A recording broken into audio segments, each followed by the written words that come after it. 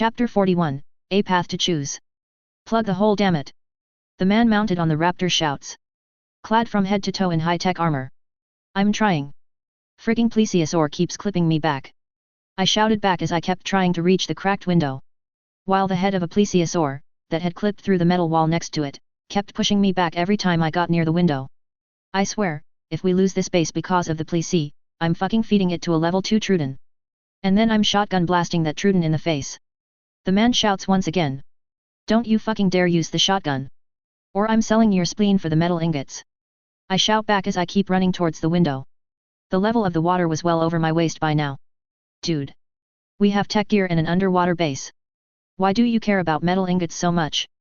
The guy shouts. I don't care. You will not waste metal. And that's Finai Grol. Before I could finish, my head was underwater. I reflexively closed my eyes as I got violently pushed away. By the next time I opened my eyes, all I could see was a deep dark blue. And as I kept looking around, I saw them. Giant tentacles, a lot of them. Creeping out from the darkness to my left. Fuya Grol. Ski Drol. I quickly start swimming to my right as I scream in panic, trying to get away from the slithering tentacles that were closing in. Yet, in the flash of a moment, they were in front of me, warping around me and forcefully pulling me back. Then, they turned me around, bringing me face to face with a giant squid. Welp, I'm dead, at least I don't have any ascendant gear on me. And as the squid drew me closer to itself, it giggled in a female voice. Wait, what?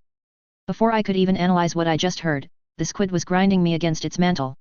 Its giant eyes squinted in a happy expression as it occasionally gave off a rather soft, feminine growl. Okay, this is weird, in so many ways. I never had a problem with monster girls. But this is fucking absurd.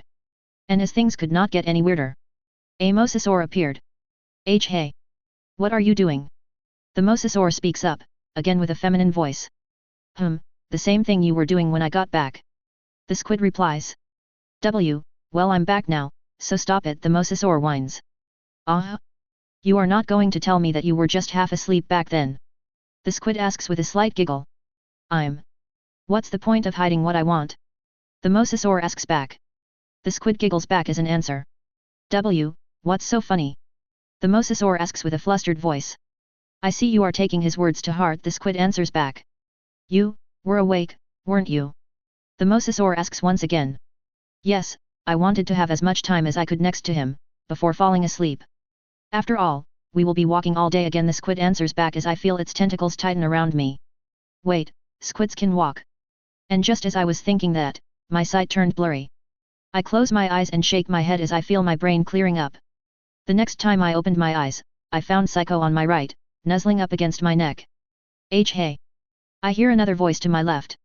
Shifting my sight, I see Saya, dressed in her after Rika's house outfit. The one with the white jacket, black shirt and green school skirt, her hair was also tied into twin tails. Then again, that jacket was all she was missing to match the outfit yesterday, and the twin tails.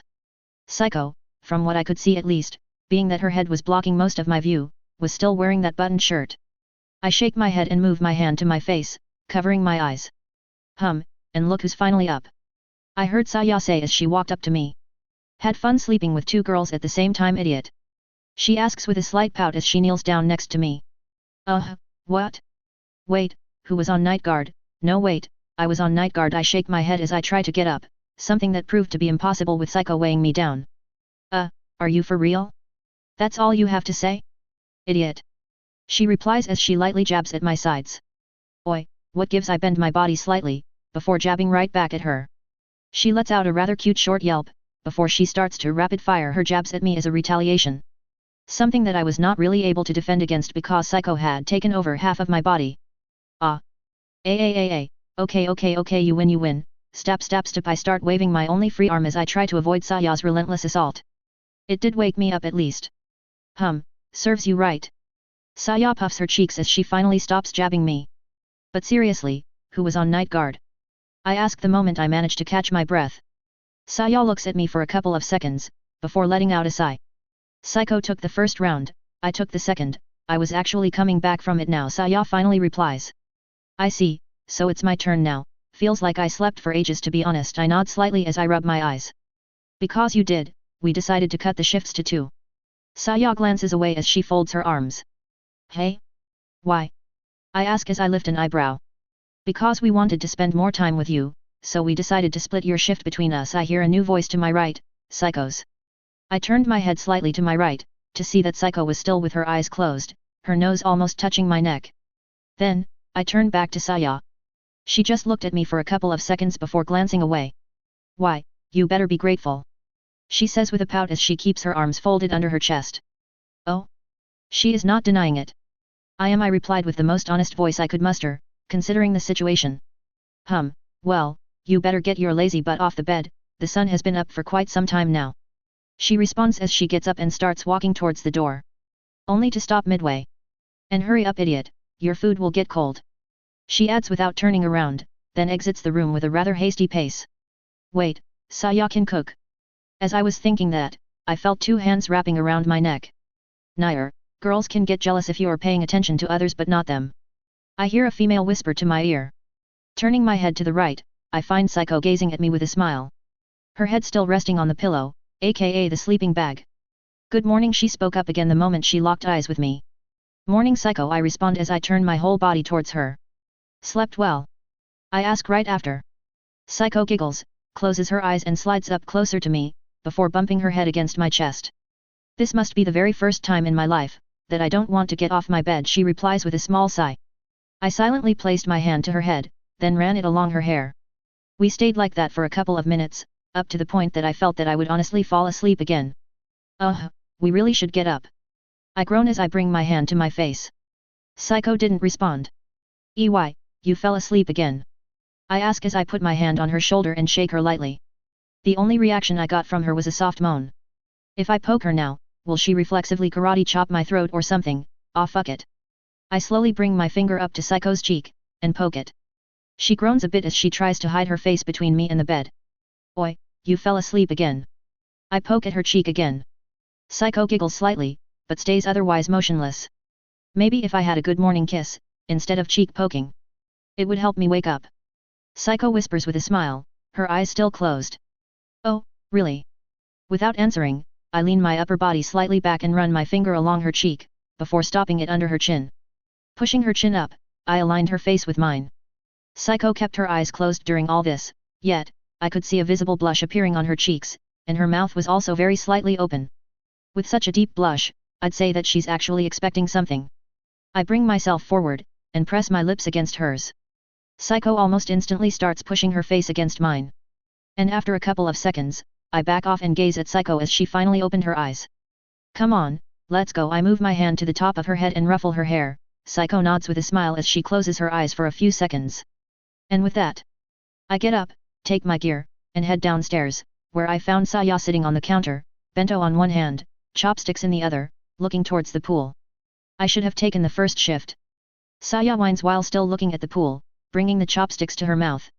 She got more time with him compared to me now. She says in a low tone after swallowing. What? I ask as I start walking towards her, causing Saya to turn towards me.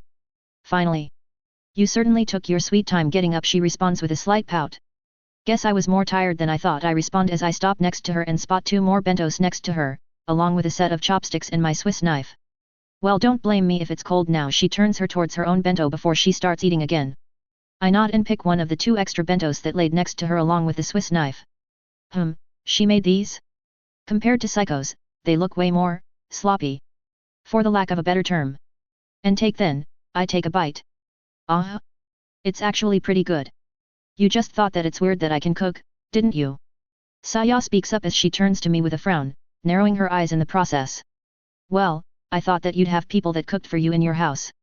Not you as you, but your whole family, I respond as I turn to her. And even if I did, does that mean that I should not be allowed to learn how to cook if I want to? She asks again, the frown still on her face. No, of course I didn't mean it like that, Saya. I just didn't take you for a person who would spend time learning something without a reason, I respond as I glance at my bento. And what makes you think I had no reason? Saya responds as she turns back to her food, bringing her chopsticks to her mouth. So you had a reason? What was it? You learned how to cook so you can bring homemade food to Takashi or something? I ask with a slight chuckle as I turn to her. Saya instantly darts her head to me, her eyes going as wide as they could get, while her cheeks started to blush. Wait, for real? I ask again as I raise an eyebrow and tilt my head. Shut up. She glanced around before quickly turning back to her food. Holy crap, Saya. The work you've put in for Takashi is like successfully making a supercar from the ground up, while forgetting to add the frigging wheels. Seeing as you failed on the most basic part of being kind to him. Well, his loss. I shrug slightly as I start eating. And as I bring the fork close to my face, Psycho comes down the stairs, looking completely awake. Good morning, she says as she walks up to us. Morning. Saya mumbles as she keeps looking at her bento. Psycho then walks up next to me, takes the third bento, and sits next to me. By the way, we have to set another rule. Saya speaks up just as Psycho took a seat, causing both of us to turn to her. Taking turns. She says right after with a low tone as she keeps looking at her bento. Taking what? I ask as I tilt my head.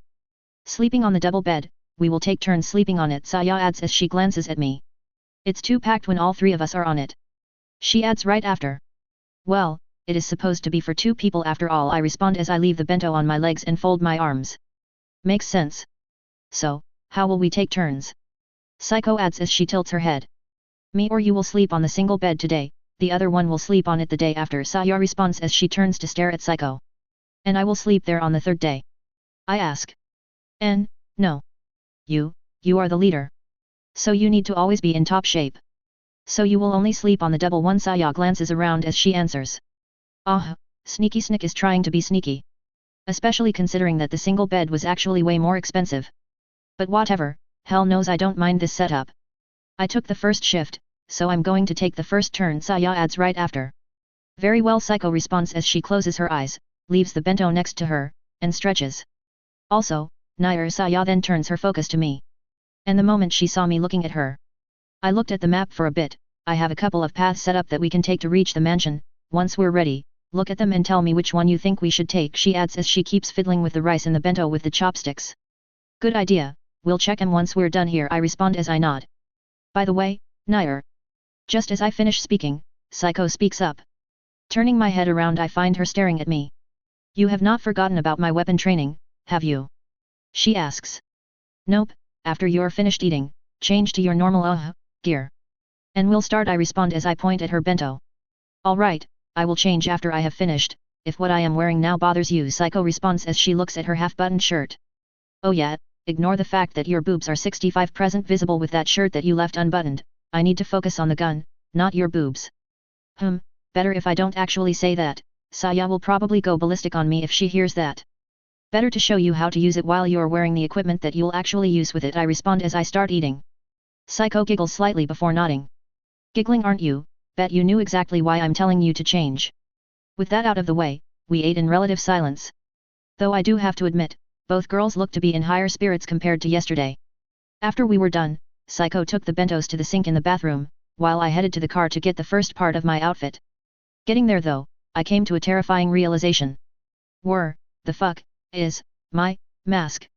I narrow my eyes as I look at the car's front bumper. I kneel down and look under the Humvee, nothing. Unlocked the car and looked inside, nada. The balaclava is missing too, and I pretty much stabbed it through the antenna. I smell treason. I turn around and start heading back towards the back door. One of the two yoinked it. Question is, who? Both were pretty much demanding to take it off. With that thought, I returned to the store's main room, to find Saya with her back turned to me, disassembling the hard plastic pool. How do I go about this? Both of them might have taken it. As I was thinking, Saya turns around and spots me. What are you standing there for? She asks as she tilts her head. Oh, nothing. Just thinking how both of you will be toast if I don't get my mask back in less than 10 minutes. I respond with a deadpan face. What?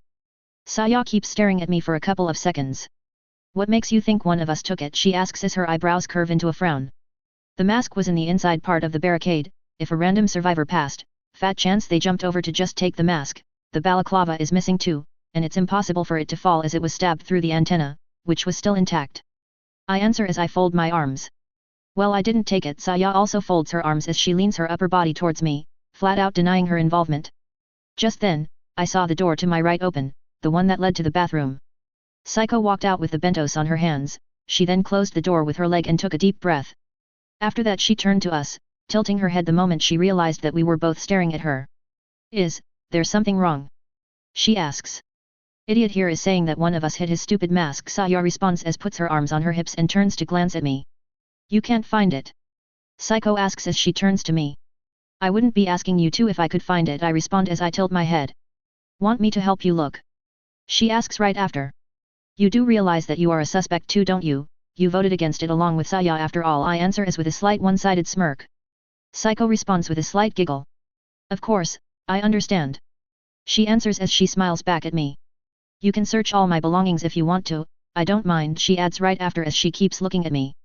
Well, seeing as both of you deny it, either I got a ninja stalker, or one of you is pulling my leg, I respond as I look towards the ceiling then turn to look back at the girls. So, I'm going to ask again one last time, who yoinked my mask? If I get an answer now, I'll leave it at that. I ask again as I turn to look at the two staring girls, no response. Nothing, come on, corpses didn't take it. I'd rather know that one of you took it instead of coming to the conclusion that an alive person, that was not from our group, came this close to us without us realizing. I tilt my head as I keep looking at the two girls. If it was a person, why would they just steal the mask and leave? Saya asks right after. It's far enough to be safe, but close enough to show that they can be a threat, I respond. Aren't you overthinking this a little bit, Nair? Psycho was the next one to speak. Overthinking?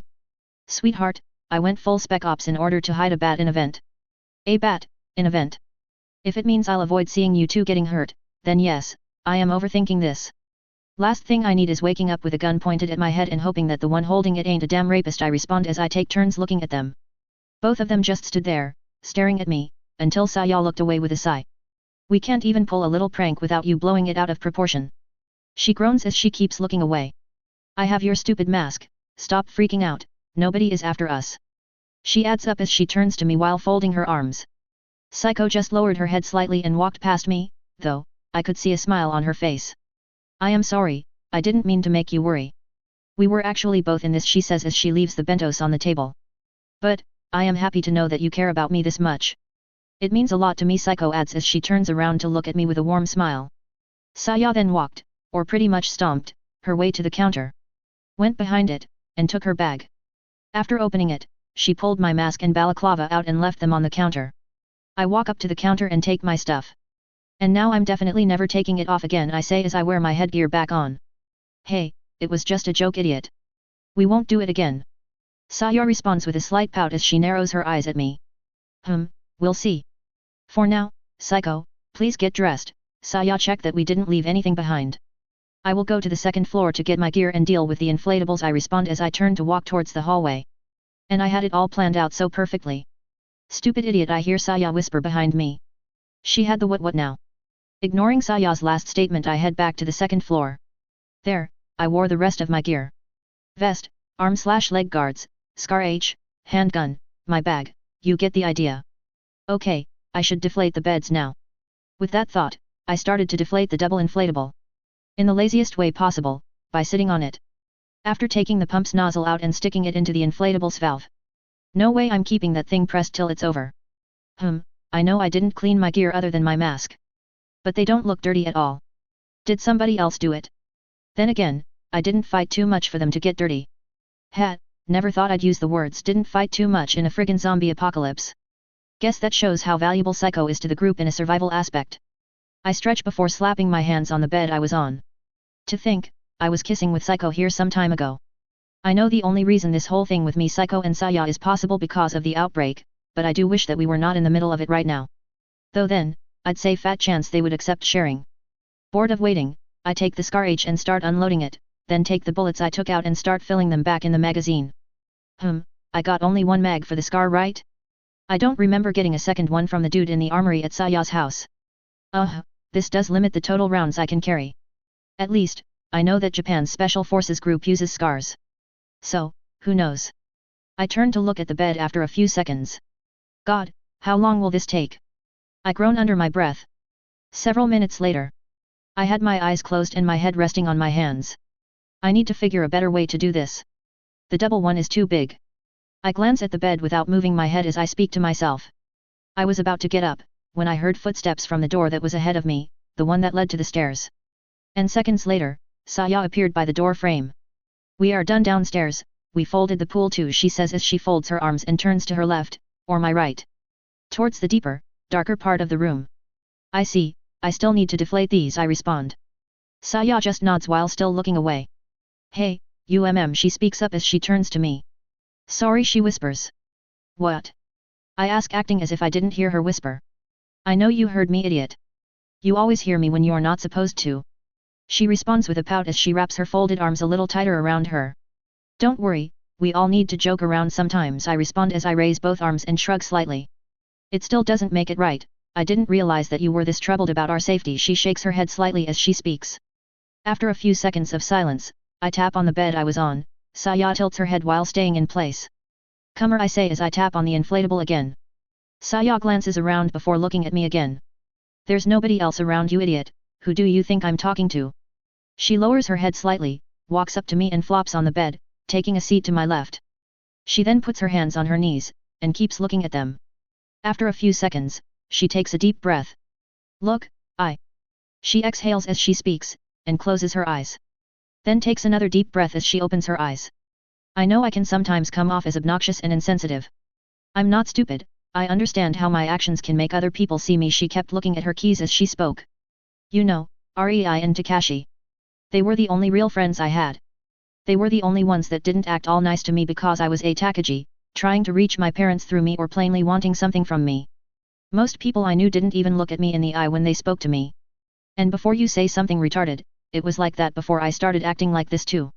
Saya closes her eyes and smiles. But hey, I guess the snobby rich kid persona suits me better.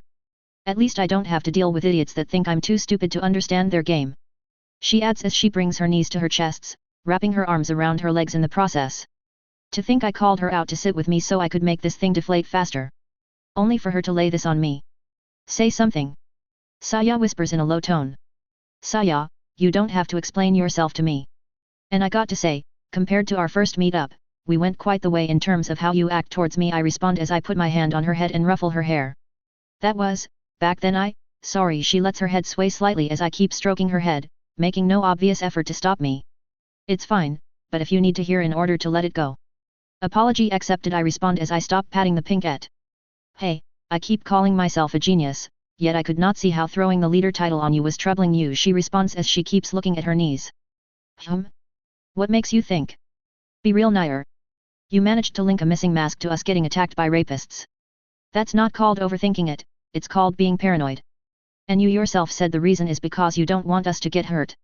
I also suspect that us, is just me and Psycho, seeing as you yourself can get so reckless that it becomes idiotic. Saya cuts me off as she finally turns to look at me. And while you were being paranoid about our safety, I wanted to pull a prank. Some genius. She adds as she turns to look back ahead of her, resting her head on her legs. Saya, I hate to break it to you, but pranks or not, I will still be paranoid about that certain thing until we are really safe, I respond as I put my hand on her back. Because you're an idiot, but it does make me a little happy. She says as she turns her head away from me, lowering her voice even more. I bring my left arm from her back to her left shoulder, and pull her towards me. With a short yelp and some slight arm flailing, she ends up with her head on my left leg. What are you doing, idiot? Despite her protest though, she wraps her arms around my leg. I ignore her protest and start stroking her head. I'm not a damn cat. Again, despite her words, she closed her eyes and stayed in place. We silently stayed like that for some time. Until. Promise me, that you will survive this. She fondles her head against my leg slightly as she speaks up. I want to spend more time with you. Without these things waiting outside the front door. To just be able to watch a movie without worrying. She tightens her hug around my leg as she speaks. Will we even have movies if we manage to drive the corpses back? I ask as I tilt my head, my hand still on her head. It's not like the technology is lost. If we can take back the power plants and factories, repair them and redirect their power and materials or items to locations that are clear of them, of corpses. Saya stops in the middle of her sentence. Fine, watching a movie might be a bit complicated for now, just sitting on the roof to look at the view then, to chat together. She stops again, and gets up to a sitting position. You said you always keep your promises. So promise me that, please. She lowers her head slightly as she finishes her sentence. I took a deep breath, but before I could even say anything. Not like this, take your mask off. I want you to promise me. Not the mask. She cuts me off. I sigh slightly and take off my headgear. Then turn to look at Saya. I promise, I answer flatly as I keep staring at her eyes. Saya keeps looking at me for a few seconds, before quickly leaning forward, locking her lips with mine for what must have been less than a second. She then backs off and quickly gets up. You better not break it. I don't want my first kiss to be for a broken promise, Saya adds with her back still turned to me, then leaves the room at a quick pace. While I was left there, looking at the door, like an idiot. Okay, that just happened. What's with everybody going after my lips today? First Psycho, now Saya. Maybe I'm still asleep? Giant, friendly squid sounds more realistic than this right now. I tilt my head as I get up and start folding the now deflated bed, then head to the second, single one. Watching a movie, hey. That does sound nice.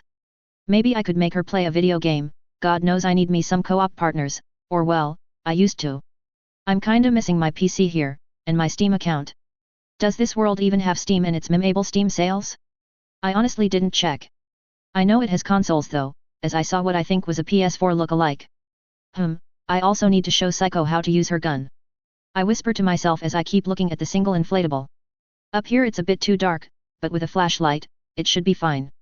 I nod to myself as I wear back my mask. With that, I headed downstairs to find Psycho and Saya chatting with each other. The pool was folded next to the bentos on the counter. Psycho had also dressed up back in her normal attire. We sat here.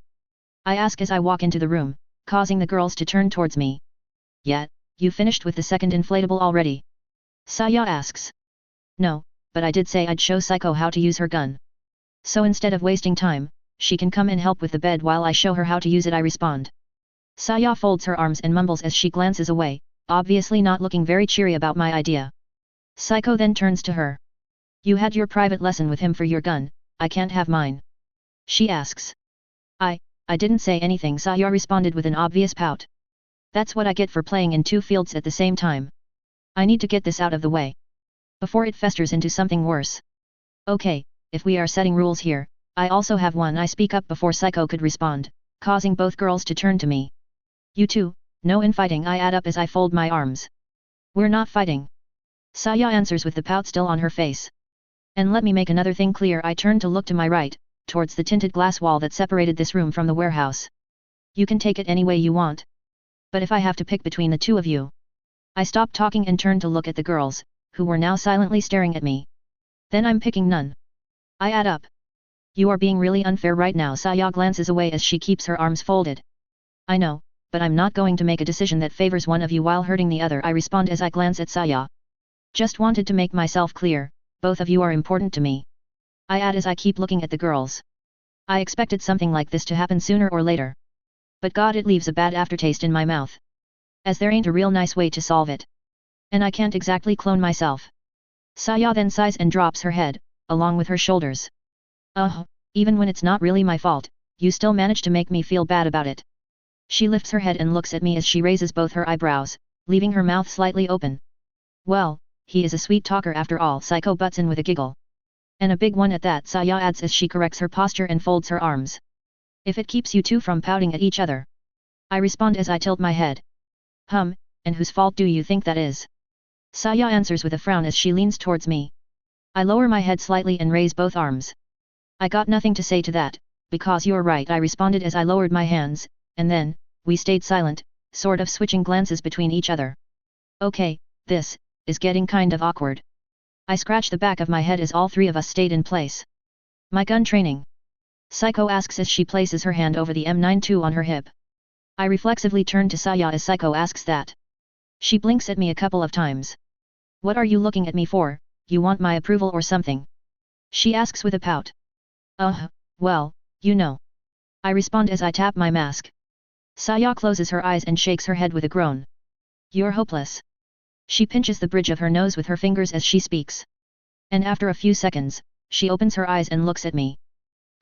Fine. I'll go deal with the inflatable. She folds her arms and leans towards me.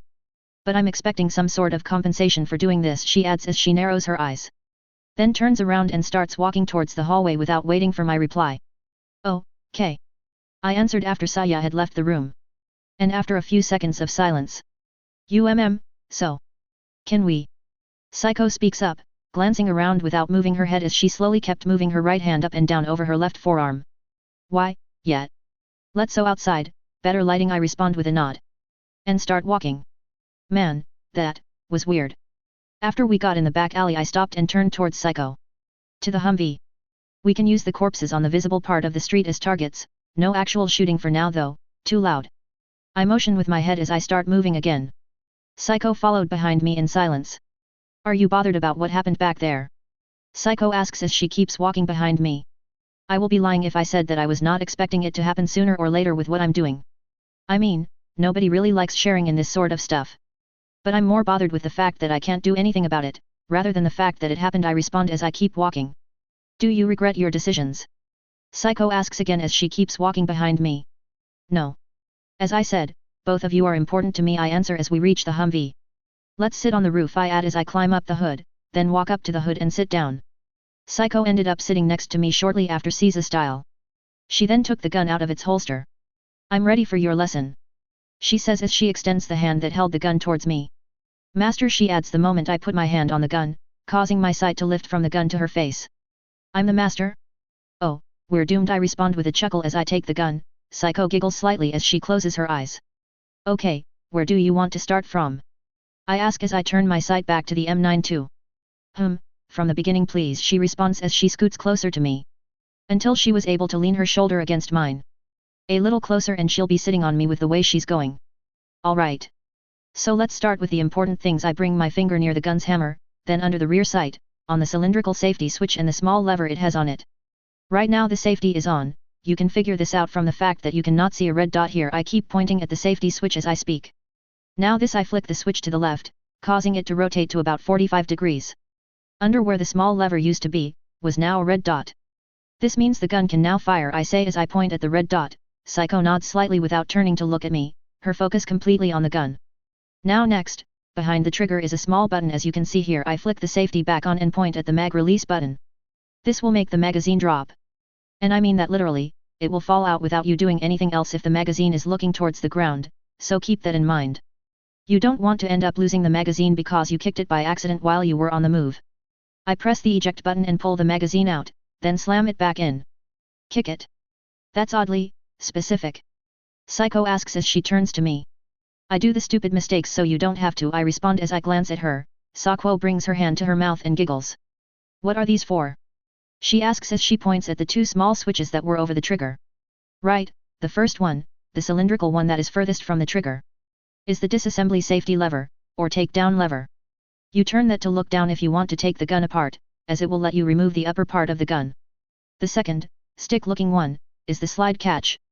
The slide is the upper part of the gun. I point at the switches before running my finger along the upper part of the gun, from the front sights, to the rear ones. This gun is semi-automatic, that means once you fire the first shot, the next one will enter the chamber automatically. This lever makes it so once the last shot is fired, the slide will stay back. That way, once you add a new mag, you just press it and the slide goes forward, adding a new round in the chamber, rather than having to pull the slide back yourself manually. I take out the magazine and pull back the slide as I explain how the slide catch works. Then, after the slide itself got locked back, I press the switch, causing the slide to rush forward.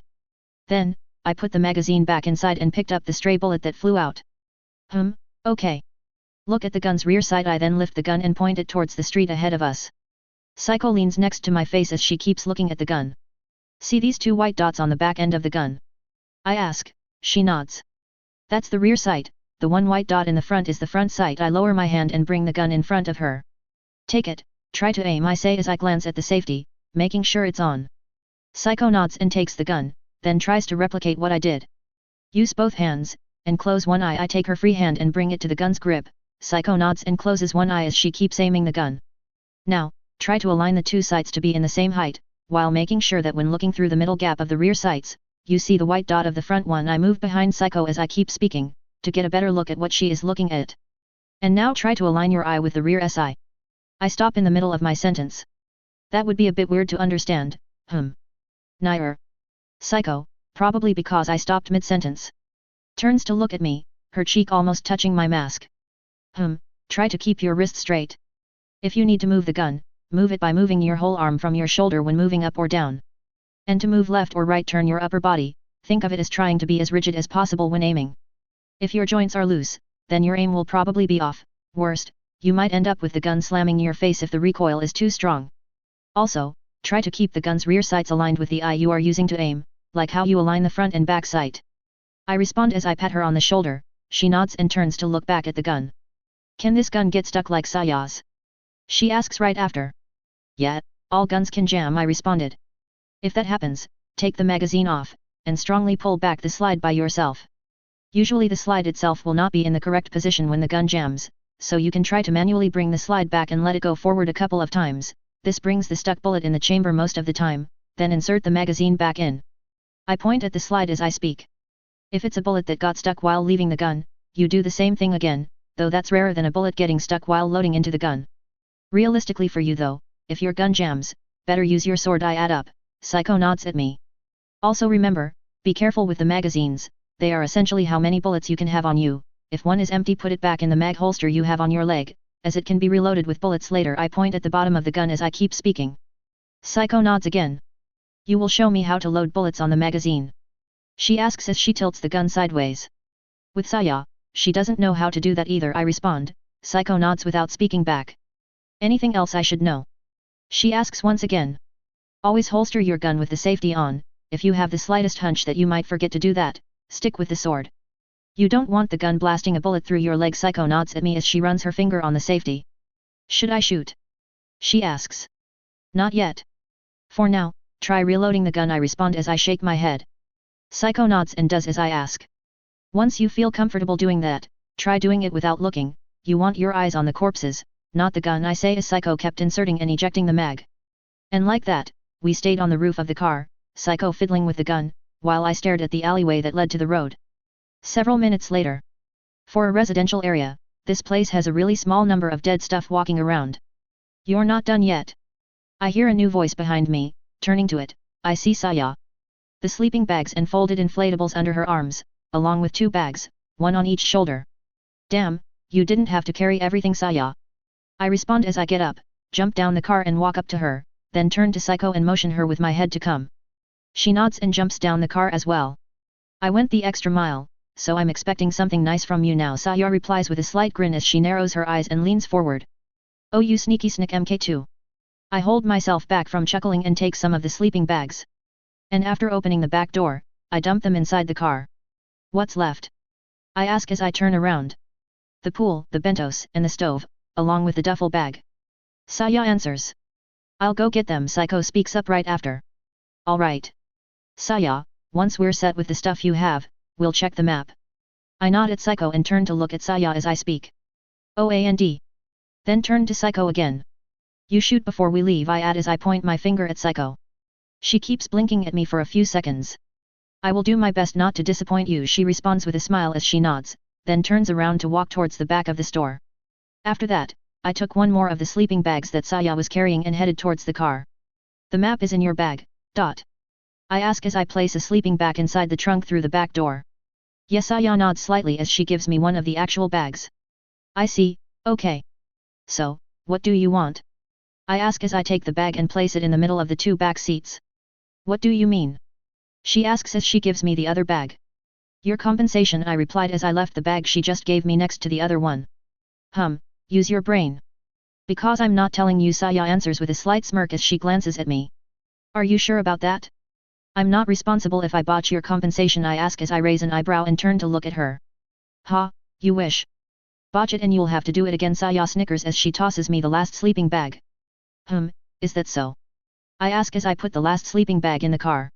Yes, that is so, she answers as her grin widens, leaning forward towards me with her hands on her hips. Well, if you want a lifetime of sweaters and socks, then suit yourself, I say as I chuckle and get out. Saya responds with a frown, and brings her face closer to mine. Is she honestly trying to look threatening now? Because she just looks cute, to be honest. Just as I was about to speak, Psycho appeared from the corner of the alleyway to my left, carrying the rest of our equipment. After she came up to us, we placed the rest of the stuff inside of the car and then entered it ourselves. Sweaters and socks, idiot, Saya whispers as she enters the passenger seat, takes her bag from the back seats and pulls the map out. I lean towards her as she starts running her finger on the map. Okay, what do you have for me? I ask as I lean closer. Right now we're here.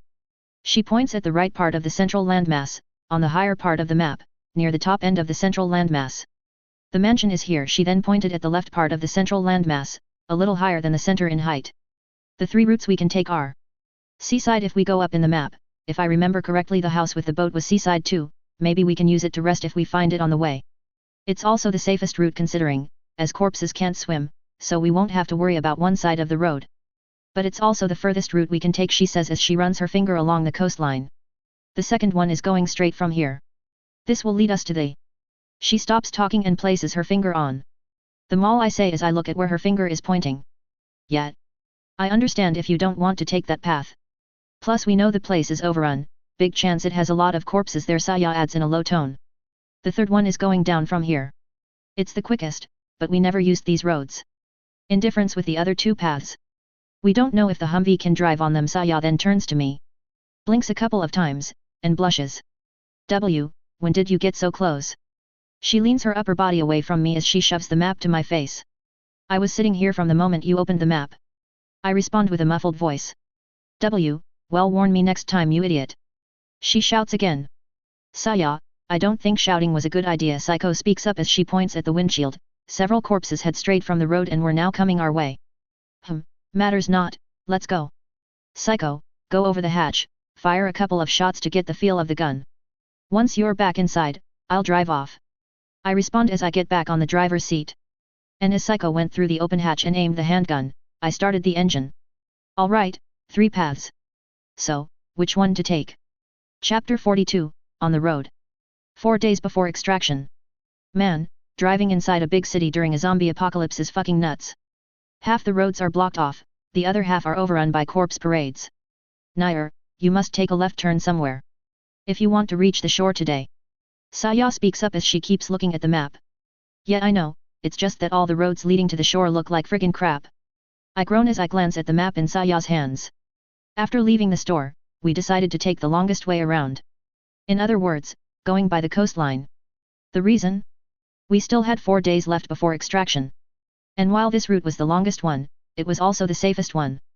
That's because the Humvee is able to drive on sand without any real trouble, which means we can get past any blocked off roads as long as we have a beach next to us. We also know the roads there are, or at least were traversable, as we drove there once before. By the way, Saya speaks up again as she presses her finger on the map. If you turn at the intersection after the one we're about to reach now, there should be a gas station between us and the coastline, she adds up. A gas station at?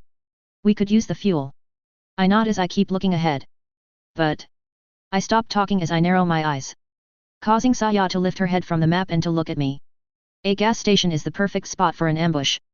Especially now, if you consider that working cars are as rare as they can get. I say as I keep looking at the road. I guess, that's true. Saya nods slightly and glances back at the map. What if we try to siphon fuel from the cars that have been left around? Even if they don't work, the fuel in them should still be usable. She asks after a few seconds. That could work.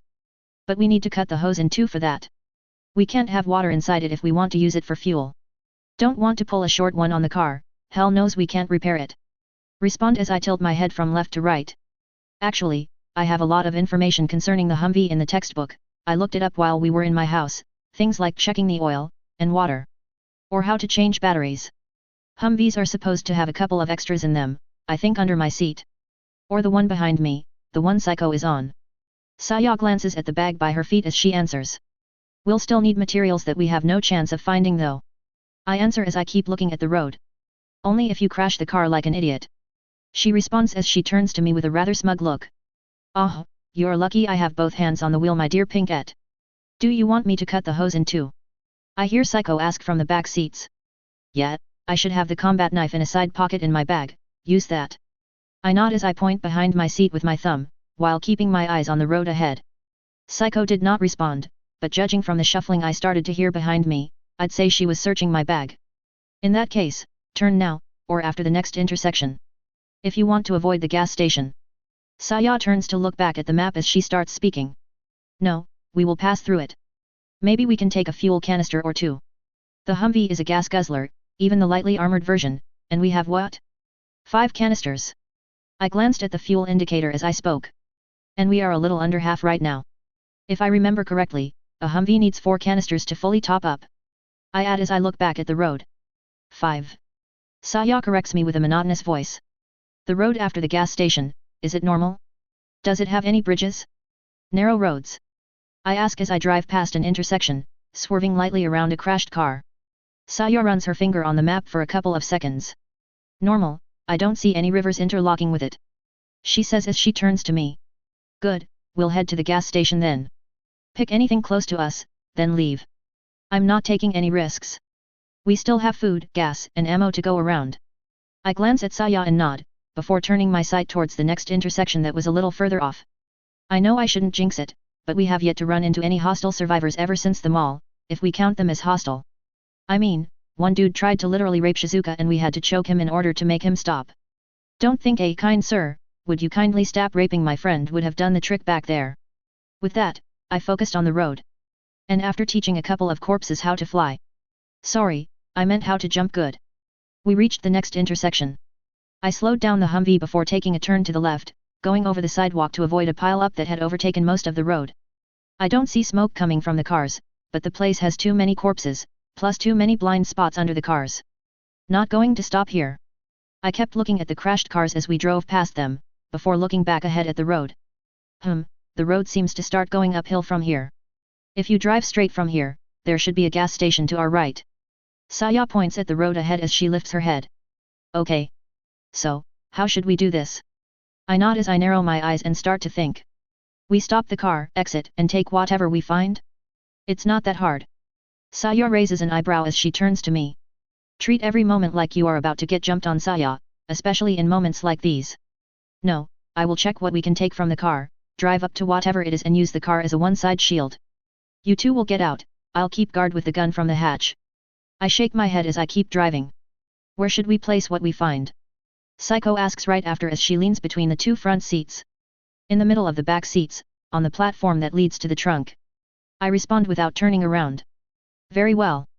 Psycho answers as she keeps leaning between the two seats. And like that, I drove forward. Several minutes later, Saya pointed ahead and to our right, at a big red platform that was elevated by two pylons. That's the one. She says as she keeps pointing at it. I nod slightly and slow down the car. I can see a bunch of cars around the station, none of them seem to have crashed, they look abandoned. I also can't see anything of worth around the fuel dispensers. But, I think I can see a couple of red, small containers next to the station's front door. I see a few gas canisters by the station's main building. I'll drive there, be ready. I say as I steer the Humvee towards the station and start picking up speed. Saya nods and leaves the map next to her seat, on the platform that led to the back of the car. While Psycho disappeared in the back. And no crazy antics. I add up as Iota let one hand from the wheel and grab the Scar H that was next to me. Says the guy who is more reckless than all of us combined. Saya snickers as she glances at me. So I can say out of experience, it ain't a very smart choice to make, I respond as I stop the car next to the front door and turn to Saya, then get up and go through the hatch. And as the two girls exited the car, I turned the hatch around until the metal lid was behind me, then looked through the dead scope. We have corpses inside the building. I say before glancing behind me, the gun still pointed towards the store. What? Saya asks as she brings the first of the 3 canisters in the car. Corpses inside. They heard the car, I said once again. Should we go inside? Psycho asks right after, bringing the second canister over. Entrance hallway only, aka the counter to the right and everything on it. Be quick about it, I respond. Psycho nods and moves towards the door as Saya heads to pick up the last canister. And as Saya brought the final canister in. Psycho opens the door, glances around and heads inside, then stops next to the counter by the entrance and peers over it. After that she turns to me, points towards the counter's other side and makes a 2 sign with her fingers. She then turns around and draws her sword as Saya quickly enters the building with her bag. The moment Saya got near Psycho, the latter turned to the pink-haired girl and said something, causing Saya to nod and start shoving everything that was on the counter into the bag. I don't think she was even looking at what she was taking. Come on, hurry up. The corpses in the rest of the building had by now taken notice of the not-so-ninja duo, and were now steadily stumbling towards them. I turn my aim slightly to the left, towards the oncoming corpses. 1, 3, 5, 7 of them coming from one direction. I should be able to. Yet, before I could even finish that thought, I heard a female shriek. Darting my eyes to the right, I find Saya in a rather weird pose. Sticking her butt out as she was trying to pull herself back while holding her forearm with her other hand. And, there was another hand, one that was not her own, that held her by her wrist as a head slowly reared up from the opposite side of the counter. Fucking hell. I quickly aim back at Saya, then at the head that was now with its mouth wide open, the hand that I suspect belonged to it trying to tag Saya's hand closer to its gaping mouth. Psycho also quickly turned around. And that's all she managed to do, as a single shot echoed. The corpse that was holding Saya's hand violently jerked its head to the right, disappearing under the counter it came from. Without taking a breath, I turned my aim to the 7 oncoming corpses. The first shot was aimed at the closest one, making it topple on a stand that had a couple of bottles on it, the stand going down along with the corpse. The second shot went right through the shin of a corpse's front foot, causing it to fall flat on the floor, the 2 corpses behind it tripping on it shortly after. I was about to fire a third shoot, when I felt something tugging my pants. "Nair, we're in. Go!" Psycho shouts as her face appears in the gap between me and the hatch. I nod, turn the safety on and climb back inside, then sit on the driver's seat and step on the gas. The Humvee, with short wheel spin, starts picking up speed, leaving the station behind. After making some distance, I stop the car and turn to Saya. "Please tell me you didn't get bit," I ask as I start staring at the arm she was still holding. No, I'm fine, just a mild bruise. I just got startled, these things have a tighter grip than I expected is all." Saya responds in a low tone as she lifts the jacket sleeve, 4 red marks visible around her wrist. "We need to get you some arm guards." I respond as I take off one of my gloves and softly take Saya's hand. "Does it hurt?" I ask as I keep looking at her hand and lightly press on the bruised spot. "No, it's fine." She replies in the same low tone as I twist her hand slightly, to get a better look at her wrist. I'm sure that the virus is only transmitted through saliva. But I'm still glad to see no cuts or blood. "Maybe you should stay in the car instead of Nair," Psycho says as she keeps looking at the 2 of us. Hey. I just told you. I just got startled." Saya shouts back. Lifting my head, I find her glaring at Psycho with a really flustered face. Psycho on the other hand, was with her arms folded and looked as casual as ever. "Saya." I tug her hand slightly. "What?" she shouts as she darts her head back to me. "Please?" I ask with a calm voice as I tilt my head slightly, tugging her hand again. Saya blinks at me a couple of times, before she slightly turns her head away, shifting her eyes away from me. Nobody is good at everything. Being in the front line isn't the only way you can help, you know that, right? I ask as I stroke her palm with my thumb. Fine. She answers a few seconds later. "I don't mean to cut your cuddly moment in two, but we have unwanted guests closing in." Psycho then speaks up, her eyes focused on the window next to her. I nod and let go of Saya's hand. What do you mean, see cuddly?" Saya blurts out as she darts her head back to Psycho. "I think this red is going to be Saya's new permanent face color." I hold myself back from chuckling as I press on the gas once again. "By the way, what did you yoink?" I ask as I glance at Saya. "Yoink? What are you, a 5-year-old?" Saya folds her arms as she turns to me with a frown, the blush still on her face. "Indeed, I'm a 5-year-old that saved a whole estate from the living dead, got high on grass, or whatever that crap was, and most important of all." I stop talking for a few seconds. "I'm an overlordy ninja penguin." I add up with the most serious voice I can muster. So sleeping with 2 girls at the same time was not a feat?" Psycho asks as she leans between the 2 front seats once again. "Now, I can't just call that out, that would be gloating," I say as I finally chuckle. "Hey, so everything else was not gloating?" Saya asks as she raises an eyebrow. I just shrug as I keep my hands on the wheel. "But now that you mention it, I never did thank you for saving the estate, my parents." Saya responds with a tad more serious tone as she tightens her folded arms under her chest, glancing away as she lowers her head. "You're welcome," I respond as I nod slightly. Truth is, that moment was important in more ways than one. It was the proof I needed, to know that this world ain't on rails. Just as that thought passed, I felt a chill run up my spine. Psycho falling in love with Takashi, Asami ending with a bullet in her head, Saya probably falling for Kota, who had to shoot the girl he fell for, aka Asami, the same day he met her. Shido being alive in elementary school pulling his usual shit. All of that, now won't happen. They can't happen. Well, most of them can't. I glance around me as I shake my head. Saya was still looking away while hugging herself. Psycho was looking at the street ahead. Wonder where they headed off to after leaving the mansion? I ask. I don't know, they didn't tell me. But, if I had to guess. A military installation? Or somewhere by the coastline to have easy access to the sea. They probably scouted a location before leaving. Moving so many people is not something you can do without planning ahead, especially when half of them are as brain dead as the corpses. Saya ends her sentence with a snicker, then picks up the map she left next to her. Though, I'm honestly not really looking forward to meeting you dad again Saya. Especially if he finds out about me you and Psycho, dude's scary enough as it is. Ha, true that. These people probably still call this a sickness, and would rather hug a corpse to prove their point. I respond with a slight chuckle. Well, too bad for them if they do. Psycho adds right after. Ah, that's brutal. You don't care that they'll get ripped to shreds? I ask as I glance behind me. Psycho stayed silent as she looked away, before turning to look back at me.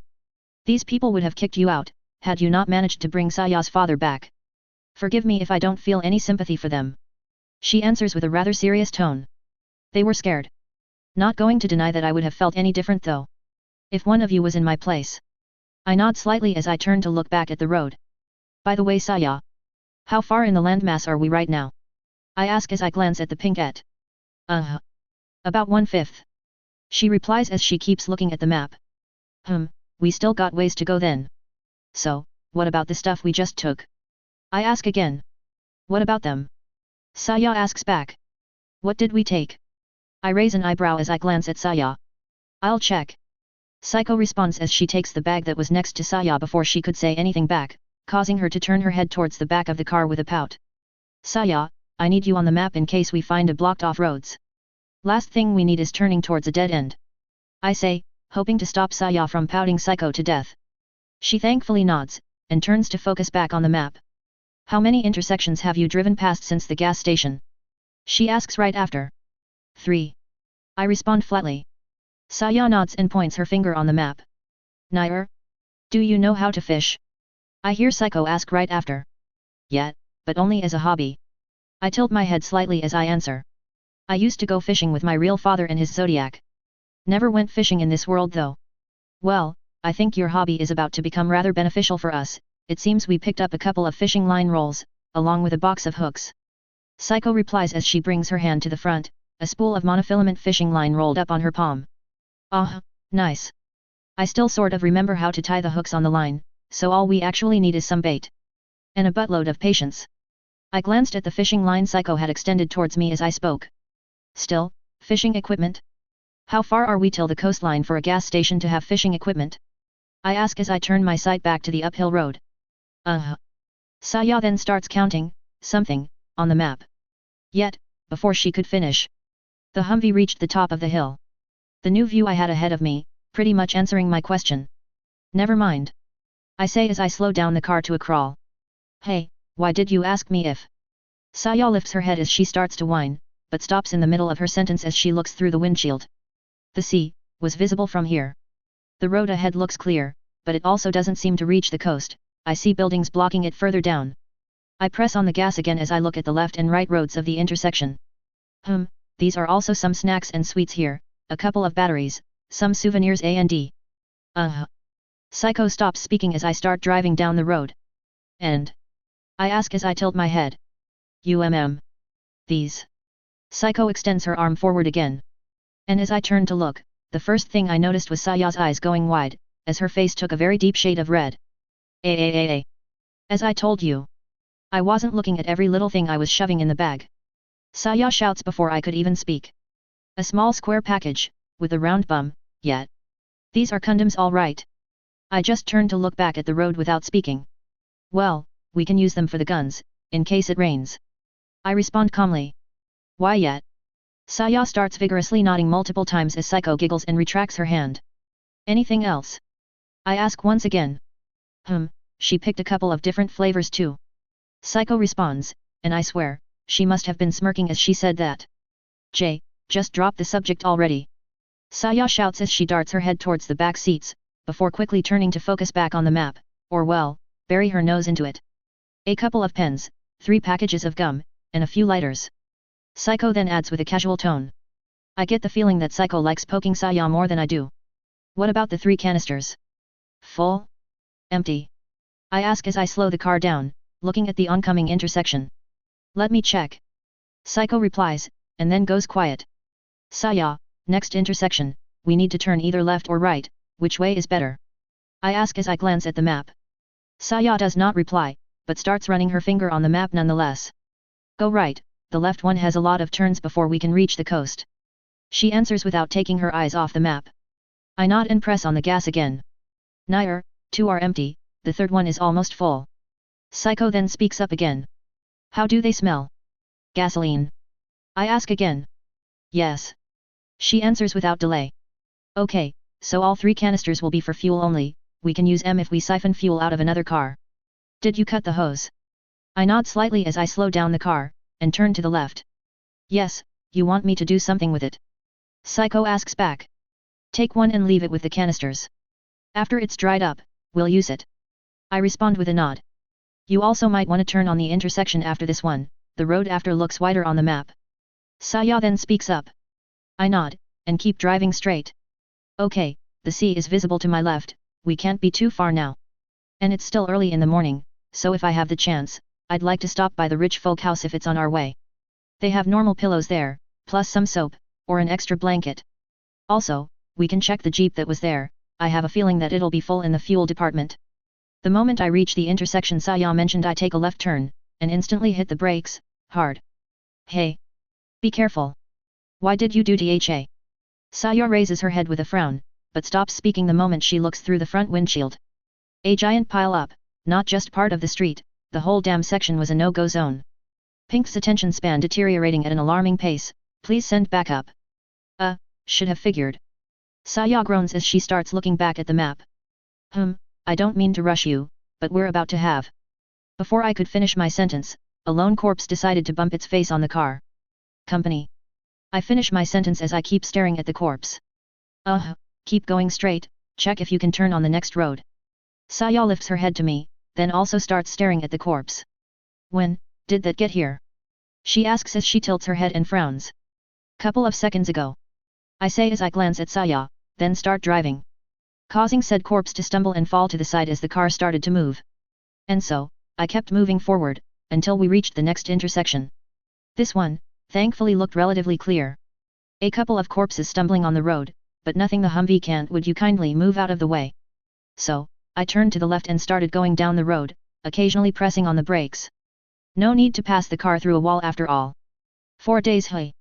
Wonder if we can pay a visit to the island in between, then again, we got nothing there that requires us to visit it. Except for checking if it's really still corpse-free.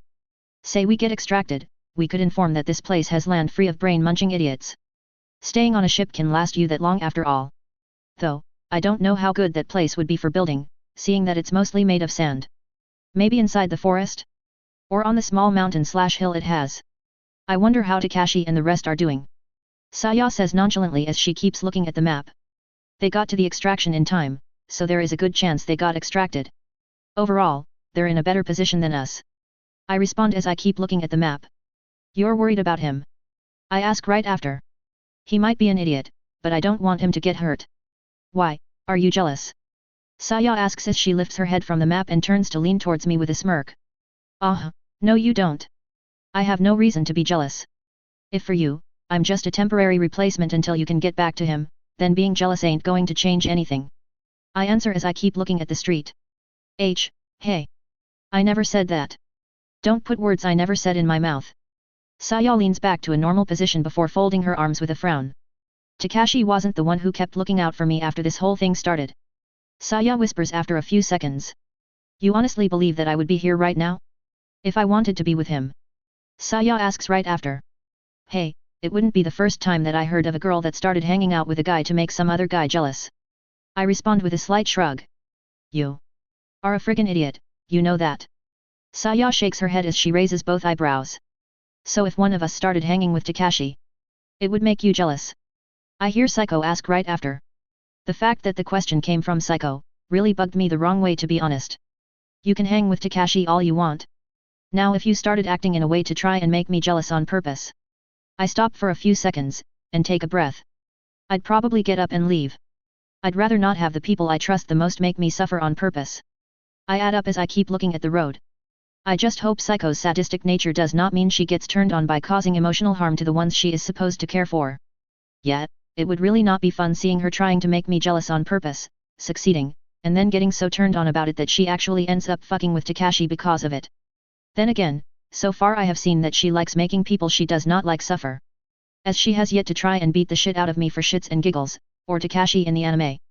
Saya's mansion excluded, we were supposed to be training then, and we were not that close at that moment to begin with. The worst she had done was throw side jabs at Rei in the manga. Or that she was, smirking? When Rei started shouting at Takashi in front of the police station. But that could have been because, you know. If Rei's and Takashi's relationship deteriorated in the manga, she could then have him all for herself. So, you'd rather run away than face your problems? Saya asks. Cutting ties with the ones that try to hurt me on purpose is facing my problems. I answer as I glance at Saya. I shouldn't have asked something like that. Forgive me. Saiko leans between the two front seats and turns to look at me before lowering her head slightly. I chuckle and shake my head. Don't apologize, you asked a question. You didn't do anything that calls for an apology. I hope. I respond in a joking manner as I slow down the car and swerve over an abandoned big rig by climbing on the sidewalk. I would rather take my own life than hurt you on purpose, Nair. Saiko answers with a serious tone. Yeah. Try to do neither of those two actions, please. I turn to glance at Saiko as I take one hand off the wheel and point at the roof with my index finger, before looking back at the street. God, this chat just took a rather fucked up turn. Got to find a new, Wait, is that? I can see the beach. I say as I point forward. You're right. Saya leans forward towards the windshield and pushes her glasses with her hand. Not that the beach was all that hard to see from our location. It was in plain sight, at the end of this road. You think we can find the house we stayed at before? I ask as I keep looking at the road. If I remember correctly, it was the only building that had a cement path that led to a small dock by the sea. If we drive by the beach, it should be easier to spot. Saiko answers as she also keeps looking through the windshield. Alright, you might want to wear your seatbelts then, we're going off-road. I nod as I press on the gas. I hope you know what you're doing. Saya responds as she picks her bag from the back and hugs it. Please, I do shit like that all of the time. In GTA V. I answer with a chuckle. What? That's a frigging video game, you idiot. And, Saya didn't even manage to finish her sentence as the car went flying over the stairs that led to the beach. So GTA does exist here, and Saya knows about it. Interesting. With that stupid though in my mind, the car flew past the stairs and landed on the sand a few seconds later. And with a slide, it came to a stop. See, all's good. I tilt my head as I turn to Saya, then switch the right gear to N and then the left gear to L, before switching the right one back to D. Why, do we let you drive? Saya groans as she fixes her glasses.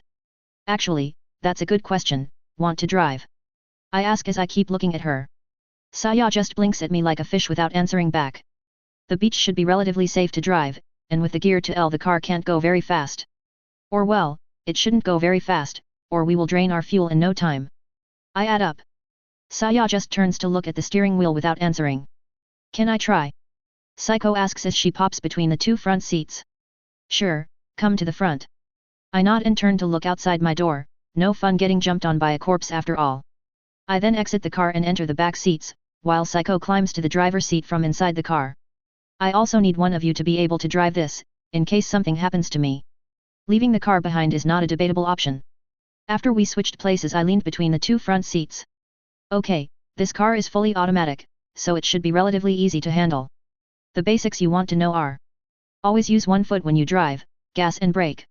One foot, the other foot does nothing, the reason being that pressing the gas and braking at the same time is not very good for the car, and you know, good luck finding replacement parts right now. I say as I point at Saiko's feet. Now as for the gears. The left one with L and H and HL. Think of it as H for driving on normal roads, L for driving off-road at lower top speeds. HL is for high speed with poor traction. N is for natural, to disengage, I think. I say as I point at the stick. You think? You actually didn't even sound sure about the HL gear. Saya asks as she folds her arms. I never drove a 4x4 before, it's a miracle I remember this stuff to begin with. I respond as I look at Saya. She groans, shakes her head and opens her bag, then pulls out her notebook. She then opens it and starts flipping through the pages. HL for normal roads with bad traction, H for normal roads, and to disengage the gear and switch to L, L is for off-road at low top speeds. You can switch from HL to H while on move, but need to be stopped to switch from N to L.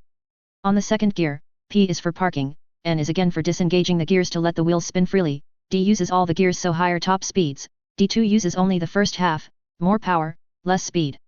It's for stuff like climbing hills. R is reverse. Saya keeps reading through her notebook, before lifting her head to me, her eyebrows making a straight line as she looks at me. If you had all that in the textbook, why didn't you say so? I ask as I tilt my head. You didn't ask. Saya replies with a huff as she turns to put the textbook back in her bag. Oh, I so want to squeeze a chundir right now. Oh, okay. So, overall, leave M as is. Just drive slow and keep your eyes on the speedometer, try to not go over 25 or 30. I say as I shake my head slightly and turn to Psycho, then point at the dashboard. Psycho nods. And with an overdramatically serious face, while gripping the steering wheel with both hands like it was trying to run off, she lightly presses the gas. The car responds, and starts to slowly move forward. Relax Psycho, chopping heads off with a sword is actually harder than this. I say with a chuckle as I put my hand on her shoulder. I can't help but feel anxious. It's my first time. She replies as she keeps her eyes glued on the road ahead. Your first time? Okay, it's official. Anything remotely sexual coming out of Psycho's mouth is giving me the wrong friggin' idea. Chapter 43, Strolling Down the Beach. -4 days before extraction. What are these levers for? Tire pressure control. These 3 buttons over here. These are brake, weight and CTIS indicators, they are not buttons. These speedometers here. Tire pressure. This lever. Emergency brake. But doesn't this car also have a parking brake and another lever? Yes, you use both when stopping the car. What am I here for again? For the last 30 minutes or so, I haven't opened my mouth, not even once. Psycho on the other hand, is going full auto with the questions. Like an inquiring 10-year-old, with Saya being the one answering them. Oh well, at least they seem to be working together now, instead of poking each other.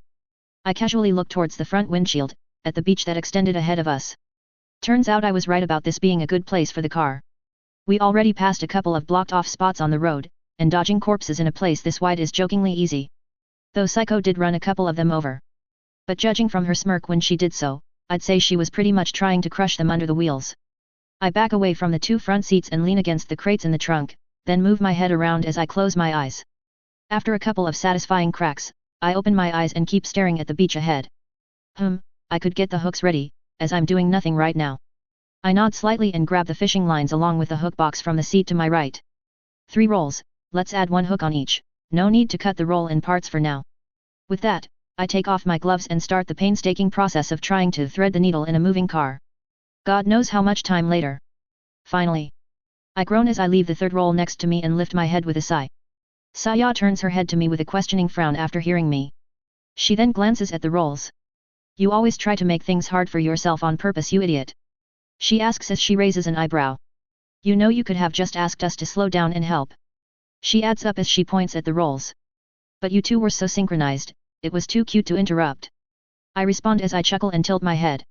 Saya blinks a couple of times, before pouting slightly. Idiot. She says with a low tone before turning to look ahead. Geez, still spamming the idiot button I see. Bad habits die hard I guess. Actually Saya, if you already know so much, why don't you try driving as well? I ask as I lean between the 2 front seats. Knowing how something works and using it, are 2 different things. Why do you want us to learn how to drive this badly anyway? We have you, and when you're not driving into rivers, you're actually a pretty decent driver. Saya answers as she turns to me. Because being the only one that's able to drive is. I stop speaking, and glance at Saya. Limiting our available options. I add up after a few seconds. Such as. Saya asks as she folds her arms. What if we need to shoot while driving? What if one of you is closer to the car than me and we need to hightail it out of whatever place we might be at? Minor things that seem insignificant now can get us killed if they happen at the wrong moment. I respond as I also fold my arms. Saya keeps looking at me for a few seconds, before closing her eyes and giving off a heavy sigh as she lowers her head. I keep forgetting that you're not just an idiot. You're a paranoid idiot. Saya groans as she shakes her head. It's clear proof that he cares about us. Or, would you rather prefer it if he acted indifferent if you, were in possible danger? Psycho then speaks up as she turns her head to Saya. I didn't mean it like that. Saya's eyes go slightly wide as she turns to Psycho. And after a few seconds of silence. How did I end up being the bad guy here again? Saya whines as she turns her face to look at the road ahead with a pout. I was about to speak, when I noticed Psycho becoming focused on the road ahead, more than usual I mean. Leaning her head forward as she narrowed her eyes. Nair, look ahead. I think that's. Psycho keeps staring ahead as she stops speaking. I lean towards the windshield as I balance myself between the 2 front seats. In the distance ahead of us, I could see a silver SUV next to a closed gate to the left. And towards the right, towards the sea, I could also see a grey block that was elevated over the water, a small boat lying on it. We found it. I respond in a low tone. It would seem so. Psycho adds with a slight nod. As we kept getting closer, Saya continued to have her eyes glued to the boat. Something's not right. I'm pretty sure that we didn't leave that boat outside. She says as she keeps staring at said boat. Keep driving normally. I tap Psycho on the shoulder as I back away, before climbing up the hatch. I then use the gun scope to look at the building. One of the windows on the second floor was open, the room's curtains waving from the open window. Other than that, I could not see anything. We really need binoculars. But, I am 100% sure. That window was not open. It's in the room that I was in, and I never opened that window. I lower myself back inside the car and wear the rifle, before leaving it to hang on my sides. It either has people inside now. Or it had people inside after we left. I lean between the two front seats as I keep staring towards the building. So, what do we do? Saya asks as she turns to me. The hose should be dry by now, we'll check the SUV while using our car as a shield. After that, I tilt my head slightly as I keep looking at the building. If it had survivors inside, leaving without checking could be a waste, there are still things inside we can use. But they ain't worth risking conflict with other survivors. We would be invading their safe house if they are still there. More than enough reason for them to get agitated. I shake my head as I keep speaking. We check the SUV, and we leave. I say after a few seconds. Alright, we do this as we are? I am not very confident that I will be able to drive us out quickly if we find opposition.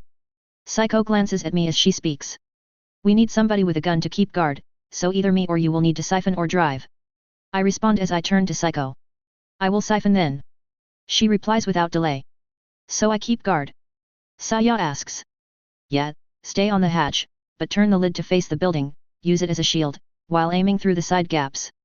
I nod as I turn to Saya. She nods back at me with a serious expression. Let's switch seats then. Psycho asks as she stops the car and turns to me. I nod and back away, then sit on the seat behind the driver. Psycho climbs through the gap of the two front seats before sitting behind Saya. After picking the fishing roles from that seat obviously. Her behind might be top bait material, but not on that sort of bait. After that, I moved to the driver's seat and started going forward once again. If I see a person, what should I do? Saya asks as she turns to look at the MP5 that she left by the trunk. If they are unarmed, keep an eye on them but don't aim at them. If they are armed, quickly get back inside the car. In both cases, inform me silently if they have not seen you, shout if you see them aiming at us. I answer as I turn to Saya. I might be willing to pull the trigger, but Saya never had to kill an actual person. I need to take into account that she might be unwilling to shoot at a crucial moment. She nods at me after a few seconds, then leans towards the back to grab the submachine gun. Okay, like with the gas station, I will park the car next to the SUV's fuel pipe to use as a one-side shield. Psycho, keep your head down, take it like a sniper is aiming at you from the house. I glance behind me, towards Psycho as I speak. She nods and turns to pick one empty canister along with the hose, while Saya returned to her seat. The moment I got close to the SUV, I turn the Humvee towards the sea to my right, then stop, hit reverse, and bump the Humvee's rear left side on the SUV's left back door, creating a V-shape with the SUV and the Humvee. Okay, we finished yesterday. Move. I turned to glance at Psycho, only to see that she had already opened the door behind my seat and was outside by the SUV. Saya at the same time lifted her upper body through the hatch and turned the lid as I told her. I nodded slightly and glanced at the SUV. Hey, the corpses are still in there, the female one at least. The back windows are tinted, but I'd say the kid is still there as well. I then start looking around as I lightly tap my foot. I can't see the house from here. I open my door slightly and turn to glance at Psycho, who was kneeling down with her head hunched down next to the SUV, one side of the hose in the fuel pipe, the other in the canister. I then leaned outside until I could see the whole house that was behind us. Nair, I think we will need a second canister as well. Psycho speaks up as she turns to me. Do what you must. I nod as I glance at her. Psycho nods back and returns her focus to the canister. While I turn to look back towards the building. Okay, after this, we go straight down the beach. Then take a right turn after we reach the furthest end. And finally, a straight line towards our real target. I was about to move back inside the car. When I saw it. A figure appearing by the window, turning to stare at us, without making any sort of reaction. Saya, second floor open window. I slam the Humvee's door with my hand as I lift my gun and aim towards said figure as I exit the car. Looking through the scope, I got a better view of the figure. It looked like a high school student. A guy, short blonde hair and a slim figure in a white shirt. He looked like one of these J-pop dudes, to be honest. He is just staring at us. Back in the sea. Before I could finish my sentence, the figure's eyes go wide. He then starts waving his hands like a lunatic. Wait. Don't shoot. Don't shoot. The figure starts shouting. Hey? Is that guy for real? Now he saw us. Nair. What should we do? Psycho asks as she glances at me, slightly lowering herself towards the ground. Keep siphoning, Saya, keep your head over the hatch, behind the lid, keep an eye on that dude, don't shoot, unless you see him pulling a gun on us. I respond as I take the safety off my gun. Wait. Don't go anywhere. I'm not bad. I'm coming downstairs, don't go. The guy shouts as he disappears from the window. Okay, if he pops with a group, I should be able to get the jump on them if they decide to get freaky. I switch the gun to full auto as I keep my eyes on the gate. And less than a minute later, the door flies open, the guy coming out of it. Seeing his full figure now, he was wearing a shirt with the words Thrioden stylishly printed on it, he was wearing sports pants and his hair was about neck length, blonde with brown ends, giving away the fact that he had dyed his hair. He also had a piercing from what I could see. He then puts both hands in front of him. We are not hostile. Don't shoot, I don't want trouble. He says as he walks towards the gate. Is that guys for real? What if we want trouble? How did he survive this long acting like this? God damn it, show. Are you retarded? They are armed, they might be hostile. A new voice comes alive as a new guy comes after him, grabs him by the shoulder and pushes him back. That one, to be honest, looked a tad like Takashi, spiky black hair, no piercings whatsoever, he was wearing blue jeans and a black shirt, the words Thrioden on it as well. But most importantly, on his right hand, I could see a rather high-tech crossbow. I don't care how excited you got because you saw a hot chick, we don't know them. He adds up. Well, that explains a lot. Are there more of them? I turned to glance at Saya, who was looking at the two guys with one mean-ass frown. Are you guys hostile? The crossbow guy asks right after. And here I thought that one was smart. No, we are not. As long as you're not either. I respond. See, they're cool, relax brother. The blonde one, Sho, adds right after as he shakes his shoulder off the other guy's hand. What do you want? I ask as I keep my finger close to the trigger. We have not seen another living human ever since this started, we honestly believed it was just us from how bad things looked. Sho responds. It's just the two of you. The crossbow guy asks. Two. I glance at Psycho for a few seconds, then motion her to get up. No. I respond as Psycho comes into view. Oh, I see. The crossbow guy responds. And starts staring at Psycho. Really? One guy is drilling holes at Saya, the other is now staring at Psycho? The fuck people? Ah, purple, your favorite color Kyuzu. Sho speaks up in a joking manner as he nudges the other guy. It's Kyuzuma, and shut it. The crossbow guy, aka Kyuzuma, responds as he slaps Sho on the back of the head. Great, just, great.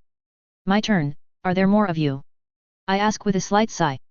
And if yes, will they start staring at me next? Yes, one more, he is in the bathroom though. Sho responds. Me and my big fucking mouth. How did you end up with a working car?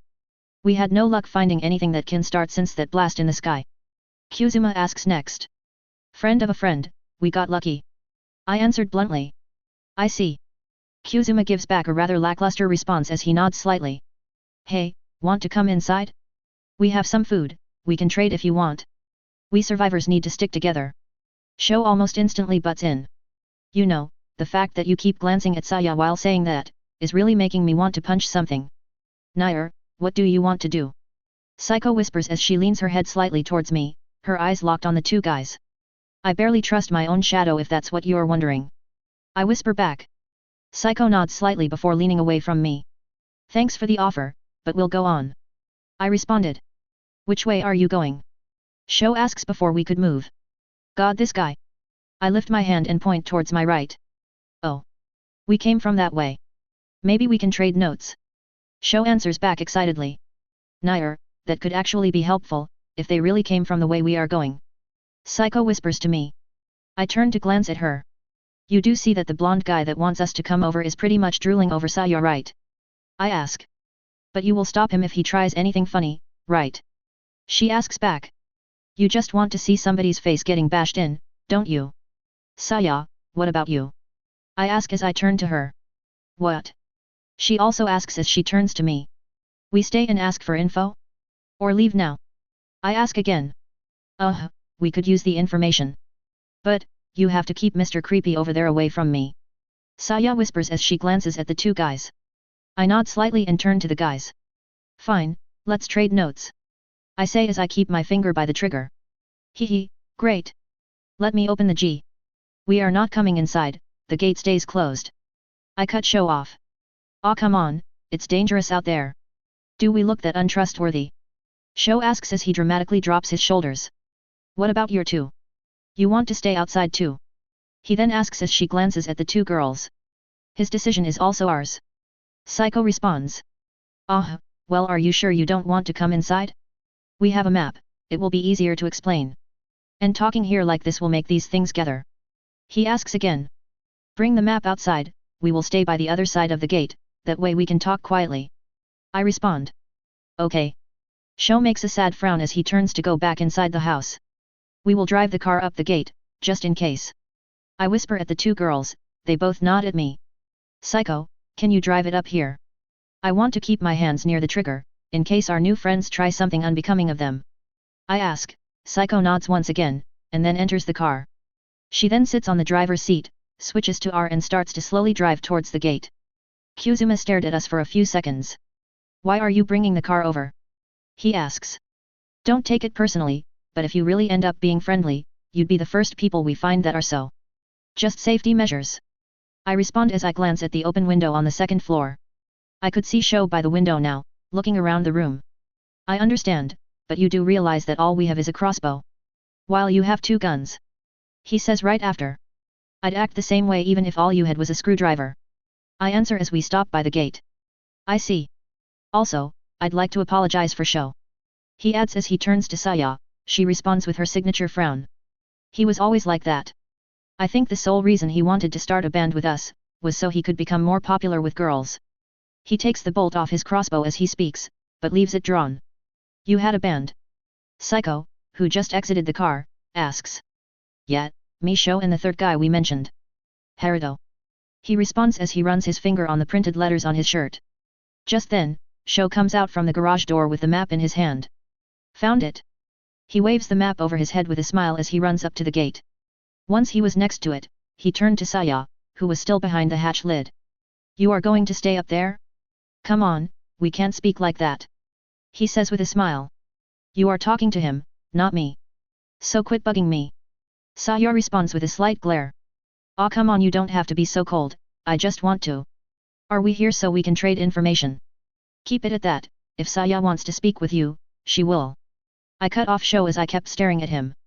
If you want something good to happen to you, you always need to work for it. Show responds as he points his index finger towards the sky and smiles at me. The only good thing that will happen to you if you keep this up, is a butt in the face, and not a butt you're hoping for. You said you came from our right. I say as I point my right arm towards my right. Yeah, we've marked a couple of roads that are blocked off in our map if you want to head that way. Kuzuma responds. I nod slightly as I turn to Saya. You had the map, think you can check it out? I ask. Saya nods and climbs into the car. Then exits it through the back door, the map and her textbook in her hands. She then opens the map and hands it to me, before opening her textbook. I take the map while still holding the gun by the handle, with my finger near the trigger. I will write any information in the textbook. She adds as she glances at me. I nod and turn to the guys, to see Show, once again. Staring at Saya. 3, giant. He says in a low tone as he keeps staring slightly below Saya's neck. Okay, I'm seriously going to deck him. You'll meet with a butt you won't like if you keep this up, buddy. I hit the gun stock on the gate as I stared at the blonde-haired guy. Saya glares at Show for a few seconds, before casually sidestepping, ending up behind me. Sorry, my tongue slipped. He scratches the back of his neck as he chuckles. I don't want to know what other things go through your head, because I'll probably shoot you. Then keep your mouth shut, if you think I like having you staring at me like that, well I don't. Saya responds with a glare. Okay, I'm sorry. I just haven't seen a girl this pretty for some time. Show responds with a slight bow. Well, too bad for you, Romeo, I'm already taken. So focus on what we agreed on and quit staring at me. Saya groans as she turns to look at her textbook while shaking her head. Oh. Showfish stares at us for a couple of seconds, then nudges Kuzuma with his elbow. At least now you have better luck than me, het. He responds while glancing at Psycho, a smile back on his face. Seriously? This guy is like the annoying mascot nobody wants. Psycho just raises an eyebrow before glancing at me. I think it would be better if we stopped wasting time. I say as I tap on the map. Right, so. What exactly you need to know? Kazuma asks. I look at the red mark where the mansion should be it, then at the location we should be it. From here, to here. Do you know any roads that are blocked off? I ask as I turn my map to them. Sho glances at my map, then looks at his. Our map is not that big, but we do know a couple of roads that are clear. He says as he nods. Can I ask why you are going there? Kazuma asks right after. Yet, but I'm telling you now. We don't have space for more people. I respond. He nods at me after a few seconds. Based on the information we found inside a police station, there is an extraction happening there in 4 or 3 days. Hey. That's not fair. First you say that you won't help us, then you say that there's an extraction on the other side of the map. Sho shouts the moment I finish my sentence. You can blame yourself for drooling over Saya too much, I don't trust you to leave you anywhere near her. I respond. But Sho is right, it'll be too hard for us to make it that far on foot. Kazuma adds. And now you want us to let you come along with us. I keep tapping my finger on the trigger guard as I ask. I don't trust you, and having you in the car with us makes it easy for you to get the jump on us. I shake my head as I keep speaking. Oh come on man. There is no way we'll make. Not a debatable option. I cut Sho off, both guys turning silent. And now I take it you won't tell us which roads are blocked off, hey? I ask. You are not willing to help us, why should we help you? Sho asks as he folds his arms and starts to glare at me. What we agreed on was trading information on maps. If you're going to hold your word back, then we have nothing to talk about. I respond as I extend the map towards Psycho without looking at her, she takes it without saying anything. Maybe we can work something out, we're really not a threat. We just want to survive, like you do. Kuzuma says as I bring both hands to my scar age. And after that, you will want to have a say in the decision making. Then you will want a gun. And who knows, maybe your friend over there will get so agitated after getting shut down by Saya that he might resort to less gracious methods of getting near her. I respond as I tilt my head. Hey. I would never do something like that. Sho shouts. Just as I was about to move, I felt Saya tug my arm. She then brought her face closer to my ear. There's somebody on the second floor, by the window. I think they're spying on us. They keep trying to hide every time they notice me looking at them. She whispers. The third guy? Yeah, fuck this. Saya, bring me a water bottle from the car please, Psycho can you check the fishing lines? I ask as I glance at them. Saya nods as Psycho tilts her head questionably. Saya then pulls Psycho's arm and motions her to follow her, Psycho nodding and following behind her. You know, when saying that you are no threat to somebody. I take a few steps back as I speak. Glancing at the girls as they enter the car. Don't have your third guy spying on the opposition, it's a real dick move. I say as I stop next to the back door, and place my hand on the handle. Kuzuma's calm face, almost instantly distorts to a snarl. Haruto. Sick M. Kill the guy first. He shouts as he quickly puts the arrow back into the crossbow. At the same time, I open the door as I take a step back. Stay in the car. I shout. The arrow that Kuzuma placed on the crossbow goes flying, hitting flat on the door. I then swiftly go to prone position, as there was a relatively wide space between the open door and the concrete floor under it, and look through Scar's scope. Kuzuma was pulling the crossbow back, while holding another bolt in his hand. Sho had already pulled a handgun and was aiming between me and the Humvee's roof, a rather freaky smile on his face. His target switching was his first and last mistake. One single pull of the trigger, and he ended with his back on the ground as a burst of bullets impacted his chest and face. I then quickly turned my aim to Kuzuma, who had just finished pulling the crossbow string back. Another pull of the trigger, and Kuzuma dry fires the crossbow as he also falls on his back. Before I could aim towards the window, I heard 2 gunshots echo from the house. Reflexively, I roll under the Humvee. You killed them. You fucking killed them. You motherfucker. I heard a new voice scream as 3 more shots echoed. I'm going to fucking kill you. You and your fucking sluts. He screams again. What? I hear Saya scream back. Saya, stay in the car and don't do anything stupid. I shout as I slowly crawl towards the back of the car. He called me a slut. Saya shouts back as 1 more shot echoed. God, this girl has no sense of danger? He is shooting at us, and that's what bothers her. Upon reaching the end of the car, I look as high as can through the scope, while I switch it to semi-auto. Too high, I can't see him. With the gun still aimed, I crawled slightly forward, until I had the window in view. Where is he? I keep my gun aimed at the window as I focus for any movement in my field of vision. And a few seconds later, Haruto appears through the window, aiming what seemed to be a revolver.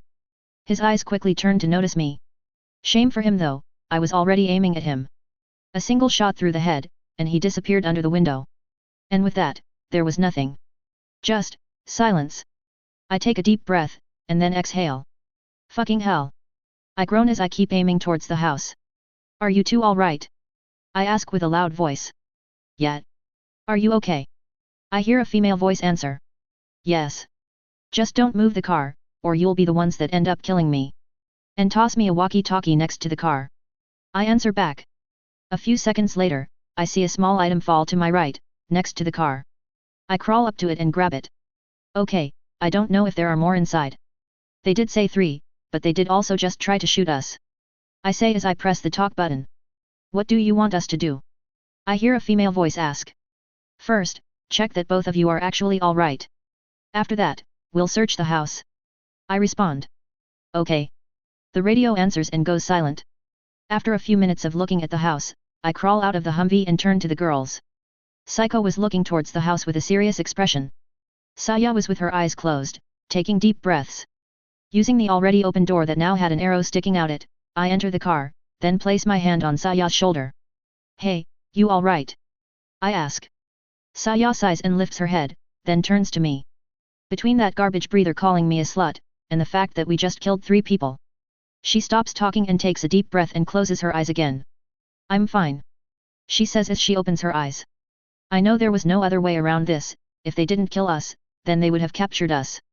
And that would honestly have been even worse than getting killed. Saya responds as she keeps looking at the seat ahead of her. You want to stay by the car? I ask as I gently pat her shoulder. She shakes her head and grabs the MP5 next to her. No, I'm fine. She responds as she turns to me with a now determined face. I nod and turn to Saiko. You're ready? I ask again. Saiko nods back in silence. Okay, let's go. Stay focused. I nod slightly as I exit the car. And most important, I turn to look at the 2 girls as they also exit the car. No hesitation. I know it sounds cruel, but these guys didn't take long to skip into trigger pulling. If one of you feels that they might end up second thinking or freezing, then stay behind me. I glance at both girls as I keep speaking. Obviously I was talking to Saya, but pointing my finger at her will end up being counterproductive. With that, I turn to the gate and raise the SCAR H. After closing in, I pass my hand through the metal bars and unlock it. Then, with a light kick, I open it completely. Raising the gun once again, I carefully move to the 2 unmoving bodies.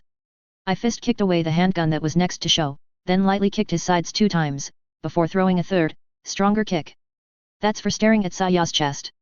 I then glanced at the map that was on the ground next to him. Not a single marking on it, no wonder they didn't tell us shit. They didn't know shit. Turning around, I check Kuzuma's body with the same method. As dead as the other guy, Running my eyes over the dead body, I notice a leather knife sheath on his thigh. I kneel down and take the sheath in my hand to get a better look at it. It was empty, but obviously, that's not what interested me. I take off my bag, open it, and pull out my own combat knife, then insert it in the sheath on Kuzuma's thigh, before passing the button strap that was hanging on the sheath over the knife's handle, and then push the button on the strap against the stud that was now underneath it. Upon hearing a click sound, I try to pull the now firmly placed knife, with no success. I'll be taking that. I whisper as I undo the straps around his thigh, then take and wrap the sheath around my own left thigh. How can you stay so calm? Saya whispers behind me. I've been looting corpses since 1998. I respond flatly as I keep looking at the dead guy. A few seconds later, I turned my head to see both girls staring at me. In video games. I add as I make a one-sided wry smile behind my mask. Why do I keep taking you seriously? Saya huffs as she glances away. Because giving obviously stupid answers in emotionally heavy situations can lighten the load. Or get us all killed.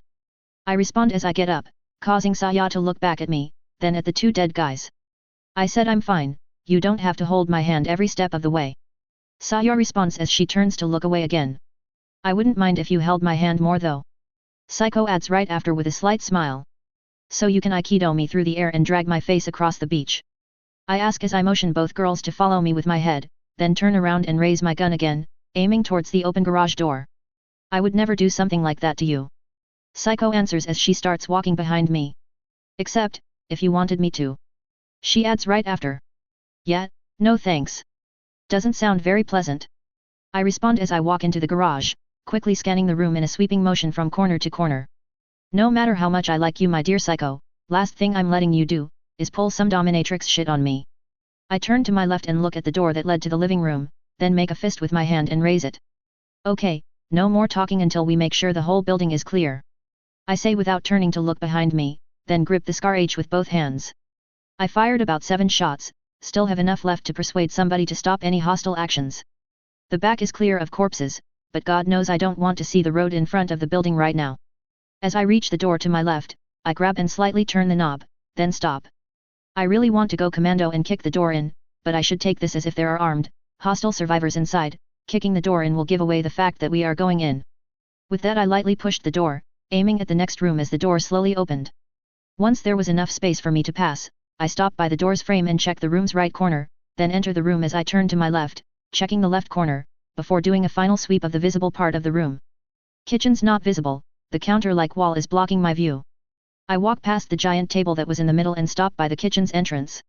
Clear. I nod slightly and turn around, slightly lowering the gun. My eyes stopping on the giant living room table. 3 big-sized hiking bags on the table, seemingly packed to the brim. I raise my hand to get the attention of the girls, who were still by the door frame. Then point at the hiking backpacks. Both of them nod, and silently move towards the table. Next, the room with the books. I turn to my left and walk up the door on the left wall, and slowly open it. As this door opened towards the right, I first swept the whole room to my left before checking the corner behind the door. Clear, and untouched. First floor bathroom next. With the gun still aimed, I walked to the end of the room to my left, towards the door that led to the bathroom. And once again, I open the door and check the room from corner to corner. And, nothing. Okay, second floor. I nod and turn to leave the bathroom. The trio in the house acted as if they wanted to come with us. But I don't know if they were just aiming to kill or capture us the moment we got close. If it's the latter, there is a chance that they might have more people that are not here right now. I need to make sure we won't get jumped on from the outside as well. With that thought, I exited the room and turned to the girls, who were now unloading the backpacks on the table. I then glance at the windows around the room. Psycho, Saya. Close the curtains, and close the garage door we used. I speak up as I turn to look towards the stairs that went upstairs. Why? Saya plainly asks. We don't know if they have more friends that are out on a scavenging run.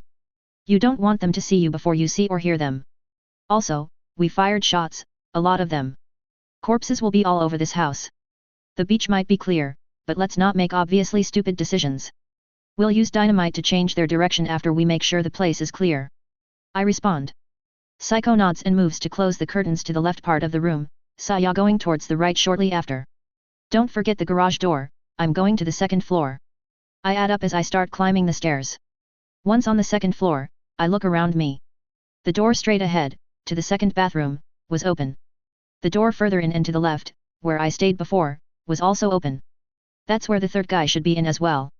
The door opposite of that room was closed. The left door that was next to me was slightly ajar, while the right door next to me was also closed. I start by silently going to my room.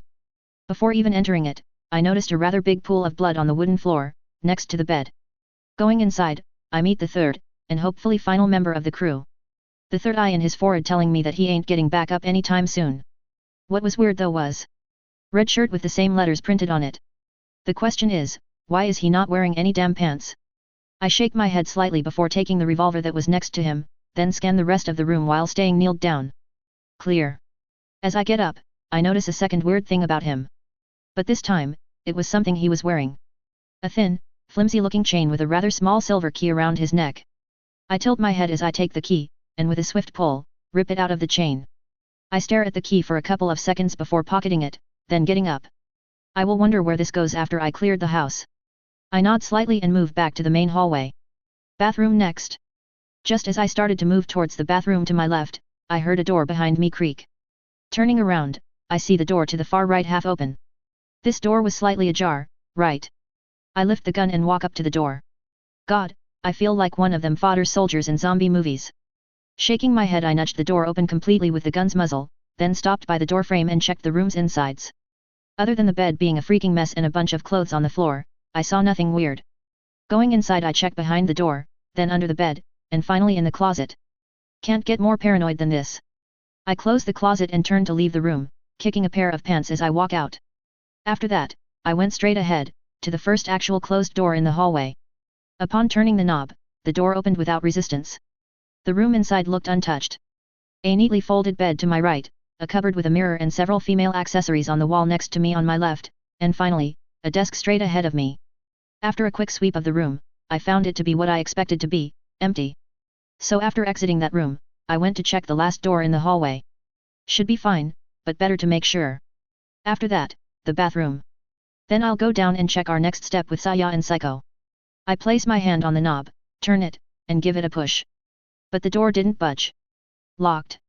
I raise an eyebrow as I look at the door, then pull out the key I got from the dead body and glance at it. Too small to fit, no way it's the correct one. I tap on the gun's barrel as I take a better look at the door. Can't see door hinges, so it's a push door. What was that I said about kicking doors? Kick near the handle? Yeah, pretty sure that's what I said. I grip the assault rifle as I take, and let go of the breath. Then raise my leg, and with a strong stomp, I send the door flying open. Not wasting time, I go up to the door frame, couch down and aim inside the room. The fuck? I whisper as I keep my aim towards the bed, or more exactly, the girl that was lying on it. She's not moving, and I just kicked the damn door in, she's dead. I silently move inside the room, check it from corner to corner, then turn my aim back to the unmoving girl on the bed. Getting a better look at her, I could see that she had medium length, curly brown hair. The type you'd expect to see paired up with a set of giant, thin-framed, round glasses. Her clothes were, in pretty bad shape. To be exact, they were ripped to the point that I could not really make out what she was wearing, also meaning, that most of her body was exposed. She also had a couple of visible red bite marks on her. And not the corpse-type ones. And lastly, one of her hands was handcuffed to the bed frame, the other was under the pillow that was under her head. Either she was one of the group and she liked getting really freaky. Or she was not one of the group and I just did the world a favor by shooting these three dudes. I move a bit closer to the girl, going towards the left side of the bed, as it was the side she was facing. Her chest is not moving. Looking at her face, her eyes closed. I could now see several actual bruises on it. I know I'm supposed to be a cold-hearted bastard. But fucking hell. I wish I didn't kill these three fucks right now. Because if they really did what I think they did to this girl, then, I didn't make them suffer enough. I take a step back from the girl's body and let out a slight sigh, then take out the small key from my pocket and look at it. The handcuff key. I shake my head and leave the key on the counter next to the bed. Before glancing back at the girl. Only to now see her eyes half open, staring towards me. The moment I saw her, I jumped back, hitting my back against the wall. The supposed-to-be dead girl lets out a loud scream as she springs back to life, taking a wild swing with the arm she had hidden under her pillow, revealing a combat knife in her hand after going for a full swing. That thankfully missed me. Her eyes then dart to the key I left on the counter. She quickly brings her hand down on the key with a loud slap, the knife still in her hand. She then somehow manages to grab the key with the tip of her fingers before bringing it to the handcuff. Sadly, the way she was holding the key proved to be a bit too unorthodox, as instead of inserting it to the cuff's keyhole, it bumped it against the cuffs themselves, causing it to slip from her fingers and disappear in the gap between the wall and the bed. No. The girl screams again as she starts tearing up, her scream being a mixture of crying and anger as she tries to catch the key in vain. Before I could react, she turned her head back to me. And started throwing everything she could find around her towards me, including the knife. That again missed me for a good 1 meter. A pillow did land straight to my face though. After she ran out of things to toss, she crawled up to the other side of the bed. Nair. And just on cue, Psycho bursts into the room, and stops flat by the door frame, Saya almost bumping behind her. I found a survivor. I say as I turn to the two girls. The girl on the bed turns to look at Saya and Psycho, her expression changing into a perplexed one. You are not one of them. She asks as she turns to me. Okay, while it seems obvious that she was held here against her will. She also definitely heard the gunshots. If she figured out that the guys are dead, she would try to act like a victim to increase her chances with us. So, one last check. God, what is wrong with me? She is bruised, beat and chained. Yet I can't bring myself to trust her. No, obviously I'm not you dofus. I respond, then turn to Psycho and Saya. who just stared back at me. We are new members, Sho sent me here. He said my reward for becoming part of the group is here. I respond as I keep staring at the two girls, Saya's face almost falling off as she arched an eyebrow, her mouth wide open. Wah, GFRRLL. Before Saya could say anything, Psycho puts her hand over her mouth, causing Saya to dart her head towards Psycho with a glare. Let's go. This is not a place we should be at right now. Psycho responds as she drags Saya out of the room, closing the door behind her. I hope you figured what I'm actually trying to do here. Turning my head back to the girl, I could now see tears running down her face. Please, don't do this. I'm sorry I attacked you. I can't take it anymore. She said with slight sobs, trying to crawl even further away from me as she shook her head, not that she could make any distance, as the hand that was cuffed to the bed was already fully extended. These people, they are evil. I didn't do anything to anybody in order to deserve this. The girl whispers as she lowers her head. Please. She then lifts her head back at me, tears still running down her cheeks. Please. I know I keep telling myself that I need to be absolutely sure that she was captured. But I feel horrible just looking at her, and if she's that good of a faker then, no, stop. Just help the damn girl, you fucking paranoid lunatic. Why? I thought you hated that trio. I responded, the girl just looked back at me with a blank expression. I mean, if you want me to kill you so you can meet them again, then sure. Though I don't think you'll be going to the same place as them. The underworld has a special spot for, I stop talking and lower my head. Give me 1 second. I add as I raise my finger and turn to walk towards the door, the girl staring at me without speaking. Opening the door, I find Saya and Psycho looking at me. Saya, how did you call the guy in that room again? I ask as I point ahead. What? Saya asks as she tilts her head with a frown. Oh, garbage breather. Thank you. I respond as I close the door again without waiting for a reply. Sorry about that. I say as I walk back to the girl. The word I was looking for. I kneel under the bed and pick up the key as I speak. Was garbage breather. I respond as I get up and toss the key on the bed next to her. The girl looks at the key, then back at me. But does not move. Now she is the one that does not believe me. Not that I'm surprised. Give me a section. I say as I walk up to the door again, then open it and walk outside. Can you believe that she did not believe me when I said that I'm not an evil guy? I say as I walk past the girls, who just followed me with their heads. Until I entered the room with the third dead dude. I walk up to the guy and grab him by the leg. Now I know why you were not wearing pants. And I got to say. I wish I could wrap your nerves around a twig like spaghetti, then make you chew them while they were still connected to your body. I growl in a low tone as I drag the body out of the room, a trail of blood following behind me. Do I look like an evil overlord or something? I ask as I pass by Saya and Psycho, who by now, were just staring at me without speaking.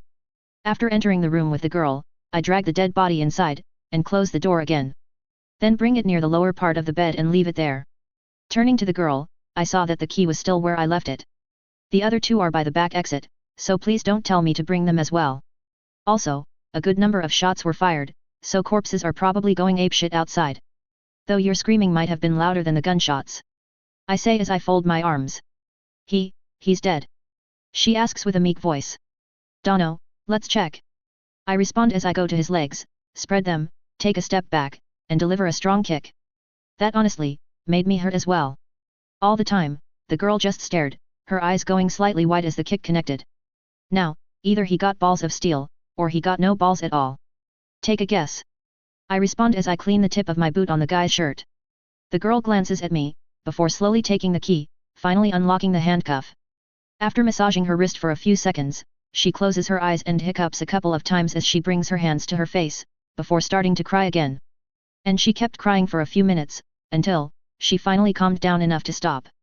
After rubbing her eyes, she turned her head to the dead body, and started staring at it with a vacant look. I'm going to bring you some clothes. I say as I glance at the knife she threw at me a couple of minutes ago. Then head to it and pick it up, before turning towards the door. Thank you. I hear the girl softly whisper. Don't. We're not out of the woods yet. I respond as I glance behind me, then head out of the room. I just hope you know how to survive by yourself. Because saving you from these 3 fruits, and taking you with me, are 2 different things. Chapter 44, Hitomi. -4 days before extraction. Hey, I expected more of you creeps to be clogged up here to be honest. I flip the dynamite I have in my hand in the air, then let it land back on my hand. All the while I was staring at the corpses behind the front gate. Well, matters not. Go bark up another tree. I light the dynamite's fuse, take a step forward, and toss the red stick, which flies in an arc over the gate, and lands near the opposite house's yard. I nod, turn around, and start walking towards the front door. And as I entered the building, a loud explosion echoed behind me, causing the girl we found earlier to jump on her seat as she darted her head towards me, or well, the open door. She was now wearing a pair of blue jeans and a brown long-sleeved shirt that had a wide V-cut on the collar. On top of that, she had a bedsheet that she had wrapped around her, sitting in the right corner of the giant table, still deathly quiet. Not that I blame her, we did manage to find one thing though, her name. Hitomi. Saiko and Saya were also sitting by the giant living room table. Saya on the opposite side, facing me, while Saiko was sitting on my side of the table and had her back turned to me. At least she was willing to eat something, even if it was just snack food. That trio had quite the stash in their bags, in terms of snack food and water. Other than that, we also found a pair of binoculars in there, along with a second combat knife and a sheath, both of which I gave to Saya. Though with that school skirt, you couldn't really tell if she is wearing it or not. Now, we also found a couple of bullets that fit our handguns and Saya's MP5, along with the revolver I picked earlier, and the handgun. We also have 2 crossbows now, and a bunch of actual bolts. The other stuff in the bags were sleeping bags, can openers, duct tapes, ropes, clothes, that I would never wear, and some non-functioning electronics, like phones, cameras and, one set of night vision goggles, non-functioning sadly. I'm going upstairs to get some stuff. We could use some actual pillows for the sleeping bags after all. I speak up as I turn to walk towards the second floor. Can you get some shampoo as well? Saya asks as I start walking. I nod as I glance at her, then keep going up the stairs. Hopefully, the girls can get Hitomi to open up while there isn't a guy around them. After climbing the stairs, I first move to the untouched right room, and head straight to the bed. Take the 2 pillows from there. After that, I went to my room, as it was the second least messed up room, and take the 2 pillows from there as well. Stuffing them all under my arm, I then went to the bathroom for a couple of shampoo bottles. Okay, that should do it, let's go. With the loot now acquired, I make my way back downstairs, to find the girls still as quiet as ever. Without speaking, I headed towards the garage, where we now had the Humvee parked it. After entering the room and reaching the car, I opened its back door, and stopped. Can one of you help me with this? I ask with a loud voice. What is it? Saya asks after also entering the garage, closing the door behind her. Can't leave the pillows on the car's floor, can you open Saiko's bag? Since she doesn't use it, we can put the pillows in there as they ain't too fluffy. I respond as I leave the shampoos on the seat in front of me, take a step back, and turn to her. Yeah, alright.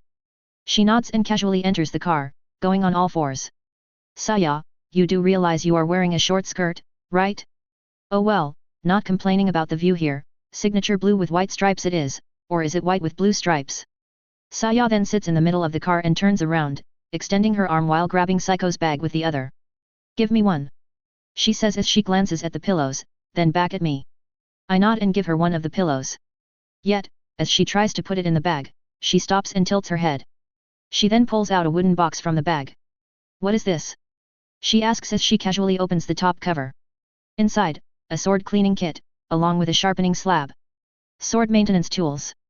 Also, remind me to never give you my bag. I respond, causing Saya to turn her head to me with a questioning look.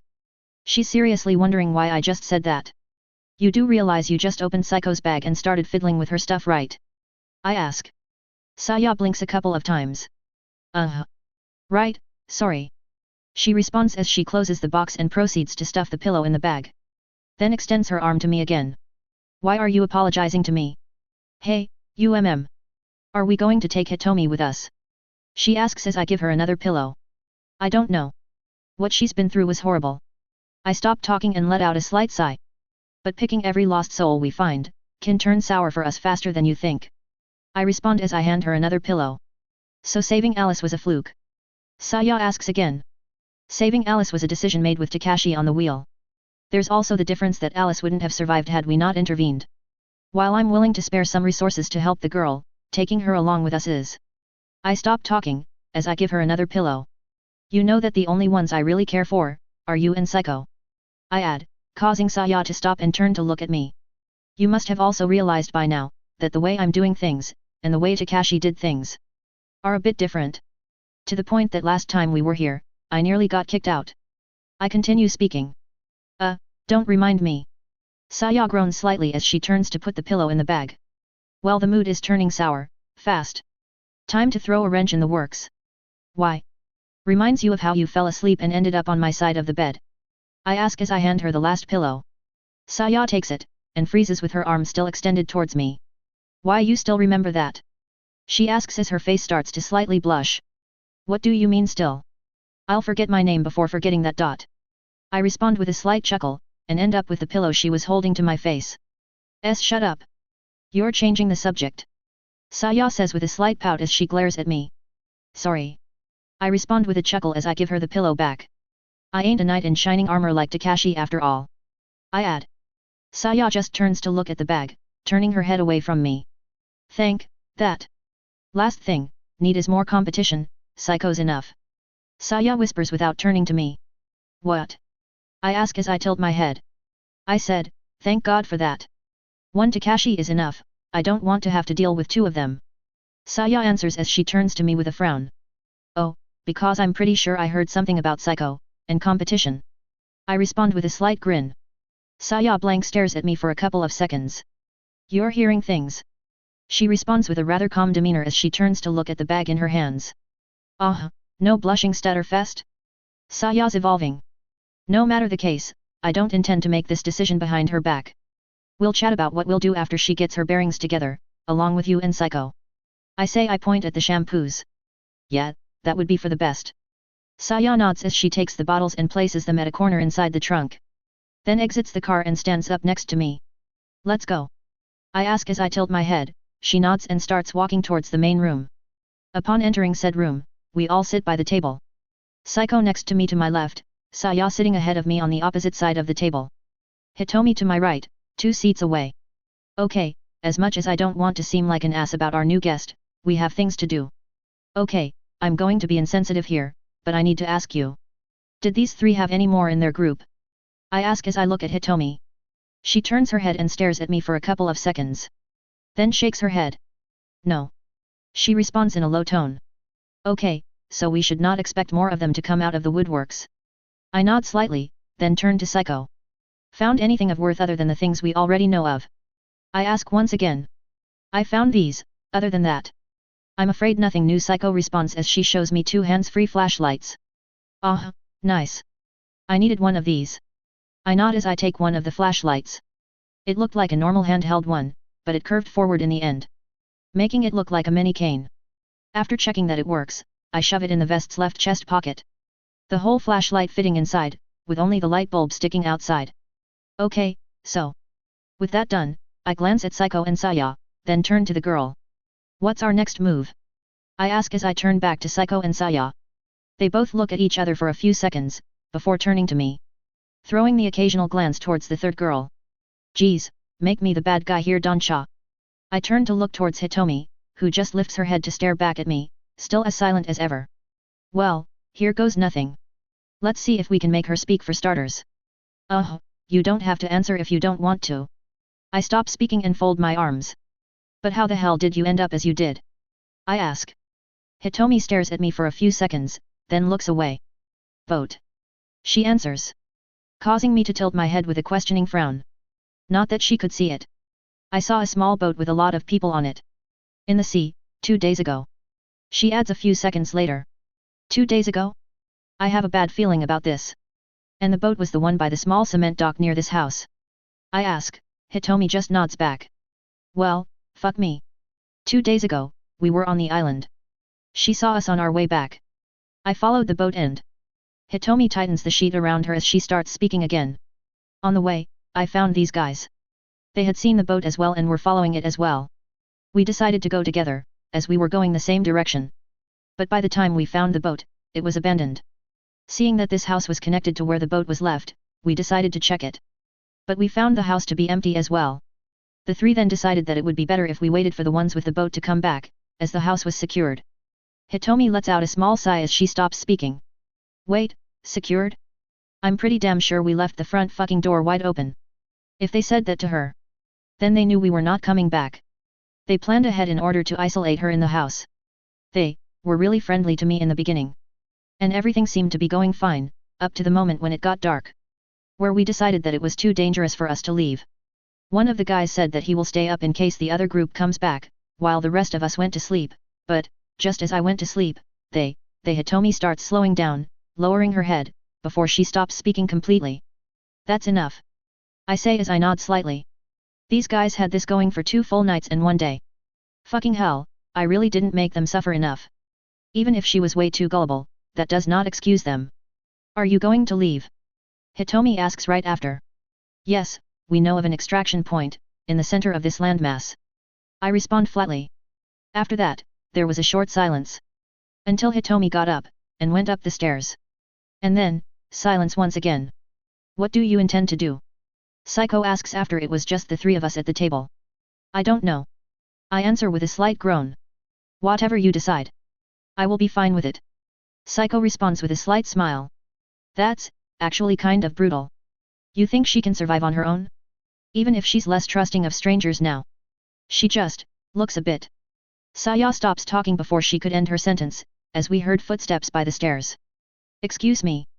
Just then, Hitomi walked down the stairs and speaks up. Causing us to turn towards her. I'll pay you, to take me to that extraction with you. She says as she extends both arms towards us. Holding what I'm pretty sure, is a katana. I reflexively looked towards Psycho, to see that she still had her own sword by her side, then turned back to Hitomi. This belonged to? I ask as I tilt my head. The one that had the crossbow, I overheard him say that he hid it inside the unused bed, between the mattress and the planks. Hitomi explains as she walks up to the table, and leaves the sheathed sword on it. I'm going to give it to you, if you'll take me with you. She adds right after. Aren't you being a bit too naive? What if we just take the sword now and leave without you? Saya asks. Would it make any difference if I didn't bring it? You could just lie to me, then throw me out after you had what you wanted from me. Hitomi responds as she keeps looking at the sword. Why risk trusting us? You do realize that I killed these 3, before I actually found out what they did to you. I add as I fold my arms. What other choice do I have? I can't fight, I won't make it on foot. Hitomi says as she lowers her head. If you wanted to hurt me, you could have done so while I was still tied. She adds as she lifts her head to look at me. Well. I could use a sword, the bukin is nice and all but. Psycho, mind if you check the blade for me, I trust you more than me when it comes to swords. I say as I turn to Psycho, who nods and gets up from her seat. Then walks up to the blade, stopping next to Hitomi. May I? She asks as she turns to the girl. Hitomi nods and takes a couple of steps back. Psycho then takes the blade, and draws it. She brings the tsuba close to one of her eyes as she closes the other. Pointing the blade straight ahead of her as she looks at the slightly curved sword. Then, she looks at the blade's handle. This is a shingunto. As its handle is made out of aluminum and it has no actual hand wrap. The pattern on the handle is in truth embossed on the aluminum. This type of sword was used by Japan during the 1930s and later on. Including in the Second World War. The blade looks, pretty well kept. A bit, too well kept. And as the swords created during the Second World War were actually of pretty low quality due to the limited resources. They either managed to find a sword that's over 80 to 90 years old, yet still in pristine condition. Or, it was forged recently, as an imitation. Psycho turns to me as she finishes explaining. Can it cut anything? Or it's going to be a clunkier bukin? I ask as I tilt my head. It's viable as a blade. It might, need some maintenance. She answers as she turns to look at the blade. But I can take care of that.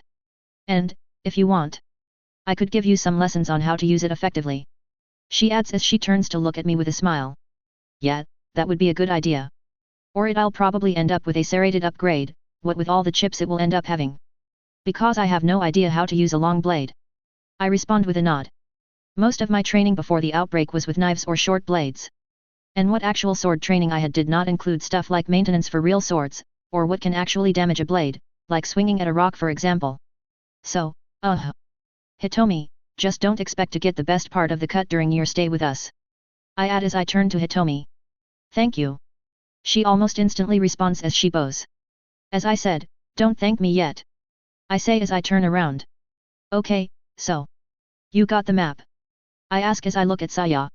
1 second. She responds as she gets up and goes to our bags, which were on the couch behind her.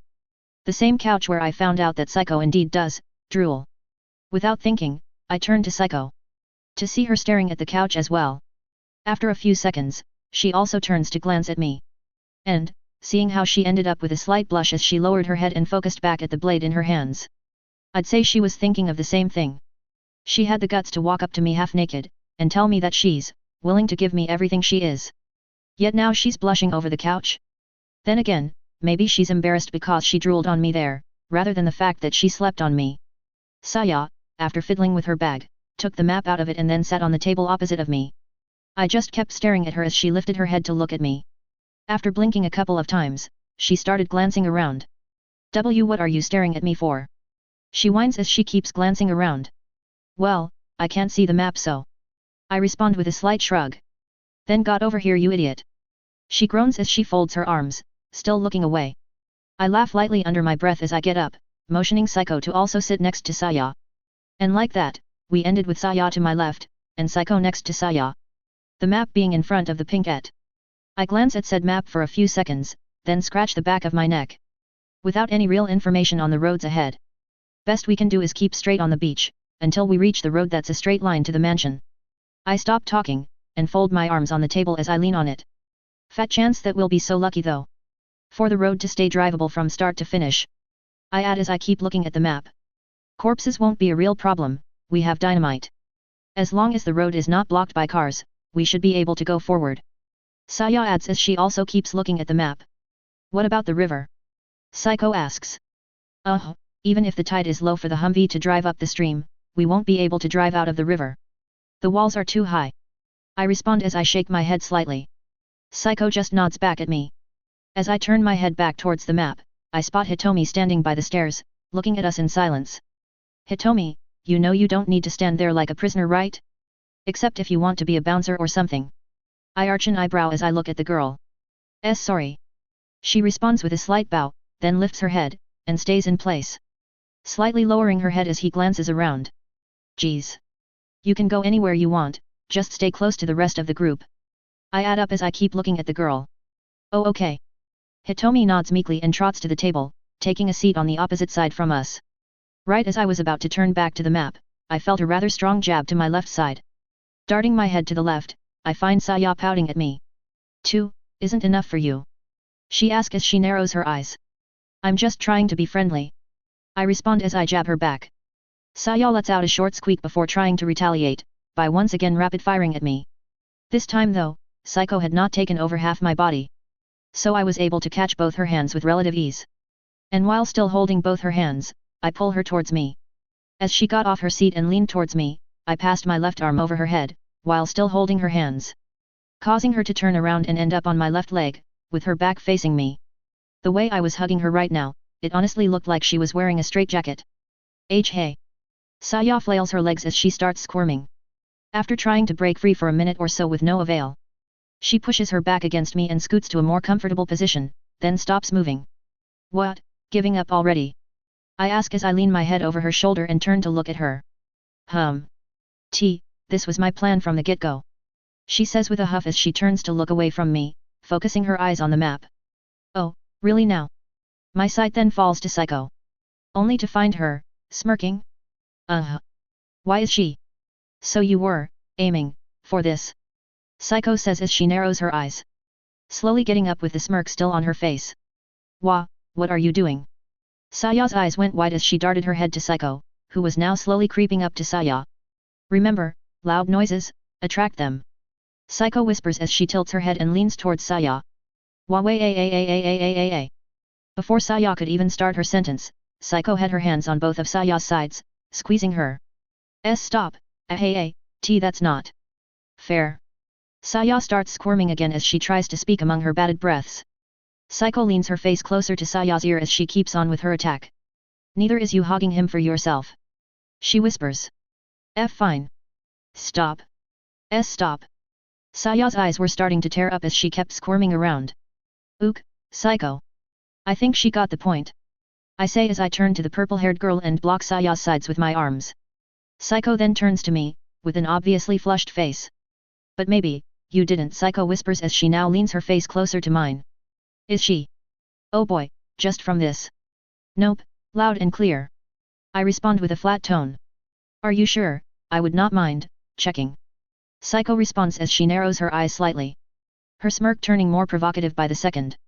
Yep, definitely sure. I respond as I let go of Saya, then pat Psycho on the head.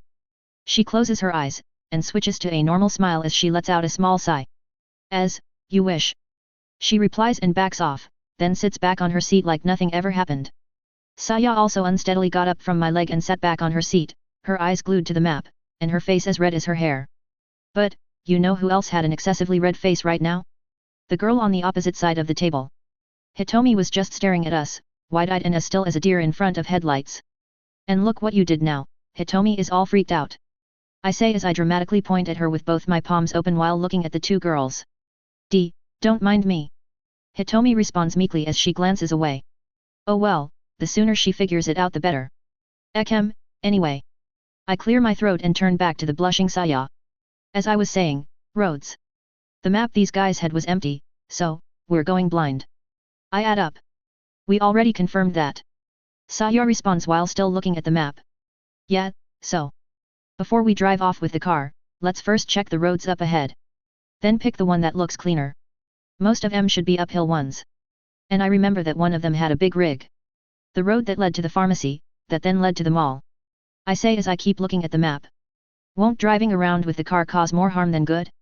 We will waste fuel, and the sound can get corpses to flock at the beach. Psycho asks as she leans on the table while looking at me. We won't drive. I answer flatly. Walking is even more dangerous. Saya butts in. We won't walk. I answer again. Causing Saya to turn to me with an arched eyebrow and a slightly annoyed frown.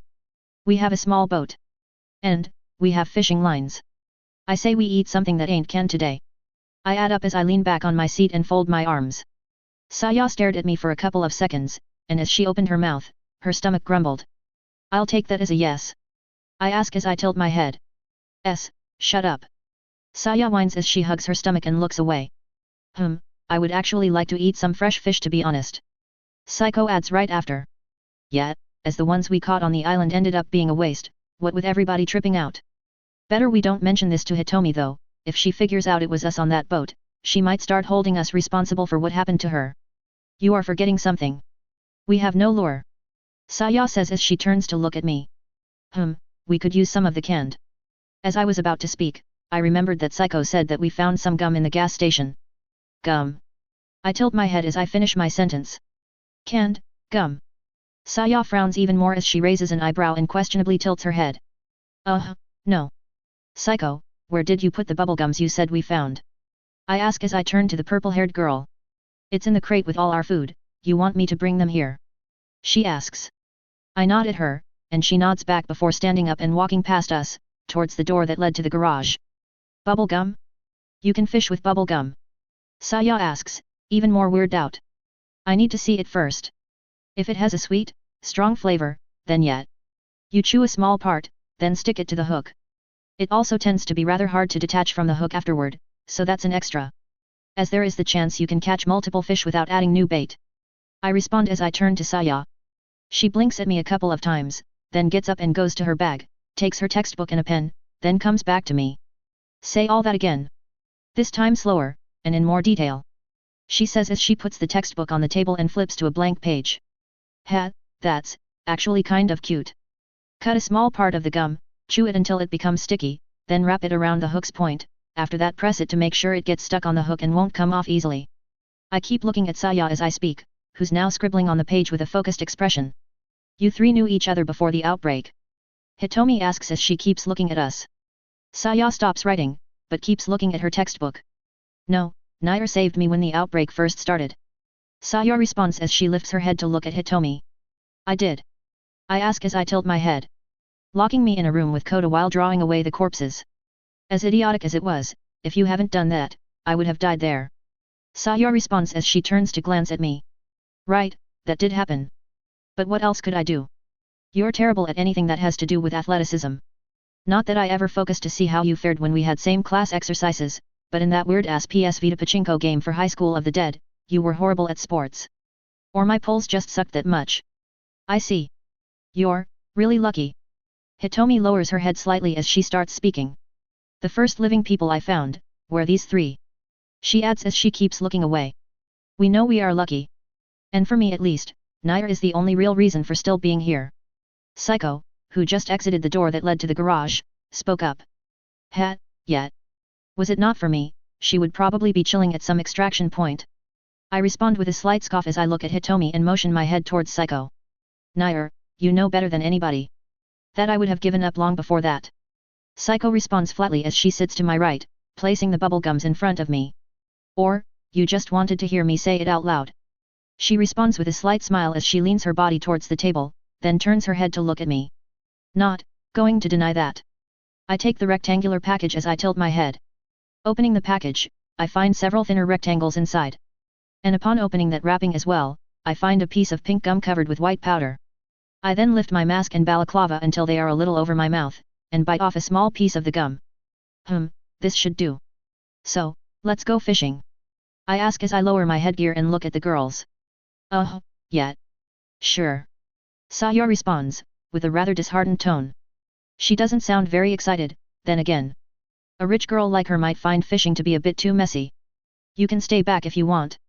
I say as I turn to Saya. She shakes her head and turns to me. Just, She purses her lips and starts pressing the tips of her index fingers together as she lowers her head. You'll have to unhook what I catch.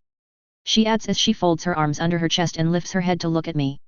Well, we only have 3 fishing lines. So one of us will be a lookout on the boat. You can do that if you want. I say as I keep looking at her. Saya shakes her head again. No, I want to try fishing. She responds flatly. Our little princess doesn't know what she wants. Very well. Psycho, Hitomi? Who of the two of you wants to be the lookout? I ask as I look at the 2 girls. And get, nothing. What, everybody wants to go fishing? I ask as I tilt my head. It would be a good skill to have, so I would like to try. Psycho responds. I have gone fishing before. With my father. Hitomi responds with her head slightly lowered. Alright. I'm on binocular duty then. While you 3 fish, I'll check the roads. I nod as I get up from my chair. Saya, Psycho. I motion my head towards the garage door as I start walking towards it. The 2 girls glanced at Hitomi, then get up and follow me. After entering the garage, I open the car's back door, and take the 3 fishing rolls from inside, then leave the scarage inside. Leave the big guns inside, keep the handguns. I say as I exit the car. And we'll need a bucket, we can probably get one from one of the bathrooms. Also, don't mention it was us on the boat just yet. We don't know how much of a handle Hitomi has on herself just yet. I add as I look at the 3 rolls. Psycho nods and turns to return to the previous room. Saya, keep the textbook with you, we'll take notes on the roads in there. I say as I turn to Saya, she nods and also turns to leave the room. Leaving me alone by the car. I'm starting to get rather excited about this. It gives me the feeling of a very lame date. I turn to the car, close the door and lock it. Then exit the room as well and head to the table, take the binoculars, then head to the couch where we had our bags, and place the binoculars into mine. After that, I waited until the whole group was in the room. Before finally taking our stuff, and heading out the back gate. After reaching the boat, we pushed it to the sea and entered it. Needless to say who was on rowing duty. So, we ended with me in the center, Psycho behind me on the front of the boat, Saya in front of me to my left, and Hitomi to my right. The bucket in front of my legs. Okay, we will go a bit deeper in, then let the boat drift by the beach. I'll be on the binoculars, so if something's up, tell me. I say as I keep rowing. Saya and Hitomi nod. Hitomi, you said you went fishing before, right? I hear Psycho ask behind me. Hitomi nods again in response. Then, Saya. Since me and you never fished before, how about a challenge? Psycho asks again as she leans her head over my shoulder. Saya frowns slightly as she narrows her eyes, but stays otherwise quiet. The one who catches less will have to give up their spot for a night. Psycho adds while still leaning over my shoulder. Saya keeps staring at Psycho for a couple of seconds, before frowning even more at her. Just don't come crying to me after you lose. Saya replies with a huff as she folds her arms. Hitomi was just glancing between the 2 girls with a questioning expression. Lame date my ass, this is going to be a frigging battlefield. Chapter 45, Gone Fishing. 4 days before extraction. You know how they say that fishing is a game of patience? Well, guess who's got the patience of a squirrel on coffee? Erg. Come on you stupid. Bite. Saya shouts as she forcefully yanks the fishing line off the water. I glance at the fuming girl as she keeps trying to fish. The world is really working against our pinkette here, isn't it? In the end, we decided not to explain how to fish. And Saya, as luck would have it, or unluck in her case, managed to catch a single fish by accident, by yanking the hook up and stabbing it near the pelvic fins. So now she keeps trying the same method, with no success. I then glanced at the fish bucket, looking at the 4 fish that were inside. Hitomi managed to catch 2, Psycho also caught 1, and that's about it. Now, as there are 4 of us, we decided to catch 1 more fish, in order to break the tie between Psycho and Saya. Thus why somebody is freaking out. Before turning back to my binoculars, I looked towards Psycho, who, as expected, was as calm as always. Still, Saya freaking out like this. I didn't realize she didn't want to lose that badly. I smile slightly as I turn to focus back on the roads in the distance. And speaking of roads, with them all being uphill, meant I could only see our side of the hill. In the end, we'll have to go blind. Guess we'll just pick the cleaner looking road that's closest to a straight drive toward the extraction point. Just as I let out a small sigh, Psycho yanks the fishing line up. A single fish flailing on the fishing line's end. Looks like IWI. Yet, before Psycho could finish her sentence, the fish unhooks itself and falls back into the water. Then starts swimming around the boat erratically. Looks like you didn't. Saya responds with a smirk as she turns to the purple-haired girl and narrows her eyes. Psycho then got up, and drew her sword. Then, with a quick stab, she plunges half of her blade into the water, lifting her sword right after, the fish she caught moments ago flailing on the edge of her blade. Does this count as a catch? She asks as she turns to me, the whole group looking at her like idiots. Haven't you been stabbing corpses with that thing? You know we can't eat that now, right? I ask as I keep staring at Psycho. That might be true, but the challenge was to catch the fish, was it not? She asks back with a smile as she tilts her head. That's cheating, we're supposed to fish normally. Saya responds as she folds her arms and frowns. Then, a draw. Psycho asks once again. Cheating should be punished, you must forfeit 1 fish. Saya says with a demanding tone. That should be a decision to be made from one who is not part of this challenge. Psycho responds, and turns to look at me. Saya also turning to look at me shortly after. I lift my binoculars to my eyes and start looking through them. I'm the price, I can't have a vote in this. Yet, way too high horse to actually say. I know you can hear us, idiot. Don't try to wiggle yourself out of this. Saya says as she puts away the fishing line. Then leans towards me and starts poking my shoulder. Fine, but as I already told M, making a decision that hurts one and benefits the other is a no-go. So. 'Tis a tie then. Now both of you have to give up your spot for a day. I respond flatly as I keep looking through the binoculars. What? Saya leans back and frowns even more. That's just stupid, make a better decision. She adds right after as she folds her arms. You could give your spot to each other then, you already lost it. So. I say with a slight shrug. Saya groans and turns to look towards the beach, her arms still folded. Psycho just giggled slightly and sat down, then wiped her sword with the cuff of her shirt. I didn't bring anything to clean my sword. Once we are done here, may I ask that we return to the house? She asks as she sheaths her blade. We are pretty close to the end of the beach, the mansion is also near the end of the landmass. I respond and turn to look at the textbook on the page where I had marked the roads that looked clear enough from here. Yet, let's start heading back. We still need to cook these after all. I nod as I point at the bucket with the fish. Psycho nods back at me with a slight smile. Good, because they're already starting to stink. Saya sighs as she pinches her nose and turns to look at the bucket. Gah! My hands smell like fish. She then shouts as she winches and backs away from her own hand. All the while I was trying not to choke myself from holding my own breath, hell knows I would have one angry Saya on me if I started laughing now. With that, I rode back towards our house. And upon reaching the cement block that thinks itself a pier, we got off the boat and headed back into the house's backyard. The 3 dead guys from Hitomi's previous group piled up to the right. Mr. Nair. Just as we started to head towards the garage door, Hitomi spoke up. Mr. God, really now? Just Nair is fine, I respond as I stop and turn around. Hitomi nods slightly, then turns to glance at her 3 friends. You said you wanted to check something. But. She lowers her head and stops talking. Yeah, Psycho, Hitomi, can you please go and deal with the fish? Saya, I need you with me. I respond as I nod and turn to look at the girls, folding my arms as I speak. Very well, you want us to cook them too? Psycho asks as she walks up to me and extends her arm, taking the bucket with the fish from me.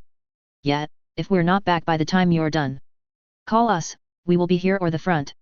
I say as I keep looking at Psycho, who nods back at me in response before entering the house with Hitomi.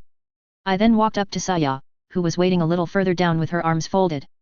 Saya, hold on to this and wait here, I'm going to get my, sword. I say as I give her the textbook and the pen, she just tilts her head questionably. What are we going to do? She asks as I turn around and start walking towards the garage. Science. I blurt out with a dramatic flare as I dart one arm to the air and point towards the sky. After going into the garage, and then back into the main room, I went to the main table and got my new sword, then glanced at Psycho and Hitomi, who were inside the kitchen, their backs turned to me, the faucet open next to them. What seemed to be fishtails sticking out from the sink. After we bleed out the fish, take 2 of them, I will prepare the other 2. I will just have to leave you alone for a short bit in the meantime to clean my sword. I heard Psycho say as she turned to Hitomi, who just nodded in silence. They don't seem to realize I'm here. Well, all the doors were open so I didn't really make any noise. I give Psycho one last glance and turn to leave the room. Nair, do you want any herbs with your fish? I hear Psycho ask the moment I turn my back to her. Anything that ain't spicy. I respond as I let out a small chuckle and exit the room. So much for not getting spotted. And so, I headed back out, to find Saya staring at the 3 dead dudes. Alright. Are you ready? I ask as I walk up to her. Causing her to turn to me, her arms folded. Are you going to tell me what I am supposed to be ready for? Or I need to guess? She responds as she takes a rather smug expression. Her lips curving in a one-sided smirk as she arches an eyebrow. We are checking how the bodies outside will react to the bodies inside. I respond as I walk up to her, then grab the blonde one by the leg, and start walking towards the front yard. One hand holding the dead body, the other hand holding the sword. I left these 3 here to check whether the corpses would react to the smell. And from what I see, their smell might be as good as their sight. Because the back of the house is as empty as ever. The blonde one, show or what's high. The staring pervert. Saya cuts me off as I start speaking. That. The bullets that hit his face were all around the left part of his face, mostly his cheek. Meaning his spine and brain should be intact. I respond as we keep walking. I want to check if a dead person can become a corpse, and if so, if it's only bites that do so. I add as we reach the front, where I let go of the dead body's leg and walk towards the front metal door. I need you to make some noise, and keep making noise after I open the door. Because I'm slamming it shut the moment one of them gets inside, meaning it will turn to me if you ain't loud enough. I turn to Saya as I stop by the door, who just stared at me with a blank expression. Wait. She stammers as she takes a couple of steps back, then turns around and runs back into the house through the front door. Okay. I tilt my head, then turn to look at the sword. The sheath has a single ring on it to pass through the belt, I will need to tie it with a second belt or cloth, it'll be dangling around way too much if I leave it like this. I draw the sword and leave the sheath by the cement wall next to the door that led to the road, then kick the door. The rattling sound causing a couple of the corpses from the other side of the road to turn towards me. Okay, I'm ready. Just then, Saya runs back out. A pan in one hand, a metal ladle in her other. I glance at her and nod, then sidestep behind the metal door as I open it. I lift my hand and motion Saya to wait. She didn't respond. Just stood there like a statue with a serious expression. Okay, after one gets in, and if Saya won't mess up, I'll stab it through the back if it's neck. I want to see if the rest of the body will keep functioning with the spinal cord severed. And just on cue, a single corpse strolls through the door. I turn to Saya and make a thumbs up, she responds by starting to slam the ladle on the pan, squinting her eyes as she leaned her head away from the noise. I nod as I turn to the door, giving it a strong kick as a second corpse was about to enter, causing the door to slam on the corpse, which then stumbled backward as the door slowly started to open back up. Using my boot, I push the door again, this time making it close completely. I then quickly bolt it shut and turn to the lone corpse as I step away from said door. The corpse was still with its back turned to me, creeping slowly towards Saya, who was still making a racket. I nod and lift the sword next to my head, using my free hand to balance the blade by letting it rest on the backside of my hand. And with a step towards the corpse, I stab forward. The blade piercing the back of the corpse's neck. With the blade still in my hand, I throw a strong stomp flat on the corpse's back, causing it to fall flat on the ground, and remain down, unmoving. Is it dead? Saya asks as she stops hitting the ladle on the pan, leaning slightly towards the unmoving corpse. Dunno. I respond as I kick it a couple of times. Seeing no response, I grab its arm as I put my boot on its shoulder. Then lift its arm and push it forward, up to the point where I felt resistance as its shoulder could not twist any further. I then lean back, and with a strong push, I yank the arm forward, dislocating its arm with a cracking sound. Saya winces and turns her head away the moment she heard the sound. Ugh, warn me next time you do stuff like that. She groans as she turns to me with a frown. Sorry. I respond as I walk over the corpse and pull it by the now dislocated arm, turning it to face the sky. Is it biting the air? Yes it is. I cut off Saya as I keep looking at the corpse's face. A constant clicking noise coming from its mouth as it kept biting the air. Well, this is proof it needs nerves to function, I add up as I back away. Okay, let's see. With the still bloody tip of my blade, I walk up to Shou's body, and stab it at the chest. First, if blood infects. I add as I pull the blade out and back off. Nair, a dead body has no blood flow, even if it does infect. Infected blood needs to circulate to where the infection can actually act. If the heart is not that point, then it won't react. Saya walks up to me and points at my blade with the pan, then at the dead body. Makes sense. But I don't want to stab his brain, I'd rather check something else if it's this or that. I nod and grab the dead body by the leg, then drag it to the biting corpse. I then take Shou's head and push it against the corpse's mouth. Oh Saya, I'm going to. I turn to Saya, to see her already looking away. Another cracking sound, and Shou's body now had a visible bite mark right behind his ear. I nod and pull the body away, then leave it and walk away. Now, we wait. I add as I go by the house's front steps and sit down. Saya silently follows to sit next to me. You won't sheath the sword? She asks the moment she sits down. I need to clean it first. I respond. I want to ask Psycho about that, but I'm not going to tell her that, knowing her she will get grumpy if I say I need Psycho's help. Also, she's really not going to bring any of this up? I mean, don't think a normal person would calmly do this.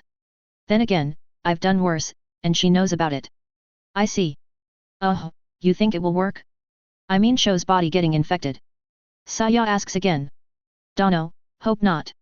If it can actually revive dead bodies, it's going to be way harder for everybody to deal with this. I answer.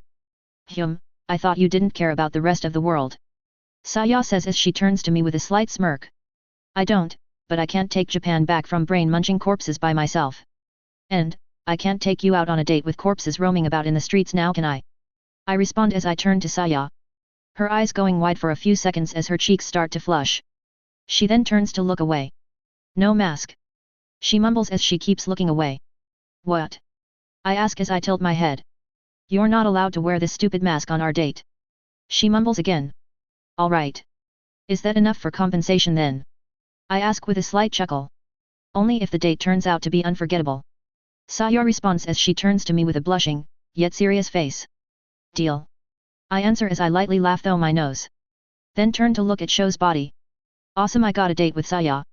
All I have to do now is get rid of all the corpses, and not die. Now back to a more realistic task.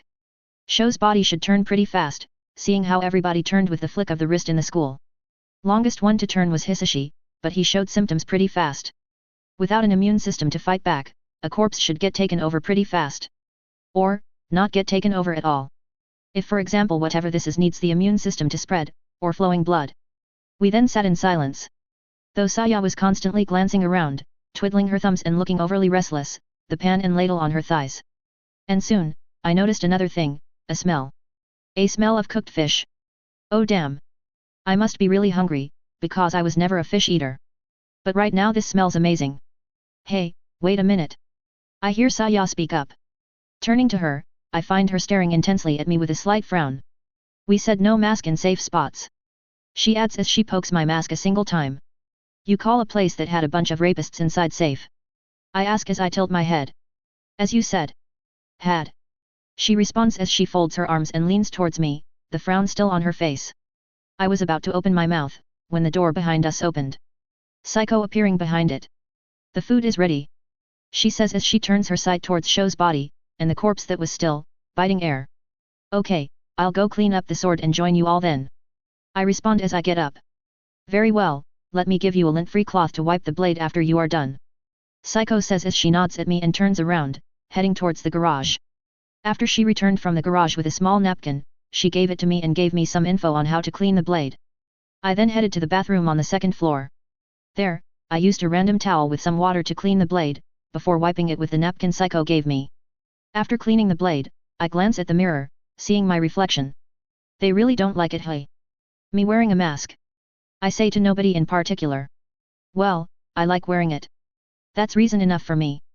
But well, I'm going to eat now so. I pull off my mask and balaclava, then pass them over to my shoulder like a shoulder pad. Let's go. I nod slightly and head back down to the first floor. I'm going to get the sheath. I say as I walk towards the exit, all three girls following me with their heads, not saying a thing. Once out, I head next to the door and pick the sheath, then put the sword back inside it. As I start to move towards the house, I glance at Shou's body. Still as dead as ever. If he is not up after we're done eating, I'll count it as bodies not getting infected after they die. Maybe Saya is right, without circulation this thing can't get to the brain, where I suspect the thing festers. Or, it actually needs a live host to kill and reanimate. Walking back to the house, I close the door behind me and head to the table, the girls already waiting for me there. Sorry for the hold up. I say as I walk up next to the table. It is all right, come, before it gets cold. Psycho responds with a smile as she pushes the plate next to her towards me. I nod and take a seat. It actually has the Swiss knife here instead of chopsticks. Psycho prepared this? Doubt Hitomi knows I'd rather use a fork. And so, after a short silence, we started eating. This time, without any lessons from Saya to Psycho on how to hand feed somebody. After a rather uneventful lunch, Psycho and Hitomi brought the dishes to the sink. We also decided to take at least one more plate with us, what with Hitomi being with us now. I then returned back to the front to find Shou's body still as dead and unmoving as ever, the other corpse also seemed to have given up on chomping air and was just laying there. Is it dead or just waiting for something to poke it? I walk behind the alive corpse and lightly kick it in the back of its head. And it instantly starts chomping air again. Nope, still alive. But without the spinal cord, it can't move. I back away and turn to the door that now had a couple of corpses sticking their arms out through the gaps. Saya's racket probably attracted them. Well, no matter, we'll be leaving soon. I nod and head back into the house. Inside, Saya was sitting by the table, looking at her textbook. Psycho and Hitomi were by the kitchen. We have something left to do here. I ask as I keep looking at the girls. We are done. Psycho replies as she turns to me. It must be about noon now, the sun will go down in 7 to 8 hours. You think we can make it to the mansion in one go? Because if we fail to do so, we'll end up at a location we know nothing about in the middle of the night. Saya lifts her head and looks at me as she speaks. We still have 4 days before they leave. Rushing will only endanger us more. She adds as she lowers her head, focusing on the textbook again. So we stay here and leave tomorrow? We're going to need another dynamite if so, corpses are banging by the front yard's door. I ask as I turn to glance towards the front door. We still have a surplus of dynamite. More than enough to spare. Saya replies as she keeps looking at a page for a few seconds, before closing the textbook and getting up with a stretch. I see. I nod and turn to Psycho, who after seeing that I was looking at her, glances at the couch. I do not mind staying here for today. She adds as she looks back towards me. Hitomi, you can lock your room and keep the key. I say as I glance at the new girl. I understand. She responds with a meek nod. Can I just, please not have the room I was locked in? She keeps speaking with her head still lowered. You can take the unused one. I'm taking the one I stop talking and glance away. Can't say I've slept here before. I'm taking the one where I killed the third one, I correct myself. Very well, I'm taking that one as well then. Psycho responds as she tilts her head with a slight smile. Causing Saya to dart her head towards the purple-haired girl. Hey. Today is supposed to be my day. She shouts as she turns her hands into fists and flings them next to her hips. Slightly stomping her foot to the ground. Yes, but we both lost our spot after we tied, didn't we? Psycho asks with a calm expression as she turns to the fuming Pinkette. Or you don't want to trade after all? We will both lose like that though. She asks again as she tilts her head. Fine. Saya groans as she turns to look away, folding her arms in obvious annoyance. Okay, one more dynamite then. I add as I turn towards the garage. After going to the car, I unlock it and grab a stick of dynamite, along with the new crossbow and 2 of its bolts. Then head out to the front yard, cock the crossbow, put the bolt on it, aim at Shou's head, and fire. The bolt getting lodged into his skull with a relatively loud thud. Let's see. I kneel down and place my knee over the body's neck, then grab the part of the bolt that was still protruding, and pull. The bolt, while moving about, did not come off. I tilt my head and start twisting the bolt slightly, pulling it at the same time, until finally it came off, with a sound I'd rather not describe. Alright. I get up and cock the crossbow again. Placing the same bolt on the crossbow, I aim at the bidding head, and pull the trigger again. Another loud thud, and the head stops moving for good. Placing my knee on its neck as well, I grab the bolt and pull it. This time, other than that the bolt was deeper in the skull, it came off rather fast, actually breaking off part of the skull. Well, that proves that corpses have weaker bones. I clean the bolt on Shou's shirt, then leave it, along with the crossbow on the ground. Now, I take dynamite from my pocket, light it up, and toss it over the door. While waiting for it to blow up, I grab both dead bodies by the leg, one with each hand. And the moment the explosion went off, I headed to the door. Once the corpses had turned around and walked away, I silently opened the door and dragged the bodies outside, then left them and got back inside the house, giving one last glance at the corpses around the street. These explosions are bringing way to many of them here. Thankfully we can leave from the back gate, and they are not on our side of the road. Closing the door behind me, I head back into the house. And after cleaning the bolt in the first floor bathroom and leaving it in the car along with the crossbow, I return to the main room, where the other 3 girls were at, all sitting by the giant table. Well, now what? I ask as I also sit by the table. Good question. Psycho responds as she tilts her head slightly, looking at the table and though. The 3 guys, they found a couple of board games while we were waiting. Hitomi speaks up as she glances at us. Board games? Well, that doesn't sound bad actually. I say as I fold my arms and arch an eyebrow. I'll bring them. Hitomi answers back as she nods. Getting up from her chair and heading up to the second floor. Board games Saya turns her hand into a fist and places her knuckle on her mouth, looking at Psycho with a slight smirk. Psycho on the other hand just smiled back at Saya as she closed her eyes and tilted her head. Is something on your mind? Psycho asks.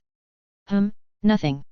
It's not like I think it's unfair that you get to sleep with Nair on a normal bed, while I get the sleeping bags. Saya responds plainly. Oh. Psycho just raises an eyebrow as she looks at Saya. I don't like ties, so let's have a rematch. Saya adds as she folds her arms. But if what you say is true, I have a better bargaining position than you right now. Why should I accept? Psycho responds with a smirk, causing Saya to frown and narrow her eyes. I'll give you the win even if we end up with a tie. Saya responds as her face turns serious. Psycho thinks for a bit, then nods. Very well. She says with an inconspicuous smile. Oh boy. And so, we waited. Though we did first switch spots, and by switch, I mean the girls coming to sit next to me. What do you think they might have? Psycho asks as she turns to me. No idea, I didn't expect the rich folk here to even have board games to be honest. I respond with a slight shrug. I want to say that rich people are usually no fun. But we have Saya here, and she is definitely rich. Sorry for being slow just then, Hitomi comes down the stairs, on her hands, board games, up to the point that they almost covered her eyes. I motion the girls to get up, before heading to the girl and taking some of the boxes. Thank you, she responds as she looks at me. I nod and turn to leave the box on the table. And soon after, all the board game boxes were laying on said table. So, what do we play? I ask as I tilt my head. None of these are familiar to M. My sight stops on 2 board games that I did know. Pandemic, and Dead of Winter? A game about a zombie outbreak, or a game about a viral outbreak. In the middle of the zombie apocalypse. I wouldn't go and do something like that, right? Right? Oh, who am I kidding? Of course I would. These 2 I say as I point at the 2 games. Really now? Saya asks as she turns to me, her eyebrows making a straight line as she stares at me. Yep. I respond flatly. I'm fine with whatever. Psycho responds. Me too. Hitomi adds up, causing Saya to groan. Fine, but Pandemic is cooperative only. The annoyed Pinkette adds, then glances at Psycho. The other one ain't, if you are willing to backstab people. I say with a slight shrug as I take the manual for the Dead of Winter lookalike. I'm kind of shooting myself in the foot by playing this game though, I know I won't be able to backstab anybody. There is a difference between antagonizing somebody to protect yourself or somebody you care for, and making them trust you just so you can stab them in the back later. Still, this one seems to have a couple of differences compared to the game I know. But other than that, it looks the same. One main mission for all. And one personal mission for each player. Fine, what do we start with? Saya asks as she sighs slightly. Let's start with this one. Psycho responds as she points at the Dead of Winter, aka the one with the backstabbers. Should I be scared? And so, we sat around the table, set the cards, picked a random character as instructed along with our secret task, and set the overall world layout. Based on what our main objective is. We need to survive for 10 days. Saya says as she looks at our main quest. Okay, here we go. I nod and take the first dice roll. -5 minutes later. I locked all the doors, but didn't have enough planks to barricade the left windows. Saya places down a card and turns to look at me. I got no planks either, let's just keep one to guard the window. I respond, Saya nods and leaves one of her 2 characters by the window. -15 minutes later. I got the handgun, I can deal with 2 of them. Then, we can enter the house. I say as I point at the house marked as target. But the sound, you will be trapped there. I will come with you. Psycho says as she places her character next to mine. As you wish. I respond. -25 minutes later. The horde will change direction if we activate the south alarm. Hitomi points at the south part of the safe house as she speaks. Don't be stupid, that will bring everything here. Saya replies. But you have better defenses than this house, if they come here, both me and Nair will die. Psycho responds. Fine. But only for 2 rounds. Saya groans. -30 minutes later. You need to leave the building, it will get overrun on the next round. I point at the house that me and Psycho were in. If I leave, you will die. Psycho flatly responds. There is a 50% chance I can survive a round, that's all I need to set the radio. If you stay, you die. I shake my head and turn to her. You bail now. That is not a request. I add as I point at her character. Saya, can you not keep the alarm on for 1 more round? Psycho asks as she turns to Saya, who shakes her head.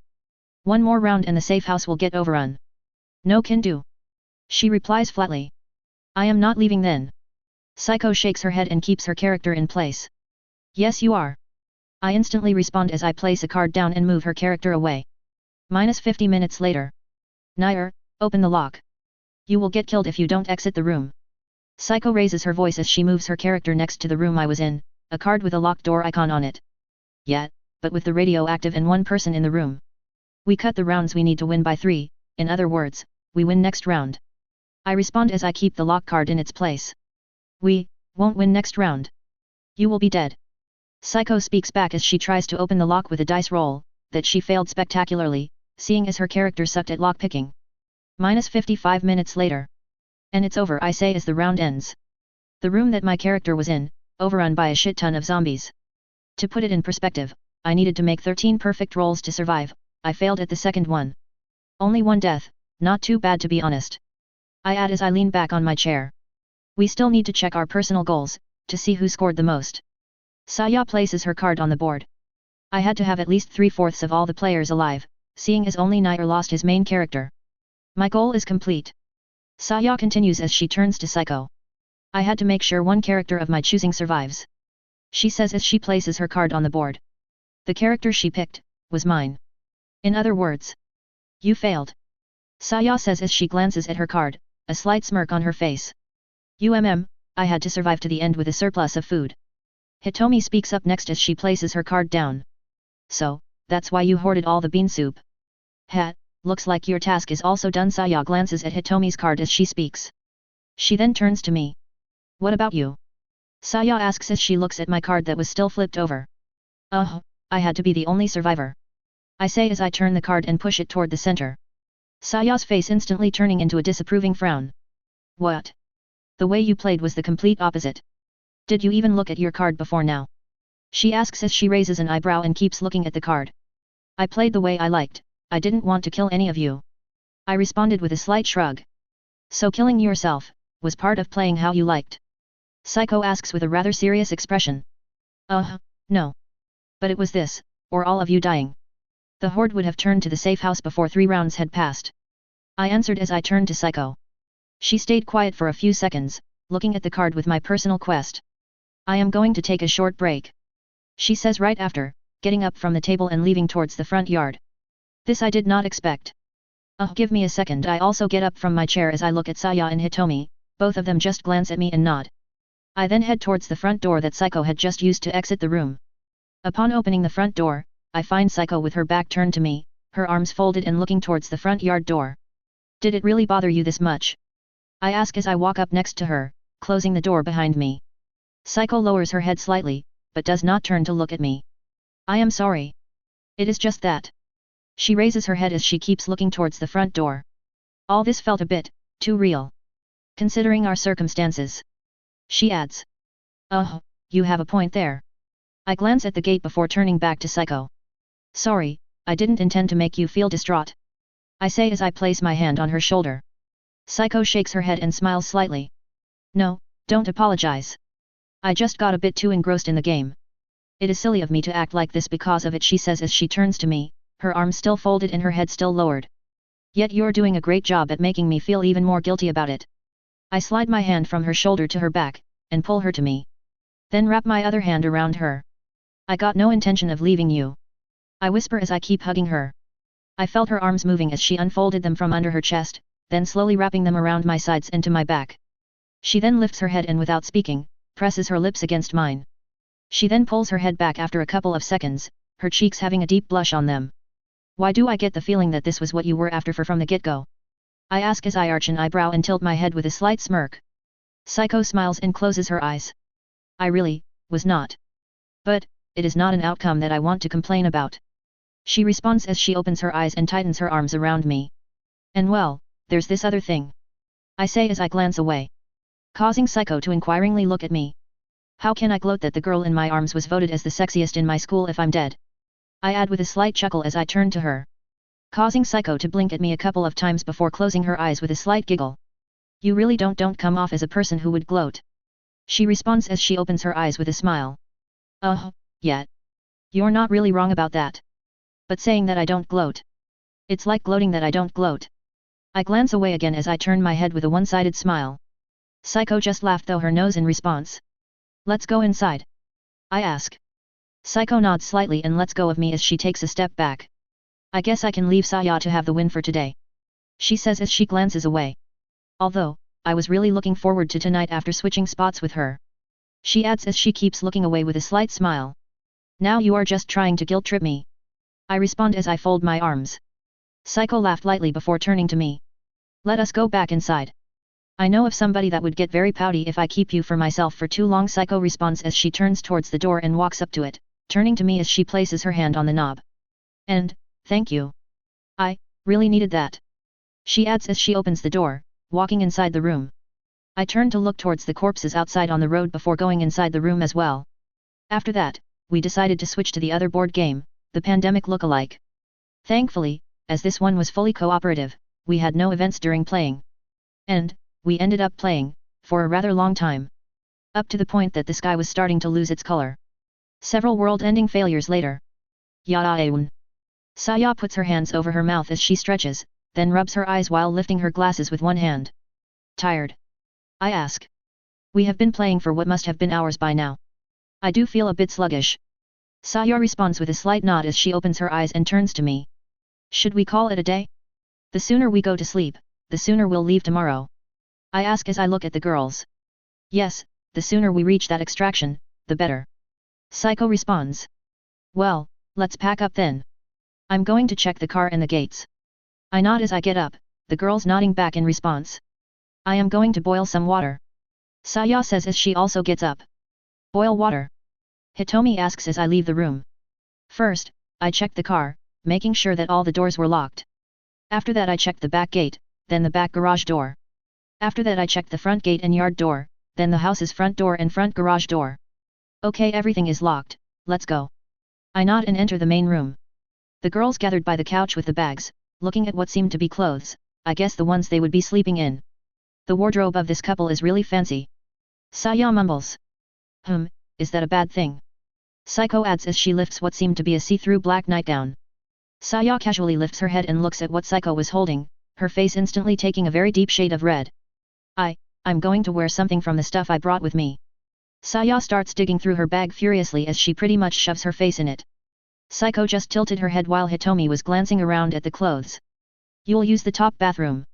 I ask, causing Saya to slightly jerk her body as she glances at me, probably startled as she had not realized I was in the room. Why yes. She responds as she turns back to the bag.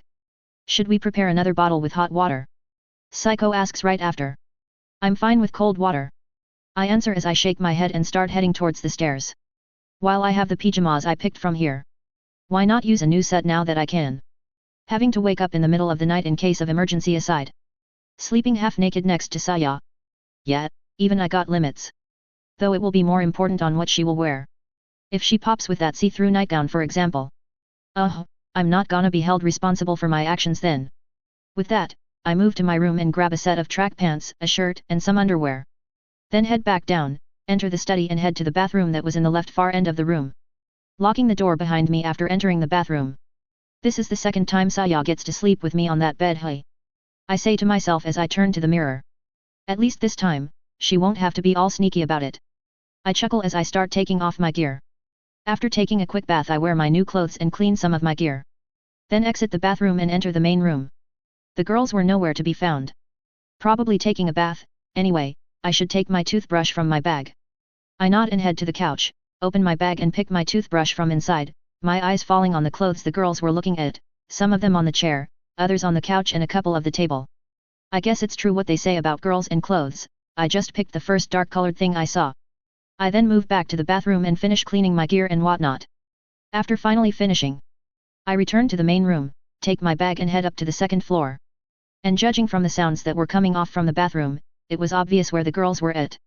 I start walking towards my room. And realize something important. The pool of blood is still here. I groan and return to the first floor's bathroom, taking a mop. Some of it might have dried but not much I can do about that.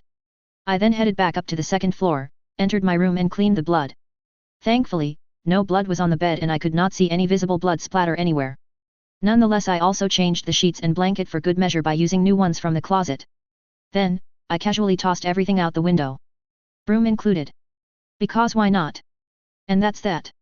I wipe my hands and sit on the bed, before completely lying down and closing my eyes. Where did I leave my clothes? The bathroom? Whatever, they were not dirty, I'll wear them again tomorrow. I let out a small sigh as I opened my eyes and start staring at the ceiling. We're really lucky these things don't seem to evolve or mutate or some other crap. God knows things could be much worse if they started running or climbing like in World War Z. Or start turning into volatiles from dying light. The night is bad enough now that we got no lights. Don't need a bunch of souped up brain munchers that are weak to UV light that nobody has right now. I stayed like that for some time. Until the sound of running water and giggling girls from next door stopped. Hey, they sure took their time, it's not like we're on a limited supply of water or something. But whatever, tomorrow at this hour, we should be at the mansion. I turn my body and look at the window to my left, the sky now having a deep orange color. Because if we're not there by the time the sun is out, we'll be in big trouble. And just on cue, I heard my door open. Or well, slightly open. I was able to see the door from the window's reflection without turning to look at it. What else I could also see, other than a half-opened door, was a head with pink hair poking out from the side. What is she doing? The door slowly opens, Saya creeping inside, then closing the door behind her. From what I could see, her hair was down and was wearing a silky white, noodle-strap nightgown that ended a little under her thighs. She then silently creeps to the edge of the bed, and stays there, staring with her arms folded. I know you're not asleep. Saya says in a low tone. I just keep staring at her through the window's glass. After a couple of seconds, she puffs her cheeks and pouts. Then closes her eyes and lowers her head, seemingly in thought.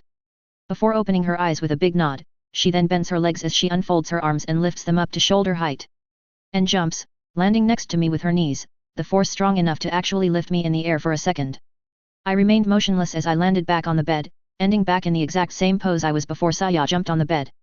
I then felt Saya leaning on my right arm with both her hands, turning my head. I find her face now hovering above mine. Sup? I raise an eyebrow as I look at the pouting pinkette. Don't sup me idiot. She answers with a frown as she keeps staring at me. I demand that you pay attention to me. She whines, her voice weakening as she glances away. Demand it at. I get up to a sitting position and turn to the sulking girl.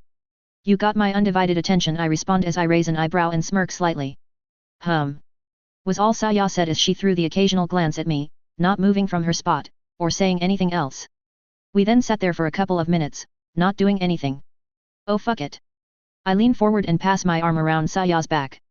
Then lie back down with my arm still around Saya, who fell forward on the right side of my chest with a short yelp. What are you doing? She asks with a short whine, but makes no effort to get off me whatsoever. Got bored of sitting. I answer flatly as I softly stroke Saya's back. Well, I was fine sitting, you didn't have to drag me down with you. She answers back with the same whining voice, her arms still folded under her chest. You can get up if you want. I answer as I bring my hand towards her neck, making it disappear under her hair. It's too much effort now, because of you. She replies as I feel one of her arms crawling under me, her other arm sliding over my torso into my back, ending with her hugging me as she gets in a more comfortable position, wrapped her legs around one of mine. After she stopped moving, she let out a heavy sigh. After a few minutes of silence, I found myself drifting to sleep. Saya occasionally nuzzling her face against me. I'm going to fall asleep. She groans as she lifts her head and shakes it. Ain't that the point? I ask as I turn to look at her. I don't want to. She whines as she bumps her head on my chest. I'd rather stay awake now. I can sleep in the car. She adds right after. And who's going to be my CO driver? I ask with a slight chuckle as I bring my hand from her back to her head, and fondle it. But I want to. CDLE. Saya buries her face between her shoulder and me as she finishes her sentence, muffling her sentence. You want to do what? I ask with a one-sided smile. All. She answers with her face still buried. I put my hands to her sides and pull her up. She groans slightly and wiggles herself until her face is on the pillow next to me. Her eyes wide open, staring right at me. Always though. Saya had orange eyes. Seeing them from this close though, they are actually a dark shade of amber. Q, quit staring at me. Idiot. She whispers as she looks away without moving her head. Without speaking, I bring my hand to her cheek, and run my finger on it. Saya takes a short breath as she turns her eyes towards my hand before looking away again. Her cheeks also starting to take a deeper shade of red. She then tightens her arms around me, scooting even closer, her body pressing up against mine, nuzzling her face on my neck. I'm not going to lie. I found myself smiling as I closed my eyes, tightened my arms around Saya. And, as I felt myself falling asleep. Why does my neck feel wet? Chapter 46, on the road once again. To your left. The white-haired girl shouts as she flies right over my head. Glancing to my left and down. I see a giant metallic, half-snake, half-humanoid dragon thing coming right at me. Mouth gaping open, thousands of small rotating saw blades visible in its mouth. I turn the right jet wing that's hovering right next to my shoulder and aim the thruster straight down, then blast it off. The serpent skimming right past my legs as it whizzes past me. The force of the blast making me roll over in the air, as the next moment I was able to focus the targeting system of my suit, I was upside down. Wide open. I chuckle as I throw a light punch to the right jet wing. The metallic contraption responding by lining up to my side, with the thruster now pointing forward. And as the circle on my visor started to home in on the back of the serpent, the tip of the thruster started to shrink in scale, turning into a muzzle. Target locked. A notification appears on my visor's top left part as the circle flashed red. With the flick of the wrist, the thruster activated, a stream of red light coming from the tip. Instantly impacting the back of the robot that started to flail about as it plummeted towards the ground. Activate second, third, and fourth cannons. I throw another light tap on the wing to my left. Causing it to also come to my left side and point forward, two more cannon-like wings coming up over my shoulders, also pointing forward, while the serpent-like robot crashed into the ground, creating a large crater at the point of impact. Nonetheless, it lifted itself up and turned to face me. Pointing the giant axe it had its hand at me, the thrusters on the underside of its body causing the trees around it to sway. The shot that connected to its back, seemed to only anger it even more. Nair, what are you doing? Move. The flying, purple-haired girl shouts as she slices through a drone. No need. That Kilachine, it ain't getting off the ground again. I respond as all four thrusters break apart. A bright red light shining through the cracks of the contraption along with a constant whirring sound that kept increasing in volume as the light through the cracks started to also increase in intensity. Charge. 80%. A text appears on the top right part of my visor as the metallic serpent then launches itself off in the air. Brandishing the axe in its hand as it started screeching like a banshee, dashing towards me. Charge.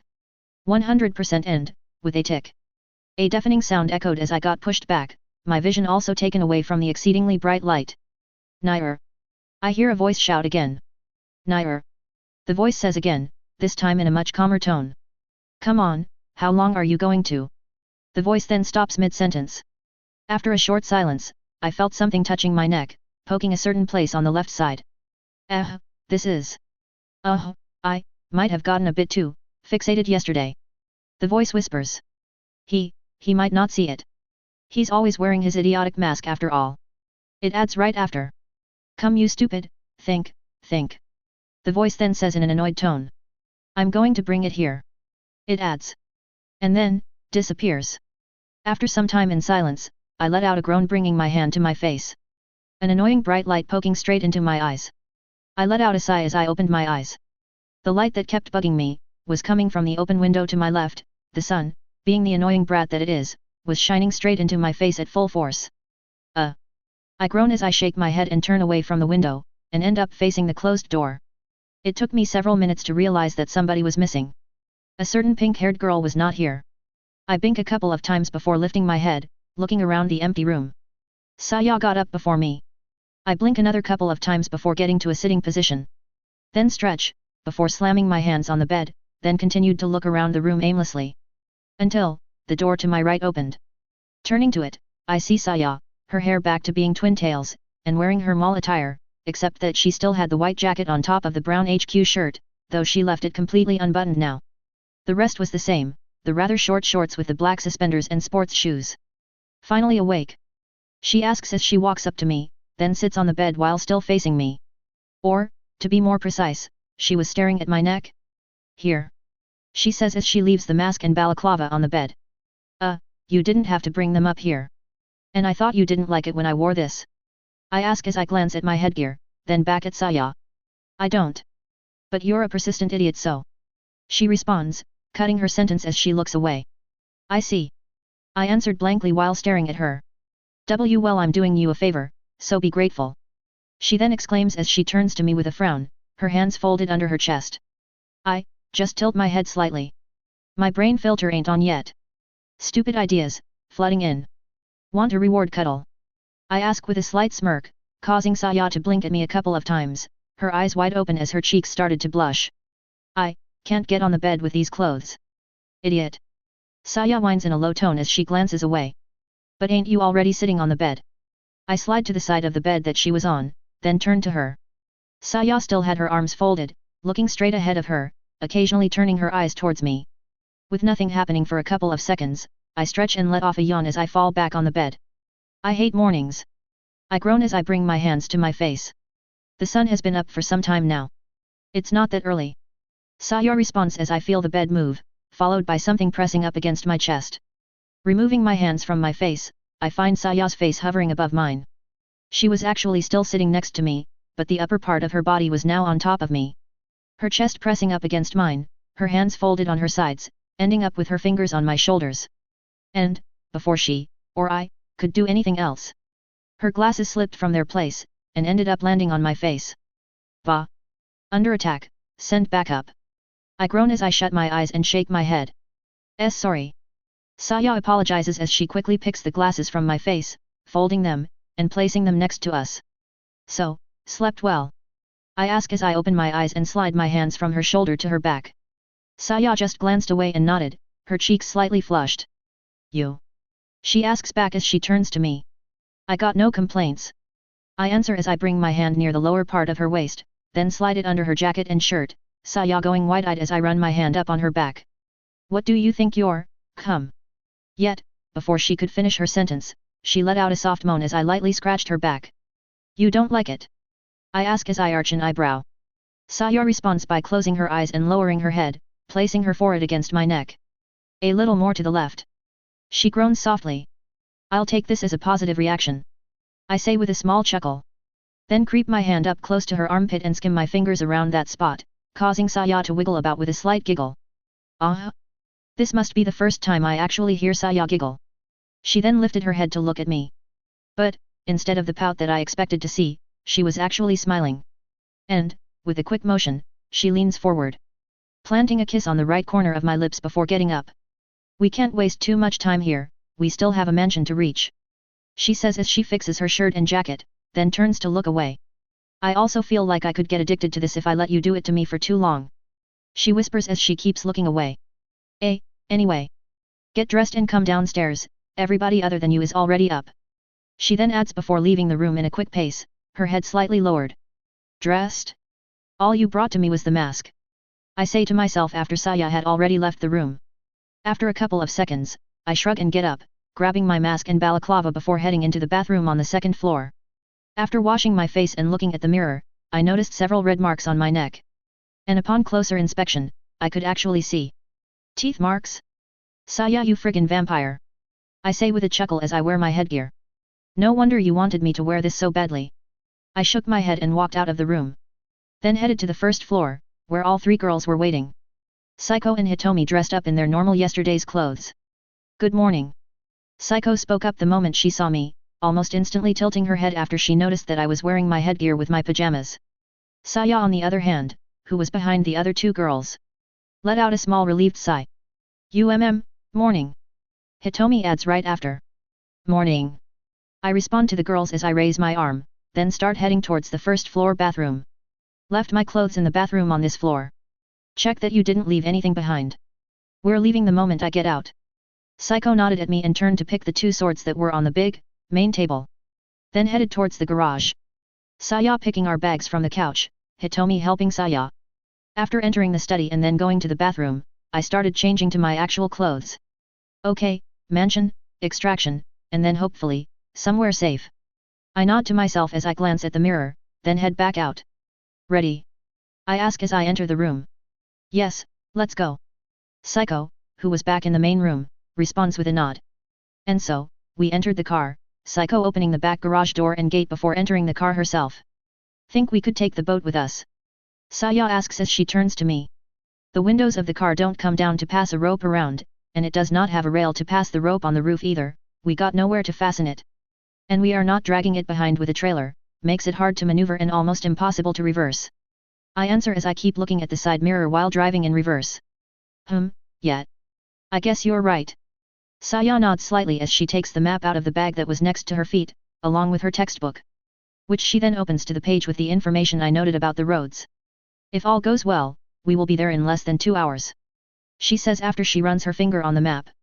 That's if all the roads we need to take are clear. She adds up. In other words, fat chance. I responded, Saya just nodded slightly. Once the Humvee got out on the sand, I turned it to face towards the right before switching to D. Last trip. Here we go. I nod slightly to myself and press on the gas. Based on the stuff you noted here, we have 2 roads we can take, one is near us, about 2 intersections down, the other is pretty far down, meaning it's closer to the mansion. Saya keeps looking between her map and the textbook as she speaks. Aight.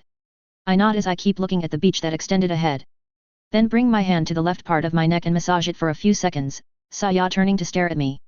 Is something wrong? She asks. Vampires after my neck. I responded with a slight smirk. The 2 girls in the back seat turning to look at me with a questioning look. Saya on the other hand, started staring at me with an oh shit expression. She then glanced around with a blushing face before looking back at the map that laid on her thighs. Don't do the crime, if you can't take the punishment. After that, we continued down the beach in relative silence. I wonder where they will extract us. Until Hitomi spoke up. Japan has a lot of small uninhabited islands.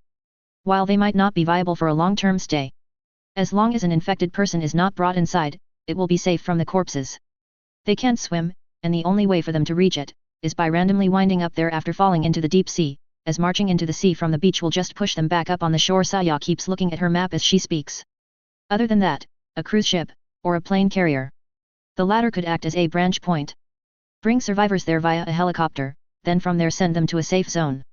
This way the J.S.D.F would be able to also have better control of who goes where, or keeping people that they need, like engineers and doctors. And as bad as it sounds, getting categorized by the JSDF. I mean, they are the best chance we have for an actual counterattack against the corpses. Saya continues. Are they really going to help us though? The army I mean. Hitomi looks out the window as she asks. You think they would try to kill us instead? Saya asks. Hitomi does not respond. You watch too many movies. The army is a nation's biggest strength. So it's easy to make them the bad guy to increase the tension in a movie, making it look like the heroes are up against a powerful foe by themselves. Saya answers as she pushes her glasses closer to her face. I'm not saying we should blindly trust everything they say. But we should not take it like they are out to get us. They are extracting people out after all. That means that they are already allocating resources for it. Saya adds. You know, mentioning the aircraft carrier. World War Z might be a good example of this. The army there was actively helping civilians. To the point that the water filter of the aircraft carrier started to malfunction because of being overcrowded. Though they did send the people to camps afterward. That, for all the crap they got, the main dude's family didn't look any worse for wear when he got to them in the end. You, sure know a lot, Saya. Hitomi says right after Saya's explanation. Of course. I am a genius. Saya declares with a triumphant huff. I missed this punchline. I chuckle under my breath as I keep driving.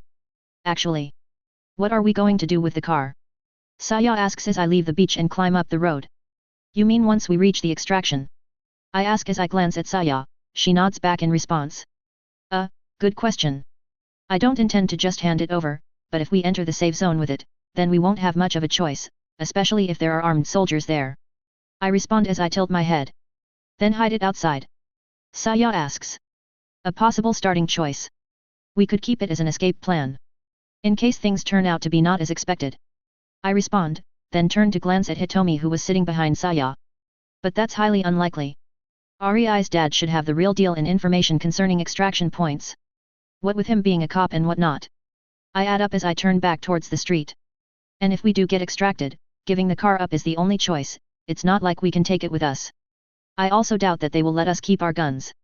I keep speaking as I take a turn towards the uphill road to my left, sending a corpse that didn't want to move flying through the air. I'm going to miss this car. I say nonchalantly as I keep driving. Why? It's way too uncomfortable. Saya says as she readjusts her butt on the seat. Sweetheart, if this Humvee is uncomfortable, wait till you see the ones from my world, this is like a luxury limo in comparison. It's a tank. On wheels. I respond flatly. Causing Saya to groan and roll her eyes, though there was a slight smile on her lips. You're such a kid sometimes. She says as she turns to me with a smug look. It's part of his charm. Don't you think? Psycho responds as she leans over my seat. Liking tools of mass destruction makes me a kid? I thought it would make me something closer to a psychopath. I say with a slight shrug. Psycho lets out a small giggle as Saya groans with a smile again, then turns back to her map. Well, I do not care what you are. Psycho leans towards my ear as she speaks. As long as I am allowed to be part of it. She whispers, then backs off and sits back to her seat. By the way, I need your preference for something. Psycho says as she turns to the bag next to her. I tilt my head as I start to hear shuffling. And then? Which one would you prefer? She asks as she brings something between me and Saya. Turning my head to my right, I see Saya looking at me, her eyes wide open, her face a deep red. Actually, it was not me she was looking at, but the nightgown Psycho was holding. It's just, I could see Saya through the gown. Actually, it's the same one Psycho showed Saya in the house, the black one. Absolutely not. Saya shouts as she darts her head to Psycho. Who weirdly, just pulled back the dress without speaking back. Only to find out why seconds later. This one then? She asks again. This time she had, something.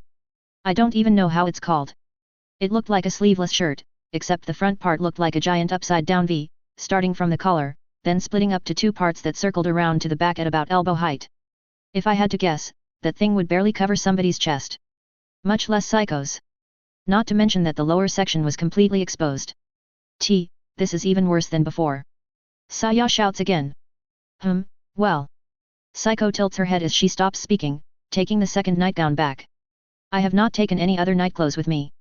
She says with a worried expression. I'm going to give you something then. Saya flatly declares. Psycho just turns to the fuming Pinkette, and glances at her chest. They won't fit me. Your chest is too big compared to mine. Psycho responds with a calm voice. Causing Saya to blush even more as she reflexively brings the textbook over her chest, not that it helped much. Because, you know. It's kind of giant. And you focus on the road, pervert. Saya shouts as she darts her head to me. I just chuckle and turn to look back at the street as I shake my head. All the while, Hitomi had pushed herself between her seat and the door next to her, watching the event unfold with a concerned look. You had that shirt you used last time, use that. Saya then adds as she turns to Psycho. Left it at the house. Psycho almost intently replies. Well, you can't wear these. Saya frowns as she slaps the textbook back on her thighs. Why? Is there a problem with them? Psycho asks with a questioning look. Their whole existence is a problem. Saya responds as she pouts. You think so too, Nair? Psycho asks as she turns to me. Oh great, now they brought me into this. You can wear whatever you want. I respond as I keep looking at the street. You won't mind if I wore one of these tonight then? She asks again, a smirk slightly visible on her face. Well. There is one slight problem. I respond as I tilt my head. We might end up having to sleep with other people in the same room. And I might end up stabbing somebody if they end up staring too hard. I added before the girls could speak. Oh. Psycho's expression turned into a rather dumbfounded one, like she just realized that there's a chance of what I said can actually happen. Sadly, we're not prime guests like in Saya's house, we won't get preferential treatment. I add up. We could stay in the car then. Psycho responds, obvious disappointment in her voice. Possible. But let's get there first. We'll act accordingly then. I responded as I glanced at Psycho, who didn't look very happy with my answer. Think. Idea. We could just go to the roof and watch the night sky then. I say as I look back at the street, and a few seconds later. Too cheesy, forget I said that. I add as I tilt my head. Actually, that sounds like a delightful idea. I would like to ask that you do take me out tonight. Psycho instantly responds as she leans on my seat again, bringing her face close to my ear once more. Just the two of us. She whispers, then backs off again. Staying up late is counterproductive. Saya butts in with a pout. Will it matter? We will be in a safe place, I don't see the problem of sleeping in a little late. Psycho calmly responds. Saya pouts even more and glances at me, before turning back to her map. Why do I always end up with the short end of the stick? She whines in a low tone. What we will do after we arrive aside. The road, thankfully for us, has been rather clean. Still, I can't say that I'm too keen on sharing a room with random people. Especially if two certain girls that I know will be as provoking as they always are when asleep. I casually swerve over a group of corpses, climbing up the pavement before driving back on the road. Even more so if I end up in a different room from them. Though I don't think that they will split us up after we get there. I let out a sigh as I kept driving. I know I should not be jealous and all that crap. But, I can't be the only one who finds Saya and Psycho attractive. And I'm not exactly the perfect guy to be around with. What are you so worried about? Saya asks as she turns to me. What makes you think I'm worried? I reply as I give her a quick glance. I could hear that sigh from miles away. Saya answers as she looks at me with a smug expression, her eyebrows making a straight line. My antisocial self is annoyed that I might have to be around people. I respond with a slight chuckle. I'm obviously not telling them that I'm worried that they might just up and leave me after we find more people. That could probably get them to actually get pissed. We can just keep to ourselves. Just because they will be there, it does not mean we must make friends with them. Psycho adds as she leans between the two front seats. Yeah, the last thing I need is another show talking to me. Saya groans as she looks back at her map. True, so, how far are we? I ask in order to change the subject. The mall will be to our left soon. Saya answers. I see. I responded nonchalantly. We can take another route if you want. Saya turns to me as she speaks. The only reason we might need to change routes is if there are way too many corpses on our way. Otherwise, I see no reason to do so. I shake my head slightly as I keep looking at the road. Then keep going straight, the next turn you need to take is to the right, but it's still after a couple of intersections. Saya nods slightly and turns back to her map. We then continued in silence, until we reached the turn Saya mentioned. The reason why she pointed this road out was because it was relatively medium in size, not too big to get clogged by fleeing cars, not too small to get blocked off by a single car. So after taking that turn, we continued forward. The next turn should be to the left. A couple of intersections later again, you should be able to make out the road as there is a car shop/showroom by the turn we need to take. Saya points her finger at the road ahead as she speaks. A showroom? Do they keep cars fueled up in there? I ask as I tilt my head. Highly doubt it. Too many cars, and most of them should not actually get driven before being sold. Saya responds as she shakes her head. I see. No reason to stop then. I nod as I keep my eyes on the road. And, a couple of flying corpses later, I spot a corner building made of glass, a bunch of expensive-looking cars parked outside. Turn left here? I ask as I stop the car. Yeah. Saya lifts her head as she answers, her sentence getting cut as she looks at the road. Of course something like this would happen. Saya groans as she looks back at the map. Let me find a new route. She adds as she keeps looking at the map. To put it plainly, most of the cars that should have been parked outside of the building, were piled up on the road around the building. Some of them toppled over, others on their sides. Along with a car hauler big rig that blocked off most of the road to our left. What happened there? Hitomi asks as she peeks between the two front seats. Either the owner tried to bail out some cars, or somebody tried to pull a grand theft auto by stealing the cars amidst the panic. No matter which of the two it was, it failed miserably. Just as I finished speaking, a corpse planted its face on my door's window. Turning to look at it, my sight focuses behind it, at the glass-walled building itself. The insides are empty. Got anything? I ask as I turn to Saya. Give me a second, I'm thinking. Saya groans with an annoyed tone. Well, I got something. Buckle up. I respond as I press on the gas. Saya lifting her head in question. Then looking straight ahead through the windshield. You're not. I am. I interrupt Saya as I press on the pedal harder, the car picking up speed as it makes a beeline towards the glass building. Wait. Saya shouts as she starts flailing about, grabbing her seatbelt as the map falls between her legs. Hitomi had also gotten back on her seat, while Psycho was peeking from behind my seat. And as I could actually hear her giggle, I suspect she was smiling with the whole situation. And the Humvee zooms past the store's outer garage, climbs a small number of steps, and launches itself a few meters in the air, crashing through the glass wall and landing inside the building seconds later. I steer the car to the right as it touches the ground, making it slide slightly as it kept going forward. Where did you learn to drive? Saya shouts as she hugs her bag, that used to be by her legs. Once again. Video games. I respond as I drive straight through the other glass wall, ending up on the other side of the building. With the big rig and pile up now to our right. I drove straight, out of the outer garage and back to the street, taking a couple of corpses along for the ride. The moment the car was in the middle of the street, I stopped and quickly exited the Humvee. What are you doing? Saya shouts. Give me a sec. I shout back as I run to the front of the car. Wheels look fine, no glass shards visible, nothing seems to be stuck in the front or hood either. I nod and turn around. Only to see that one of the corpses that we dragged along had ended up crawling right next to the door I left open.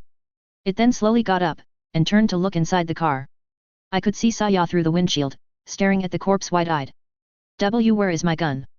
She shouted as she quickly started patting herself down. The sound causing the corpse to slowly hunch over as it started to limp towards the open door. Crap! I whisper as I run up behind the front door, giving it a strong stomp.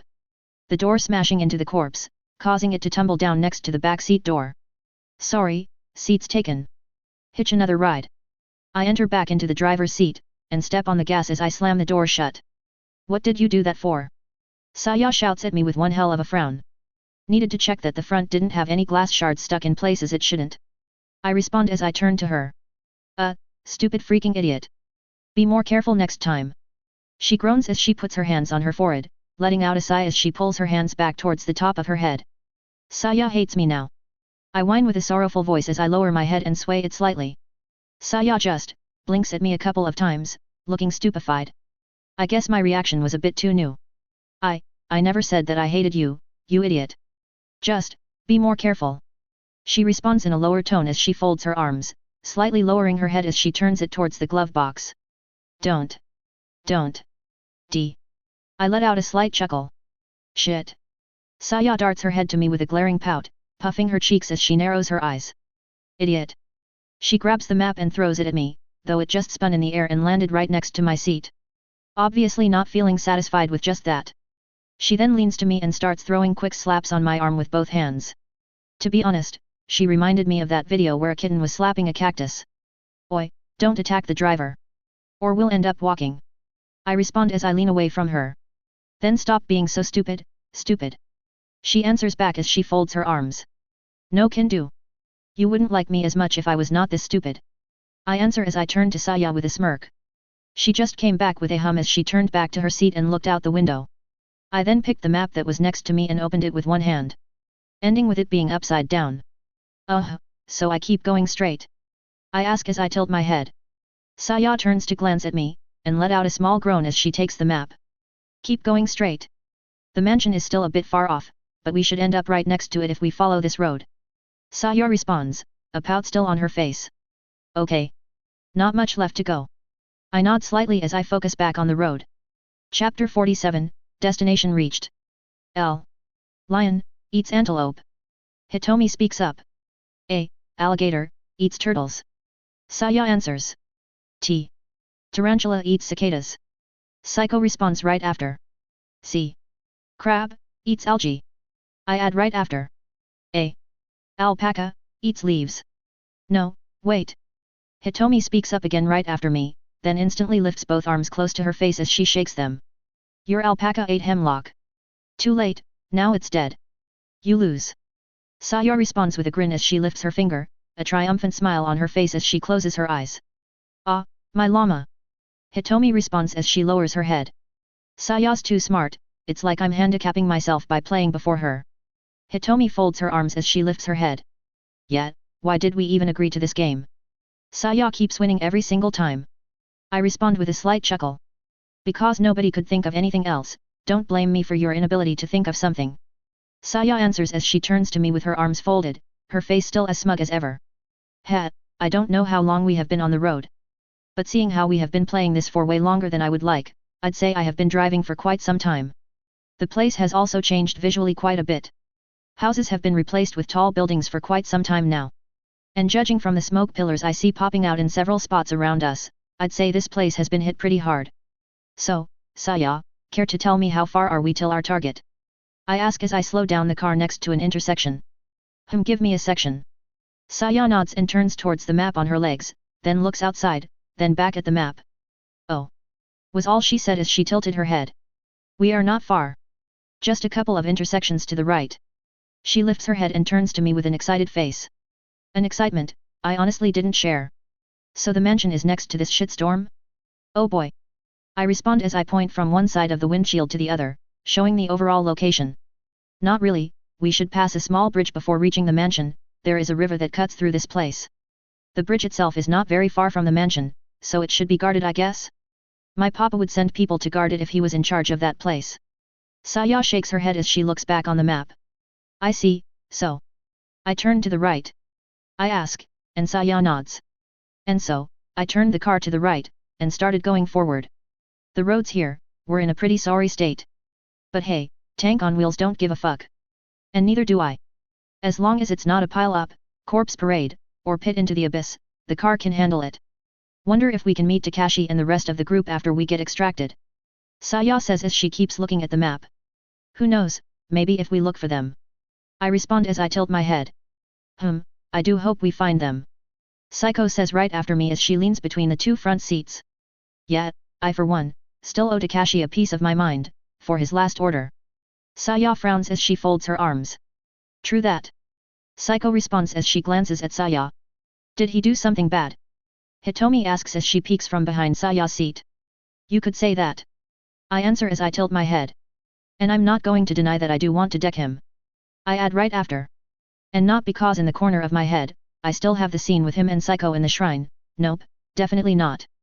The bridge should be close, next turn to the left, then right, should end up right in front of us then. Saya says after a short silence. I nod and do as she asks. Taking a left on the next turn, nearly trading paint with an abandoned sedan before going straight end. Hey? Did you hear something? I ask as I slow down the car, all the girls turning to me with a weird expression. What are you Just as Saya was about to speak, I heard it again, and as Saya stopped talking, I guess she did too, distant gunshots. This can be either good, or really, really bad. I press on the gas again, turning right on the next turn. The bridge now straight ahead of us. And I just stared. Oh no. Hitomi was the first one to speak. This can't be good. I say after a couple of seconds. The bridge had several cement barricades on it. The problem though was not that. It was that a couple of them looked broken. And judging from the black soot on the ground, it seemed that explosives had a hand in that outcome. No wonder we didn't see a lot of corpses around. Psycho was the next one to speak, pointing at several corpses on the other side of the bridge, all of them moving towards the deeper part of the landmass after said bridge. Towards several columns of smoke. Please tell me today is barbecue day and the smoke is coming from giant grills. I press on the gas as I give one last glance at the distant smoke columns, before looking back at the bridge. With the barricade turned to dust, we were able to pass through it with the car. Everything will be fine, right? Hitomi asks. They have soldiers there, they should be able to deal with any infected that got through. She adds with a half-broken voice. Corpses don't use explosives. I answered flatly. Causing Hitomi's face to turn even grimmer. But, why? Why? Hitomi lowers her head as she leans back on her seat. I see another barricade up ahead. Saya points her finger ahead as she squints her eyes. Breached. I respond as I also narrow my eyes. The hole does not seem too big. Saya adds right after. Enough to let corpses enter, not enough let cars enter. Or leave. I say as I glance at the corpses over the second barricade. What are we going to do? Psycho asks as she keeps leaning between the two seats with a serious expression. We are going in, obviously. I respond as I glance at her. She nods without speaking back. After reaching the next barricade, while running over any corpse I saw like they were giving off points, I stop and look around. That alleyway to our left, I will park the Humvee in there, then use the net. If people attacked, I don't need them seeing this car. I switch to reverse and drive the car into the alleyway. Too narrow to open the doors, out through the hatch. I switch the ignition off and turn to Saiko and Hitomi. Saiko nods and climbs out. Hitomi did not respond. She instead looked as dejected as when we first found her. Hitomi. Disappointment is something that will be following us no matter how much we don't want it. If you want to find the end of this tunnel, then you need to keep yourself on your feet. Nobody is going to help you up if you fall. I say as I get to the back seats and get the net. What's the point? Hitomi responds with a sullen face. I got nobody waiting for me either way. She adds, then lifts her face. Thank you for bringing me here, I can go by myself now. She adds with a slight smile. I said I would bring you to an extraction point. If this ain't an extraction, then we ain't done on my part of the deal. I respond as I turn to Saya. Keep the gun with you, we'll stay close range combat for now, fire only after I fire. Also, take a couple of dynamites. I say as I keep looking at her. She nods with a serious expression and moves up next to me, then exits the car after grabbing a couple of red sticks. Leaving me alone with the dejected girl. After a couple of seconds of silence, I let out a sigh. You want to give up? I ask. Hitomi just keeps looking away. You want the last moments of your life to be misery caused by some random schmucks you never even saw? I ask again. It's not this easy. Hitomi responds without looking at me. Never said it's easy. If you want to off yourself, I am not going to stop you. But I said I will bring you to a safe place, I intend to do so. So make your choice, you can come with us, or you can leave. The choice is yours. I glance at the hatch before looking back at Hitomi. I'm sorry. I understand. She wipes her eyes and nods a couple of times. But I can't fight. She says as she turns to me. You won't, just stay in the middle and keep as quiet as you can. I respond as I glance through the windshield, Saya and Saiko waiting near the alleyway's end. Okay. Hitomi nods meekly before getting up, clumsily climbing out. I knew she would be fast to lose hope after what she went through, but I didn't expect it to be this fast. Let's just hope that there are at least some survivors left. With the net in one hand, and Scar in the other, I exit the car. Leaving the hatch very slightly open as I cover the car. Okay, not smart, but the only other way in, is through the trunk. I need to be able to get back inside fast. So, let's go.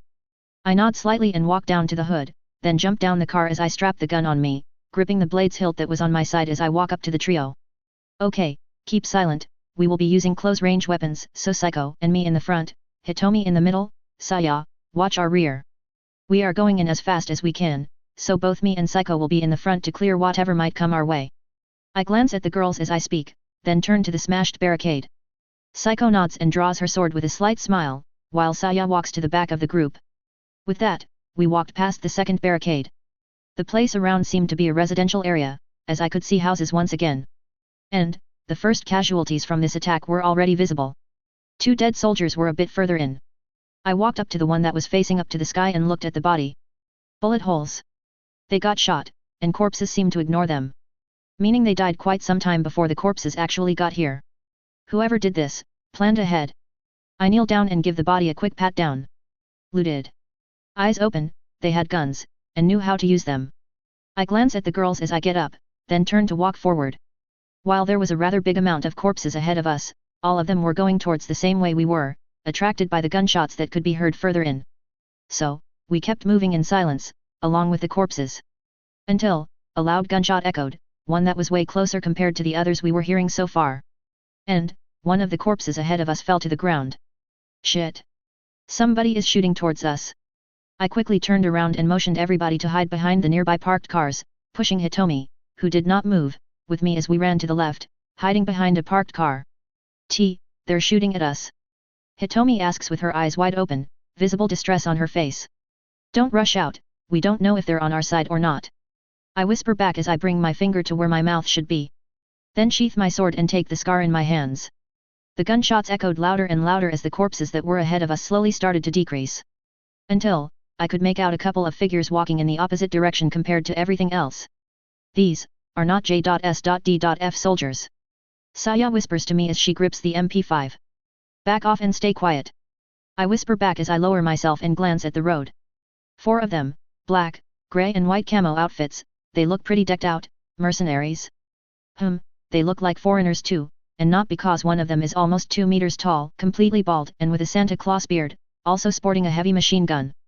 The one next to him looks like a dwarf in comparison, stocky, much like Salvador from Borderlands 2. He seems to be holding an assault rifle that I can't exactly make out. The one in the leftmost corner is black, also tall. Oh, I see, explosives on his vest. Demolitionist? The rightmost, I can't facially make out, he is wearing a full face helmet and armor, carrying what seems to be a full auto shotgun, an AA-12. As the squad got near, I could hear English speaking. The fuck did that egghead go? Come here to extract my ass, he said. And by the time we got here he was moved to a different location. Fucking bullshit, man. The dwarf shouts as he kicks a nearby can with his boot. When is our extraction coming? The black one asks. 2 days by the port.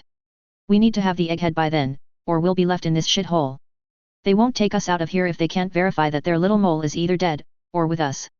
The skinhead look-alike responds. Hey, quiet down, you want everybody to hear. The full-face masked man speaks up. Are you for fucking real? Look around you, Robocop, there's nobody around who can hear us. All there is around is walking meat. And whatever fucking slash-eyed ladyboy we found could not even fucking speak English. It's the international damn language, learn how to fucking speak it. The dwarf one shouts, turning to the armored one as they walk up next to us. Keep walking. They then walk past us, and over the barricade. Also walking past the alleyway that the car was inside without stopping. I then turn to the girls and motion them to stay put. As much as I want to ask them a couple of questions, 4 nutjobs armed to the teeth is not something I want to fight right now. Did one of them just say mole in English? Saya asks with a whisper as she turns to me with a questioning look. Yeah, I'm pretty sure I heard that too. I respond. And that video we saw at my house, with the scientist. He said that this thing was manufactured. Saya adds as she narrows her eyes. Wrong time to think about this, Saya, leave it for when we're not in the open. I say as I turn to her, she looks at me for a couple of seconds, then nods. But it should be something I must not forget. Somebody hired mercenaries, to come here post-outbreak and extract a mole. Could have nothing to do with the outbreak. Could be everything. It's also something that was never mentioned in the anime. After I saw the 4 mercenaries pass over the bridge and disappear in the distance. Move, let's go. I motion with my hand and get up. Then start moving deeper into the evacuation zone once again. With the corpses now dead, we just walk straight down the road without resistance. I could not see anything that seemed remotely close to a mansion yet, or any sort of refugee camp, or its remains. The only thing that I could see that signified that this place was under guard, was the occasional really dead soldier. So, we kept moving forward for some time.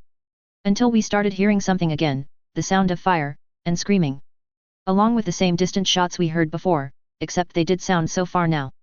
These sound close, come on. I glance behind me before I start a light jog, gripping the Scar H.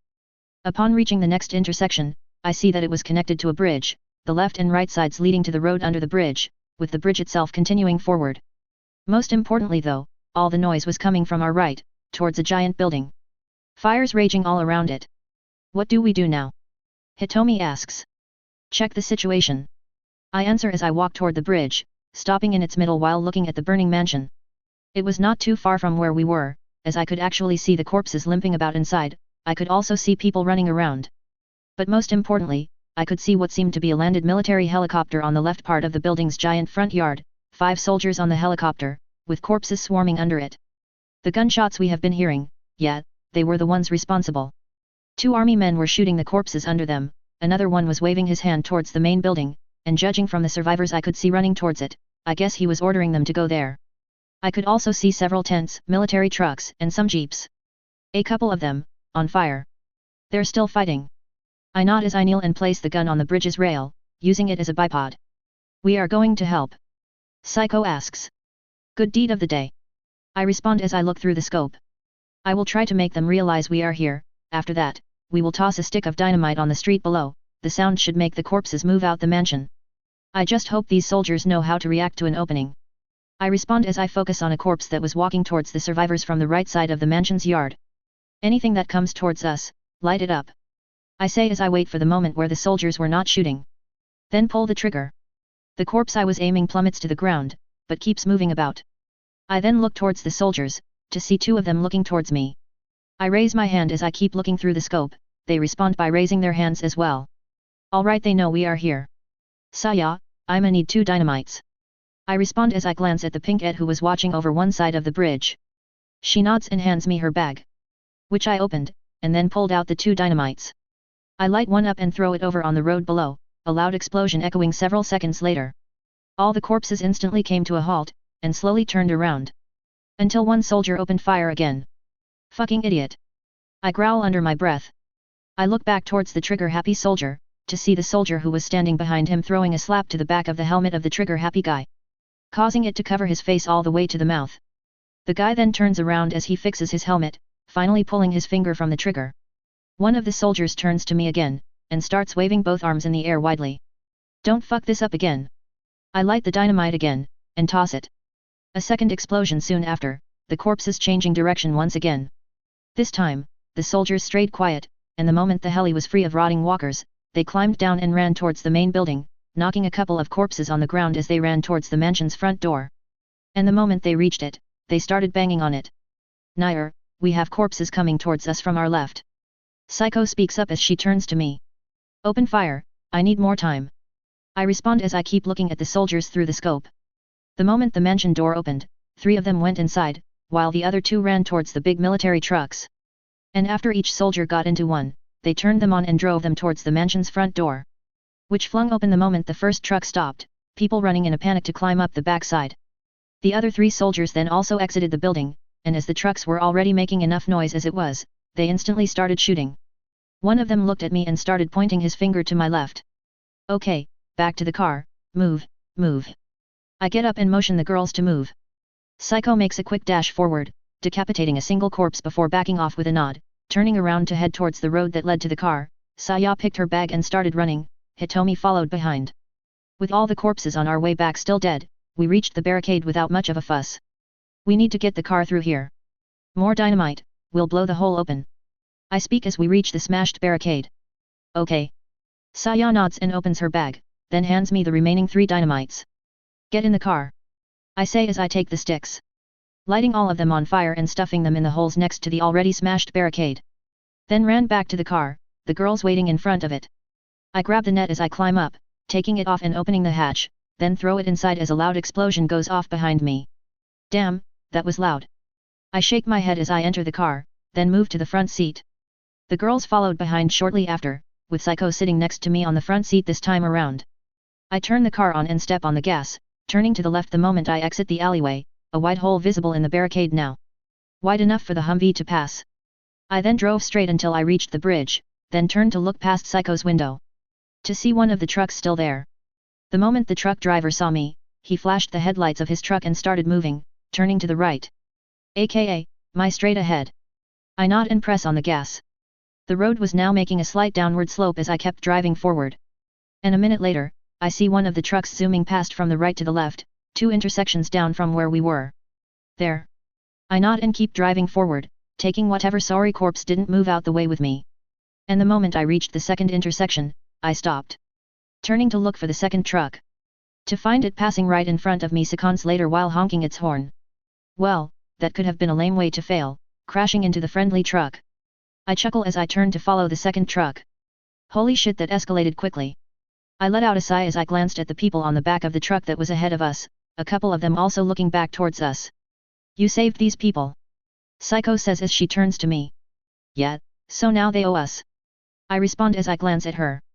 She just answered with an ah, as she arched an eyebrow with a slight smirk.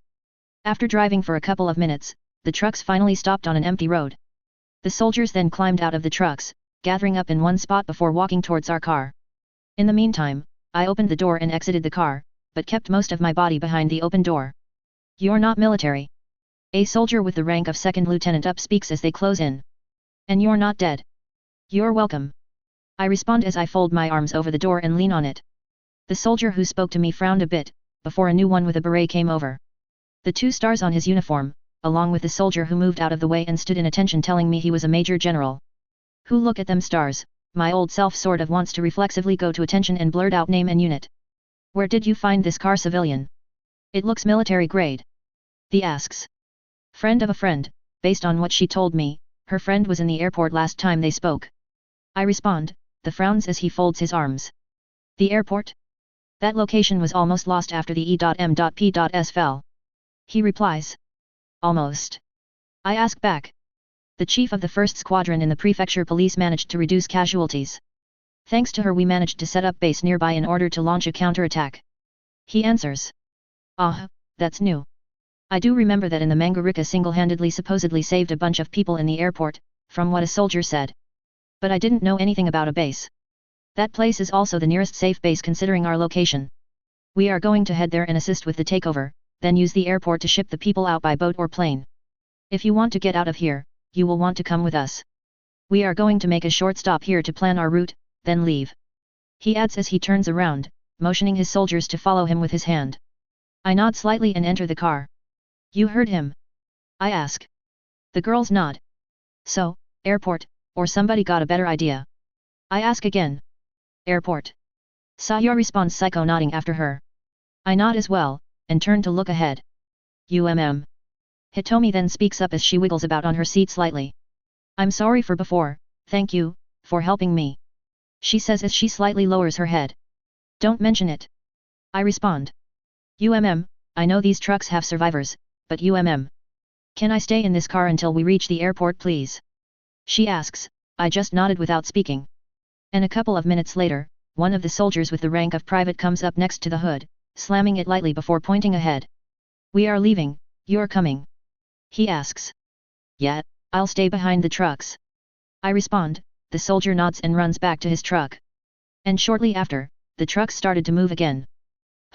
But, this won't do. Psycho tilts her head slightly as she folds her arms under her chest. And, I swear, I could see 2 guys from the truck ahead of us staring at her assets. I glance at her as I raise an eyebrow. You were supposed to take me out to see the stars tonight. She responds as she turns to me with a slight smirk. Hey, I don't see why our plans would have changed, it will just be a different location. Hey, they might even take back the airport, more space to stroll about. I respond as I turn to her. True. I trust your words then. She answers with a slight smile. I actually want to spend time with her more than she can imagine, but angry pink flag confirmed if I say that out loud. So, want to go on with the game? I ask as I glance at the girls, all of them looking at me with a questioning expression. You know, the one with Hitomi's dead llama. I respond, getting a unified as an answer. How about we place a bet this time around? Saya asks. Sorry, but I will have to decline. Psycho responds almost instantly. You're scared? Saya asks with a grin. If it means losing my allotted time with Nair, then yes, I am. Psycho responds flatly. Never thought the daughter of the great Busujima family would shy away from a challenge. Guess I had a wrong image of you. Saya responds, the grin still on her face. And I didn't know that the daughter of the Takagis would use such underhanded methods to get what she wanted. Psycho answers back, also with a slight grin. Causing Saya's eye to twitch as her toothy smirk became one-sided. And while the 2 girls were going at each other, I was staring at the 2 dudes in the truck. Who were still staring at the wrong spot. I'm a stabby stab, somebody today I. I swerved the car slightly to the right, seeing the 2 guys turning their heads in unison to their right as the car changed position. Why, these 2 damn hobos. I groaned under my breath, causing Psycho to turn to me as she tilted her head. Is there something bothering you? She asks. Floren wants stab monkey man. I growl in a low tone, causing Psycho to blink at me with a blank stare. Forgive me. But, I fear I did not understand what you just said. She responds to me with genuine confusion. I think, that's a line from a video game. Hitomi speaks up. A fellow gamer? Wait, Starbound exists here. Oh, I am sorry. I never did play video games, so I am not very well informed on the matter. Psycho glances away as she answers. Don't remember if you actually mentioned this before, or if my image of you had you not playing video games from the get-go. But I sort of expected that answer. I respond and laugh through my nose as I glance at her. Not that it really matters now anyway. We don't even have electricity, much less a console or a gaming PC. I add up. Nerd. Saya chortles. I can't be a nerd and an idiot at the same time, Saya. A nerd is supposed to be smart. I respond as I tilt my head. You're the exception, you are both a nerd and an idiot. Sayo responds with the same gleeful tone as she folds her arms and leans between the two front seats. When did she get in such a good mood? Of course. I shake my head as I chuckle, keeping my eyes on the road. Just then, Psycho closes her eyes and stretches, or well, folds her arms behind her back and stretches. Tired? I ask, glancing at the two guys who were now staring even more intently. I am sorry, a sudden wave of fatigue just hit me. Psycho responds as she opens her eyes.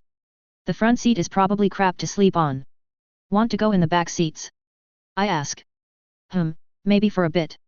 She nods slightly and gets up from her seat, crawling to the middle platform in the back before laying down, after placing a sleeping bag under her that is. With Psycho now gone, I glance at the duo in the truck again.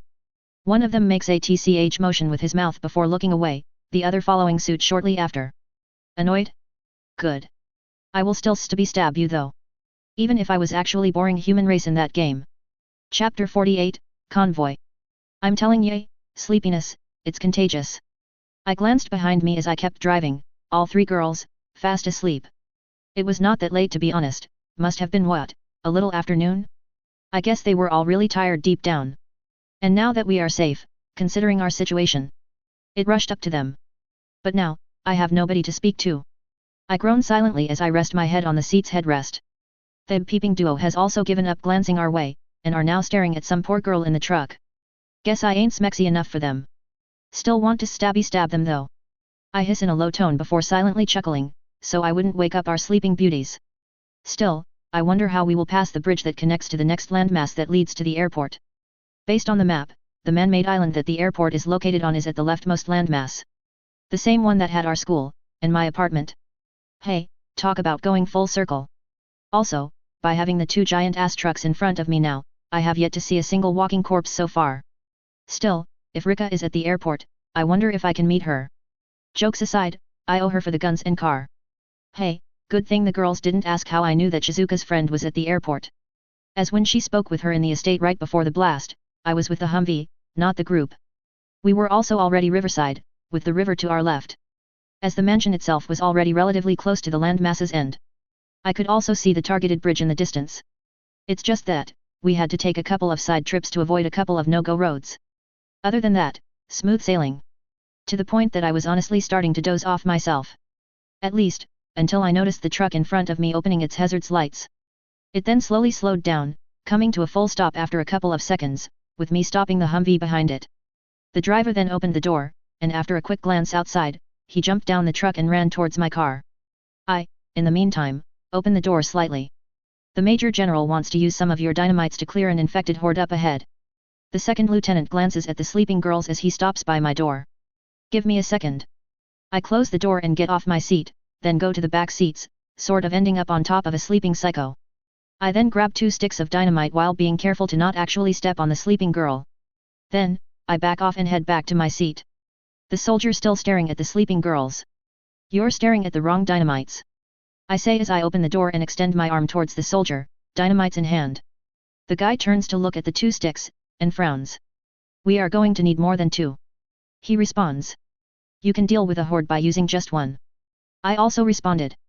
And if we find another horde, we will have to stop and come to your car again. If you want to come with us, then you have to follow the orders given to you. The soldier answers back. First, you will have to stop either case if you find another horde, or you risk blowing yourself up if you make a crap throw from inside the truck.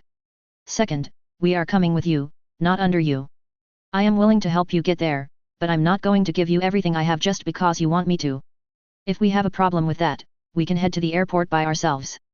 If you want me to follow your orders like a good civilian, then first, get rid of the corpses that are putting us civilians in danger, without my help. I wiggle the dynamites at him as I speak. The soldier scowls slightly and takes the dynamites. I will let the general know of what you think. He responds as he turns to leave. Bite me. I closed the door as I kept looking at the soldier, who climbed up the truck, opened the door, and started speaking to somebody inside without getting inside. I guess the general was in there with him? After a couple of seconds, the soldier climbs back down, throws a glance towards my general direction, then turns to run towards the first truck, disappearing from view by going in front of the first truck. Hope they don't blow their own shit up. I glance through the window to my left as I rest my hands on the steering wheel. Wait. If they'll use dynamite now, won't that fr? Just as I say that and turn towards the sleeping girls, a loud explosion echoed. What is going on? Saya almost instantly springs into a sitting position, though, her eyes were still half closed. And judging from her wording, I don't think she was actually awake, as much as being it reflexes that got her up. Soldiers are clearing the road ahead, nothing to worry about. I respond as I glance at the other two girls. They didn't even budge. I'd understand if Hitomi was out cold, but Psycho too? She must have been really tired.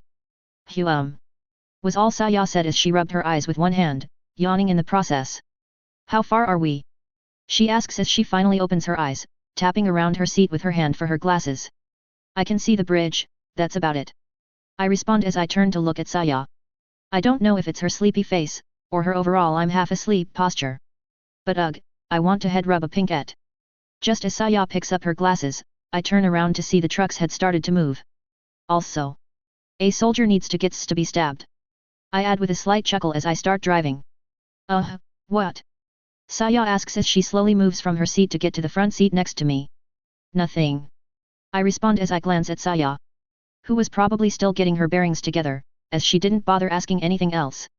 I feel so damn sore, why did I fall asleep with my twin tails, my head hurts now. Saya groans as she puts her hands on the roof and stretches by arching her back forward. Focus, on, the, road. Not gonna deny though, I did throw a couple of glances at Saya. And, guess who else darted his head towards Saya while making a half-retarded ah with his mouth. Yet, one of the two brothers was pretty much drooling now.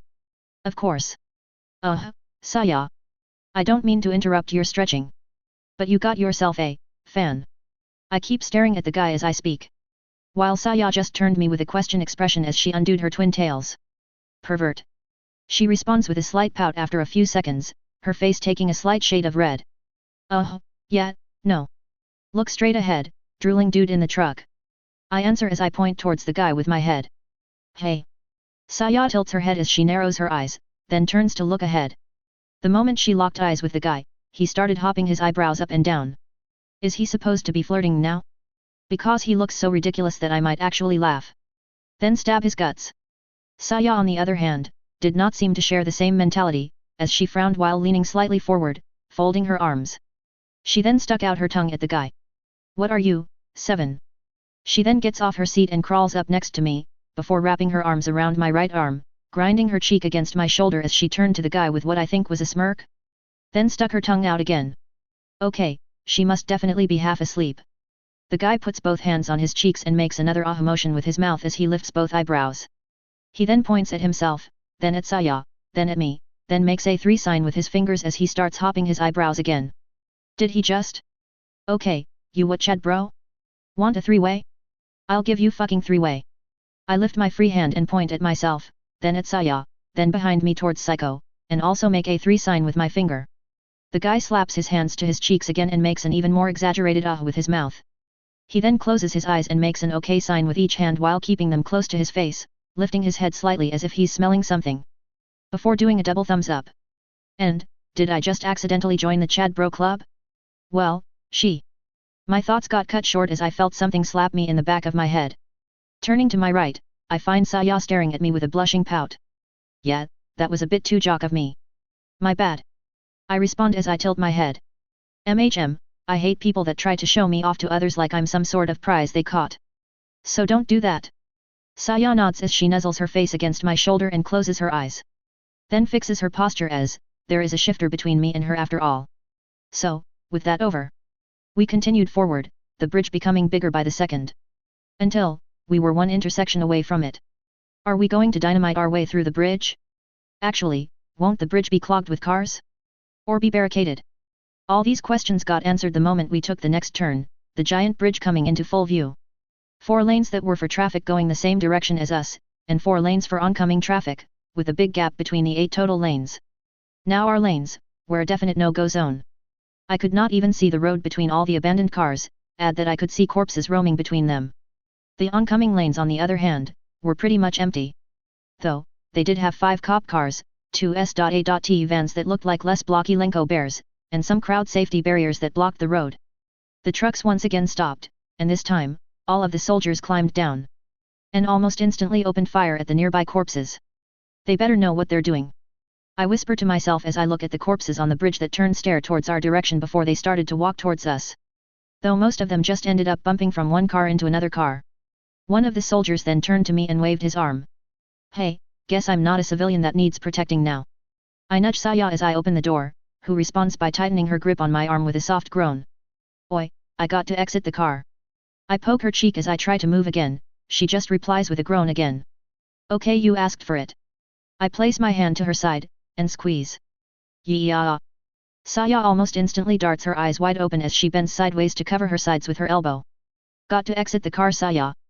I say once again. You didn't have to jab me, you idiot. Saya whines with a rather loud voice as she massages the point I squeezed, letting go of me at the same time. You wouldn't let me go, and it looks like that Mr. Army man over there is trying really hard to recruit me for the greater cause. I respond with a slight chuckle as I exit the car and close the door.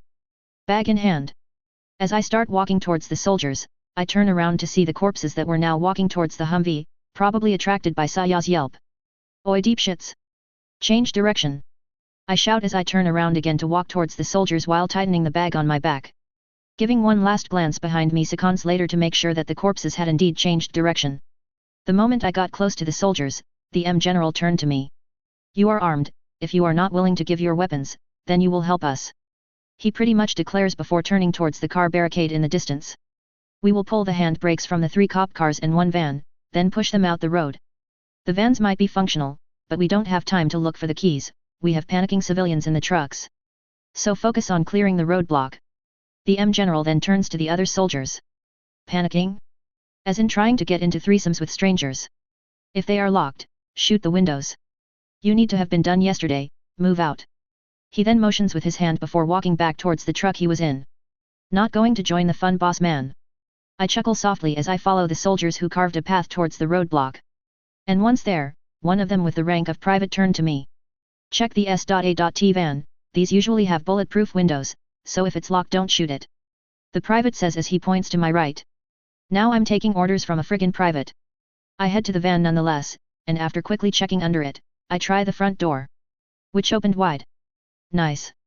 I climb in the car, and after checking the interior, I pull the handbrake. Done, and done. As I was about to exit the van, I noticed that the back of the van had equipment hanging on its walls. Vests, helmets, arm guards, belts, handcuffs, ammo pouches. I tilt my head and move past the 2 front seats, stopping in the middle of the van. Black advanced combat helmets. I take one helmet and look at it. My mask covers my face up to my forehead. I wear the helmet along with my mask and move my head. Too small. I toss the helmet to the side and try another, bigger one. Much better. I then strap the helmet by passing the chin strap under the mask. Thank God I'm tolerant of wearing these things, for all the good they can do, they are uncomfortable as fuck. Or well, the ones from my world wear. Then again, these looked much older than the ones here. I then look at the rest of the equipment. I don't really need anything else, my arm and leg guards are of pretty good quality. Or, you know what? Fuck it.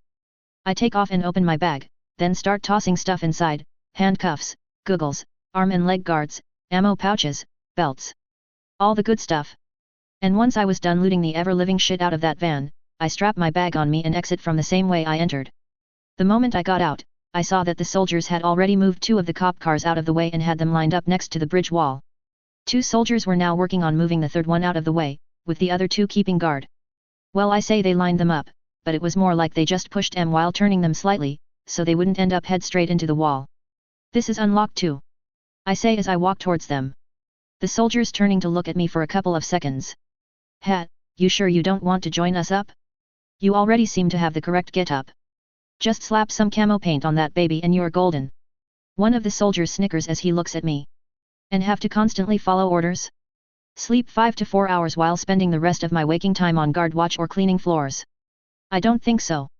And there's no way I'm ruining some good OL black clothes by slapping camo paint on them.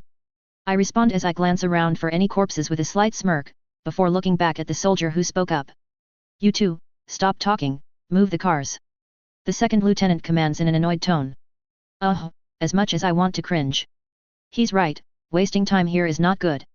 Let's move this riot van then, with the cars you have already moved.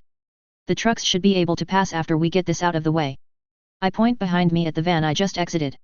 Somebody get to the wheel, the rest, push the van. The second lieutenant commands again. I nod slightly and turn around. And being closer to the van than the rest, I reached the driver's seat first. Not really in the mood to push. I glanced at the car's ignition switch as I entered, just to make sure that the keys were not there. A few seconds later, 3 soldiers walked past the now closed door and towards the back of the van. The second lieutenant stayed back in his spot, looking at the truck. And slowly, the van started to roll. Okay, let's see, the road to my right is a slight downhill, as the bridge is a bit taller than the road, so. I turned to the right, the van turning to face the road that led to the trucks and Humvee as it started to pick up speed. I also heard something slapping the back of the truck as it started to roll down the road. Next, get it out of the way. I casually turn the car to the left. And drive it right into an abandoned sedan. While obviously not having enough force to do any actual damage, I got jerked forward nonetheless. Pfft, hee hee. I open the door with a slight chuckle and look around before jumping down. Several corpses dragging their feet towards me, not that I'm surprised. This thing was heavy, so even at low speeds it was able to make quite the audible crash. You just had to be loud. Move back to the trucks. We're moving out. The second lieutenant shouts as he jogs past me, waving his arm to the soldiers behind him. I had a giant armored van, smashing it into something was the natural course of action. I say to pretty much myself as I start running towards the Humvee. And the moment I reached it, I opened the front door and entered the car. Okay, we should be able to pass the bridge, or at least this part of it. I say as I close the door, then turn to Saya. Only to find her staring at me with her mouth half open, an oh hell no expression written on her face. What? I ask as I tilt my head. You left for 3 minutes, and now you have even more stuff covering your damn head. She answers as she frowns. Hey, corpses can't bite through this. I give a light knock on the helmet as I start driving behind the second truck. With how thick-skulled you are, the corpses would probably fail to bite past the bone even without the helmet. Saya huffs as she folds her arms with a slight pout. They don't need to bite past bone to infect though, I'd still turn into a shambling corpse if that happened. I respond as I glance at her without turning my head away from the road, driving past the now open barricade. Saya, just looked at me for a couple of seconds. Must you take the fun out of everything? She sighs. So having a corpse biting my head is fun? I ask as I tilt my head. I didn't say that. Saya stutters as she frowns. Hey, Saya kinda sus. I'm thinking of keeping my headgear on from now on in safe zones as well. I answer with a slight chuckle. But, judging from how Saya narrowed her eyes and frowned even more as she leaned towards me, I'd say she was not very amused. You're an idiot. An original statement from Saya. The nerdiest one apparently. I answer as I chuckle. Just as Saya opens her mouth to speak again, her stomach grumbled, causing her to blush and back away. Stupid timing. Eating snacks for breakfast is not breakfast. She whines as she looks away. Hey, I lived on snacks before the outbreak for quite some time, your statement is null. I say as I glance to my left, looking at the river under the bridge that extended for what seemed to be an infinite distance. So you were an idiot before the outbreak too. Eating snacks as normal food is not good for you. Saya folds her arms and turns to me with a rather serious expression. Well, if I knew that I would end up here with you and Psycho by my side, I would have focused on taking better care of myself. Got nothing to say back. Saya smirks as she leans towards me, her arms still folded under her chest as she narrowed her eyes. Vinegar potato chips are awesome. I answer bluntly. Saya blinks at me for a couple of seconds, before wincing slightly. How can you like that? They're too sour, they're horrible. Saya backs off and turns her hand into a fist before placing her knuckles on her lips. Hey, if you don't like them, that's all the better. You won't steal them, so more for me. I respond with a chuckle. And Saya's stomach grumbled again. If I'm getting a response like this just by talking about vinegar chips of all things, I must be really hungry. Saya places her hand on her stomach as she lifts her shoulders slightly while she keeps looking away. Then get something to eat, it's not like we don't have any food. And just as I say that, we reached the end of the bridge, the trucks slowing down again. This side of the bridge was a bit more populated compared to the other side. The reason being, it didn't have an actual barricade on this side. Hey, they must have been stretched really thin if they really didn't cover both sides of the bridge. I say in a low tone as I keep looking ahead, the trucks slowly starting to move again. While in the meantime, Saya crawled back to the back seats to get her bag. And after some shuffling, I heard plastic ripping, and then crunching. Guess she had something to eat in her bag. As we reach the bottom of the bridge, we turn to the right, the trucks in front of me paving a path through the corpses that were strolling about in the middle of the road. Next target, the airport. Hey, want some? Saya asks as she brings her hand next to my face to my right, an energy bar in it. No can do, mask. I respond. Then take it off you idiot. Saya answers with a slight groan. Ha, nice try. I answer back with a chuckle. Your loss. She says as she pulls her hand back. With that, we continued in silence, if you don't count Saya's energy bar genocide. It was also not too long after, when we started to zigzag around roads, as the streets started to get worse by every intersection we passed. The roads around here look pretty wrecked. I speak up as I take a left turn while following the front truck. A lot of people would have rushed towards the airport when the whole thing started. I'm honestly surprised that the roads are even this drivable. Saya responds. I just hope that our dear camo tooting friends know where the heck they're going. I say as I glance at the buildings around us. Shops, and more shops. We actually stopped being in a residential area the moment we passed that bridge, but the shops around here look like they had been picked clean by a tough carry weight 9000 lone survivor. All of them seem empty inside, and whatever glass window or wall existed, is long gone. The roads around ain't looking much better, reason why we keep zigzagging on almost every intersection. And just as we kept driving forward, I heard a new soft moan from the back seats. One of the sleeping princesses got up. I turned to look to my right, only to see a pair of legs stretching from between the back seats, all the way to the front, next to me. The legs leading up to a purple-haired girl that had one arm over her shoulder and to her back. The other stretching towards the roof. She then let out another soft moan with her eyes tightly shut. Focus on the road, Nair. Without staring for too long at Psycho, I turned to look back towards the street. You, would be one horrible lookout. Saya speaks up with a slight huff. Psycho just responded with yet another soft moan, her legs retracting towards the back seats. And after a few seconds, I heard shuffling. Horrible, what? I hear Psycho ask with a sleepy voice. Look out. Guard. Watch. Saya responds with the same huff. You and Hitomi slept through literal explosions. She adds as we take what must have been the millionth turn on the road. Explosions? Did something happen? Psycho asks as her voice quickly loses its sleepy tone.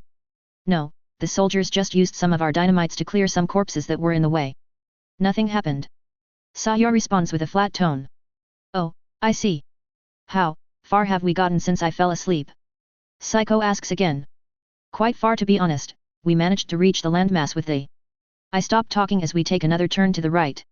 Airport. Psycho adds after me. Yet. I continue. No, Nair, look. Ahead in the distance, that building looks like an airport tower. Psycho leans between the two front seats as she points ahead. And, she was right. Up in the distance, I could see a tower. Oh? You're right. I do see a tower in the distance now. We must be closing into the airport. I say with a slight nod. And if you don't mind me asking. What are you wearing? Psycho then asks. Turning my head to glance to my right, I find her staring at me. The helmet. I ask as I give it a light tap. Psycho nodded back in response. Found it inside a SAT van while clearing a barricade at the bridge. I answer. I'm already armored up like a lobster, Psycho, should you really be surprised with this? I ask as I glance at her. Psycho brings her hand to her mouth and lets out a small giggle. I guess not. It does seem to be like something that you would wear. She responds with a smile. Then moves to the empty front passenger seat. Hitomi's still asleep. I ask. Yet, want me to wake her up? Saya responds. No, let her sleep. Until we reach the base by the airport the soldiers spoke of at least. I answer. Wonder how far it is from here. Psycho speaks up next as she stares at the tower in the distance. As weird as it sounds, don't think it's far. The trucks in the front seem to be doing a pretty good job of running over small groups of corpses that would otherwise block us. Only real thing hindering us is abandoned cars. I respond. Let me check something. Saya then starts shuffling about in the back seats. Check something? I ask. The map. She responds with a flat tone. And after a few minutes of silence. I see. Saya speaks up again.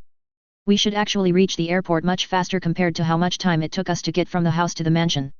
As the landmass we're on now is much shorter compared to the central one. Saya continues speaking. Explains why the tower seems to be this close. I say with a slight nod. And soon, I saw another sign which showed that we were closing into a populated area. An increase in corpses, not that the two trucks in front of me seemed to mind. What with them sending everything flying to the left and right. Nair. I have been wondering, what are you going to do after we get there? Psycho then speaks up, causing me to glance at her. Don't really know yet. Probably act according to circumstances. I respond. Hey, like? Saya asks from behind my seat. Well, for example. If they have already taken the airport back and are extracting people. I will check if we can get extracted to the same location that the third elementary school got sent to. Or check whether they know that a bunch of crazy mercenaries are blasting holes in their safe zones. Maybe I will see if I get us a better spot as payment for helping these guys. So, as I said, act according to circumstances. I answer as I tilt my head. I see. Saya responds nonchalantly. With that, we then kept going straight for 2 intersections, before the first truck took a turn to the left. And as the second truck and I followed suit, we found ourselves coming to an abrupt halt. Hey, why did we stop? Saya asks as she pops between the 2 front seats. This. I respond as I point ahead. A tall blue metal fence was up ahead, the top of it having a catwalk for a person to walk on, along with 2 giant searchlights on that catwalk. In the center, a giant hole. A metal fence that should have been where the hole is was a little further in on the ground. And, a crapton of dead corpses inside, as in, dead. Piles of them, most of them smoking like they have been burned. Deeper inside, I could see another fence like the one that was near us, except this one looked closed, and more importantly, there are people on the catwalk in the distance. I think. I say as I focus my sight towards the second fence in the distance. I see them too. Psycho responds. Are they? Before Saya could finish, one of the trucks flashes its headlights, and seconds later, one of the searchlights on the distant fence flickers on and off. Normal people. I say with a small nod. That gate is too small for the truck to pass. I add as I tilt my head, only to see one of the soldiers jumping out of the truck and running to the nearby gate, undoing the locks and folding the remaining part of the gate, allowing the 2 trucks to pass. After both trucks drove though, the soldier came up to me and motioned me to stop.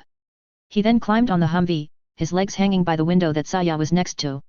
With all these corpses chilling on the floor, I'm not surprised he does not walk his way to the second fence. I turned to look through Saya's window at the soldier who was now sitting on our roof, Saya herself staring at her window as well. And the moment the trucks reached the second fence, 2 soldiers from the other side of the fence quickly opened it up, and motioned us to move inside. Well, holy shit, the place is actually not overrun. I say in a low tone as we slowly went through the second fence. The bridge that connected to the airport was to my right, a metal fence like the one we just passed through a little deeper into the bridge itself. Ahead of me, after a wide road that seemed to be a highway, was a giant building. But most importantly, in front of it was a giant yard, that was plainly put, overcrowded. Military cars driving about, disappearing behind the giant building through the narrow roads that it had on each side, soldiers running in formation, tents with people in civilian clothes. Overall, a lot of things, a lot of noisy things. Which explains why to my left, where the highway extended, was one giant metal fence that extended from one side of the road to the other, in total being about double in size compared to the one we just used. On our side of the fence, 4 soldiers with flamethrowers, on the other. A corpse barbecue party. Nice thinking, corpses are rather flammable if we go by how they turned into torches in that crashed bus when we fled the school. Light up one in a horde that has clogged together, the rest will follow. Just as we got close to the front yard, the truck stopped. The soldier then jumped off my car, and after giving the hood a quick slap, he turned to me and made a thumbs up motion. Well, we made it. Civilization. Yeep k fucking yay. I say with a half-joking manner as I point with my full hand at what I think was a drill instructor that was overlooking a bunch of exercising soldiers. Hey, at least he was not shouting how useless they are. Then, the soldiers from my team got out of their trucks and quickly gathered up in formation next to the first truck. That was fast, they have a general here or smithy. I stopped mid-sentence as I noticed the people they saluted. One, sure enough, looked like a high-ranking official, a clean iron suit with several badges, no helmet or beret on his head. And trust me, in the army, you don't take off these things unless you're eating or are outside in civilian clothes. Or are too high in rank to be affected by rules. But oh no, that was not what made me stop talking. That was because of the person standing next to him. And I just kept staring at that person. Until the soldiers, with a final salute, turned to leave with a quick pace. Saya. I spoke up again as I kept looking at the man. What? Saya asks nonchalantly. Does your father know any high-ranking officials? I ask again. Hey, what are you talking about? She asks as she leans between the 2 front seats. Well, he seems pretty comfortable standing next to that guy, he even makes the poor general look like a dwarf in comparison to him. I respond as I point at the tall, imposing figure that was standing next to the general. Saya looks at me, her eyes going slightly wide before she pushes her glasses with her fingers, quickly turning to look through the windshield. Papa! She then shouts, nearly bursting my eardrum. I didn't even realize how fast she opened her door, jumping outside and making a full sprint towards the tall man. Who indeed was, Soichiro. Papa! I hear Saya shout once again as I exit the car, Soichiro also having turned to look at the shouting picnet by now. And, holy crap, this must be the first time I've actually seen the guy being wide-eyed. With the door still open, I climb up to the Humvee's roof, sitting by the corner and resting one leg on the open door. Well, that certainly was a pleasant turn of events amongst the shit we've been pulling. I say with a slight smile as I looked at Saya, who was now pretty much stuck on her dad, who had his hand on her head. And as Psycho exited the car from her door and came over to my side. This is indeed a nice turn of events. She spoke up as she leaned her back on the doorframe to my left. In more ways than one. I add with a nod. We might be able to have a better bargaining position if Saya's parents are on our side, and they have a connection with the high ranks. I add up. Scheming something already? Psycho asks as she turns to look at me with a slight smirk and an arched eyebrow. Me? Scheming? What makes you think I would ever do such a thing? I answer with a chuckle as I tilt my head. Just a hunch. Psycho responds as her smirk turns into a one-sided smile. Actually, would you do me a favor and wake up Hitomi? I ask as I turn to look at Psycho. She responds with a nod before turning to open the back door and crawling inside. After Psycho disappeared into the car, I let out a sigh and closed my eyes. Then stretched out for a few seconds. That's one nice car you got there, Commando. And, I heard a new voice speak up as I stretched. Opening my eyes, I spot a woman looking at the Humvee. Purple hair, tanned body, eyes a light shade of red. Wearing black combat overalls that she had left unbuttoned on the chest region, a white shirt underneath. One hand next to her face, a cigar between its fingers. Yet, it was pretty obvious who this woman was. Well shit. Rika Minami in the flesh. Do the surprises ever stop? I tracked her eyes, to see that she was looking at the Humvee's license plate, before she looked back at me.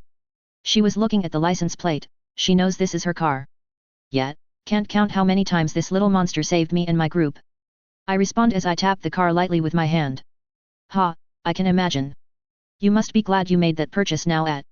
She responds as she takes a puff from her cigarette. Purchase? Do I look that old? Then again. She can't see my face to make out my age. And as a foreigner, I am relatively larger than the common Japanese man. Though, I would suspect my Japanese pronunciation must be as good as a drunk UK man speaking American English. No purchase. The car's not mine. I respond as I tilt my head. Causing Rika to arch an eyebrow as her lips curved to a very slight one-sided smirk. And who does it belong to? She asks as she places her cigarette on her lips. I don't know, to be honest. A friend of a friend. I answer. From one of the two that are inside the car. Rika asks as she glances through the windshield. No, she's not with our group anymore. As I answer, I see Rika's smile slowly disappear. Oh shit, wrong wording. She and the other half of my group got already extracted. Third elementary school, a couple of days ago. They were the ones that informed us of the next extraction point. That turned out to be a dud, so we ended up here instead. I continued speaking, Rika stayed quiet. She is, or was the nurse in my school. Kind of an airhead for her age, to be honest. But she got us to the house where she and her friend stayed, that's where we found this car and the guns we used for some time. I add as I bring my hand to the back of my neck. To put it plainly. We owe her and her friend one giant fucking favor. Pardon my French. I add up as I keep looking at Rika. I've heard worse. Rika answers as she stares at me with a rather intense stare. Marikawa. She then speaks up, her stare still fixated on me.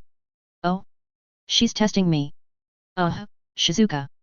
I respond as I tilt my head slightly. And Rika's expression instantly turned a lot more mellow after hearing my answer.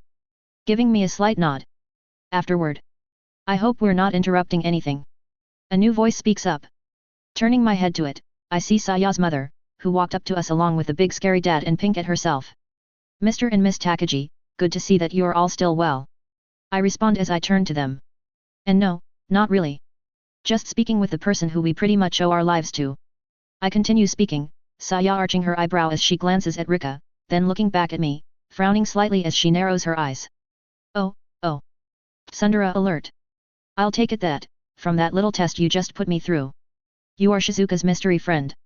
I ask as I turn to Rika, Saya blinking at me like a fish before looking back at Rika herself.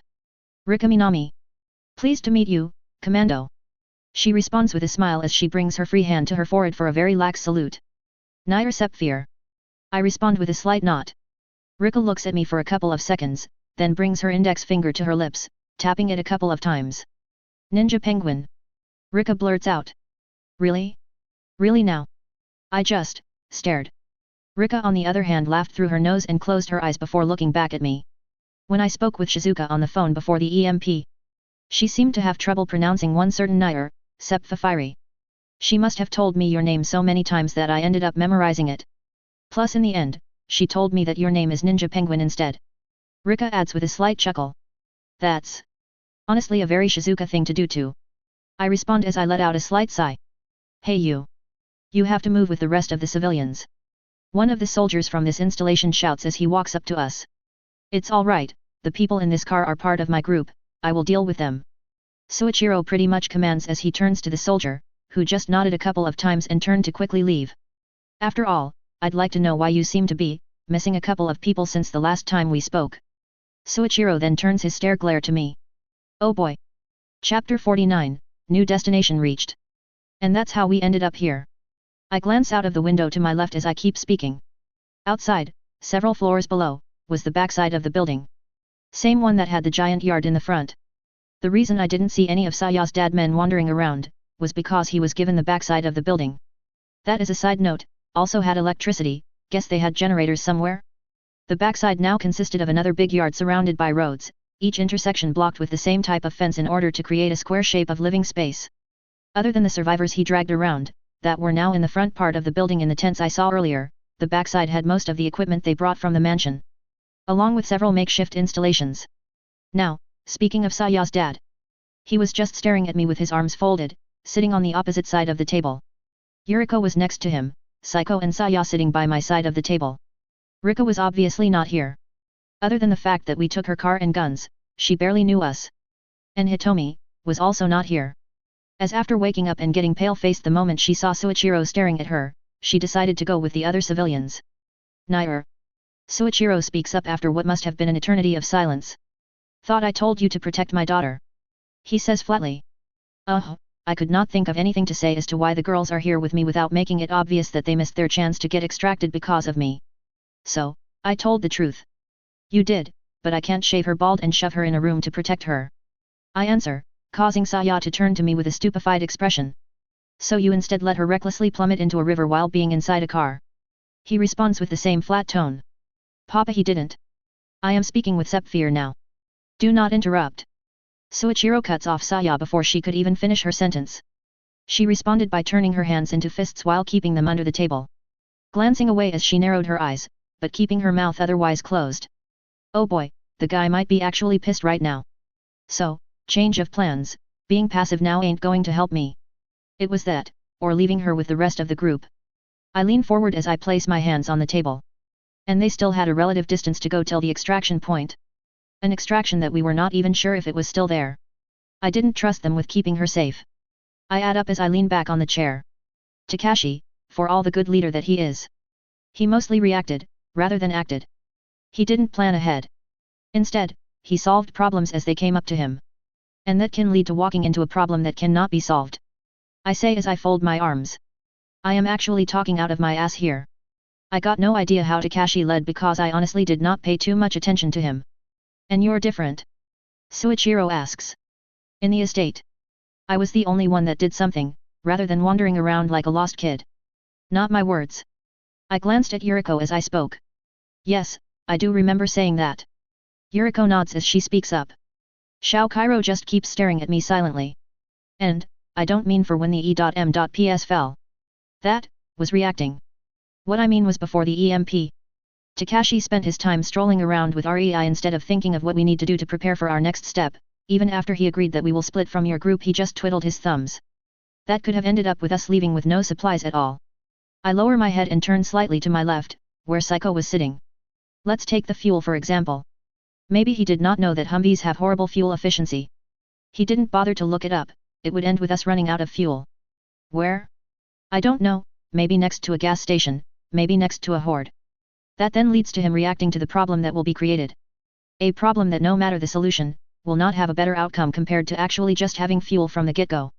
I keep speaking as I raise my head again. What if the extraction was a ruse to attract unwary survivors? While it's highly unlikely, it's a possibility.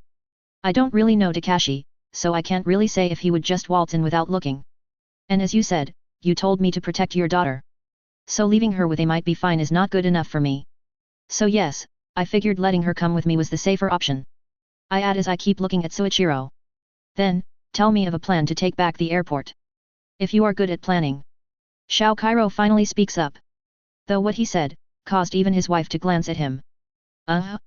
What? Are you for real? What does that have to do with anything? Fuck it, let's see. What resources do we have? I ask back. 2 jeeps, 1 truck, a handful of men. He answers. So, I always sucked at RTS games, but whatever. If we can use absolutely nothing more. Before you enter the airport, somebody with binoculars will scout the airport, see where they keep the jet fuel and where most corpses are congregated at. If they have fuel barrels, take the truck and 1 jeep, with all the people but 1 in the truck, so they can quickly get the barrels inside the truck. Then, place the barrels in the middle of the airfield and punch holes in them, keep 1 barrel in the truck. After that, jam the jeep horn and leave it by the barrels. While you are leaving, make a trail of fuel with the last barrel. Once enough corpses have gathered up, light it up. We lose 1 jeep, but just in case the barrels don't explode, the jeep will. The sound will get what corpses were too far to go right into the fire and burn themselves to a crisp. I tilt my head as I stop talking. If it has a truck instead of barrels, same deal. We just don't lose the jeep. I add. What if we don't want to lose the jet fuel? Suichiro answers. Then drive around the truck with a few men holding flamethrowers in the back. And light the corpses up as they gather behind the truck. Corpses are flammable, the army seems to realize it too. If they gather into a horde, they will just lightly themselves up. If the higher UPS want the fuel, then they can at least give up a couple of flamethrowers. I responded. What about the building itself? He asks right after. Most airports have a lot of giant glass walls, shoot them till they break. Then gather all cars in one spot and make as much noise as possible. With the windows broken, most corpses that are not stuck will follow the noise and either fall to their death, or end up in the field. Once there, shoot them or burn them. After that, move 45 degrees on the side of the building, from north to either west or east for example, and repeat the process 4 times. Until you come full circle. Then, 1 team with heavy armor or some sort of shield will enter from one side and clear out the insides room by room. Armor or shield would be preferred because they might end up with corpses next to them in tight corners or behind closed doors. I answer. Why are we doing this again? Oh right, because Saya came with me into the river. After a few minutes of silence. I've heard worse. Suichiro speaks up. Why, thank you very much. If you can do better, then be my friggin' guest. I'm not supposed to be a better planner than a seasoned military official. Just better than Takashi. I responded with a flat tone. I know exactly what and why I'm asking you. Suichiro answers as he slowly gets off his chair. I need to make sure that you are capable of taking care of my daughter. He adds up. Then walks towards the door behind me. By taking over an airport command and conquer style, we are still considered to be a family of certain influence. We do have certain expectations out of the man that our daughter seems to be so keen on following around. Saya's mother speaks up with a smile as Suichiro leaves the room. I can follow whoever I want to. Saya responds with a low-tone whine as she folds her arms, lowering her head and glancing away from her mother. Yuriko responds with a small chuckle as she looks at her daughter. Sorry for taking part of your time, we have prepared rooms for each one of you. 3rd floor before the top floor, there is also a bathroom there with hot water. I take it that with the electricity out, you had to resort to cold water so far. Yuriko adds as she leaves 3 keys on the table. Not really, Nair can be rather resourceful. Even on meager tasks like having hot water. Psycho responds with a slight smile. Meager till somebody catches a cold, and ends up sneezing next to a horde. I say as I take the 3 keys. Yuriko just giggles slightly as she gets up. I won't take any more of your time then. She adds as she also starts walking towards the door. Only to stop and turn around. Oh, and, about your car. The keys stay with me. Except if Rika wants her car back, can't do much about that. I cut her off. She nods, then leaves the room. And, we just stayed there, for a couple of minutes, silent. Well, that was weird. But hey, still got all my parts attached. Sue, let's go? I ask as I get up and glance at the girls, both of them nod and also get up. With that, we also exited the room and turned to head to the first flight of stairs to our left. Then, headed up, towards our designated floor. You know, they say top floors in tall buildings shake like crazy during an earthquake. I say nonchalantly as I keep walking up the stairs. If we get an earthquake while we are up there now, I'm seriously going to kick you out the damn window. Saya responds from behind me. Hey, don't shoot the messenger, I'm just stating the facts. I answer with a slight chuckle. You said it, so now you jinxed it. Saya responds with a slight huff. Maybe I should ask that you get a room on the lower floors then, just in case. I answer as I glance back at her. Idiot. She responds as she narrows her eyes with a pout.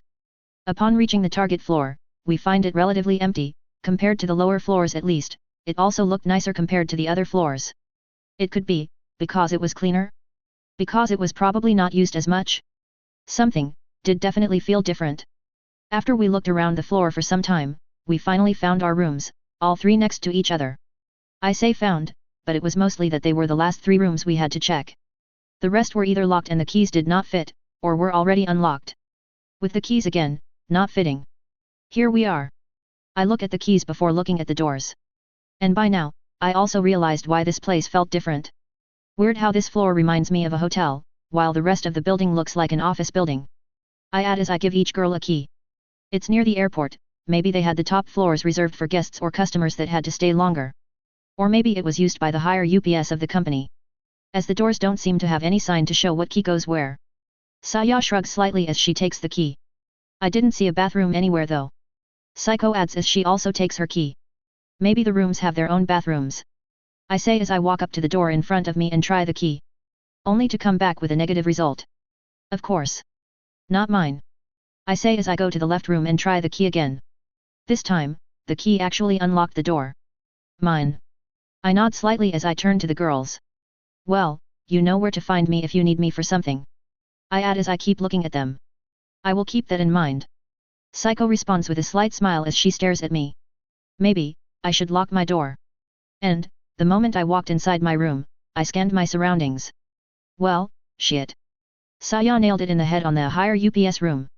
Other than having the airport in full view on the giant, tinted window pane ahead of me. A double-sized bed with a small stand to my left, a lamp and an ashtray on that stand. On the wall opposite the bed, and to my right, a giant TV. Next to the TV, towards the deeper part of the room, a door. Next to that door, a desk that was placed in the corner between the wall and the glass window wall. A laptop with its lid open on the desk. Sadly, the screen looked as dead as ever. I take it this is the bathroom. I walk up to the only door in the room and open it. The bathroom coming into full view. Nothing too crazy. But, I'm filling that tub, because fuck it. I want to chill in the tub. Question is, do I have clothes to change into? I let out a sigh as I realize that I don't have my bag and will have to walk all the way to the bottom floor and get to the car in order to get my clothes. I exit my room and lock it. Then go to the next door and knock on it. Yay! Close the door, you pervert. I hear a girlish shout from inside. The door ain't open. I respond as I tilt my head. Only for several seconds later to see the door handle move, the door staying closed. Oh. You're right, it's locked. The voice replies. Increasing my urge to facepalm. I didn't get my clothes, need anything from the car, Saya?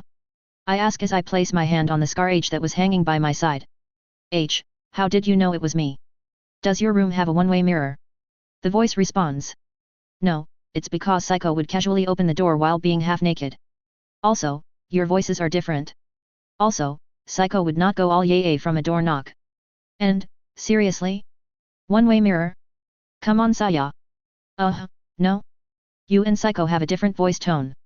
And you can check my room if you want. Hell, we can change rooms if you don't believe me. I respond as I fold my arms. No, it's okay. Saya replies. So, need anything from the car? I ask again. No, I got my stuff in my bag. Saya replies with a much calmer tone. Alright. I nod and head towards the third door. And the moment I knock on it, the door opens. Psycho almost instantly walking outside in her normal attire. I do need some stuff from the car, mind if I come with you?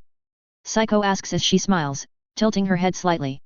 I just shrug and motion her to come along. Somebody's been eavesdropping, hey? Sneaky Psycho is sneaky. Yet, before we even managed to take a step, Saya exits her room, also in her normal clothes, minus the white jacket. I forgot that I forgot something in the car, I'm coming as well. She flatly declares as she closes her door behind her. What did you forget? I ask as I arch an eyebrow. Something. Now move your butt. Saya responds as she places her hands on her hips before leaning towards me with a pout. My, if I didn't know you any better, I'd say that you're actually coming because of Psycho. Maybe you actually like her more than me. Hat. I hold myself back from chuckling and start walking towards the stairs. By the way, Nair. As we started walking down the stairs, Psycho spoke up. What's up? I ask as I keep walking. When are we going to spar again? Psycho asks in a casual tone. Oh, hell, nope. When having broken bones ain't going to be a risk to my survival. I respond with a deadpan tone. As inside a safe zone for example. She asks again. Not denying that you are going to break my bones, hey. When I won't have corpses staring at me from the other side of where I'm standing. For example. I answer. Psycho just responded with a soft hum. What's the problem, afraid you'll get your ass kicked again? Saya asks with a grin as she turns to me. Yes. I answer with the most deadpan voice I can muster. Chicken. Saya adds with a huff as she keeps staring at me with that shit-eating grin. Not wanting to end up in a hospital makes me a chicken? Hey, you must really like guys like Junota then. I answer, causing Saya's face to instantly turn sour. Ew, no. How can you even link what I just said to that flip-flop wearing tard? She says with a frown, tilting her upper body away from me. No sense of self-preservation? He would pick any fight that came his way. I answer with a slight shrug. That's completely different. Saya responds as she folds her arms. Nope. I add right after her. Yep. She adds back. And just as we finished that exchange, we reached the bottom floor. Besides. I turn to look at the girls as I take a silent deep breath. Cuddling over breaking my bones any day. I add with a slight shrug. Both Psycho and Saya taking a heavy blush in the next couple of seconds. Why, you're not supposed to say crap like that out loud, you idiot. Saya starts glancing around us before tightly folding her arms under her chest. Psycho just turned to look away with her head slightly lowered, the middle phalanx of her index finger covering her lips. Well, this scene is cuteness overload, so I'm not complaining. But are they really this embarrassed over the word cuddle? Especially since one certain purple-haired samurai does not seem to mind walking around me half naked. And speaking of that samurai, I do not want you to despise the time you spend with me. So I do not mind trading our promised spar for something that we will both enjoy. Psycho speaks up as she turns to look at me. We promised to spar. I ask as I tilt my head. Yes. Psycho replies almost instantly. After our first spar, at Saya's house. She adds. Why, I don't remem. You hit your head pretty hard back then, it probably slipped your mind. Psycho cuts me off. $5 say that she was actually thinking about this, instead of actually being embarrassed. We have stuff to do. Stop wasting time. Saya, with a groan, quickly walked up to me and turned me around, then started pushing me forward by pushing my back. Why so embarrassed? I ask as I start walking towards the exit, Saya still pushing me. Shut up. She hissed with a low tone. She's not denying it. After we got out of the building, and Saya finally stopped pushing me, we headed to our parked Humvee. And, the moment we got near our car, I realized that a person was sitting on the hood. Is that Hitomi? I ask as I tilt my head. Think so. Psycho adds right after me. Of course she would not just leave. Saya mumbles as she folds her arms. Once we got near, Hitomi spotted us, lifting her arm and waving at us before sliding off the car's hood. Something wrong? I ask as we get near. Hitomi shook her head. No, I wanted to thank you. I left without saying anything back there because it seemed that the matters you were talking about were personal. Hitomi responds, then makes a slight bow. Really? Because it looked to me that Soichiro just rolled a +20 crit terrify on you. Don't, we made a trade, remember? I answer as I fold my arms. Oh. Hitomi lifts her upper body and glances at me before starting to awkwardly glance around. Now she's making me feel bad. But you're welcome anyway. I add after a few seconds. We then spent a few awkward minutes standing there. Well, let's do what we. Hey? Well, I'll be damned, it is you. Before I could even finish my thought, I heard a new voice speak up.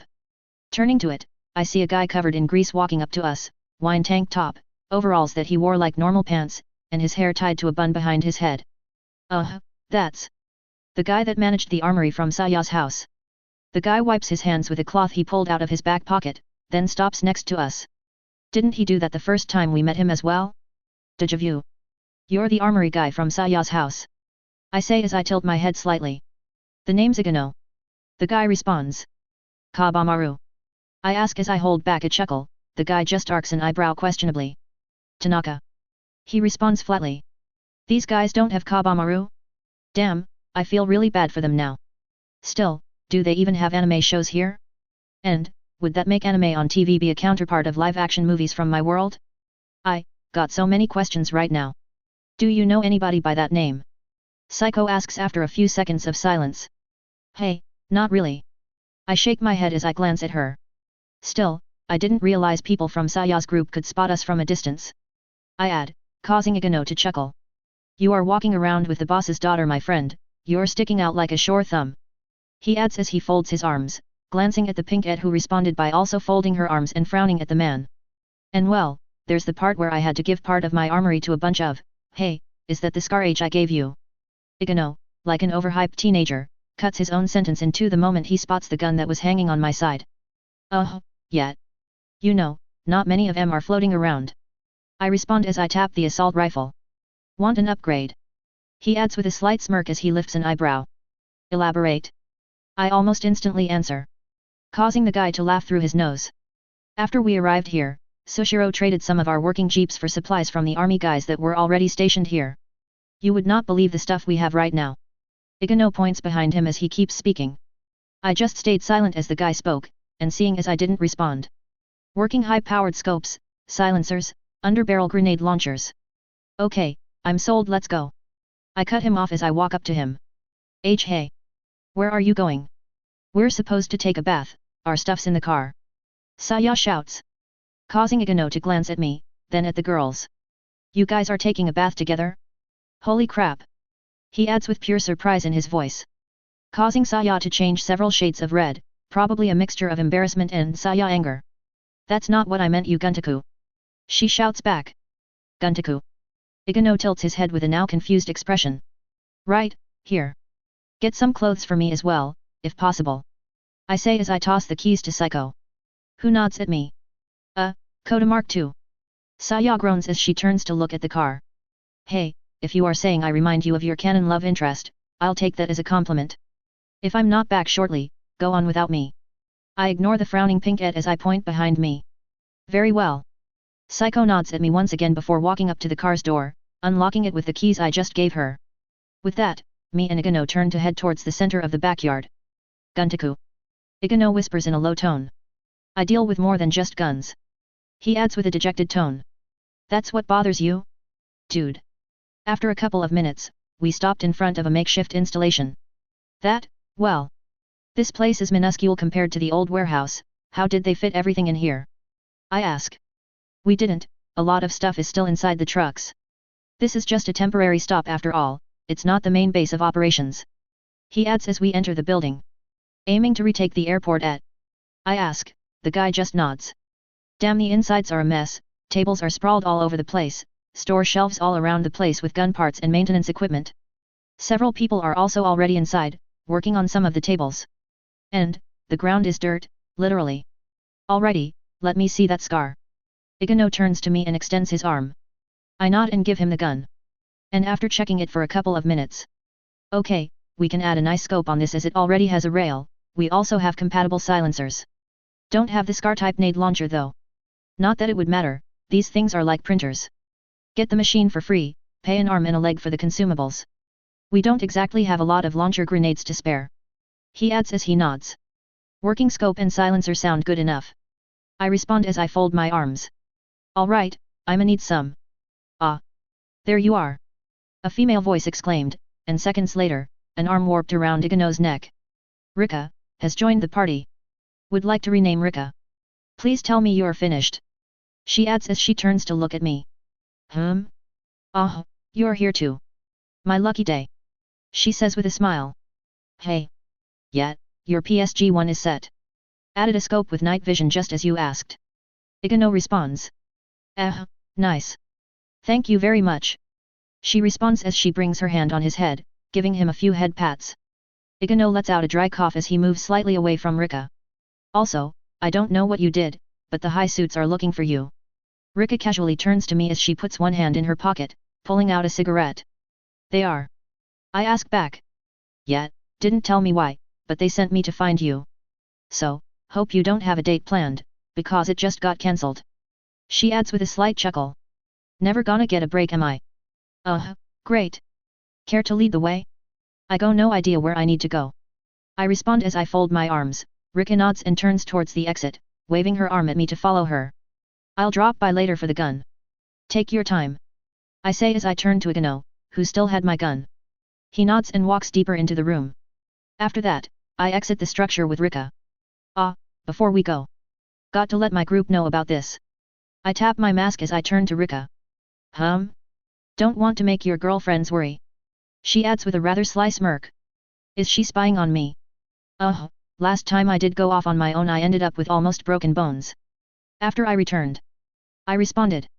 Rika just nodded with a chuckle. Where to then, Commando? She asked. Your car.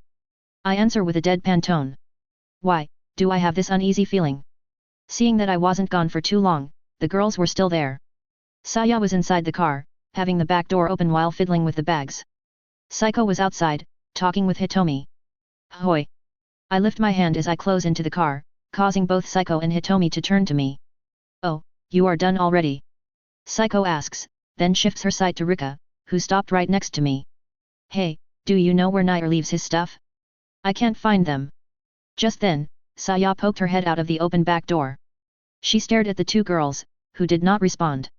Before turning her sight to where they were looking at, aka me. Or, well, Rika. Saya blinked a couple of times, then narrowed her eyes as she turned to glare at me with a frown, her face taking a slight shade of pink. I get the feeling they don't like Rika around me. But they didn't mind Hitomi? Then again, Rika is a bit more, developed. In more ways than one. Apparently Saya's dad and the commander, or whatever he is, are looking for me. I'm letting you know, since last time you gnawed at me for not saying a thing. I speak up, trying to ignore the obvious stares. Where are they? Saiko asks flatly. Top floor of the main building, ask any uniform in there and they will tell you the way. Rika responds. I will meet you there then, I need to get some things from my room first. Saiko answers before she turns to walk towards the main building. Do I need to put a damn leash on you? Saya asks as she exits the car, locking it in the process, then turns to also follow Saiko. Leaving me, Rika, and Hitomi. Well, take care Hitomi. If for some reason, I end up flying through a top-story window, you can have your sword back. I say as I glance around, then turn to also head towards the main building. Hitomi staying by the car without really saying anything, looking as confused as ever. Your purple-haired friend is one scary gal. Rika puts her finger on her lips as she glances at me with her eyebrows slightly raised. Felt like she wanted to cut me into fun-sized bits just from the way she was staring. She adds as she brings the hand that was on her lips to her neck, scratching it lightly. She did. I ask as I glance at her. Yab. Trust me, it's the silent ones that are the most dangerous, I could feel her killing me just from the way she was looking at me. She answers as she turns to look at me while folding her arms. Not very far apart from what she would be actually capable of doing. Just add that she might end up sexually harassing you while she's chopping you to bits. What the fuck am I thinking about?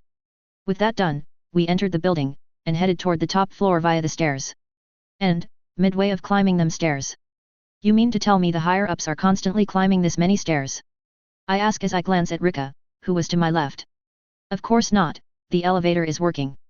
Rika answers flatly. Then why are we? Executive personnel only. She cuts me off. Of course. I groan as I shake my head. Don't tell me you're tired. I'd expect more stamina from the guy that's traveling with two pretty girls, in a car full of condoms. She adds, with one hell of a smirk. The who what now? I ask as I dart my head to her. She responds by pulling a pair of keys from her pocket, dangling them near her face. I always have 2 sets of keys, car included. Figured I'd get the packet of cigarettes I left in my car. But, boy. Cigarettes, I did not find. She says as she starts chuckling. If I'll tell you that they were not used for their normal purpose, will you believe me? I ask as I bring my hand to the back of my neck. And what did you use them for then? She asks, slight sarcasm in her voice. Gun barrel protection from rain and dirt. I respond flatly. That is actually quite smart. She answers as she tilts her head slightly. Thank you, Koda. So, you were left alone with the two girls that got all grumpy just from the fact that I was standing next to you. And you did absolutely nothing? She asks as she arcs an eyebrow, a wide grin on her face. Yes. I answer flatly. Of course. She responds as she turns to look through the window to her left with a chuckle. If she was not sarcastic before, she was now. Don't worry, your secret's safe with me. She adds as she turns to look at me with that same grin. But, I got no secret. Still, how did you even manage that? She asks after a few seconds. I just turn to her and tilt my head questionably. These two seem like total firecrackers. I'd expect they would try to eat each other out instead of playing nice. And not the fun type of eat. She adds with a slightly arched eyebrow. Judging from Shizuka's island dream. I'm getting the hunch that you for one, know very well, how to eat somebody the fun way. And I'm thinking of weird crap again. God, I swear, Rika's rubbing off on me the wrong way. You know. Somehow. I respond as I raise both shoulders. Rika just responded with a hum as she narrowed her eyes at me with a grin. Don't you hum me, damn it. I really did nothing. And so, with a steady pace, and Rika grinning at me, we reached the top floor. Finally. I groan as I go over the last step. Hey, what are you doing here? And a fully decked soldier walks up to us almost instantly. The higher-ups asked from him. Rika answers casually. I see, go take a seat then, they're in the middle of a conference right now. Nobody goes in. The soldier points behind him, towards a couch placed back to back with a giant window pane. And that's, rich and high-standing people in a nutshell. They don't give a fuck whether they are being a nuisance to other people, drag me here to wait, while they're doing other crap. I understand they're probably working overtime to set some order, but geez. And so, I take a seat. Then turn to look at the window behind me, the bridge that led to the airport in full view. Wonder if the planes are still functional. Somewhere in the Ark Island. Hentai Island. You get the point. Who's a good girl? Who's a good girl? Who's a yud URL? The big grey wolf responded to the retrade baby talk by rolling about on the ground, her tail pretty much a blur from how fast it was waving. Wait, who's talking? Shit. Hey, there. You're probably wondering what's with the Deadpool section right about now. Well, you know that we reached second place in followers some days ago? Yeah, that's some weird crap right there, considering that I started this because I got weirdly overhyped by rewatching Hot, and decided to write a small chapter amidst the hype to get better on my spelling amongst other stuff. Saying I expected it to last this long? Is one big understatement. Anyway, that's not the reason I'm here. Those of you that saw the summary probably realized I was doing something extra on DeviantArt during the last week. Well, it's finally done. Take it as a present for reaching second place. Sadly, considering the time I wasted on it, the outcome is rather lackluster. But not touching a pencil for 3 years can do that, I suppose. So, without any further delay. If you're interested in looking it up, and as this place hates links with a passion, look up, DeviantArt SEREO66, the thing is called Psycho, Saya, Nair. Very original, I know. Now, where was I? Oh, right. Who's a cute grill? Bark. Chapter 50, Afterburner. You know. I don't know whether I should be surprised, or sigh at how comical this is. It has been a few minutes since we entered the conference room. We as in Rika, Saya, Psycho, and me. On the opposite side of us, sitting by a set of tables that created an arc that extended to about half the room, 3 people. Saya's dad to my right, the from the burning mansion to my left, and the Lots O Metals general that was responsible for this establishment in the center. I know I should not judge a book by its cover. But the general in the center, he looks like a fat guy straight out of an NTR game. Come on Nair, don't badmouth the guy. He might not be so b. Is this some sort of joke? These are the people that helped you. It's just a bunch of kids. The Lots O Metals general scoffs. And he's an ass. The moment the general finished his sentence, I reflexively glanced to my left to find Saya glaring at the man, her eyebrow twitching slightly. Right, Saya really likes being called a kid. And he just had to use these words. Did we get called here just so somebody can voice his displeasure? I ask. The general narrowing his eyes with an obviously displeased look. I have 2 people here in relatively high standing, telling me that you provided some valuable assistance. Yet, all I see is an insubordinate boy and 2 high school girls. The general responds as he keeps staring at me. Sir, we're in the middle of a very important operation. I would not have mentioned them if I didn't think they were up to the task. The M General calmly speaks up as he turns to look at the grumpy OL General. I'm not one to mince my words, General. That boy, as you called him, is the reason we managed to leave my estate, instead of having to flee from it. Soichiro adds with a stern look. I should be happy that these two are backing me up right now. But, task? I really don't like the sound of that. The general lets out an exaggerated sigh before folding his arms. I will give you two options. 1. You will go with the infiltration team into the airport. 2. You will hand over all of your equipment to us. The general states. Like hell I'm giving you my stuff, you fat ass. When are we leaving? I ask. Trying to hide the sarcastic tone that I really wanted to take. You are leaving in 10 minutes. I was only informed about you, not your friends. He responds as he turns to look at Psycho, then Saya. Not even trying to hide where he was staring at. Damn, he even acts like an NTR class old man. What's next? He will take care of the girls while I'm gone. I was also rather surprised that the girls did not speak back, though they both didn't look too chirpy right now. Fine, but they keep their equipment as well. I respond. You are not in a bartering position here, kid. The general leans back on his chair. I'm not bartering. Nobody is touching my, or their equipment. I respond as I also fold my arms. I don't think you. General, need I remind you that these people are under my command? I agreed to help with your operation. But I'm to decide whether their equipment gets taken or not. Soichiro finally speaks up. And the fact that he passed the general for about 2 heads in height, made it look like he was staring down at him now. Wait, we're what? You never mentioned you had a military-grade Humvee, Mr. Takagi. The general retorts as he turns to look up towards Soichiro's face. Oh, that would actually be private property, Mr. General. My, private property. Rika brings her hand to her temple for a salute as she speaks up. You cops don't even know how to present yourselves correctly. The general turns to stare at Rika now. Damn, this guy is insatiable, and he's staring at somebody's boobs again. My apologies, General, but I'm no soldier. Rika responds as she makes a slight bow. Though, I could see her pursing her lips, as if not to chuckle. Just get going. We wasted enough time on this. The general makes an annoyed eye roll before making a shoe motion with his hand. Good fucking riddance. We turned around and left the room, then walked down the hallway until we reached the couch we waited on before. That old fart. Saya stomps her foot on the ground before plopping on said couch, folding her arms with one hell of a frown. Easy there, he might hear you and label you a spy, then demand to do a personal pat-down on you. Rika responded with a slight giggle while folding her arms under her chest. Both Psycho and Saya turning to stare at the tanned woman. What? Don't tell me I was the only one who noticed where he was constantly staring at. Rika adds as she pushes her chest up with her folded arms. How did that guy end up in such a powerful spot anyway? I ask as I glance towards the airport, half trying to change the subject. I was pissed enough at that ass as it is, didn't need more reasons to want to pass a blade through his spine. Right spot at the right time. Rika answers flatly. Well, he's a creepo and I don't want him anywhere near me. Saya adds with a frown. While he is certainly not among the people I would rather spend time with. That is not what actually bothers me right now. Psycho speaks up next, then turns to lock her eyes on me. You do realize that he is just trying to lower his own casualties by sending you there instead. She adds up. If he believes what Saya's dad and the M General told him about me? Possible, but there ain't much we can do about it. Shorty Fatty here is the head honcho. Picking a fight with him, will go south for us pretty fast. From taking our equipment, to being moved to stay with the rest of the civilians. I respond as I shake my head, then turn to look at Saya. And it would also leave your dad exposed.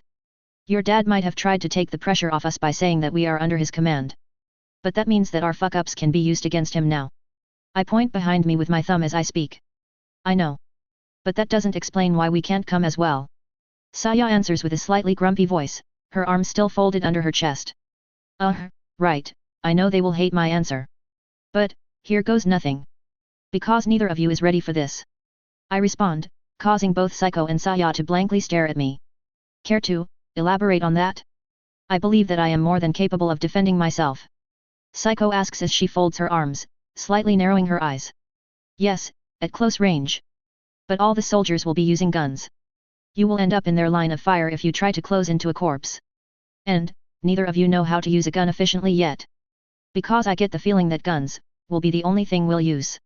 I respond as I glance between the girls. Psycho turns to look away in response to my answer. Saya just stared at me with a glare pout while still sitting on the couch. Don't worry, I'll make sure to return him in one piece. Rika then speaks up, placing her hand on my shoulder.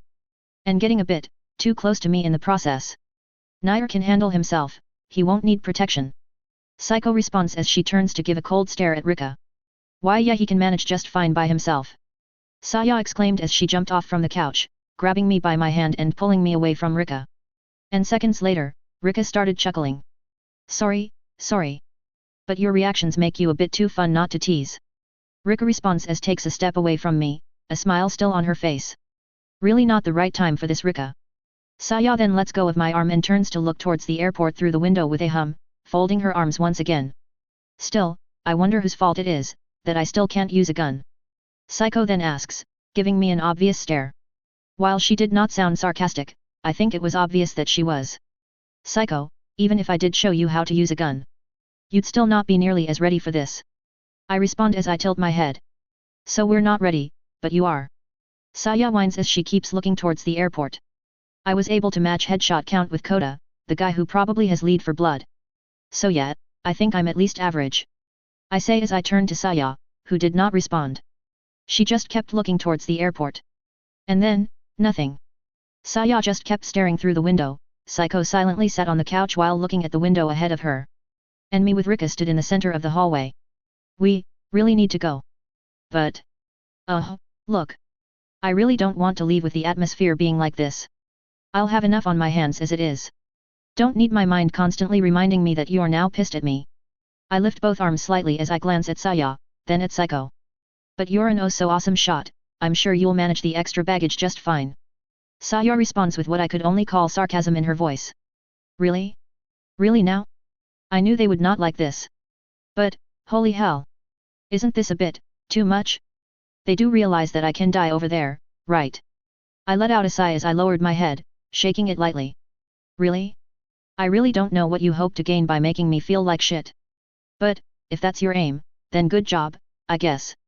Maybe going into a fight while wanting to blow something up is better than going in serene. I turn to my left and start walking towards the stairs. I need to head to my room to get the rest of my stuff. I say as I keep walking, not waiting for a response. I hope we will blow this fucking airport up. Because I really want to light something up on fire right now. After reaching the floor with my room, I make my way straight to it. Don't need the bag, take the sword. I say to myself as I enter the room. Also ask Igano for magazines. I add as I grab my sword, then check my handgun to make sure it was still in its place. With that, I turn to leave the room.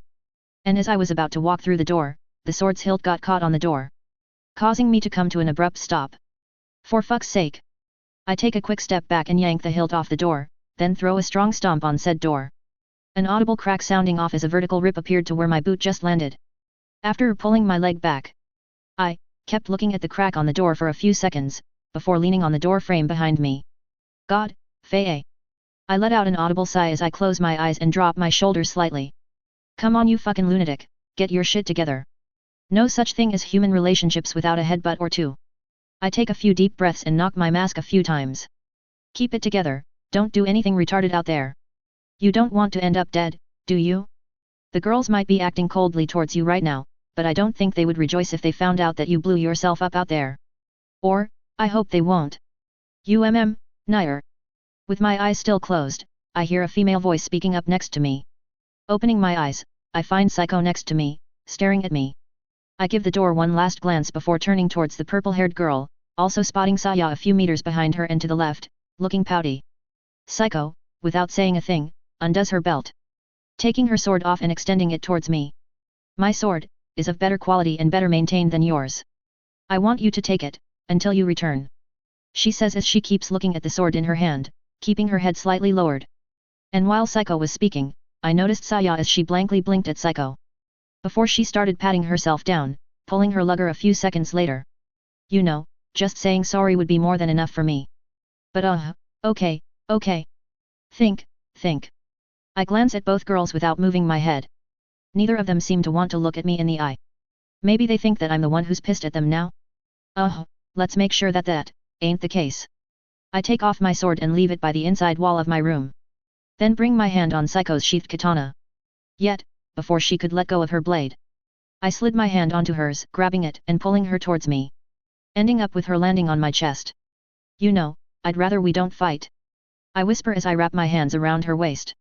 Psycho stood still for a couple of seconds, before she started nuzzling her forehead on my chest. Which, I reckon must not feel very nice, as I'm wearing the bulletproof vest right now. She then lifts her head to look at me. It is just. I know how reckless you can be. And letting you go alone, it makes me feel uneasy. It scares me. She responds as she lowers her head again. Hey, I told you once before. I'll tell you again.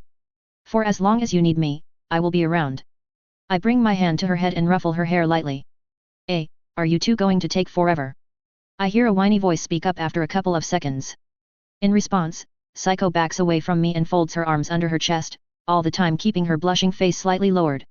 I then take a few steps out of my room as I fix the Psycho's sword on my belt, and by the time I lifted my head, Saya was in front of me.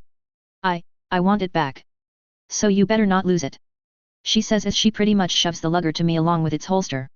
Saya type apology, 10 out of 10. Sorry. She whispers as I take the gun. I didn't mean to say that to you. I was just angry at the whole situation and lashed out at you. Sorry.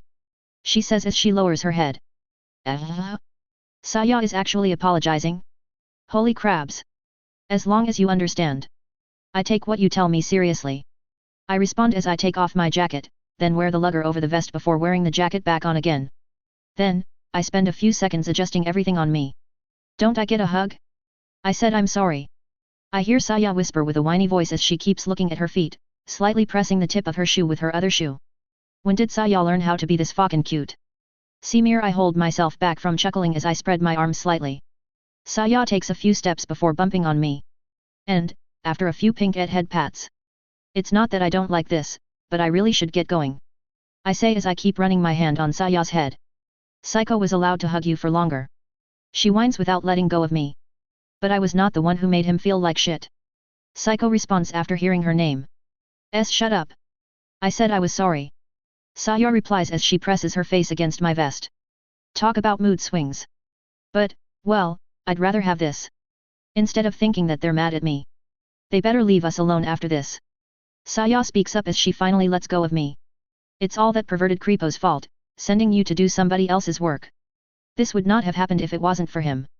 She adds up as she takes a few steps back, folding her arms.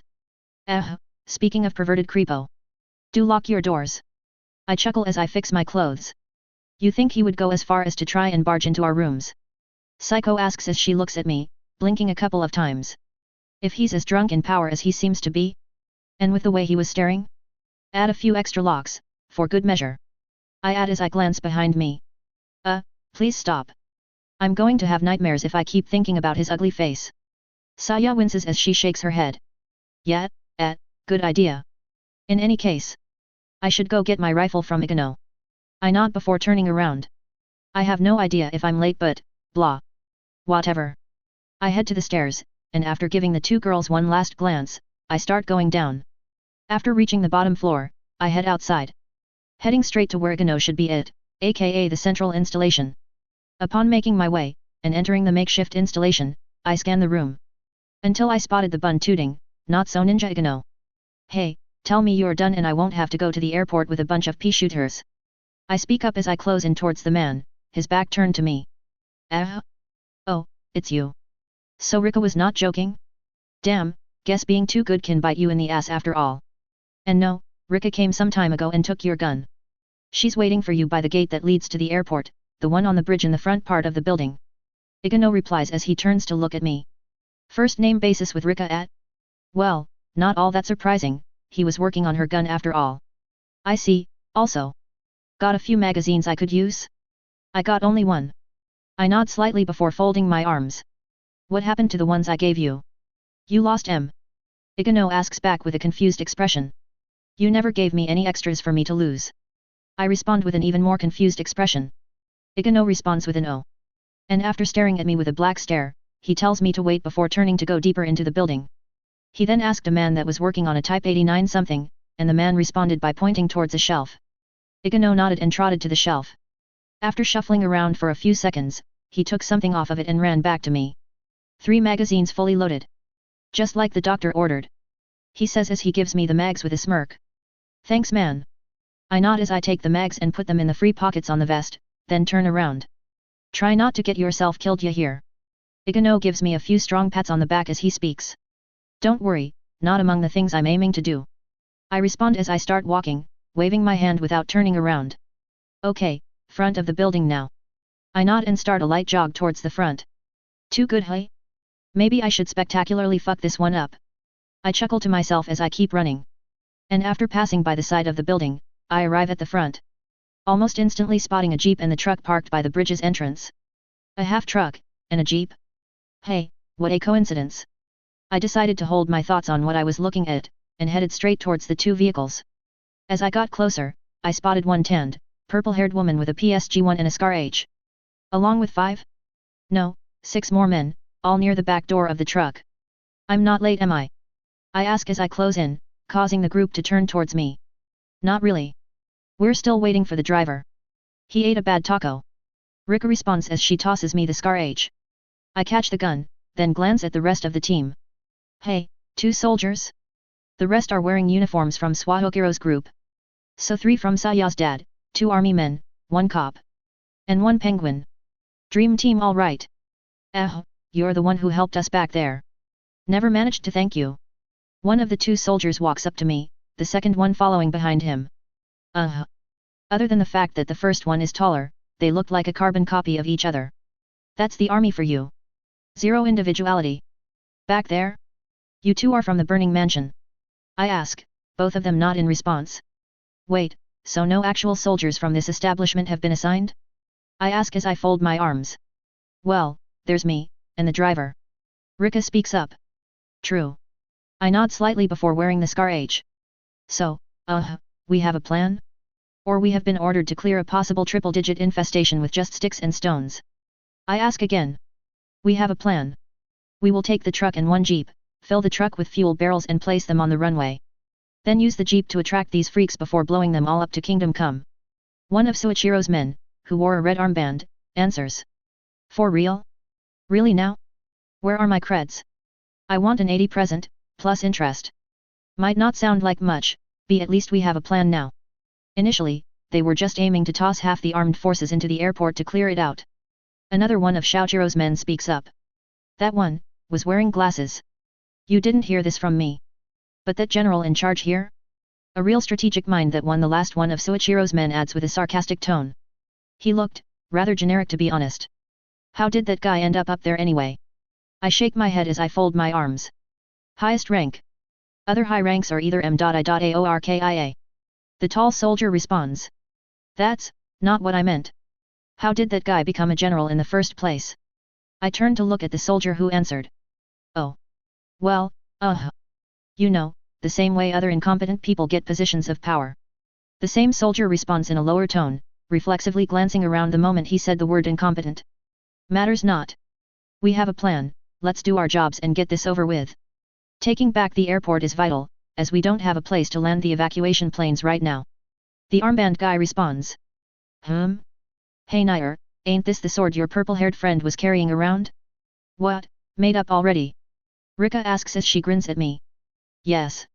I answer flatly. Ha. Good to see that they decided to listen to me. She responds with a chuckle. What? I ask as I tilt my head. And just as I finish my question, another soldier runs up to us. Sorry for the delay, that damn taco.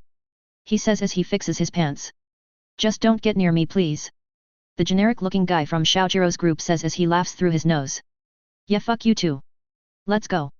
The taco soldier responds as he gives the laughing soldier the finger. Making a beeline for the truck's driver's seat. Okay, I will be driving the jeep, the rest, get into the truck's box. The armband-wearing man glances at the other 2 men from his group as he also starts walking towards the jeep. Okay, so. We got, armband dude, glasses dude, generic dude, tall dude, short dude, Rika, and taco man. 10 out of 10 naming skills. With that, the rest of us enter the back of the truck. With me sitting next to the exit. Careful not to fall off, we're leaving the doors open, Rika adds as she sits on the opposite side of me. I nod back in response. Oh dude look, 2 hot chicks are staring at us. The generic dude says as he nudges glasses dude, who was next to him, with his elbow. Something tells me that. Hearing the generic dude, I turn to scan around the front part of the building and its adjacent road. And true enough, one twin-tailed pinkette, and one purple-haired samurai were staring towards the truck. I raise my hand towards them, they respond by also raising their own hands. Wait, you know them? The glasses man asks as he looks between me and them. Yet. I answer. Know them? He was traveling in a car full of condoms with them. Rika adds, her face seemingly looking like she was trying to hold her breath. Oh, hell no. Wait. One of them is the boss's daughter. The generic dude adds as he squints his eyes, while at the same time, the truck started to move, going past the now open fence. Oh, double hell no. Wait, really?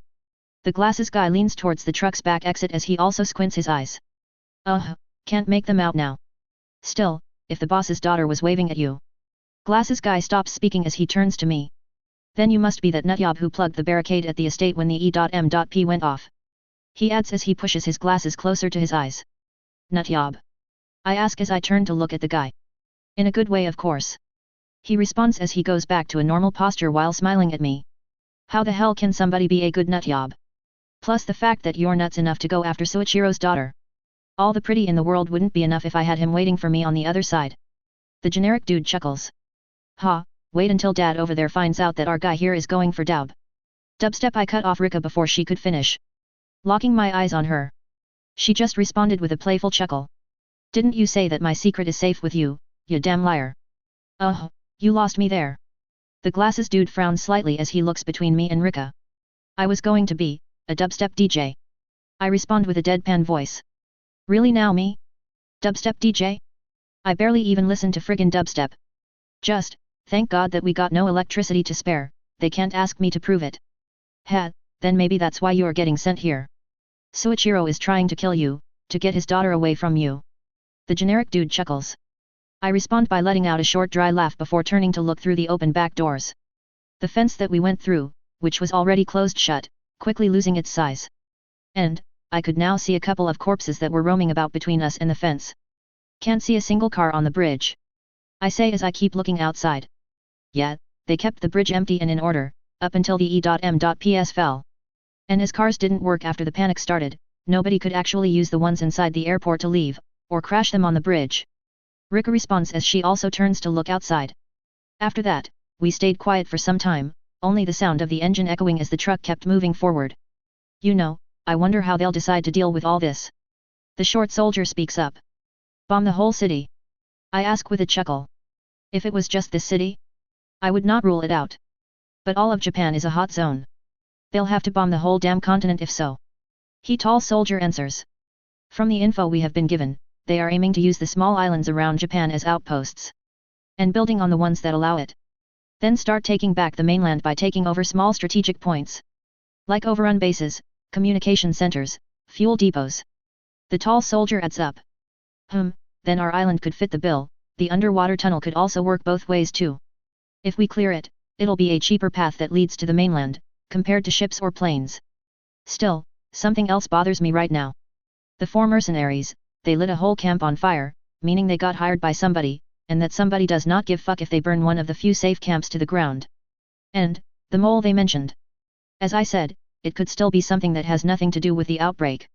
Like owing money to the wrong people. We're actually in a much better position than countries that are surrounded by land. Poor sods there got nowhere to run to. Generic dude adds. Yeah, and I heard America got hit pretty hard too.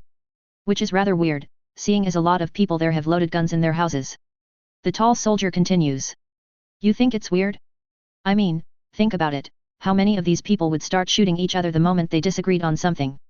Or hinder evacuation progress because they'd think that the army is trying to box them in. Having a gun makes escalating something trivial to a dangerous degree really easy. Now give guns to everybody, all it takes is one itchy trigger finger. And suddenly, everybody's shooting each other. Rika turns to look at the tall soldier as she speaks. I guess, you could be right. The tall one responds as he sways his head from left to right. We're closing in towards the end of the bridge, get ready, making a beeline to the fuel storage, over. The radio in Rika's chest pocket goes live. Okay, you heard the man. Get ready. Rika glances around the truck as she speaks. I just remembered, I forgot to eat. I respond nonchalantly as I keep looking outside, the bridge getting replaced by a wide field, the airport. And seconds later, I feel somebody poking me. Turning my head, I find glasses dude with a pack of biscuits extended towards me. Don't say I never did anything for you. He adds with a chuckle as I take the packet. I'll make sure to plug another barricade in your name. Thanks. I responded as I took the opened package. Glasses dude just chuckled some more before leaning back on his seat. I take off my helmet, then lift my mask along with balaclava, and pick the topmost biscuit. And once again, I'm eating junk food for a main meal. Okay, I got to ask. Rika then speaks up. What's with the mask? I sort of expected you to be missing a nose, or having half of your face burned. Obviously not the case from what I can see now. She adds up as she keeps eyeing my face. So while you thought that I looked like a malformed golem, you also thought I was boning Saya and Psycho at the same time. What the hell did go through your head, Rika? Actually, I don't want to know. Because the points for a fucked up hentai are all there, and I like my sanity. I wear it because I like it. Simple as that. I respond as I take a bite. Real shame then, you're actually pretty decent to look at. She adds as she smirks slightly. Thanks. I say as I arch an eyebrow. And now I'm feeling uneasy whether Saya or Psycho somehow heard that. Dude, if you're going to steal all the hot chicks from around here, then please go disappear. The short soldier groans. You think I'm hot?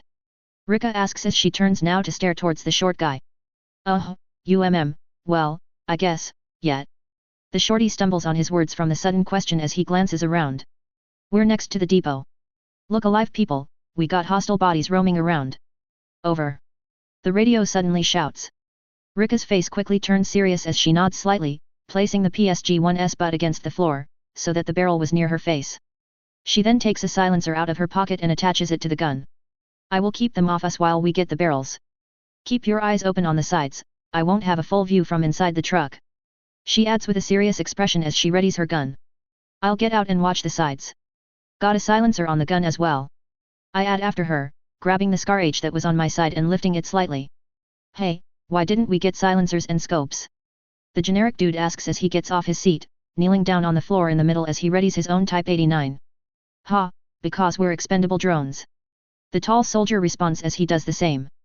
And then, the truck suddenly stopped, and started moving in reverse, making a full U-turn while driving backwards. There. I see the barrels by the wall ahead of us. Glasses guy shouts as he points ahead. Keep going, I'll tell you when to stop. Over. Rika presses the talk button on her radio as she keeps staring through the open door.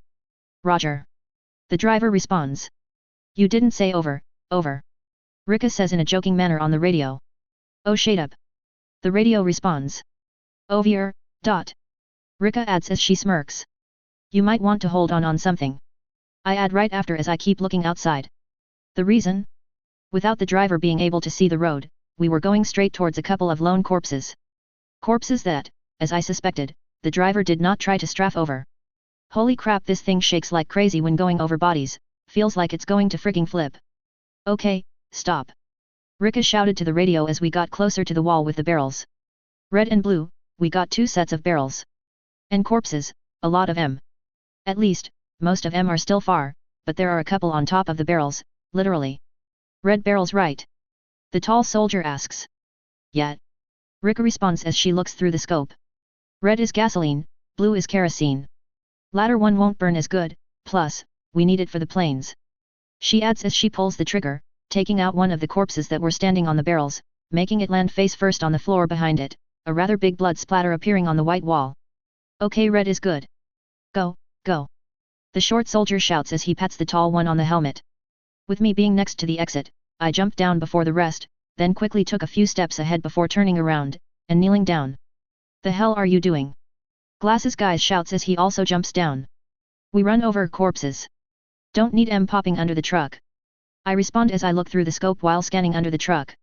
And sure enough, I found one corpse that was crawling towards us from under the truck. Found ya, you little shit.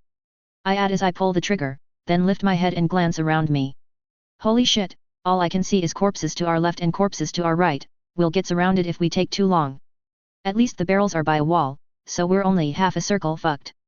As I finish that though, Rika fires another shot, taking another corpse that was near the barrels down. I'll stay by the truck. Let's make a line to the barrels. If you want to shoot stuff, then keep the deadies, the sniper can't see off us. Glasses dude throws a few slaps on my helmet as he shouts. Meanwhile Rika took another shot as the last of the guys got out of the truck. We're going to get surrounded like this. The generic dude shouts as he points towards the opening to our right. We'll have the jeep draw away some of them when we're done. Now quick, shouting like a bunch of squealing schoolgirls. You are being louder than my damn gun. Rika responds as she fires another shot. Don't laugh, don't laugh.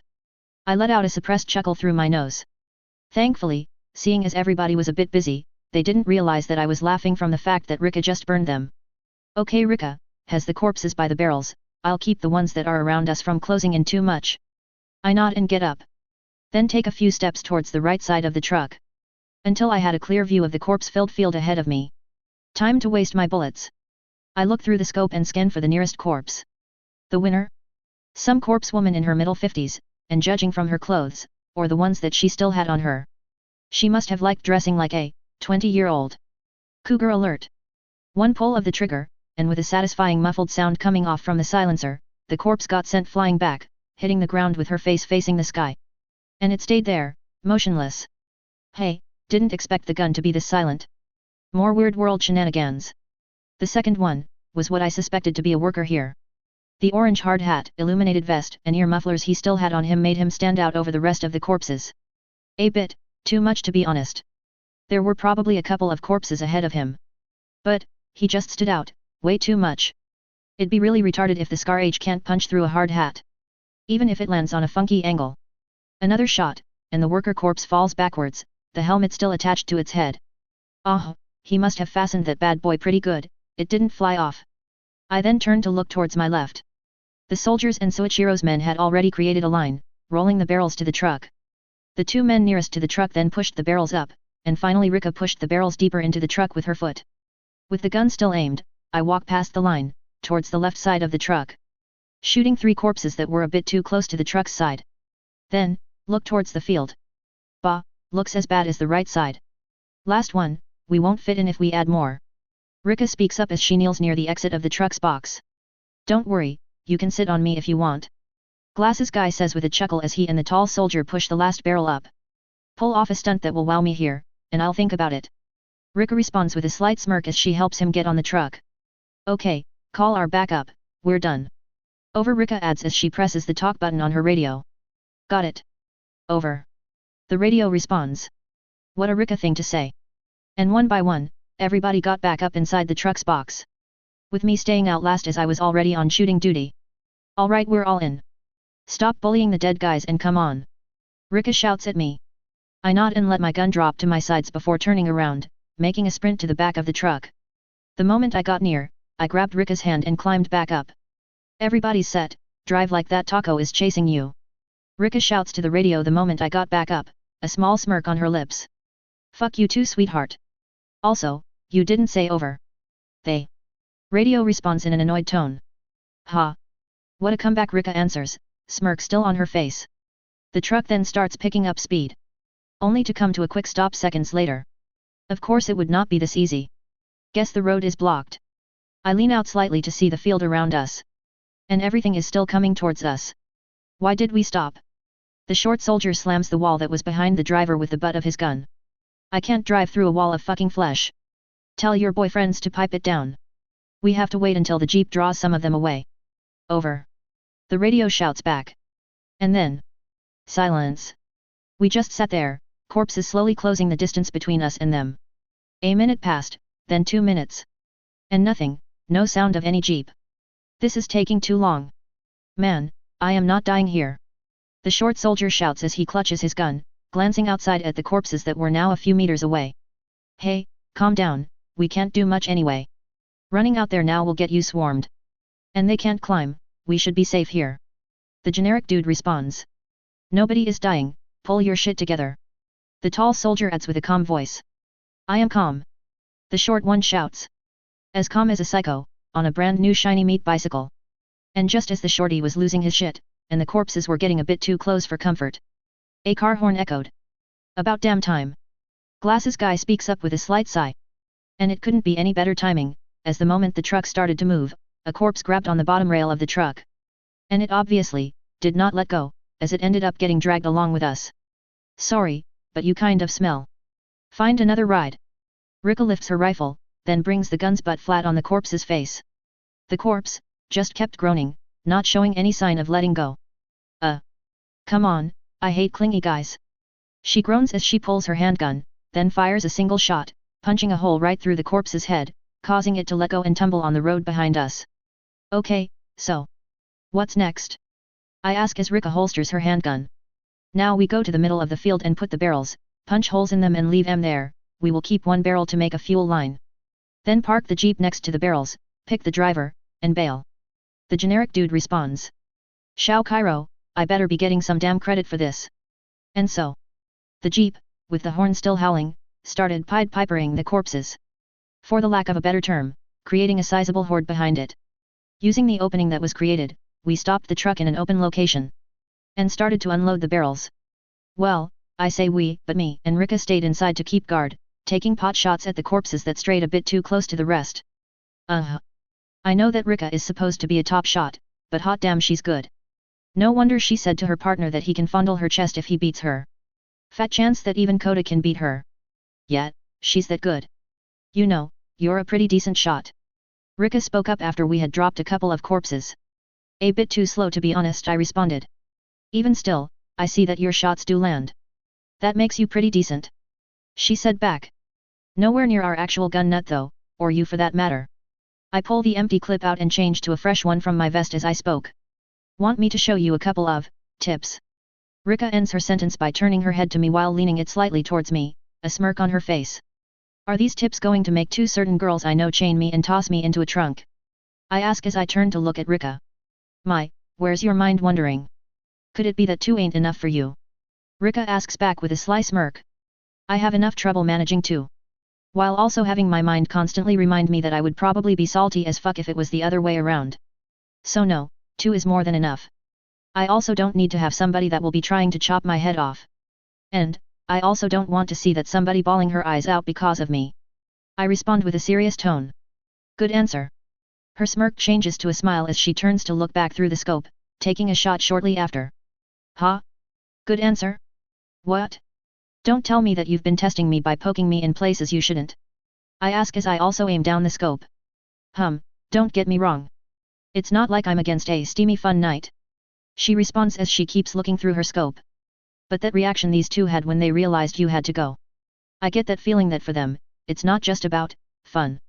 She narrows her eyes as she keeps looking through her scope, pulling the trigger once again. To put it plainly, I wanted to find out if you're an asshole. A pretty hardcore one if you somehow managed to lead on these two at the same time, but an asshole nonetheless. She adds as she turns to look at me. Damn, that woman is sneaky snick. But. I shouldn't be surprised that you're doing this, should I? I mean, if Shizuka is as much of an airhead as she seems to be. Somebody must be good at looking out for her. I glance at her with a chuckle, then turn to look back through the scope, picking the corpse nearest to our group. And giving it a red flag, right through the head. So you're saying that it's my fault that she's that much of an airhead?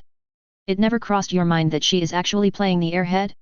Combine that with her killer body, it makes guys literally drool over her. She responds as she arcs an eyebrow, then turns to look outside through her scope. You're just pulling my leg now. With the slight exception, that even she does not seem to understand. She's always like that. Always. Or what, her technique is so advanced that she can seduce inanimate objects. Because I have seen her acting like that even when nobody is around her. I ask as I glance at Rika. By now, the others had set the barrels, had punched holes. And were waiting for the jeep to come and park next to the leaking fuel. Yeah, okay. She's an airhead. Rika smirks as she takes a shot. And to answer your question. While answering this for myself probably means nothing. If I am an asshole. It won't be because of the way I'm treating these two. Though, I suppose the fact that I am hogging them both is an asshole move. For the remaining guys on the planet that is. I pull the trigger as I speak. Sending yet another corpse to the ground. I can agree on that, these two sure seem to be quite the catch. Just, answer me one thing. Rika stops shooting and turns to look at me. The mask, it stays during sex. She asks with a flat tone. I just kept staring through the scope for a few seconds, not aiming at anything. Then, I started laughing. What? It was an honest-to-God question. From the moment I first saw you till now. You never seem to take it off. Rika responds to my laughter by frowning slightly. I already told you, I didn't do anything to them. But, seeing how they both agreed on a rule, where I have to take it off when we're in a safe location. I don't think they would be too keen on the idea. I answer as I turn to look at Rika, shaking my head slightly. She just keeps looking at me for a couple of seconds. And seeing that I didn't say or do anything else. Wait, for real? She asks as she raises her eyebrows in surprise. Yes, for real. I respond flatly. And then, after a few seconds, it was her turn to start laughing instead. And before this chat could continue for any longer, the jeep's horn started to become audible, and louder. That was fun. Hadn't had a good laugh since this whole thing started. She says as she lifts her rifle, then aims through it. All the while still chuckling. Was it really that funny? I wonder if your girlfriends will be mad if I decided that I want to spend more time with you. You're pretty fun to be around. She adds as she takes a shot at a corpse to the right. I don't know if they'll kill me first, or you. I respond as I chuckle, also taking a shot at a corpse to the left. Probably me, less hesitation. Rika answers casually as she shrugs with her shoulders, keeping her eye near the scope. Okay, jeep's in position, the rest are coming our way. Get ready. Over. Rika adds while pressing the talk button on the radio. In response, the truck shook, its engine coming alive. The moment the rest got near, rolling a barrel that was leaving a trail of liquid behind, we helped M up, along with the barrel. After everybody was on, along with the new guy, aka Red Armband Dude, Rika informed the driver that we can move. And the truck slowly picked up speed once again. The jeep sounding its farewell by blowing its horn non-stop. Or, the guys jammed its horn. How far should we go? Glasses guy asks as he keeps the leaking barrel steady. More importantly, how will we pass the corpses that have probably swarmed ahead of us? I ask as I point my thumb to my right. Drive through them. The tall soldier answers with a question. Hope the thing won't flip over then. I respond. Dude, eat your damn tongue. The short soldier growls as he glances outside with a worried expression. We can just stop and turn the engine off. Corpses should just waltz right past us, minus the ones that will get stuck on the front. I say as I lift both arms slightly. As risky as driving through them. The truck is slow, what if the ones in the front brake in the driver's cabin while it's still going slow? The armband dude folds his arms as he glances at me. Fair en. Before I could finish my sentence, the truck shook, violently. And after a couple of heavy bumps, and a couple of corpses that appeared flattened on the road under us. Nuff. I continue as I let out a dry cough. I will go a bit further away, then stop. Over. The radio on Rika crackles to life. And then goes silent again. Rika nods and leaves her rifle next to her, then undoes the top of her combat suit. Pulling a cigar from an inside pocket of her suit, placing it on her lips, and lighting it up before leaning her head against the truck's metal pane behind her. Okay, the horn is loud as fuck, it should gather most corpses there. And so, after the truck drove on for a few minutes, it started to slow down. Thankfully, the barrel was still leaking fuel, so all we had to do now was light the match. Though, we decided to wait for a bit, in order for more corpses to gather around our trap. Some time later. This is going to be one hell of a firework. The generic dude speaks up as he keeps looking towards the distant barrels and truck. Which were by now, barely visible. As corpses had literally swarmed to the jeep. All I know is, that like this will save a lot of resources. Imagine having to manually burn or shoot them. The armband dude states. Thank you, hold your applause. No, really, hold it. Better if they don't know it's my plan, lest it haunts me back by making the general dump more shit onto me. Okay. Let's light M up. Rika, who still had the cigar in her mouth, jumps down the truck. And tosses the cigar at the fuel line we had cut off a little further up, no need to blow ourselves up after all. The moment the burning tip touched the ground, the liquid line flared up, a line of fire quickly spreading, dashing towards the grouped up corpses. This is going to be loud. I glanced at the flaming line as I helped Rika up. Ooh. I'm getting all giddy. Rika adds with a rather playful giggle as she turned to look towards the soon-to-be flaming pyre. And as the flame rushed into the mass of corpses, it disappeared from our sight. And nothing. Shouldn't barrels explode? And a deafening explosion shut whoever was talking up. Oh yeah! The generic dude shouts as he gets up on his feet, making a fist pump towards the roof. Here's, Kool-Aid man. Who? Burn ya fuckers. Burn. The short soldier also shouts as he also springs off his seat, trading a high-five slap with the generic dude. Ha! An explosion that loud. It will gather every corpse in the damn field.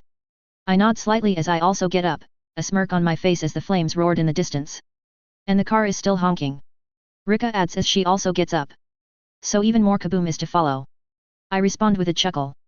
Ha, let it blow, fair trade-off for clearing the whole damn field.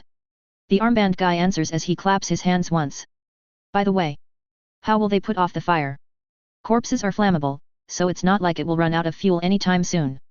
I ask as I turn to look at the rest, pointing behind me with my thumb. Ah, we have 2 fire trucks, small ones. If they ain't enough, the airport has big ones.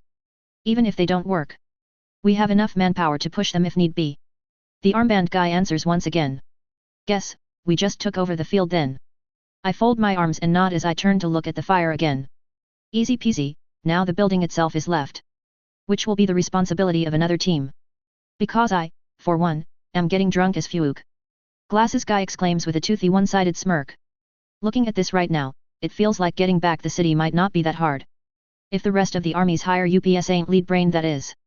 And as the fire raged, a second explosion went off, this one coming from the jeep, sending a rather big group of flaming corpses flying through the air. I will inform the outpost to move in for the second phase. Over. The radio speaks up. I feel a bit sorry for the ones that will be picked to clear the building. Close quarters with these things, not a fun situation.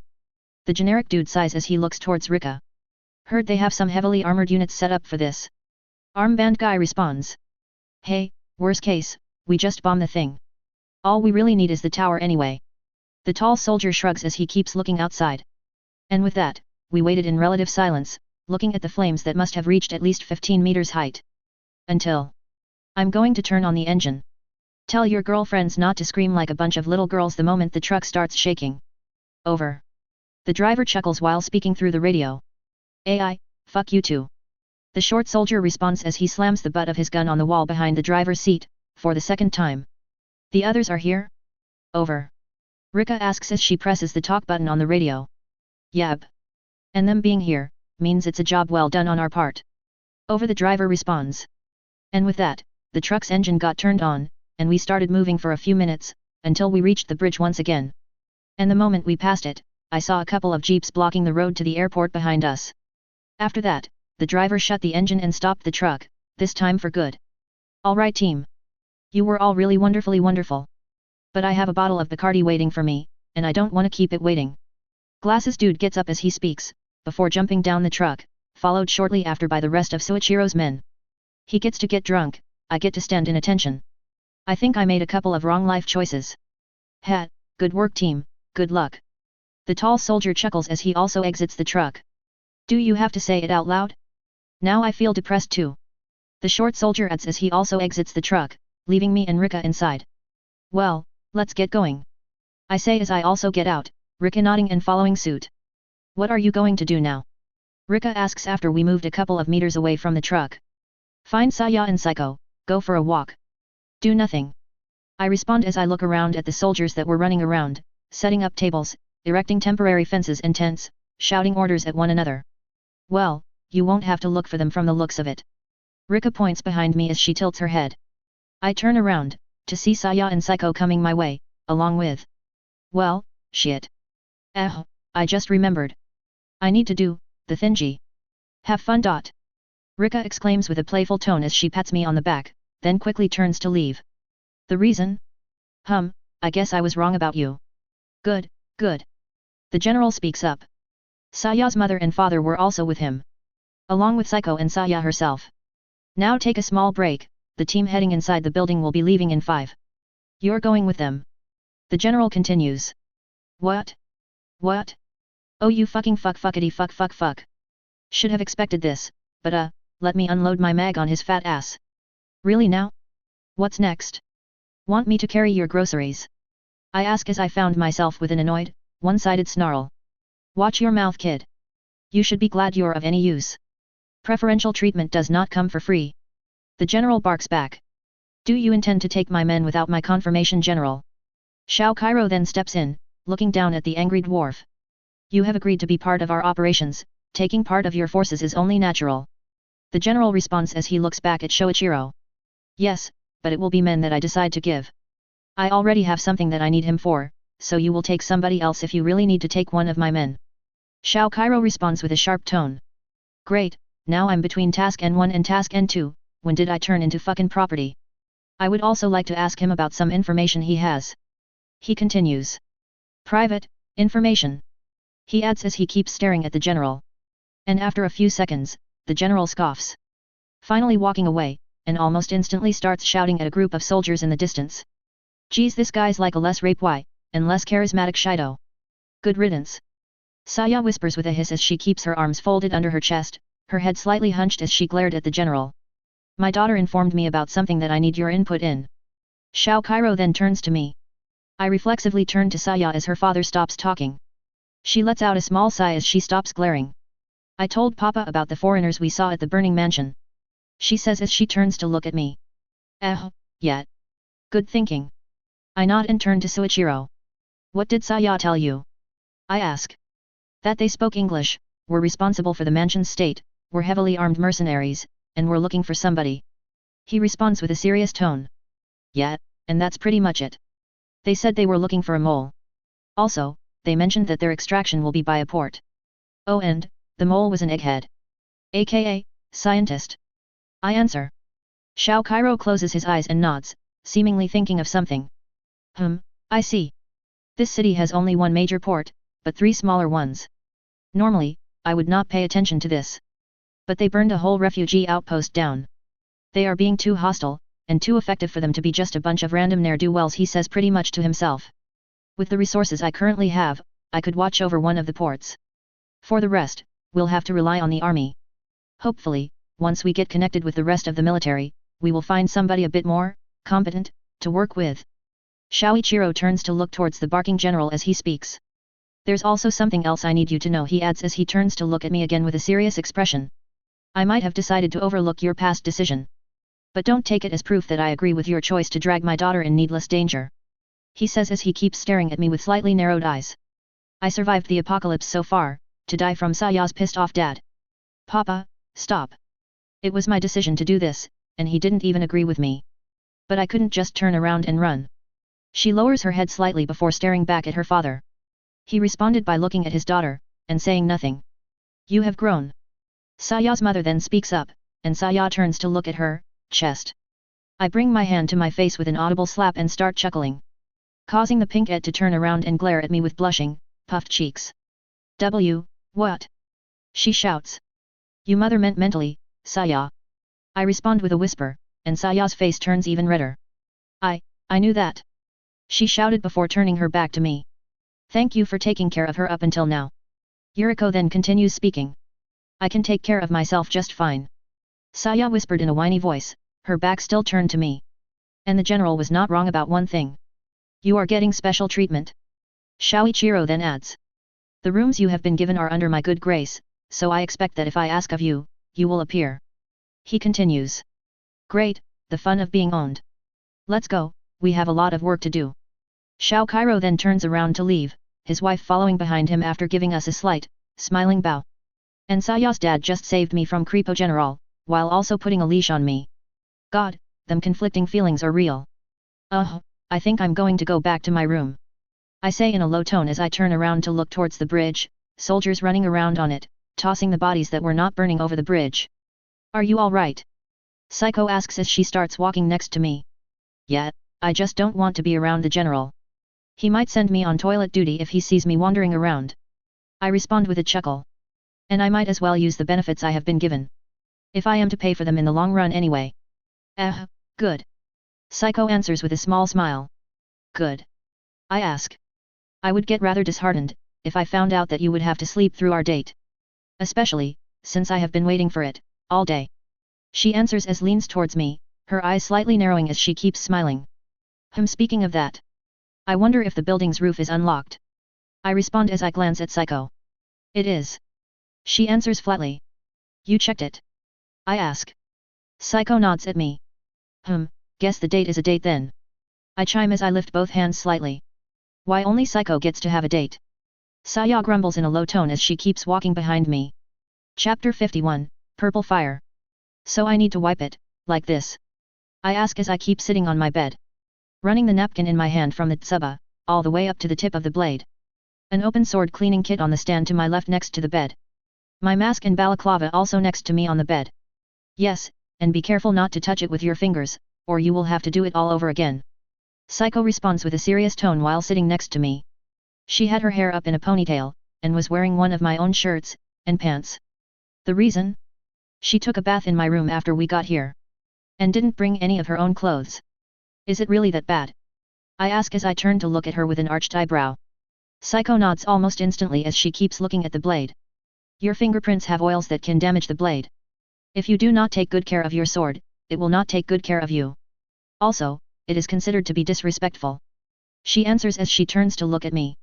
And I need to do this, after every time I cut something with it.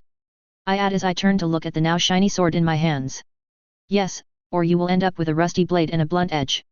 Psycho responds with the same serious tone as she keeps staring at me. When she told me that she didn't clean my blade because of its horrible condition, I feared that this would be half a scolding lesson. And sadly, I was right. Or, Psycho is really cut and dry when it comes to sword maintenance. Don't space out, Nair. Psycho pokes my shoulder as she leans her face towards me. Was not spacing out. I answer almost instantly. Then don't stop your hand. She responds right after. You should have told me that you did not do some basic maintenance on the blade after Hitomi gave it to you. The previous owner took really bad care of it. She adds as she turns to look at the sword. So, after this is done, will it cut titanium? I ask as I turn to look at Psycho. No, Nair, trying to cut something this hard with a sword this cheap will damage the blade. She responds flatly. What? So expensive blades can cut titanium here? And holy crap, the joke just went right over her head. Too much tunnel vision on our dear samurai right now. Why are you staring at me? She asks after blinking at me a couple of times. Geez. I turn my head to look back at the sword without answering. It's kind of funny though.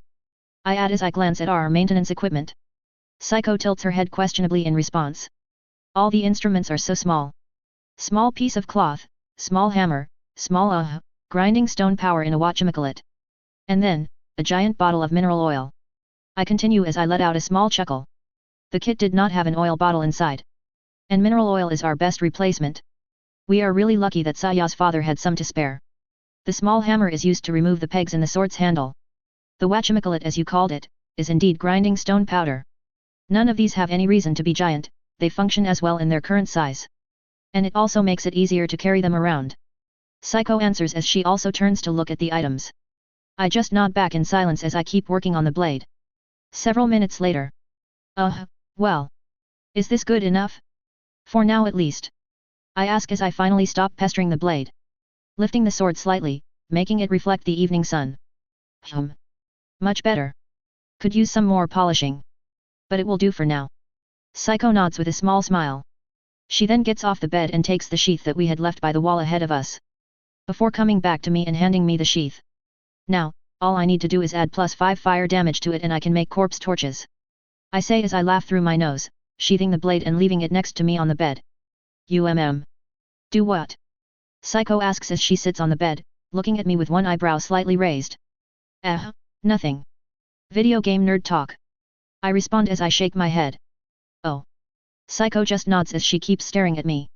And then, her eyes went slightly wide. Now that you mentioned that. I forgot to inform you about something. She adds as she turns to look towards the desk with the dead laptop. The computer in my room. It is still functional. She adds casually. What? I shout, causing Psycho to slightly jump in place as she darted her head to me, her eyes wide open in what I can only call shock. I am sorry. I did not find the time to tell you. She then bowed her head slightly as she kept sitting on the edge of the bed. Don't apologize. Just surprised. Didn't mean to shout. I respond as I bring one hand to the back of my head. Then shake my other hand. Psycho pulled herself back up from the bow as she lifted her head to look at me. Then placed her hand over her mouth, and started giggling. What's going on? And, a wild Saya then swung the door that led to the hallway wide open. Her hair down, wearing a black tank top and a green mini skirt. Nothing. I answer as I tilt my head. I heard you shout. Saya responds as she turns to look at me, then at the mask next to me. Don't tell me she'll go all puffy on me because I'm not wearing my mask now. Psycho just failed to inform me that we have a working computer here. I add, turning Saya's attention back towards me. We do. She asks as she tilts her head with an eyebrow arched up. Yeah, in Psycho's room. I answer with a nod. I see. She hums as she lowers her head, putting her hand under her chin, as if she was thinking about something. Something's wrong.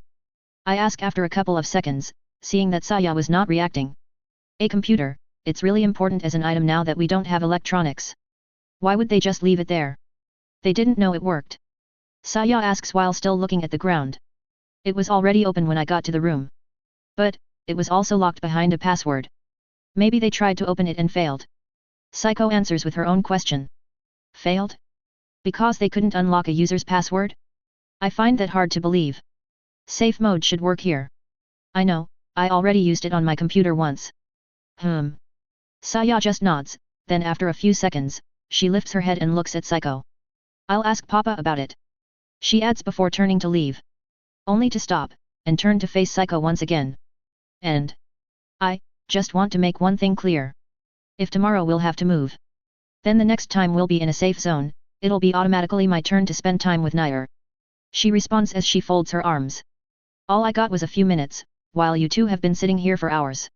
She adds with a slight pout as she keeps staring at Psycho. I understand. Psycho responds with a small nod. And when that time comes, I expect that you'll respect my time with him. Saya adds. The same way you do. Psycho asks with a smirk. I just thought something happened, not my fault. How many times have you ever heard this idiot shout? Saya shakes her head, then points her finger at me, her sight still locked on Psycho. True. And, I understand. I will respect your privacy, as long as you respect mine. Psycho answers as she nods. Saya nods back, then closes the door. That just got way too surreal. Okay. This just happened. I say as I keep looking at the closed door. Psycho just tilts her head at me, both her eyebrows raised. I'll respect yours, if you respect mine. I add as I tilt my head. Well, I wonder whose fault it is. That I got to share. Psycho adds as she makes a one-sided smirk at me. And now you're just jabbing me at blind spots. You know I have no comebacks from this. I say as I lift both hands. I am merely stating the truth. She responds with a smile. Doesn't make it any less, jabby. I retort as I let my hands fall. Psycho just chuckles with her mouth closed, but stays otherwise quiet. For a bit, too long, if you ask me. Awkward silence is awkward. Psycho just kept glancing around the room while sitting on the edge of the bed. I pretty much did the same thing while sitting by the pillows. I should get these things back in their place. I spoke up as I turned to face the stand with the maintenance equipment. Let me help. Psycho almost instantly gets off the bed and trots over to my side of the bed. Then sits on the floor next to the stand, and in front of me. I must admit. I didn't expect that you'd get this excited over a working computer. She says with a calm tone as she starts placing the equipment back in the box, minus the mineral oil bottle obviously. As it was almost twice the size of the small wooden toolbox itself. You obviously have never seen the pre-outbreak me. I laugh through my nose as I take the sheathed sword and lean it against the stand. Psycho then lowered her eyes, stopping her hands to a halt as she kept looking towards her thighs. Psycho. I ask as I turn to look at her. That is true. She responds as she keeps looking down.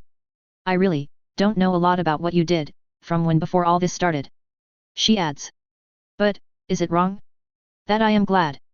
That we did not know each other before the outbreak. She asks, not moving her head from its downcast position. You were among the most famous girls in the school, yet nobody knew about you as a person, or what was going through your head. Big chances, I would also be among these people. I answer. Not really, but you know. Can't say otherwise without coming off like a complete creep. That is exactly what I mean. She responds as she lifts her head to look at me, the inner corners of her eyebrows raised in a worried expression. What if you knew me, if you had a wrong impression of who I was? What if you then found out about the real me? What if? She stops her sentence as she lowers her head again. What if I was bit the day the outbreak started? I ask. Causing her to lift her head towards me again. What if I didn't take that plane to Japan? What if I was in a different school? What if somebody else was there for you instead of me? What if, is not a reason to wreck your brain over. A million things could have happened that could have changed how things played out. Maybe for the better, maybe for the worse. So do quit worrying about it. Especially since that solemn expression really doesn't suit you. I continue, bringing my hand to her cheek. Psycho then places her own hand over mine and closes her eyes, slightly rubbing her cheek on my hand. Nair, could you do me a favor please? She whispers in a weak tone as she opens her eyes slightly. Lifting her head until her eyes met mine. Even if you won't really mean it. She tightens her grip on my hand before bringing her second hand on my wrist, essentially grabbing my hand with both of hers. Can you, please say that you love me? she whispers as she keeps looking up at me. What? I blink a couple of times. The hell does she mean? Even if I don't mean it. And I kept staring at her. A blushing, yet somewhat wistful expression on her face. Wait. I never told her that I love her. Psycho. For starters, please get off the ground. I said as I tried to poke her cheek with the hand she had taken over. She responded by staying in place, not moving an inch. Just lowering her head and closing her eyes without saying anything. Have it your way. I let out a slight sigh and slid off the bed, sitting next to her on the floor. She opens her eyes, and looks at me with a confused expression. First. No, I won't tell you something that I don't mean, especially when it's something like that. I add as I lean my face closer to her. I understand. I am sorry, I should not Second. I do love you. As weird as it sounds, seeing as I'm split between you and Saya. I cut her off. You didn't have to add the last part, you know. Psycho responds as she finally lets out a small chuckle. A slight smile appearing on her lips. Never said that I would give you the perfect answer. I answer as I glance away from her for a few seconds. Now. Don't reflexively karate chop my head off. I add as I turn to look back at her. Hey? What do you mean? Her sentence gets cut in half as I pass my free hand under her legs, then lift her up as I also get up. Essentially holding her princess style. You didn't want to get on the floor. I respond as I plop back on the bed while still holding her, then slide to its top part and put my back against the headboard. Ending up with me sitting on the bed, while Psycho was curled up on me. And this is way more comfortable. I add as I pull my hand from under her legs, then rest it on her thigh. Psycho shuffles around for a bit, grabbing my shirt with her hand so she can readjust her posture. Before finally placing her head on my shoulder with a small sigh. Her hand still pulling on my shirt. It's weird. How she seems to be so weak right now. Weak? Meek? Whatever it is, it's definitely not her usual self. This reminds me of when we stayed at that house, after we got cut off at the pharmacy. Psycho whispers as she closes her eyes. Yeah, I remember. I also remember how you freaked out after you realized that you drooled on me and ended up falling flat off the couch we slept on. I respond with a small smirk. You had to mention this out of everything. Psycho answers as she stops gripping my shirt, instead tightly wrapping her arms around me. Well, want to try again? I ask as I fondle her hair. I longed for another chance to be close to you. To be just the two of us. She lifts her head slightly without taking it off my shoulder. Her eyes blurry and half closed, her cheeks deeply flushed. Okay. Not kissing her now would be an insult. I slowly run my hand from her thigh to her cheek. And as I do, Psycho closes her eyes completely and opens her mouth slightly. And, after my hand was under her chin, I closed my own eyes. And locked my lips on hers. For how long? I don't know, I wasn't exactly paying attention to anything other than Psycho right now. So, don't ask me how both my hands ended up on her back and under her shirt. I really don't know. Don't ask me how much time later. I slowly pulled my head back and opened my eyes. Psycho kept her own eyes closed, taking slow, deep breaths through her mouth. Don't tell me you fell asleep. I whisper as I pull one arm from under her shirt, then poke her cheek. She closes her mouth and lets out a small giggle through her nose, then finally opens her eyes. Her pupils visibly dilated. I changed my mind. She says with a soft tone as she brings her face next to mine, slowly rubbing her cheek on mine. And that means? I ask as I hug her once again. I don't want to go to the roof. I want to stay here. Like this. She responds as she nuzzles her nose on my neck. Maybe I should lock my door. I respond by lightly running my hand up and down her back. And we stayed like that. For 2 minutes, 5 minutes, 10 minutes. Until Psycho stopped moving completely. Well, other than breathing I mean. She actually fell asleep. As I turned to move my head, the purple-haired samurai that was glued on me letting out a soft moan and tightened her arms around me. Nonetheless, I turned to look at her face. Eyes closed all right. I then poke her cheek a couple of times, no reaction. Somebody is gonna be sore all over from sleeping like this. I start trying to undo Psycho's grasp on me. And fail, multiple times. As she kept wrapping herself around me every time I tried to get her off me. She's secretly part octopus or something. Until, after the number of tries reached the double digit, I managed to free myself. I then placed Psycho normally on the bed. And she almost instantly warped her arms around the nearest pillow. And I just got replaced by a pillow. I chuckle slightly as I ruffle the sleeping girl's hair. She told me that she would be disheartened if I fell asleep. And ended up falling asleep herself. Must have been really tired. I kept looking at Psycho as I sat by the bed's corner. I need to get that computer, cause nerd rage aside. It can be very useful to have, especially if it's not battery dead. But, she probably has her door locked. And I can't just grope her around for the key. So, I guess I'll wait until she wakes up. Yet. I lie down on the bed next to Psycho, and start staring at the ceiling. Glad that we didn't meet before the outbreak, hey? Not that it would really matter, I know you better than you think, my dear samurai. And, I kept staring at the ceiling for a few minutes. Feels like falling asleep right now would be a waste of time, to be honest. I turned to my side in order to face Psycho. Then extended my hand until it was over her cheek, lightly running my fingers on it. Psycho let out a small sigh through her nose, as her lips curving into a small smile. She then slowly opened her eyes while taking a deep breath. Somebody's tired apparently. I whisper as I keep my hand on her cheek. I dozed off. She brings one of her hands to her face and starts rubbing her eyes, before quickly grazing the corners of her lips with her fingers. Did she just check to see if she drooled again? Ha, sneaky snick. If you're tired, then sleep. Especially now that you don't have to worry about what is strolling about next door. I whisper as I pull my hand back. I will have all day to sleep tomorrow. Today, I want the day to last for as long as possible. She responds as she stretches, extending her arms towards me, closing her eyes tightly. She then grabbed my shoulders and slid up next to me, wrapping her arms around me once again. I get the feeling that I'm a bad influence with how you keep wanting to laze on the bed. I chuckle as I hug her back. You are the best thing that has happened to me. She replies as she nuzzles against my neck. I should say figured. But, hearing her say it. I guess I can understand why she wanted to hear me say that I love her. Now you're just exaggerating. I respond as I lightly scratch her back. Not in the slightest. She answers as she lifts her head to look at me. I am scared of dying because of you. She adds as she keeps staring at me. And that's a good thing. I ask as I arch an eyebrow. Psycho blinks at me a couple of times, then closes her eyes as she starts chuckling while keeping her mouth closed. I apologize. I chose the wrong words to express myself.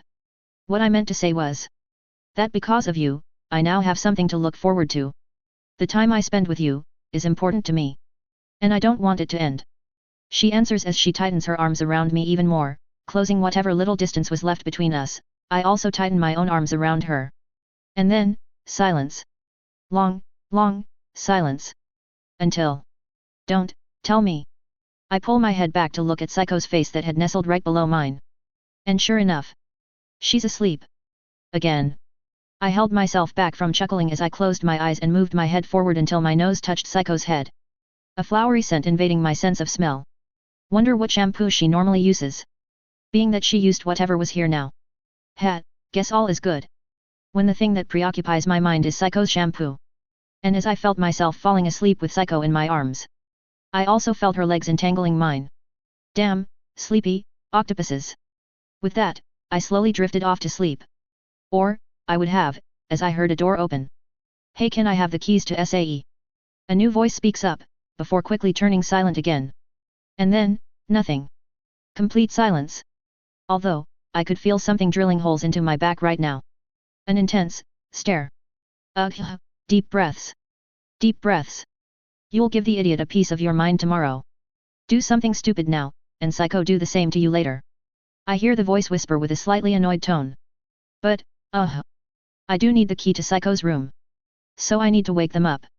Yet, because I have to, not because I want to. The voice adds as I start hearing footsteps. And then. Hey. Something starts shaking me. Hey, are you asleep? The voice asks again. No, I'm standing still because I got nothing better to do. And maybe because I'm living up to my name of Ninja Penguin and listened in? Not telling her the second one though. I turn my head to meet a blushing and pouty face. AKA, Saya. I need the keys to Psycho's room. She says as she glances at the sleeping purple-haired girl. Psycho has the key. I respond as I keep looking at Saya. Well, can you take it and give it to me? Saya asks as she folds her arms with a slight frown. You want me to grope a sleeping girl to find where she has the key? I ask back. Causing Saya to blush even more. Wake her up, you idiot. She retorts as she keeps frowning at me. I nod as I try to keep a poker face, then turn to look at the sleeping girl. Psycho. I shake her lightly as I whisper. Psycho responds with a soft moan before she tries to hide her face between the pillow and myself, causing the death stare I was feeling behind me to increase ever so slightly. Oh boy. Hey, Psycho. I shake the girl again, this time with more force. Psycho, with her eyes still closed, lifts her head, looking like one of them standing, yet fast asleep kittens you could see in online videos. Where are the keys to your room? I ask, half expecting to get no answer. Pants. Psycho responds. And, starting pulling down her pants. That, death stare I mentioned before. Yet, let's just say that it just transformed into a death laser now. It's okay. I'll take them. I said as I grabbed both of Psycho's hands. Not that it helped much, seeing that her pants were already down to her knees. Psycho nods with a soft moan and stops pulling down her pants, instead wrapping her hands around me, again. Ignoring the whole situation as well as I could, I checked the pockets in her pants, until I finally found the key. Honestly, I'm afraid to turn around right now. Nonetheless I stay as poker-faced as I can and turn to look at Saya, who was staring at me, eyes narrowed, arms folded, and her lips slightly pursed. She's definitely mad. I then extend the key to her. She takes it and makes a swift full turn, vocalizing out a rather loud hum as she trotted toward the door. Once she got out, she turned around and looked at me, sticking out her tongue as she closed the door. At least, she didn't slam the door. And a few seconds later, as if to remind me that she was also here, Psycho lets out another soft moan as she tightens her arms around me. Her pants, still down to her knees. At least she's wearing one of my own damn boxers. God knows I'd be dead right now, if she had decided to go commando for some freaking reason. I turn my head back towards the sleeping girl as I let out a small sigh. And my chances of surviving tomorrow keep decreasing. Needless to say, I was not very sleepy right now. So, now I'm stuck here. And can't do jack shit. What with Psycho deciding that I'm a Dakamakura. I keep glancing around as I take a deep breath. Hey, speaking of that pillow thing. I am pretty sure that in the ending credits of episode 9 in the anime, there's a photo of Psycho sleeping while hugging an oversized pillow. Now, who the fuck took that photo, since Psycho is butt naked, or at least topless in that photo, is beyond me. I pull my head slightly back and look at Psycho's sleeping face. Then again, in the same board of pictures, there's also a photo of Psycho swaying on a child's swing while standing upright on it, laughing like a little kid. And the clothes she was wearing in that photo, were the ones she wore after changing by the Humvee. AKA the short skirt with the cut, the boots, and the school shirt. Meaning, it's impossible that the swing photo was ever taken, because neither Takashi or Psycho had a camera on them. And between her changing to that attire, and the EMP burning everything, only the shrine episode was in between. And that's if we go by anime standards. I move my head forward and start to stare at the bottle of mineral oil. Speaking of episode 9, that was the episode of the shrine, wasn't it? Impeccable timing to think of that episode, brain. But hey, can't really get salty right now, what with Psycho being wrapped around me like tinfoil. I lower my sight slightly as I bring my hand next to Psycho's temple, then run my fingers along her hair. Still, if that photo of her laughing on the swing is real, it's something I have yet to see her do even once, laughing like that I mean. Can this be my fault? I close my eyes before shaking my head slightly. Then lift it, and look towards Psycho's thighs. More importantly, got to pull her frigging pants up. If she wakes up like this, she might think that I pulled her pants down. And so, while trying to not move too much, or touch the wrong place, I bend myself so I can reach Psycho's pants. Come on you little fucking shit. Still, while my hand did reach them, I could not get a grip on them, and Psycho was not making it any easier, what with her holding me down. Wait, the belt loop. I nod slightly and pass one finger through the belt loop, then pull the top part of the pants up. Okay, now the low. Yet, before I could even finish that thought, Psycho groans and untangles my legs from hers. Then, using her foot, she steps on the bottom hem of the pants, and pulls her other leg up, completely taking off the pants from one of her legs. She then used the now naked leg to take her pants off completely, before kicking them off the bed. What? And then, she wrapped her legs around mine again. Oh, you gotta be freaking kidding me. Well, at least I'm still wearing pants. It's hard enough to resist letting my arms wander as it is. If I could feel her on me. Let's just say that I don't think that she could go on sleeping for too long. I try to lift my head to look where the pants landed. Fuck it. Better see if I can get a cover over us instead. And so, I grab the blanket that was under us,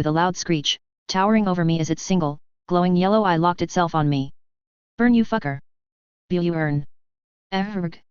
I scream as I pull the trigger, a giant stream of fire engulfing the worm. The giant monstrosity screeches as it sways backward, then screeches even louder as it dove straight into the flames, making a beeline towards me. Shit! I reflexively close my eyes and look away, waiting for the thing to tear me apart. Yet, nothing. I open one of my eyes as I turn to look towards where the worm should be it. But, no worm was there. Instead, the thing was now warped around me, weighing me down. The foo! Before I could even blink at the weirdness, the worm tightens its body around me. A flowery scent? Coming off of it. The foo. And then, I felt my neck, getting wet. Even though, I was wearing full body armor. Rape, whi, soul. I groaned as I started to feel my consciousness fade. Soon, I could feel nothing. Other than that wet feeling on my neck that is. And that something, was weighing me down. And after some time, slowly, my consciousness started to once again return. As I opened my eyes again, the first thing I saw was a purple-haired head. Well okay, the first thing I saw is a white ceiling, but who cares about that? Then, I figured out why I kept feeling weighed down, as that purple-haired head had a body. And that body was on top of me. I'm also pretty sure by now that head, in other words Psycho, which was nibbling on my neck right, was also the one that was giving off this flowery scent. I blink a couple of times as I glance around.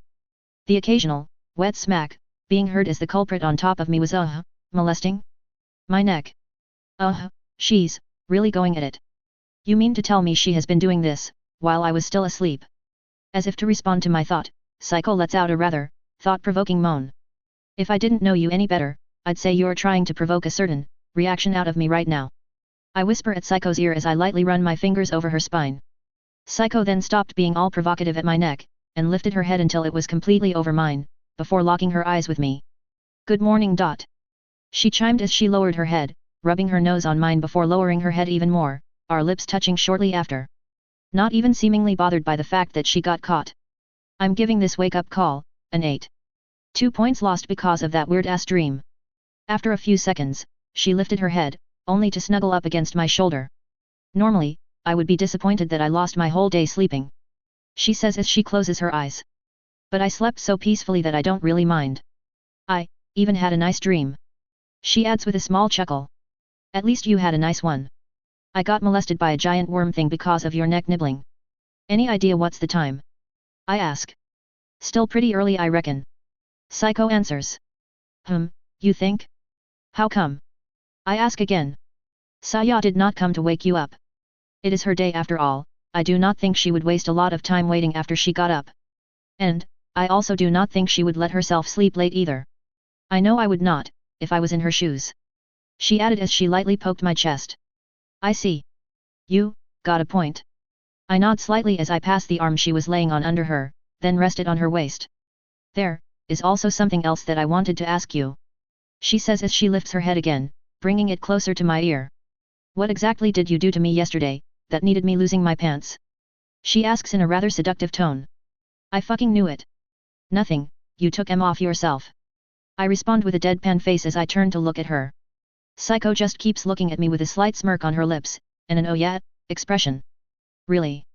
I add as Psycho narrows her eyes, smirk still on her face. And, just as she kept creeping her face closer to mine, the door opened. Saya appearing behind the door. Her hair down with a black shirt and the school skirt. Same outfit as yesterday, except she was just wearing the unbuttoned white jacket she usually wears over the shirt. What's more, she now had a laptop open in her arm, playing some rather loud music. I honestly could not even make it out because of the volume. Sounded classical? Dumb, Saya just made an entrance. Well, I guess I will be all by my lonesome now. Psycho whispers to my ear. I just turn to her as my eyebrows end up making a straight line. She giggles in response as she gives me a quick kiss. Then gets off the bed and heads straight to the bathroom. Did I mention she was not wearing pants, yet? Did I mention Saya was in the room, yet? Did I mention that she was now looking at me like a puffed up puffer fish, yet? You know it was not me who took off her pants, you were here yesterday when it happened. I say as I get to a sitting position, slightly lifting my hands in surrender. Saya grumbled something. But among the loud music, I just saw her mouth move. I think, she just called me a pervert. I was about to get off my bed, when I decided to quickly glance under the covers before taking them off. Okay, I'm still wearing pants. I let out a small sigh as I got off the bed, while in the meantime, Psycho also re-entered the room. Well I'm going to the bathroom. I say as I pretty much bail out of the room after grabbing new clothes. Several minutes later. After washing my face and changing to a new set of the same clothes, I exit into the main room, Psycho, still with no pants on. I swear, this girl. She just doesn't give a fuck. First the apron thing, now this. Well, if you're about done lazing about like a sloth. Saya lowers the music on the laptop as she turns to me. I can fix the room, you can go if you want to, just leave the keys to my room here please. Psycho adds as she glances at me, then at Saya. The pink-haired girl nods, and takes a key out of her jacket's chest pocket, then walks up to Psycho and gives it to her. I take it that you managed to open the PC from the fact that you are blasting us with flying bumblebees. I ask as I keep looking at Saya. Of course I opened it. Because I was working. While you two were being all giggly. Saya responds with a huff as she turns to look at me with a smug expression. Somebody's being salty. I got you loud and clear. Today, all work. No giggly stuff and no cuddly stuff. I answered with a smirk as I lifted one hand and made an okay sign. Saya blinked at me a couple of times, before puffing her cheeks, narrowing her eyes at me as she started to blush. I'm going to decide what we do today. Not you. She declares with a flat tone. Now move. She adds as she turns to leave the room. I just turned to glance at Psycho while slightly shrugging my shoulders. Psycho responded by giggling after placing her hand over her mouth. You can go, I'll take care of the room. She tells as she finally picks up her pants. I nod and turn to leave. Oh and, Nair. Psycho then speaks up again, causing me to stop and turn around. I love you. She adds with a tender smile. Cheesy comeback time. Not as much as, I do. I answer as I try to keep a straight face. Psycho stared at me for a few seconds, before she quickly tried to hide her mouth behind her hand as she started giggling uncontrollably. Really now? I apologize. But, your face, KHH. Psycho spelled out as she kept trying to hold herself from giggling. And obviously, failing. Where's my mask? After a couple of seconds, Psycho managed to regain her composure. It seems you might need a bit of work on this type of thing. She speaks up with a warm smile once again. You think? I ask as I fold my arms. Nair. Stop being a stupid snail. Hurry you up. An annoyed voice shouts out from the hallway. You better get going. Girls can get really moody if you are not paying enough attention to them. Psycho then adds as she tilts her head, a smile still on her face. Well, I hope I paid enough attention to you then. I respond as I also tilt my head slightly. Nair. Saya groans once again. I lift both my hands with an apologetic smirk, then turn to leave the room. God, this feels weird. Once I got out, I came face to face with an angry midget. Sorry, I meant an angry pikelet. Ugh, about damn time. Come on. Saya rolls her eyes and turns around to walk towards her room, hugging the laptop. And so, we went into Saya's room. Not much of a difference compared to mine, except the computer desk was against the windowed wall that was ahead of us, instead of the corner that it was on in my room. And well, it had no computer on it. So, what did you find? I ask as Saya walks up to the desk, placing the computer on it before opening it. Except that you're an idiot. Saya asks back with a smirk and a chirpy tone as she turns her head to look at me, bending over to tap on the touch screen under the keyboard in order to wake up the computer. Why, I got that sudden urge to slap her ass right now. Probably because she's calling me an idiot. Yep, definitely that's the reason. Yeah, except from that. I answer as I fold my arms. The internet is not working, not much of a surprise really, as we are missing basic infrastructure for that right now. She then answers with a serious tone as she turns to look at the screen. Now that means, this is just that guy played Sims. I cut her off as I leaned up next to her, looking at the screen. Can you not interrupt? Saya turns towards me as she starts to whine, only to end up throwing a karate chop towards my head as she backpedaled away from me.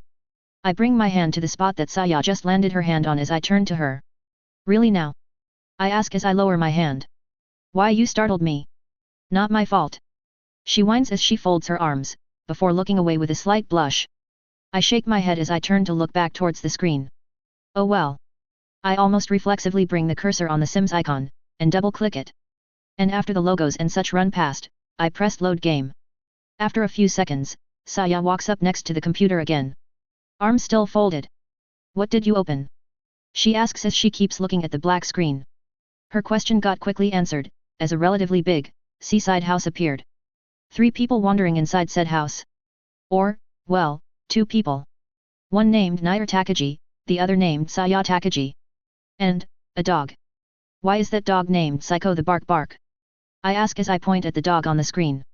Ignoring the obvious reason which just made Saya's face go pale. Let's just go outside. She quickly slaps the laptop's lid shut, then grabs my pointing finger and starts dragging me out of the room. Hey. Funny how Saya's avatar looked a lot like her mother. I guess she wants to be like her when she's older? But, on the other hand, we exit Saya's room and make a beeline to the stairs. I'm pretty sure that I usually don't walk around, topless. But, for some reason, I almost draw a picture of her. Sitting in front of the laptop, in the middle of the night. I turned to look at Saya who was in front of me, still pulling me by my finger as we walked down the stairs. Bark bark. I blurred out as I try to stop myself from chuckling. Shut up. Saya responds by tightening her grip on my finger. Let's not tell her that she is more of a bark bark compared to Psycho. I mean, that girl barely shouts. Or, was it a subtle way to call Psycho a bitch? And just as we reach the exit door, I stop dead in my tracks. Oh god. I forgot something really important. I say with a grim tone as my eyes go wide. Saya turning to look at me without letting go of my finger. I forgot my face in my room. I add with a deadpan tone. I could honestly see the 3 dots over Saya's head as she was processing what I just said with a blank expression. Until, she narrowed her eyes and puffed her cheeks, leaning her face towards me. No. Mask. She flatly declared. But. No buts, she cuts me off. We left the safe zone the moment we went down the stairs. My minimap is flashing yellow right now. I respond as I look down and to my right, as if I was in a first-person game. You're who is wa? Saya frowns as she opens her mouth slightly with a confused expression. My minimap is yellow. I answer with a serious face. Well, as serious as it could get considering what I was actually saying right now. Are you stupid? Saya asks with the same confused expression. Only on, what day is it? I ask as I tilt my head. You are stupid. Saya groans as she rolls her eyes and turns to look towards the exit. Fine, let's go. But no cuddles. Cuddles are a room thing only. I add with the same deadpan voice. Saya turned to stare at me for a few seconds, and then blinked a couple of times. What makes you think I even want to something like that, stupid? She yelps as she turns to look towards the exit again, letting go of my fingers so she can fold her arms. Just making sure. I shrug as I start walking towards the exit. Saya grumbled something in a low whiny tone before following behind me like a pouty kid. So, where are we going? I ask the moment we got out. I don't know. She says with the same whiny voice as she keeps her arms folded, still not looking at me. Okay then, let's wander around until something happens. I respond with a shrug, then extend my arm towards her. Which she didn't see, as she kept looking away. Saya. I called out to her, my arm still extended. What? She groans as she turns to look at me. Then looks at my hand, and keeps staring at it. It's a hand. I say with a slight chuckle. I know that you idiot. She responds in a low tone, then takes a few steps towards me before grabbing my hand, albeit a bit forcefully. Her face still looking anywhere but me. Moody aren't we? Come on, let's go. I motion with my head towards the exit, Saya just nods. And so, we exit the building, and start wandering. To where? No target really, we just walked. Some time of walking later. After doing circles around the building for longer than it was necessary, we decided to wander mostly around the backyard of the building. But Shower Ichiro's men, keep eyeballing us. Why do you keep glancing around? Saya, whose moody attitude had thankfully dissipated by now, asks as she keeps looking at my face. Your dad's men are constantly glancing towards us. I respond. And? Saya asks with a flat tone. And now I'm half expecting your dad to pop up and chase me with a sword. I answer with a chuckle. Saya just groans as she rolls her eyes, though there was a slight smile on her lips. Then don't do anything stupid. She adds with a smug look as she turns to me. Define stupid. I respond as I turn to her with an arched eyebrow. Saya slightly narrowed her eyes, before throwing a quick jab at my sides with her free hand. Oi, what did you do that for? I ask as I bend away from her. You had the face of somebody who was about to do something stupid. She retorts with the same smug look. Geez, just don't blame me later. If I'm being all cuddly with Psycho. She has yet to jab me for being stupid. I answer as I turn to look at her. Her smug expression quickly disappearing as she kept staring at me. That's... It's, you. She blinks at me a couple of times, before pouting slightly and lowering her head in defeat as she could not think of a comeback. Unfair. She adds in a low tone as she keeps looking away. I'm being realistic. Or at least, more realistic than wandering around a house, topless. I add as I try to hold myself back from smirking. You don't have to mention that again, you know. And for your advice. It just got late and I had to close the game before I could finish editing. She loudly responded, though the sentence ended with a mumble. So? What would I normally be wearing? I lift an eyebrow as I smirk slightly. A penguin costume. Saya mumbles with a slight pout. Before I could say anything back, a couple of guards ran past us. Hurry. Bring the flamethrowers and 2 jeeps, there's another horde coming towards the west fence. One guard shouts as he points at the jeeps parked in the distance, a second guard nodding and running towards the jeep as a third one turns to run towards the front part of the building. Hey! Go back inside. It's not safe to stay out right now. The third guard shouts at us as he runs past us. Saya turns her head to follow the running guard with a frown. Who didn't even bother to check whether we heard him or not. Let's go back inside. I tug her hand, causing her to turn to me. Because he said so. Saya asks with the same frown. Because I don't want to get dragged into this. They mentioned that another horde is coming. Meaning they dealt with more than one. They can handle this without us. I respond as I shake my head. Saya looks at me for a few seconds, then lets out a small sigh. If you put it like that. Fine, let's go back. Saya responds. Though, in deference with her nonchalant answer, she quickly turned around and started pulling me as she headed towards the door that led into the main building. I think, I saw her smile too. My, if I didn't know her any better. I would say that she was actually looking for a reason to go back inside. Not gonna lie, I did find myself chuckling slightly as we headed back. After going back into the building, we headed up the stairs and towards the floor with our rooms. Until finally, we reached Saya's room and got inside. All the while, Saya was still holding my hand. Don't think I can get lost now. I spoke up the moment I closed the door behind me. Hey? What? Saya asks as she glances at me, then back inside the room. I just tug her hand in response, making her turn to look towards her own hand. Oh. I forgot it. She adds as she lets go of my hands, then quickly folds her arms under her chest. Well. We're here now. Saya mumbles in a low tone. Yet. I respond as I turn to look at the pinked. Why, you said. We can, uddle in a room. Saya adds with a lower-toned mumbling tone. Uddle? She means cuddle? My, could it be that she was grumpy before because she wanted to stay in the room, but could bring herself to say so after she dragged me downstairs? I guess did. I respond as I walk up to her, then move a lock of pink hair behind her ear with my hand. Hum. Well. I guess, if you want to do this badly. I can let you.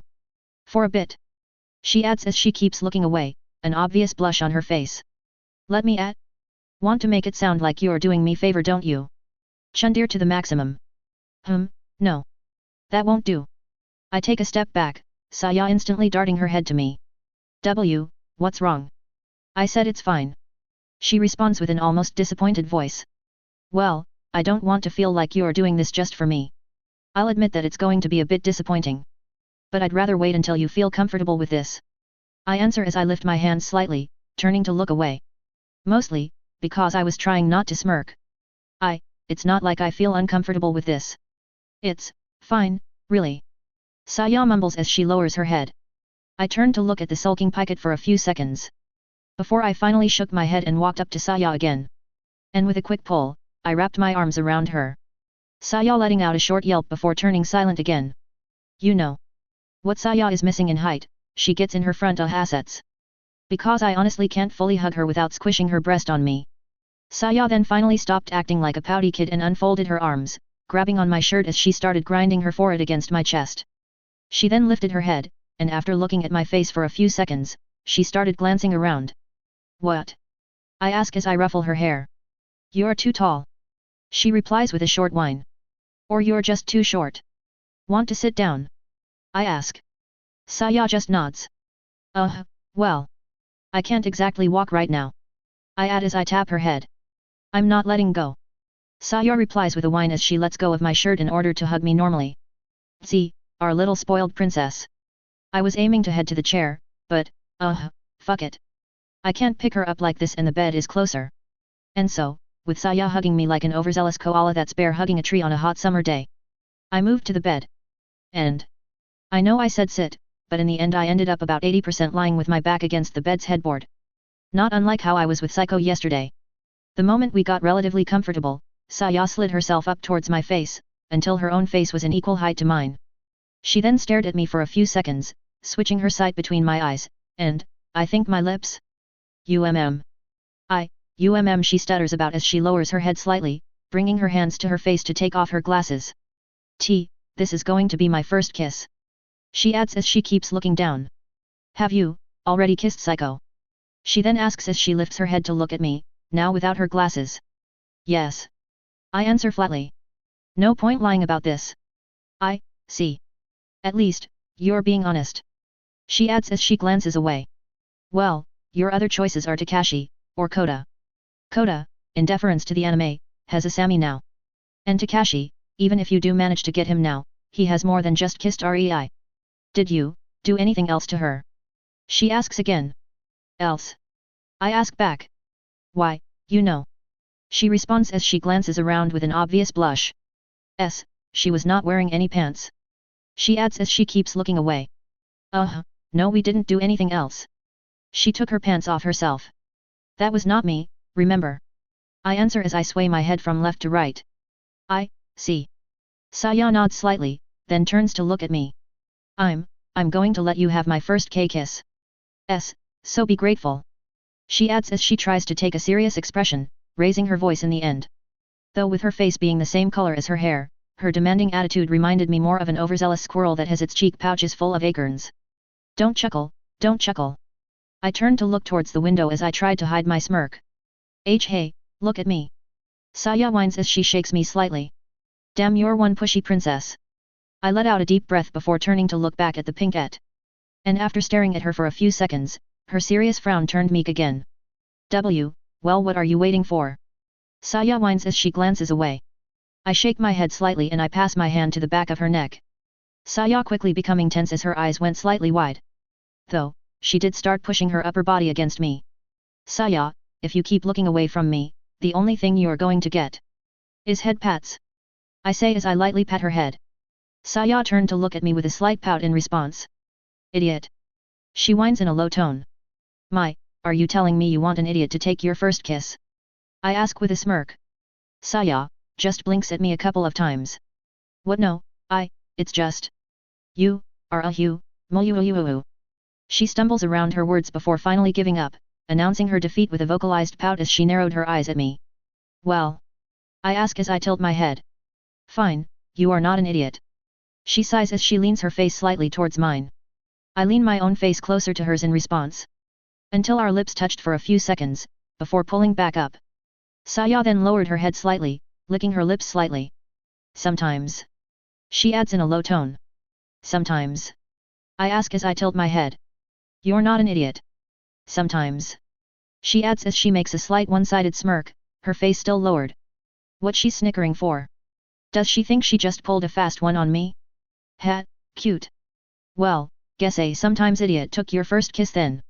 I chime as scratch the back of her neck. Be grateful. She adds she buries her face on my chest. I just laughed through my nose slightly before turning to look out the window.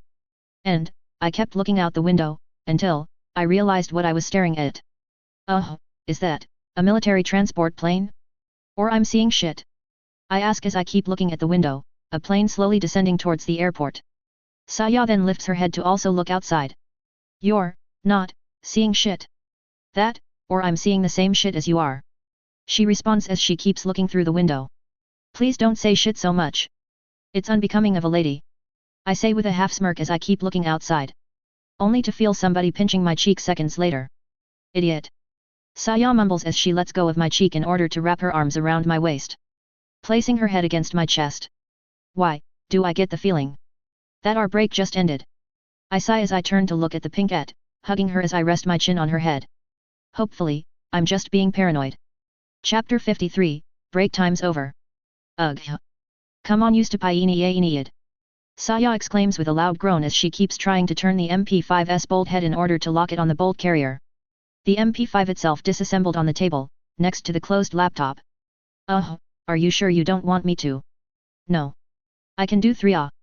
Saya cuts me off as she tries to push the whole carrier against her torso, causing the recoil spring to bend. And then slip the fingers. The whole carrier flying off her hands, and landing straight flat to my face. Oh crap. Sorry. Saya instantly shouts as I put my hand on my forehead. And that's why, you always need to wear head protection, kids. I respond as I rub my forehead, then lower my hand to look at my fingers. Oh. 'Tis was a critical hit. Why, you're bleeding. Saya gets off her chair and grabs my face, turning it to face her. Well, that thing did fly off pretty fast. I responded as I tapped the stinging point on my forehead. Don't touch it. Saya slaps my hand away from my forehead with a high-pitched tone. Geez, Mom. She then lets go of me and gets up, turning to head towards the bathroom. Don't touch it. She exclaims right before entering the bathroom. It's just a scrape, why the freak out? I ask, pretty much myself. Saya then exits the bathroom after a few seconds. Rubbing alcohol and a cotton ball in hand. Really now? I ask as I tilt my head. We need to make sure it doesn't get infected. Don't be stupid. She answers as she walks up to me, then sits on the chair ahead of me. If you put it like that. I shrug slightly and extend my arm. Saya glances at it, then looks back at my face. I'll do it, you can't see your forehead, can you? She responds as she ignores my hand, dousing a small part of the cotton ball with alcohol. Tell me if it hurts. She adds with a rather meek voice as she taps my forehead lightly. Well. It hurts as much as you'd expect from putting alcohol in an open wound.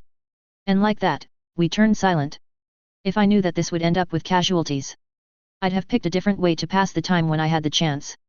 While I did not mind just sitting on the bed with her, she wanted to finish her lessons on the gun. So, of course, after she ended up writing all the stuff I told her in a new textbook she found in here, she wanted to try them out on the gun. I switch my glance towards the window. Also, I have been seeing helicopters flying over the airport sky for some time now. Something is definitely up over there. Sorry. Saya whispers. Crap happens, don't sweat it. I answer as I shrug my shoulders. That's a stupid excuse people make in order to justify their stupid decisions. She frowns slightly as she presses the cotton ball on my forehead. Hey? It sounds as if you almost want me to ask for compensation. I respond as I make a slight smirk, arching one eyebrow up. Don't be ridiculous. Why would I want you to do anything weird to me? She glances at me before looking away, ending her sentence with a low-tone mumble. I'm pretty sure I didn't say about doing anything weird to you. Or, you actually want me to? I ask as I narrow my eyes slightly, smirk still on my face. I do not. Pervert. Leecher. Saya blurts back with a blushing face, twisting the cotton ball on my forehead. Oi. I tilt my upper body back to avoid Saya's hand. Saya, on the other hand, tilted her own body forward, to the point that she actually got off her chair while she kept trying to keep the cotton ball on my forehead. I think, she was also smirking slightly. You enjoying this? I ask as I frown. What makes you think that? She answers, the smirk becoming a full-blown grin now. Okay, you asked for it, Miss Psycho MK2. Oh, look. I then bring my hands to her sides, and squeeze, hard. Saya's eyes going wide as she tenses up. Stop. She squeals as starts squirming about, bringing both her hands to my arms as she tries to pry them off her sides. With little to no success. She then decides to counterattack by trying to do the exact same thing to me. Causing me to lean back even more. To the point that the chair, which was already on its two back legs, ended up giving way. Sending me falling backward, with Saya pretty much falling on top of me. And then, the world turned dark. Who turned a few leagues? I ask with a muffled voice. Don't speak, you idiot. I hear Saya respond with a soft moan from right on top of me. Let me guess. That thing blocking my sight, is her chest. Cliché city much? Oh well, 'tis time for some payback. Wayat? I ask. Purposefully dragging out the A in my question. I'm going to punch you if you keep doing this, you pervert. Saya responds with a short yelp. Thwingwituff. I answer back. My legs are tangled on the chair. And stop speaking, damn it. Saya shouts as I felt the something press up against my face. And a few seconds later, I got my light back as Saya got off me, sitting next to me with a face equal to the color of a tomato. I shook my head slightly and started to also get up in order to sit. While, in the meantime, stupid. Pervert. Stupid. Pervert. Saya shouted as she closed her eyes and started throwing a barrage of slaps towards me. Though, most of them felt like pats to be honest, and it didn't really stop me from getting my back off the ground. She then turned her upper body away from me as she covered her breasts. Or well, she tried to. You know, they are kind of giant. You were doing this on purpose, weren't you? She whines as she turns her head to me with a pout. A couple of hair locks slightly covering one side of her face. Me? Absolutely not. I respond as I chuckle. That's what I get for trying to take care of you. Saya huffs as she gets up, dusting herself off. You mean for trying to drill a hole in my skull? I add as I also get up. That's your fault for being a pervert. Saya retorts. Keep calling me a pervert. Alpha and I might actually become one. Iota respond back as I lift my hands to chest height and start wiggling my fingers. Saya turning to stare at my hands as her eyes went slightly wide. Tightening her hands around her chest as a heavy blush appeared on her face. And, she stayed like that, intensely staring at my hands. Why are you staring at my hands so hard for, Saya? I ask as I tilt my head. Hey, what?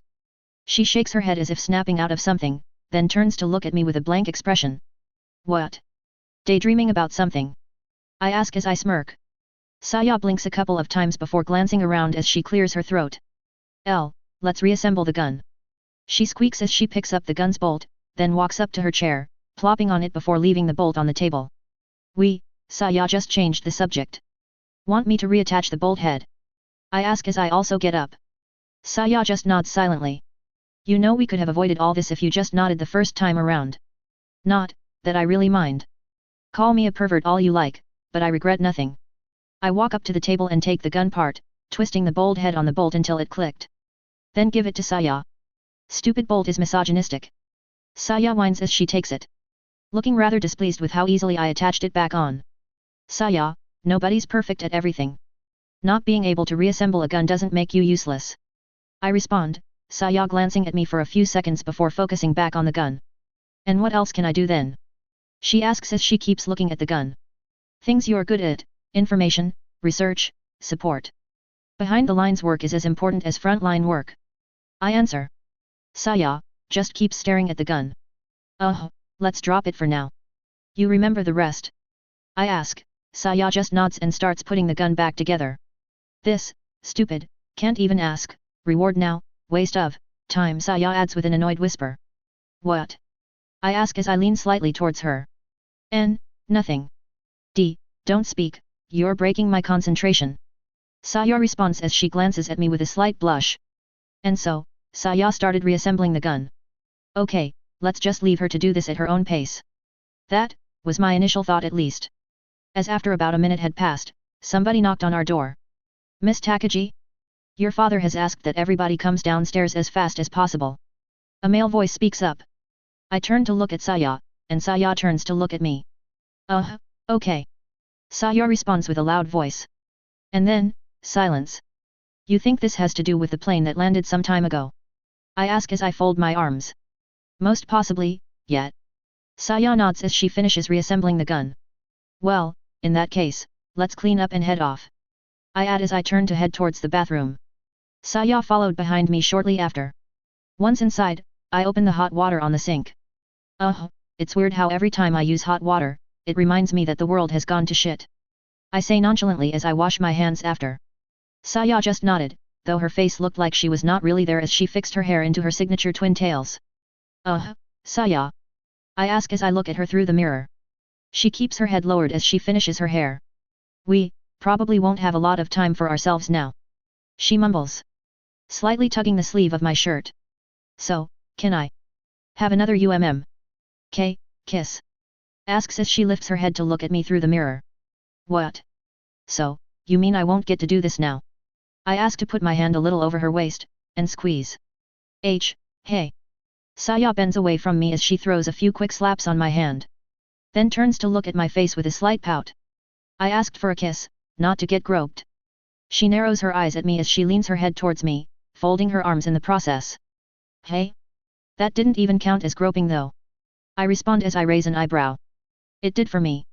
So now I demand that you kiss me twice as compensation for feeling me up. She retorts as she narrows her eyes, pursing her lips slightly. Holy crap, she's actually haggling. So, if I kiss you 3 times, I can grope more. I ask as I put my finger under my chin and turn look sideways, as if I'm thinking. Stop saying grope. You sound like an old pervert. She answers as she frowns. Hey, I evolved from pervert to old pervert. I ask as I turn to look at her. More like devolved. Saya answers with a smug look as she smirks. Devolved? You know you'll be kissing a caveman very soon if you start devolving me for every little thing, Saya.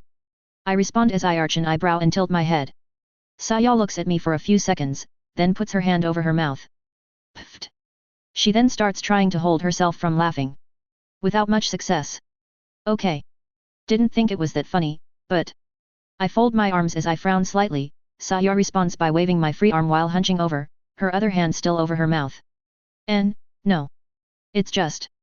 She takes a deep breath and lifts her head to look at me. PFFFTTT. Only to hunch over again.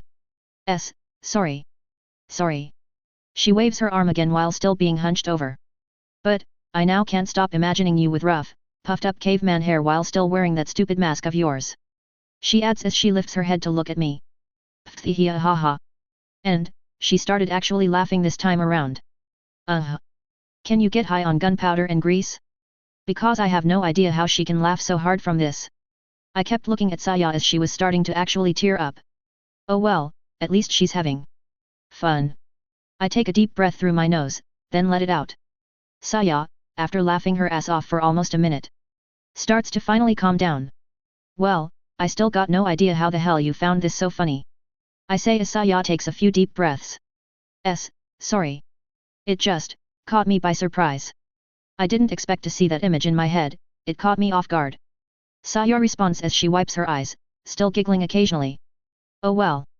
I had yet to see you laugh so hard, so I guess it was worth it. I respond as I shrug slightly. Just don't think that this paid off what you owe me. Saya quickly remarks as she reverts back to her smug look, placing her hands on her hips as she narrowed her eyes. Damn, she bounced back fast. Oh, woe is me. Guess there's nothing I can do, but pay my dues. I respond with a dramatic tone as I sit on the bathtub's outer wall. Well. If it's that much of a painful experience for you, then I won't force you. I would rather you be comfortable. She responds as she smirks at me, the tone of her voice taking an obviously sarcastic caring tone. Heh? Now where have I heard that one before? Oh right. Somebody wanted cuddles. I respond as I make a one-sided smirk at her. That was that, this is this. Saya quickly responds as she leans even closer to me, smirk still on her face. Going for a full-blown attack here, are we not? Very well, let's see how long you can keep up that tough attitude, my dear girl. I get up, and walk towards the bathroom door. Hey! Where do you think you're going? She raises her voice as I hear footsteps closing in behind me. So, you want payment? I ask as I open the door. Then, you get payment. I respond as I turn to face her. Hey, what are you acting all smew? Before she could even finish her sentence, I walked up to her, and picked her up, princess style. Wah. She mumbles as she freezes in my hands, her eyes wide open. All the payment. I say as I walk up to the bed, and drop her on it, causing her to bounce on it a couple of times. Saya still wide-eyed, frozen like a deer in front of headlights from my sudden action. Saya just kept mumbling with her mouth half open as she stared at me. She didn't try to move, not even after I sat on top of her. I then lowered my face, until it was right over hers. Wheel? I ask as I make a one-sided smirk at her. Saya just kept staring. I think she had forgotten how to blink. And seeing that she just kept looking at me like a fish, I proceeded to pay her without waiting for her reply. In other words, she now could not speak, even if she wanted to. After a couple of seconds, I pull my head back. Saya, with her eyes closed now, tried to follow my head as she lifted hers, before opening her eyes and letting her head drop back down.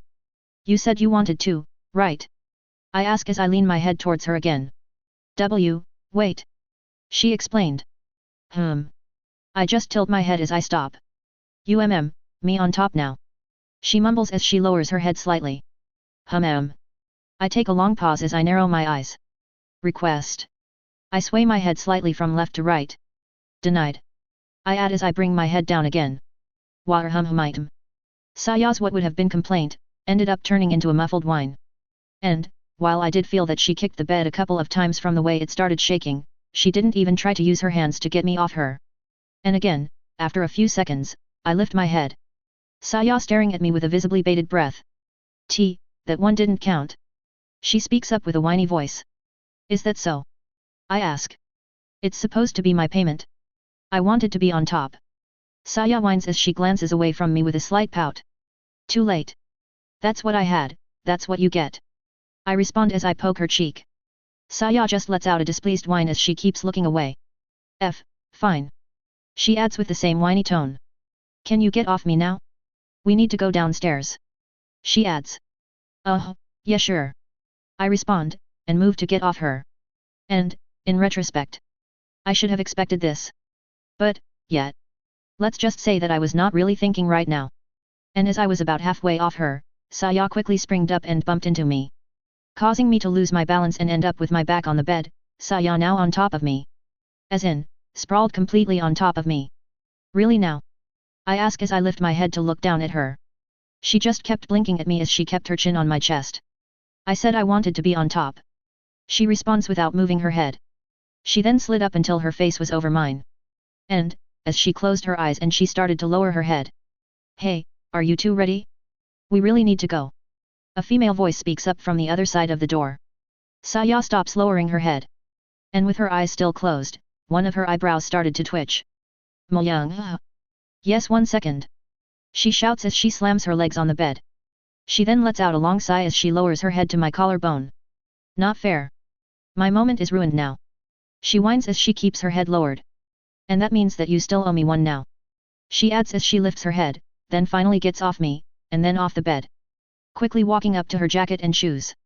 Okay, it definitely did not take her too long before she started acting like herself again. I also get up, then head to wear my boots. Jacket, gun, vest, and mask, are in the other room.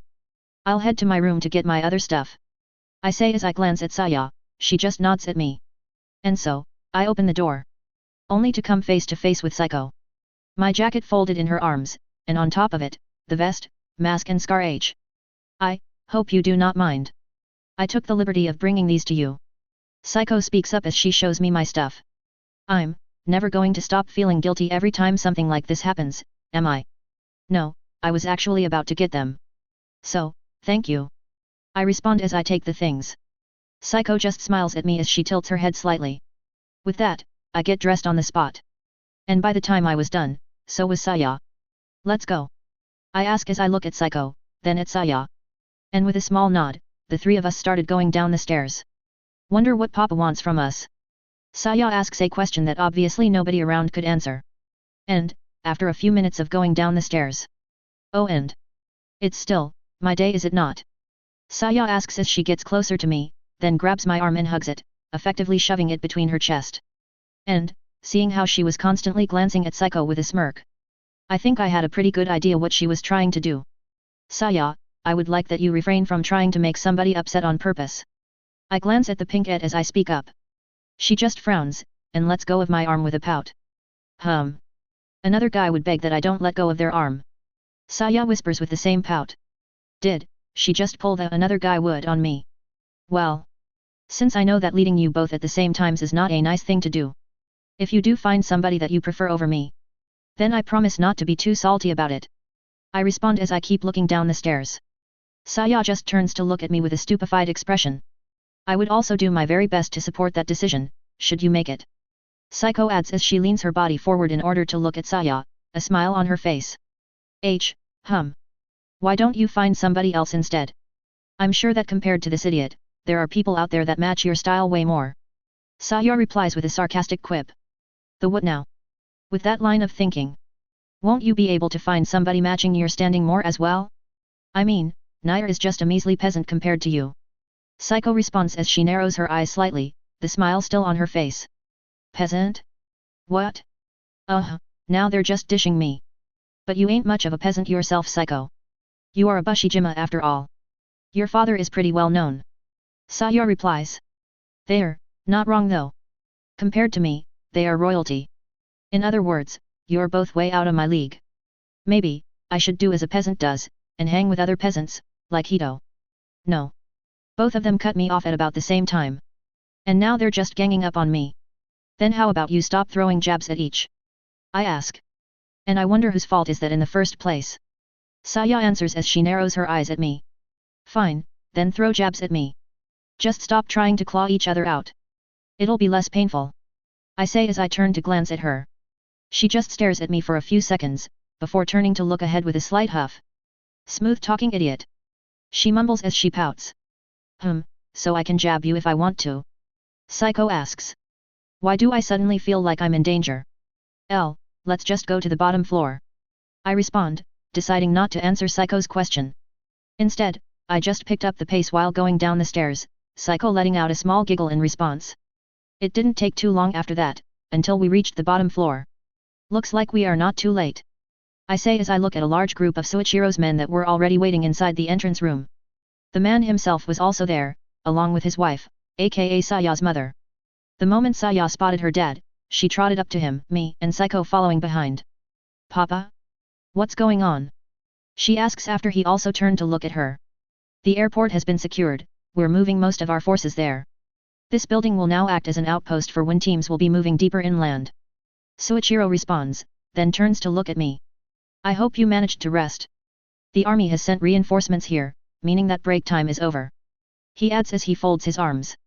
Follow me, I will explain what is what while we head to the airport. He motions with his hand as he turns around. And after he exited the building, he went straight towards a black four-door jeep. Not unlike the ones that he used when he went to the power station before the EMP blast. Yuriko entered the driver's seat, Saya the front passengers, Soichiro and Psycho entered the back seats. With me in the middle, Psycho to my right, and the big boss man to my left. Why he decided to sit back and Saya to the front, I don't know. I don't want to know. And after Saya's mother started the car and began driving towards the airport, Soichiro spoke up. There are two main points we need to talk about.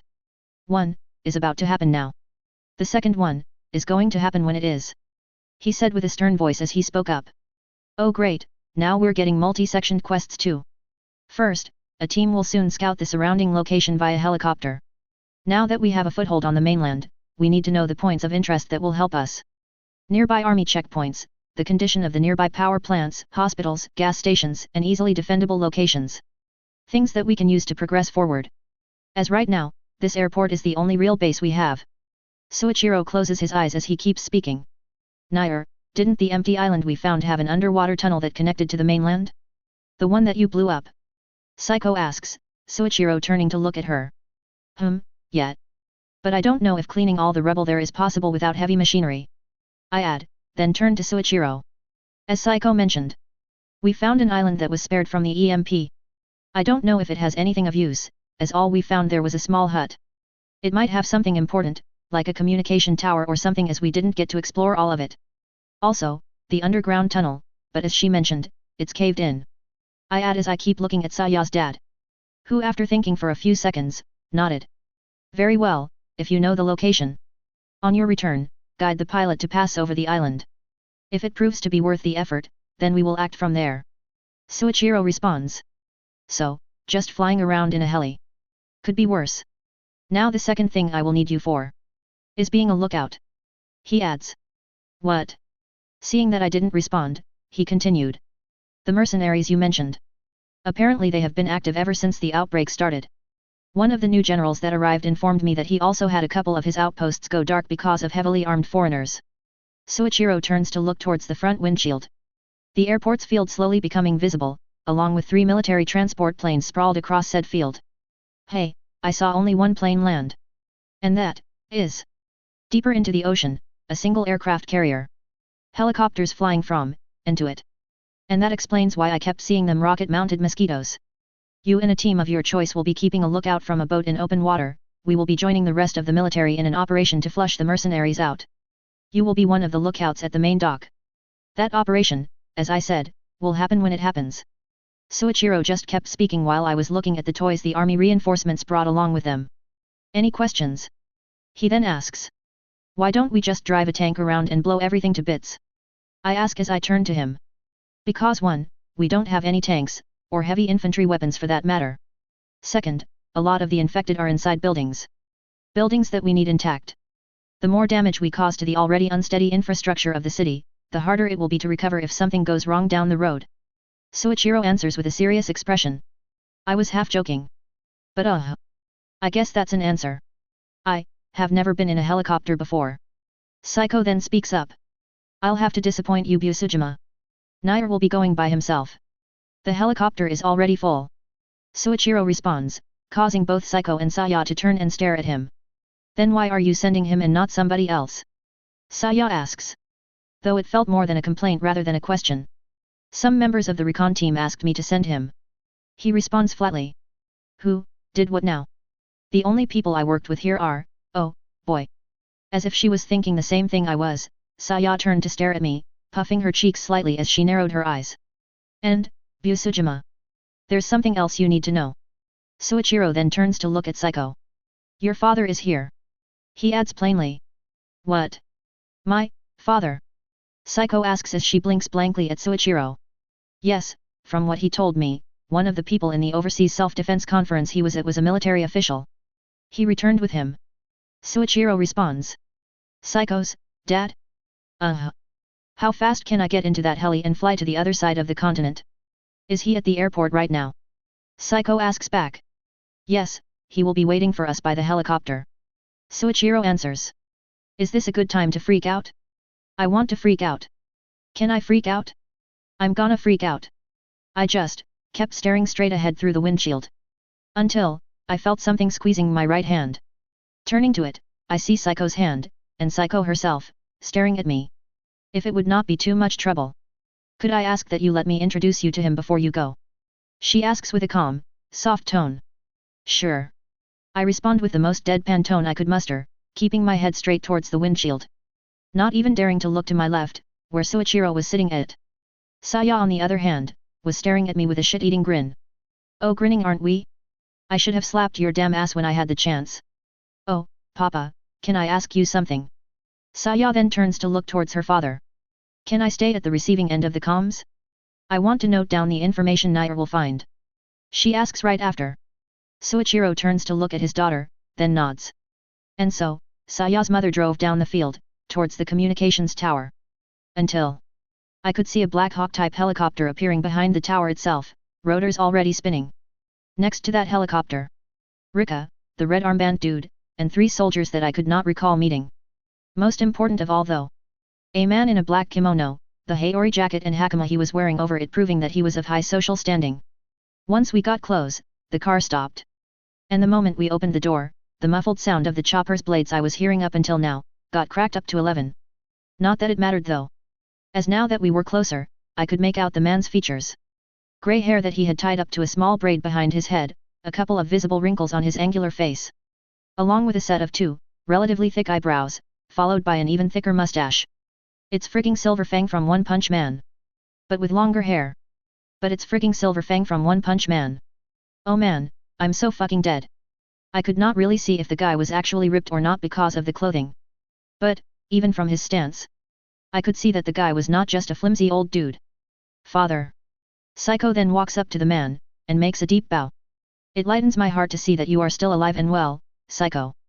The old man replies, his face not showing any change in emotion. Thank you, father. I am glad to see that you are safe as well. Psycho replies as she lifts herself from her bow. Damn, that was stiff as hell. Psycho's father then turns to look towards Soichiro. Who, upon seeing that the old man was looking at him, bowed. Mr. Takagi, don't let me hold you. I expect you must have a lot on your shoulders right now. Soichiro lifts himself and nods, then turns to walk towards the tower. His wife following behind him. Saya. You wanted to be on the other side of communications. Then come. He says as he glances towards his daughter. Why, yes. Saya answers back loudly as she quickly trots towards her father, all 3 of them turning to continue towards the comms tower. In other words, it was now Psycho, her father, and me. With me being a little further off. And you are? Psycho's father asks as he turns his sight to me. Probably because I was the only one left around, and was still standing there like a fucking idiot. Ah, father. Psycho then turns to me, and starts staring at me. I let out a small, silent sigh, and walked up next to her. I feel like I'm about to get executed. This is Nair Sepfir. He is the man that led us, after this whole situation began. It is only thanks to him, that I am still alive today. She then speaks again, throwing a short glance towards me. No pressure. Also, didn't Takashi lead us up to the point of the split? The old man turns to stare at me for a few seconds. I see. And then, Bose. Thank you for taking care of my daughter in my absence. He responds as he lifts himself back to a normal posture. He then glances at the people by the helicopter, who were all looking toward us. But it would seem that there are people waiting for you. You should go. Psycho's father keeps looking at the helicopter before looking back at me. You can tell me what you want when it's just the 2 of us, can you not? He then asks as he turns toward his daughter. Of course. Psycho replies as she nods, before turning to look at me. I will wait until you return. Be careful. She adds as she keeps gazing at me. I just nod slightly before turning to leave. I just got out of this, without saying a single word. The moment the people by the helicopter saw me running towards them, they started getting on the Black Hawk. With me also entering the main cabin shortly after, sitting on the seat by the edge, as all the other ones were already taken. Why every time I see you, you're around some scary people? Rika asks as she laughs lightly through her nose. We're all in, let's go. One of the new soldiers shouts. The pilots, who were looking towards the main cabin, nod and turn to focus on, flying. And as the helicopter started to rise, causing Psycho's hair to flutter widely behind her, I raised my hand, slightly waving at her. She responded by doing the same, before lowering her hand a few seconds later, her sight still locked towards me as she started to become smaller and smaller. Until, the helicopter tilted forward, and the airport slowly got taken over by a smoking city. Hey, here. Rika then extended her arm towards me, a headset in her hand. I nod, and take it. Okay so. Psycho's dad, is fucking Silver Fang. Let's just hope he can't water stream rock smashing fist too. Or I'm gonna have more chances surviving if I just jump off the heli right here and now. Without a parachute. Chapter 54, Sightseeing. Well, glad I'm up here and not down there right now. Or back at the airport for that matter. I was not ready for Psycho's Kung Fu Master Dad. But, anyway, focus on the task at hand Nair. Right now, the helicopter had come to a full stop over a gas station. A point we decided to check as it was very close to the airport. Looks intact. A soldier with binoculars, that was sitting on the other corner of the cabin, speaks up. It also looks like a fort made out of cars. A soldier with a medical cross armband, who was sitting in the opposite direction of the binoculars one, answers as he keeps looking down the open helicopter's door that was next to him. Getting there with all the cars will be pure bullshit for whoever has to go there by foot. The third soldier, who was by the mounted machine gun in the middle adds. What if they use a heli to zipline down on the roof on top of the dispensers? The medic asks. The noise will be too much, everything will be onto the team by the time they get down. Even if the helicopter leaves afterward, half a side will still be heading straight towards them. And a gunfight in the middle of a gas station, will probably end up in fireworks. Add that this greatly limits how much fuel we can actually take back. Add the fuel for the helicopter, and we might actually lose in total with that method.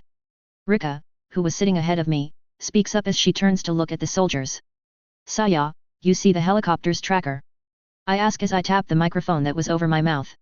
Yet, want me to note the location down? A voice in my headphones asks.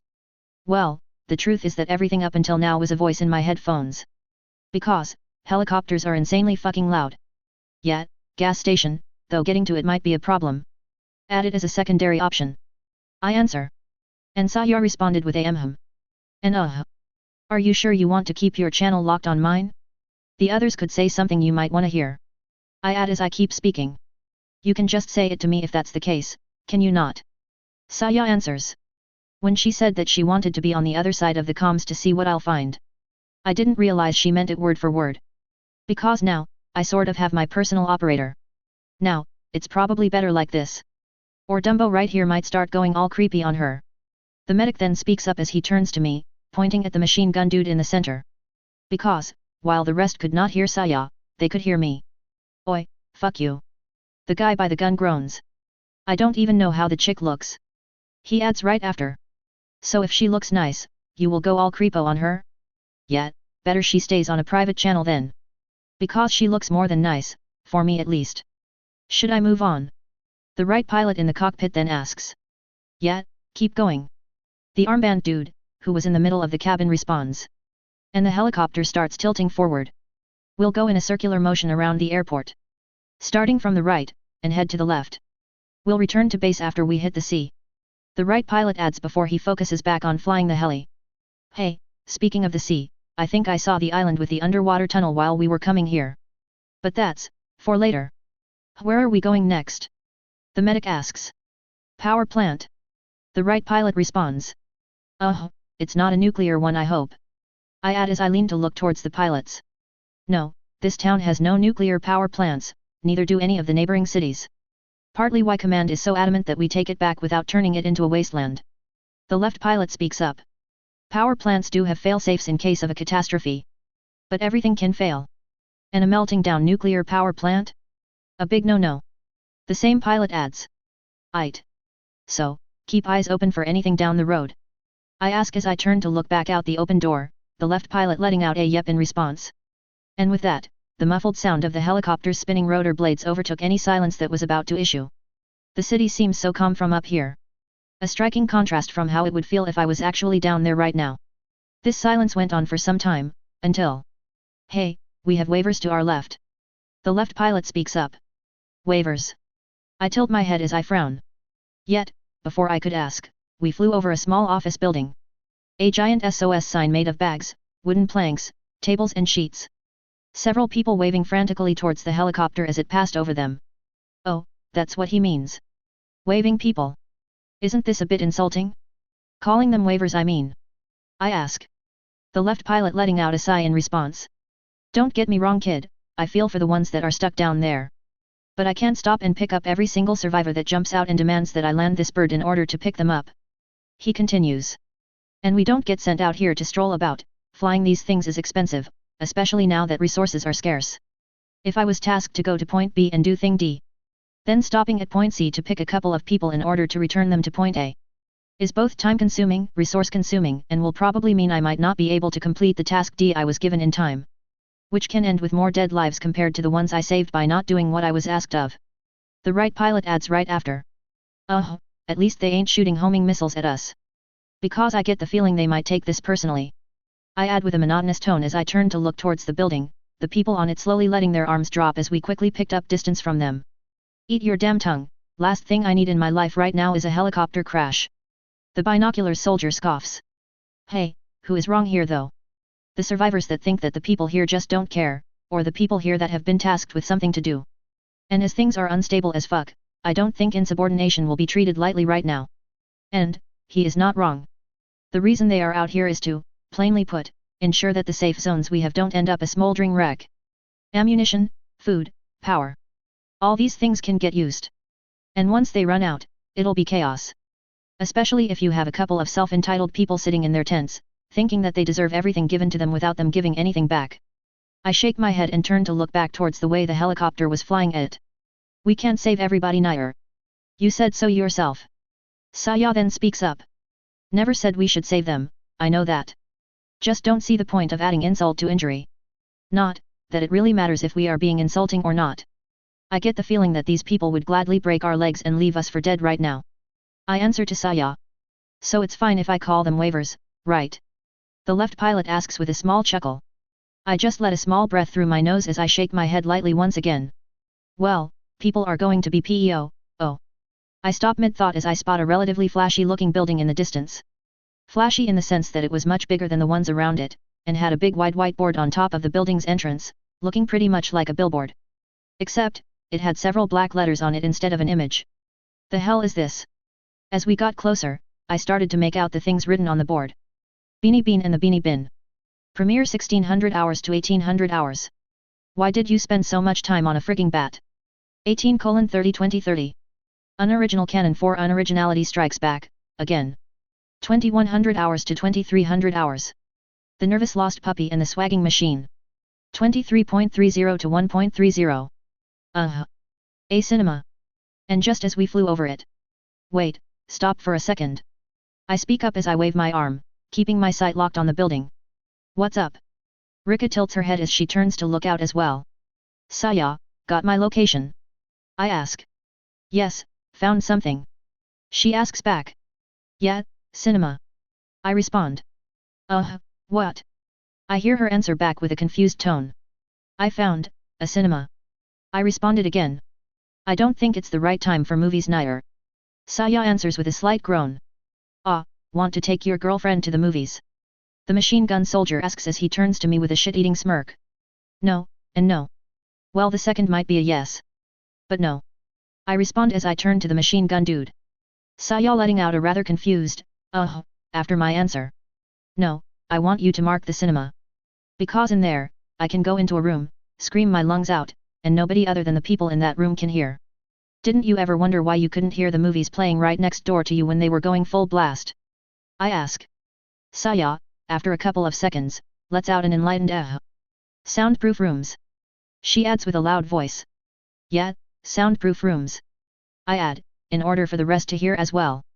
While the army seems capable of holding back the corpses, having this place as an outpost can help. It won't need a lot in terms of corpse defense. Plus, we could place any loud machinery in there without worrying about them attracting hordes day in, day out. Like generators for example. I keep speaking as I turn to look back outside. Alright, noted. Saya responds a couple of seconds later. Okay, we're good. Let's keep going. I nod slightly as I raise my hand. The left pilot nods back, then motions to the right one. And the helicopter tilts forward once again. Hey, wonder what type of movies Saya and Psycho used to watch. With that thought, I kept looking down as we zoomed past streets and houses. And, as we moved deeper inland, I started to see the town degrade. At a rather alarming pace too. Streets started to turn more chaotic. Houses, more often than not being with partly collapsed sections. Looks like a damn war zone down there. I mutter as I keep looking below us. The Yakuza was relatively active in this location, not surprised this place turned into a wreck. Be it that they tried to defend themselves, or that they tried to take advantage of the situation. The medic responded as he also looked below us, narrowing his eyes slightly. So we are trying to get blown out of the sky. I add with a half-joking tone. This location has turned into a wasteland, don't think anybody that's capable of using such guns is left here. The right pilot responds. So you're just winging it? Ain't that a bit too reckless? Well, Don't think we'll find any structures that will be of use around here. Everything's a pile of rubble. And with a shrug, I focus back on looking outside. Can I ask why you keep mentioning that you will be getting blown out of the sky? I hear Saya ask. A giant-ass zombie with a rocket launcher is chasing S.T.A.R.Z around here. I answer with the most deadpan voice I can muster, causing even Rika to look at me funny. What? Was all I got from a confused Saya. Nair, this is important. Don't goof around. She adds right after with a serious tone. See, wait to be a stick in the mud. We are flying over a location where the Yakuza was active. I answer as I let out a sigh through my nose. You're a stick in the mud. Saya shouts back. And seconds later. Sorry Papa. I'll be more quiet. She adds with a much more hushed tone. Burned. Just, you wait until you return, idiot. I will get you back for this. Saya hisses. I have, so many comebacks for this, but they will definitely make her shout again. Let's not make her day harder. For now. Why are you so mad anyway? Stick in the mud can be considered a compliment. The stick is unique, different from everybody else. I answer back. You are an idiot. And got an original response from Saya. Only on days that I'm flying in a Black Hawk helicopter. I retort back. Okay. You really make me want to join your little chat. Tell your cute little friend to open her channel. Rika then speaks up as she leans towards me. Cute? I agree, open the channel.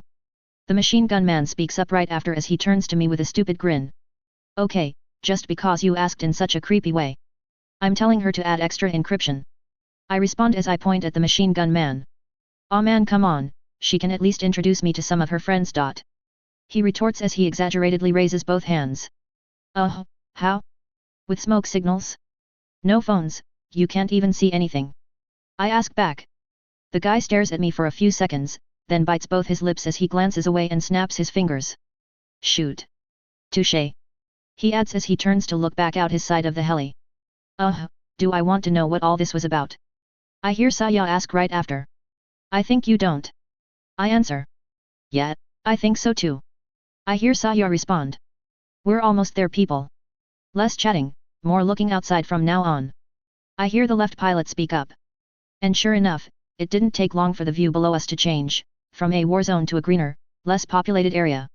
Fewer buildings around. I say as I keep looking out. Yet, most of these facilities are in the city outskirts. Easier to get the big amount of land needed to build them. Easier to manage too, no traffic jams, no people complaining about the noise and pollution. Or the smell. The machine gun man adds.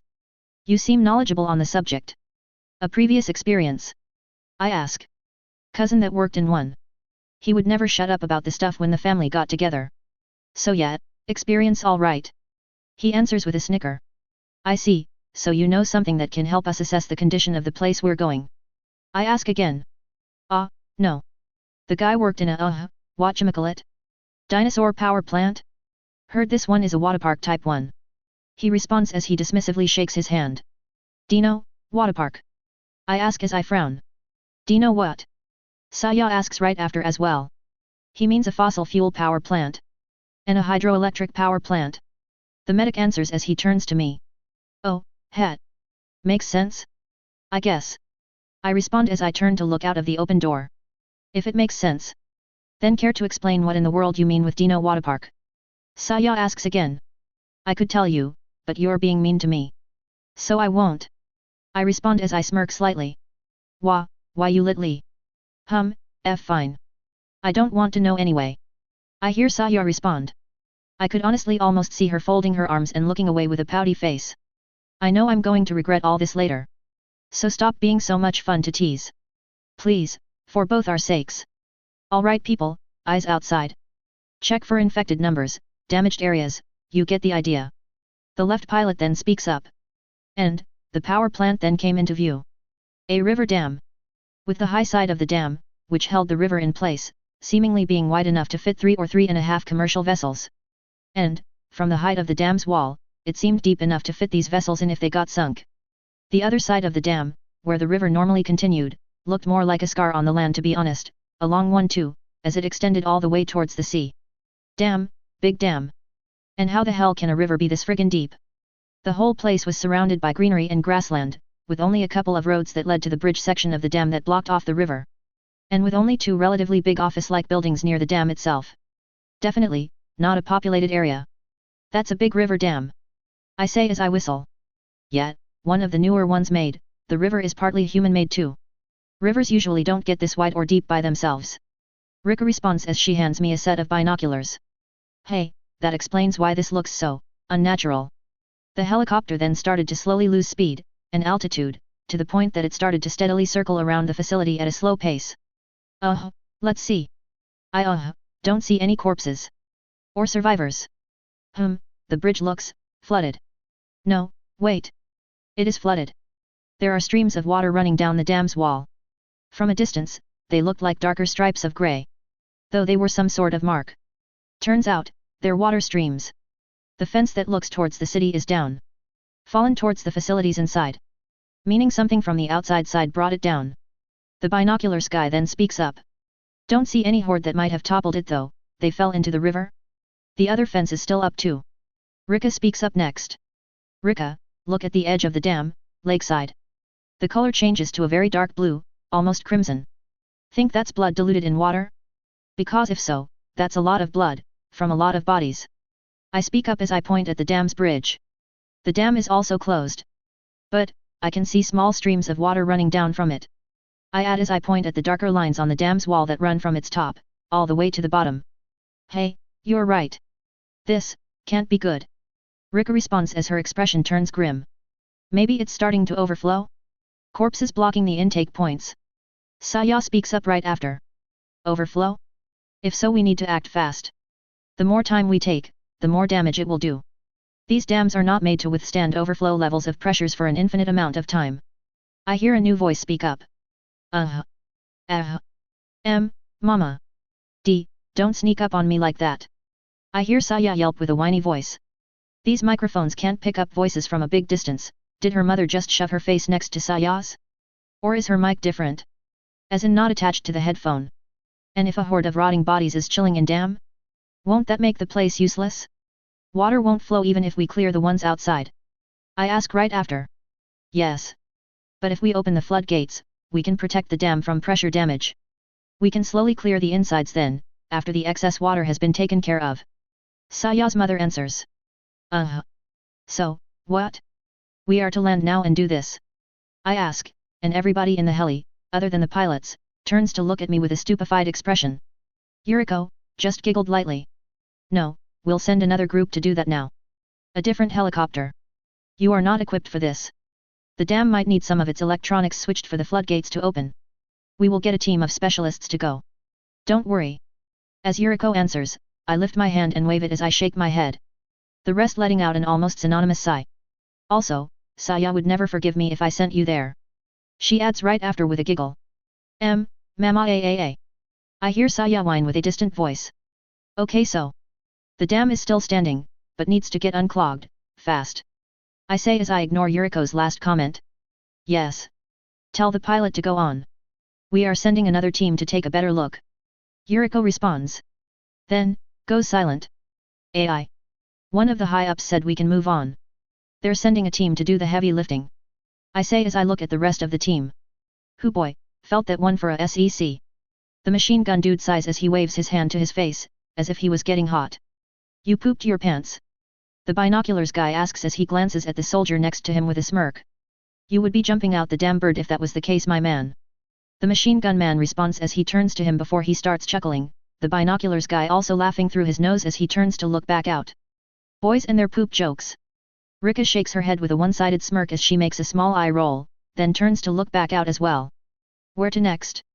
I ask. Hospital, a straight line from here to there. It's on the other side of this landmass, and next to the central one. After that, we are going down by following the river between the landmasses. As the airport is by sea, we can use boats to drive up the river. It's safer, faster, and cheaper than going through a hostile, infested town. The right pilot responds. I see. And speaking of the sea, they told you about the island. I ask again. Oh, they did tell me something about checking an extra spot in the open sea. That must be it. The right pilot answers back. Yet. Big Boss Man told me to lead you towards a medium-sized island that was free of corpses. It's not very far from our endpoint if we end at the upper left point of the central landmass. I respond as I nod. Alright. We will check it when we finish this. The right pilot makes a thumbs up without turning to look back, then starts picking up speed by tilting the Black Hawk forward, also lifting the helicopter to a higher altitude in the process. And, headed straight back towards the war zone. If we can power that dam. Will the power lines work to reach the airport? It's not too far from here, but not too close either. Maybe they aim to erect new lines that run along the river? Anyway. A hospital? Why I really don't like this. And, we slowly started to see more buildings once again. Followed by more damaged buildings soon after. How far is this hospital? I ask. Halfway point we reach the stadium. You can't see it, but it's visible from our windshield view. The right pilot responds. Stadium? Can't we use that to round up corpses and light them up from a distance without damaging the buildings around? You know, tossing a napalm bomb or something in their face while they are congregated in the middle of the field. I ask as I tilt my upper body to look towards the front windshield of the heli. Sadly though, I could barely see anything, other than a small part of the sky, and a smaller part of the city. Nothing reminiscent of a stadium though. Nope. Command wants this place as intact as a falling snowflake. Rika responds as she turns to me. Why? They like football this much? I ask with a half-joking manner. Could be. But as they told me. It seems that one of the initial spreads started from there. She adds as she smiles, then turns to look outside. One? Wait, there were more than one ground zero, ... I ask right after. Yeah, the main reason why everything went to hell so fast too. Everybody mobilized to come here once things started to get out of control, then suddenly. Hey, the other side of town? Suddenly it's a worse hellhole than this hellhole. Rika answers as she keeps looking outside. Hey, I was pretty sure by now that this whole thing was man-made, but this pretty much seals it. If it happened as she said, the timing is just, too good. Too good to fuck everybody's life that is. Yet, top brass has been pretty clear about us not going too close to it. Apparently, from the reports we got. If you as much as enter the buildings that have been labeled as ground zero, you will turn, then and there. Supposedly, whatever this is. It's so thick there that it kills you the moment you breathe the air in. The right pilot speaks up next. Hey, they send me to do grunt work, yet inform me about nothing. Sure, this has nothing to do with the missions. And I am just a grunt to them. But still. And there she is, to your right side. The right pilot adds.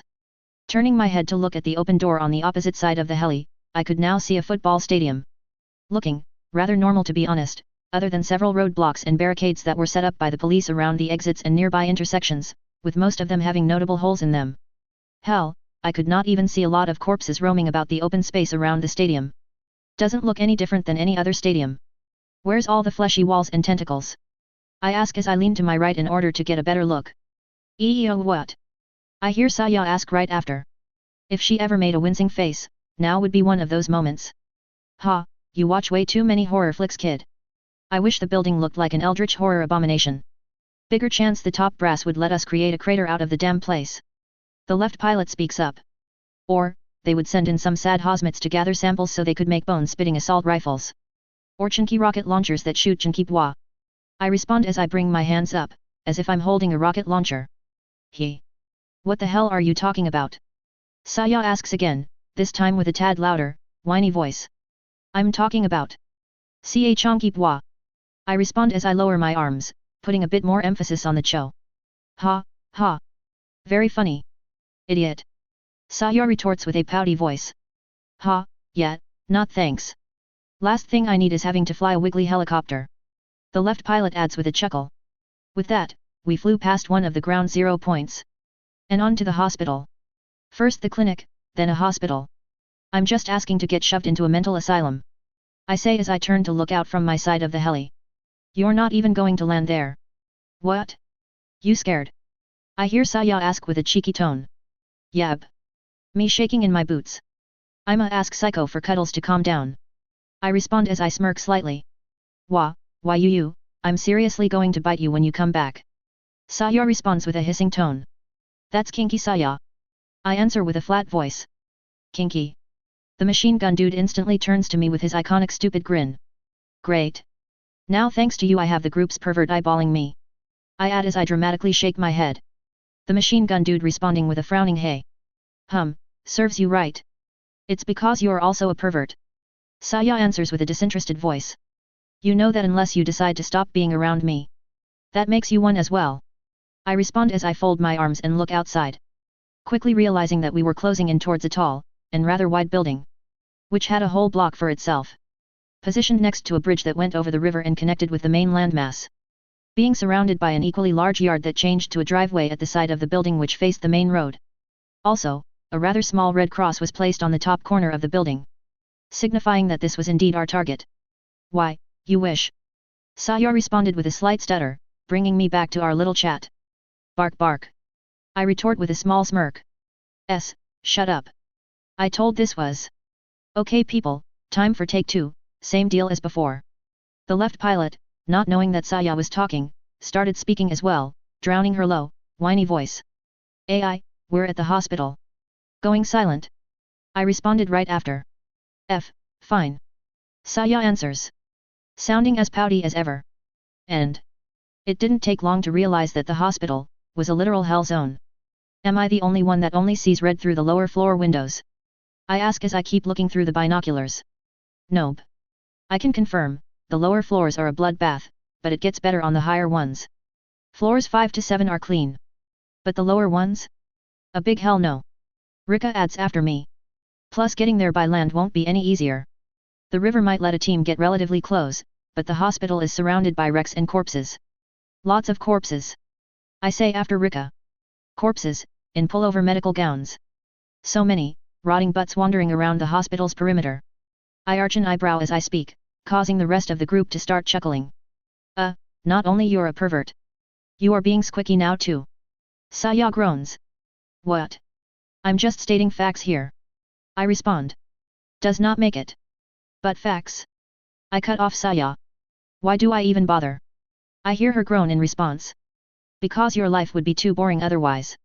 I add nonchalantly as I keep looking outside. Hey, my life was plenty exciting without you around. Saya retorts. Then, why do you even bother?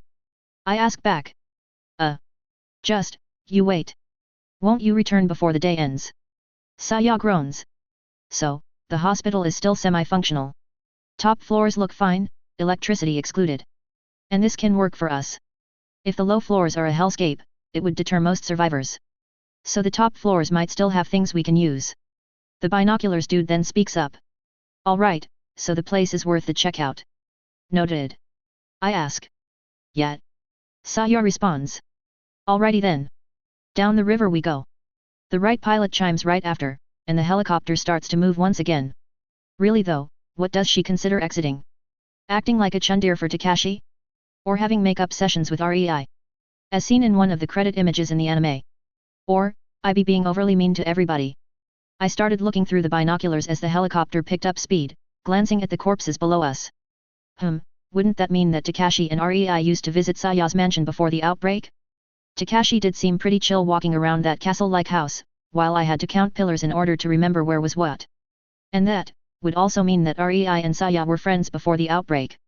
Though, they don't seem to really act like so during the outbreak. And while I kept looking at the corpse-infested streets, a bridge started to become visible to my right, towards the direction the heli was flying at. Oh? That's the bridge I and the trucks used to pass from the central landmass to the rightmost one. We really didn't fly too far away. Funny how I never realized that we had a giant-ass stadium nearby. And that it was a ground zero. I stopped looking through the binoculars, and turned to look back towards the stadium. Ground zero, hey? Wonder how much of what they told me is real. Obviously I'm not going to waltz there. Even if they are lying. Then that means that instead of killing air, it'll be full of trigger-happy people. And I honestly don't know which one is worse. So, new guy. Tell me about this island. We will be by the beach soon. Fill me in on the details. Location and the such. The right pilot then speaks up. From the center of the central landmass. It was to the left, so now it's to our right. Can't really see what you're seeing. But it's relatively bigger than the rest. Also a little deeper into the sea compared the smaller islands around. I respond as I turn to look towards the pilots. Are you telling them about the island? Saya asks right after. Yet. We're nearing the beach. I answer. Roger. The right pilot responds. The island also has a small shack on the beach that is looking towards the landmass. I add as I turn to look outside. Alright then. Changing path. Keep head, hands, legs and tongues inside the bird, I'm going to pick up speed. The right pilot then pushes the helicopter to tilt over more, making it move even faster as it started to slowly lose altitude. And the island is also full of hallucinogenic plants. Don't start any accidental fires or you'll end up fantasizing about stuff. I add casually. Having almost synonyms what, as a response from the rest of the team. Dude, stuff like that. You always mention first. The machine gun dude says with a serious expression as he turns to me. Because you want to take a batch with you. I ask as I turn to him. What? No. He answers as he frowns. Hey, color me surpri. I want a friggin' truckful. He adds as he opens his mouth and lets out a long, one-breathed laugh. Which, felt more like he was choking to be honest. Color me, not surprised. You can end up in jail if you use it on unsuspecting girls. I respond flatly. What? Saya asks once again, confused if her voice, yet again. It's not a crime, if they never catch you. He responds as he lifts his index finger towards the heli's roof. Narrowing his eyes as he smirked. Okay, I am definitely keeping Saya and Psycho away from this dude. Really? Maybe I should drug you. And then leave you there buried in the sand. Take it as a unified answer of every girl on the planet in response to your plan. Rika then speaks up as she turns to look at the dude, a one-sided smirk on her face. And, as the machine gun dude opened his mouth and turned towards Rika, I turned to look back outside. The land having already been replaced by the sea. Damn, the pilot was not kidding, we're going fast. And, with the rest of the group chattering, we moved towards the biggest island in the vicinity. 15 minutes later. So, much, see. By now, the others had also turned silent, so all I could hear was the helicopter blades. And Saya's occasional murmur. I think Saya forgot she's on the microphone. She keeps talking to herself. Can't really make out what she's saying though. You said there is a shack on the beach that overlooks the mainland. The right pilot then speaks up. Yet. I answer as I shake my head to snap out of the unfocused mode I was in. I see something on the island's beach up ahead. Gonna turn the bird, tell me what it is. The right pilot responds, then tilts the helicopter back, before turning it in place. An island appearing through the open door of my side on the helicopter. I see it, give me a section. I take the binoculars and look through them. Then focus on the beach that was dead ahead of us. On the beach, a small campfire, and a shack. Ahead of the campfire heading deeper into the island, a narrow path. Yab. This is it. We got a winner. This is the place. I answer as I look back inside the heli. Nice, first try too. The right pilot chuckles as he turns the Black Hawk to move closer to the island. Weird, the path that leads to the cave, moves away from the mainland, yet the cave it leads to connects to it. Does the path make a full turn somewhere? I'll fly over the island, tell me if you see anything of note. The right pilot adds. And as the helicopter starts gaining altitude while slowly moving towards the island, the group started to look around through their respective open door. In other words, me and Rika from our side, the other three from theirs. The armband dude in the center, that has been eerily quiet up until now, stayed quiet some more, with his arms folded. Hey, at the peak. I think I see something. Rika then spoke up while looking through her spoke, half of her body leaning outside the helicopter. In response, the Black Hawk started gaining altitude, then started moving towards the peak of the island. And, sure enough, a small building started to become visible among the trees and vegetation, a couple of antennas along with a satellite dish on its roof. A relatively small communication tower next to it. Hey, this island has a comm tower. I ask. It looks like a radio station to be honest. Probably a legal one too. The binoculars guy says right after me. That could come in handy, the shack still had functional electronics, big chance this thing can still broadcast. I add. Found something? Saya asks right after. Yeah, radio tower, comms tower. Something among that assortment of things. I respond. Hey, so there was more to this island other than the shack. Saya adds casually. And the plants? I add. Nobody cares about the stupid plants and their stupid hallucinations. Saya quickly retorts. So, you do remember what you saw in order to call it stupid? I ask again. No I don't. What makes you think I do? I don't remember anything. Saya quickly responds. Too much denial, somebody's lying. I guess this is reason enough. Let's start heading back. The right pilot then speaks up. And as the helicopter turned to head towards the airport, which honestly was barely visible from here. Say Saya. On a scale of 1 to 10. How would you rank your urge to kick me right now? I ask. 11. Saya responded flatly. Okay. Can I have a parachute? I ask as I turn towards the pilots. What for? Intend to skydive. The left one asks with a chuckle. Oh, F. And as I tried to answer. F, Fachu. I sneezed. The hell. I shake my head as I blink a couple of times. That came out of nowhere. But, why do I suddenly have the urge to curse at the sky? Chapter 55, Want some tea? Alright team, going to land the bird. Good job out there. The right pilot speaks up as he slowly descends upon the helipad at the airport's field. Even if all you had to do was sightsee the town from a safe distance. The left pilot chuckles. Hey Nair, look, it seems you have somebody waiting for you. Rika nudges me with a smirk. Why? Because next to the helipad was a certain pinkette. Arms folded, tapping her foot. Looking like one of those angry wife stereotypes you see in the movies. All she was honestly missing was a face mask and a flipper in her hand. I should have taken that parachute jump. Hoo boy. The machine gun man whistles as he leans his face right next to mine. Look at the jugs on that chick. She's your friend? She's single? Can I have her number? Room location. He then starts barraging me with questions in quick succession as he keeps staring. Hard. Yes, no, and definitely no. Also, keep staring at her like that, and I'll check the cutting power of the Blackhawk's rotor blades on you. I responded as I also kept staring. Does she have any hot friends she can introduce me to then? He asks, pretty much ignoring what I just told him. Talking to you is making my head hurt for some reason. Can I strangle you? I ask as I turn to him. Woo there, no need for violence. Make love, not war. The guy responds as he turns to me while making a thumbs up with a stupid grin, the helicopter touching down on the helipad shortly after. Words coming out from a soldier's mouth. I retort as I snort, then turn to look back out. Hey, I fight to protect all the pretty chicks in my country, not to kill. Okay, maybe to kill the ones that would try to steal them. He says as Rika opens the door. Then you're already a bit too late. Masked commando over here is a foreigner, and he has already stolen 2 of your chicks.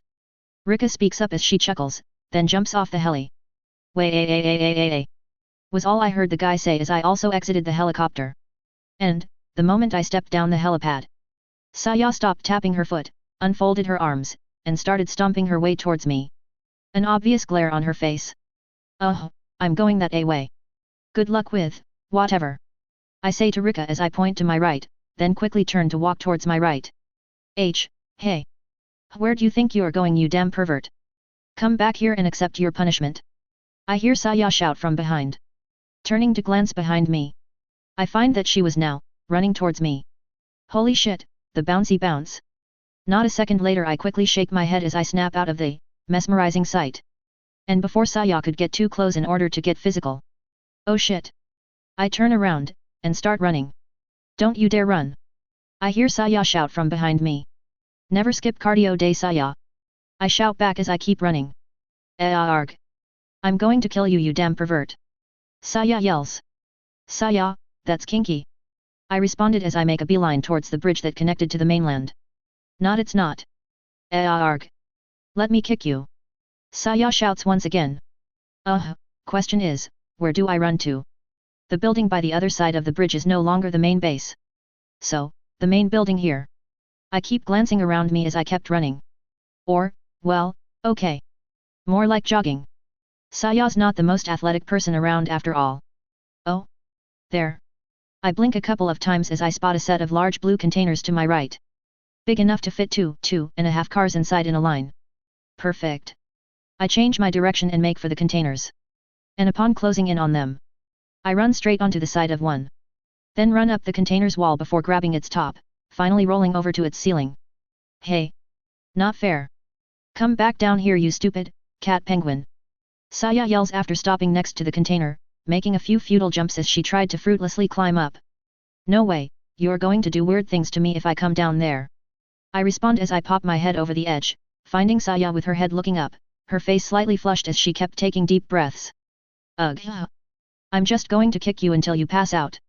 Nothing weird about that. She shouts as she takes another couple of jumps, trying to reach for head. Again, to no avail. Don't do violence, Saya. Or you won't be getting any head pats later. I respond as I kept looking at her, her frown deepening even more as she purses her lips. I'm not a dog to want head pats, you stupid idiot. She shouts back. But, you looked so happy when I did so in your room. I answer as I tilt my head. Saya's face turning even redder. Keep talking, Buster, you can't stay up there forever. She puts her arms on her hips as she narrows her eyes. I don't know, it's rather comfortable up here. Nothing is trying to kick me till I pass out for one. I respond as I shrug. Saya keeps glaring at me for a few seconds, then turns to look around. Her eyes stopping on a bunch of barrels on the far side of the container. She then throws a quick glance at me, before turning to run towards them.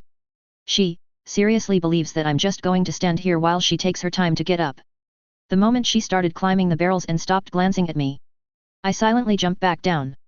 And once she got up on the ceiling, she found it empty. She blinks a couple of times, before turning to look at me. Now on the ground, waving at her. Why you? She puffs her cheeks as her hands turn into fists, stomping her foot lightly as she stretches her arms to the front of her hips. She then walks up to the corner, and bends her knees to jump down, but hesitates, swaying back and forth slightly a couple of times. Don't hurt yourself. I say as I let my hand drop. Ha! Now you care. Saya responds with a sarcastic tone as she glances at me, then turns to look back down. Hey, just because I don't let you beat the crap out of me doesn't mean that I don't care about you. I retort as I fold my arms. Saya turning to look at me for a couple of seconds. Prove it. She then blurts out. Catch me. She adds. So you can elbow, / knee drop me? Don't think so, Saya. I answer as I shake my head. Saya, in response, lets out a low, annoyed humming noise. Then turns to look, behind me. Nair. And a new voice speaks up from behind me. Turning around, I find Psycho looking at me. I'm not even surprised, that she somehow managed to appear out on thin air. With how she seems to able to casually sneak up on me whenever she wants to. Hey. I motion with my head as I turn to face her completely. I hope, I am not interrupting anything. Psycho asks as she tilts her upper body to the side to look behind me. Not really, Saya's just trying to kill me. I respond nonchalantly. Oh, because she's... And, before Psycho could finish her sentence, I felt a very sudden, and very big, increase in weight. To the point that I almost toppled over as I hunched forward. The fa. Ha. That's what you get for turning your back to me. Saya cuts me off while hanging on my back. Her hands warped around my neck. About to jump on you. Psycho finishes her sentence. When did you even manage to get over to my side of the container so fast? I ask as I try to lift myself to a normal posture, Saya still not letting go of me. You stood there and stared at Psycho like an idiot for too long. Saya huffs as she tightens her arms around my neck, increasing the pressure on my back. Okay. So, you intend to keep pressing your boobs on my back for a long time, or... And just I say that, Saya quickly releases her grip. Though, I did feel a few slaps land on the back of my head. Or was it that she tried to slap my head and forgot that she needed her hands to hang on me? You know, I'm counting these slaps. Someday, sometime. I'm going to be getting some payback for them. I say as I turn to look at Saya, who just kept staring at me with puffed up cheeks. I'd like to see you try. She responds with a huff as she smirks at me. Okay. Just remember, it was you who told me to try. Don't blame me for it later. I respond as I fold my arms. Saya just narrowed her eyes at me, folding her arms under her chest as she leaned her face towards me. If you are done here, I have a request. Psycho then speaks up, causing me to turn towards her. Request? My father. He wants to talk to you. Personally. She glances around for a few seconds before looking back at me. Should I start running towards the stadium? What does he want him for? Saya asks, her face taking on a rather perplexed frown. He did not tell me. Psycho answers calmly. Can I make a save state real quick? No? Okay, guess I'll just die then. Where is he? I ask, and Psycho nods at me. Follow me please. She adds as she turns around.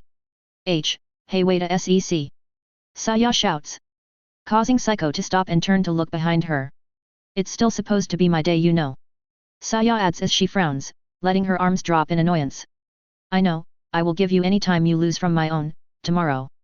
I would prefer that we did not make my father wait. Psycho responds with a soft, yet oddly assertive tone. And a few seconds of staring later. Fine. Saya mumbles. Saya, where do you want to meet up later? I ask as I glance around. The pinkette looks at me, then at Psycho. Papa told me that we will be staying by the same building as we're, same rooms.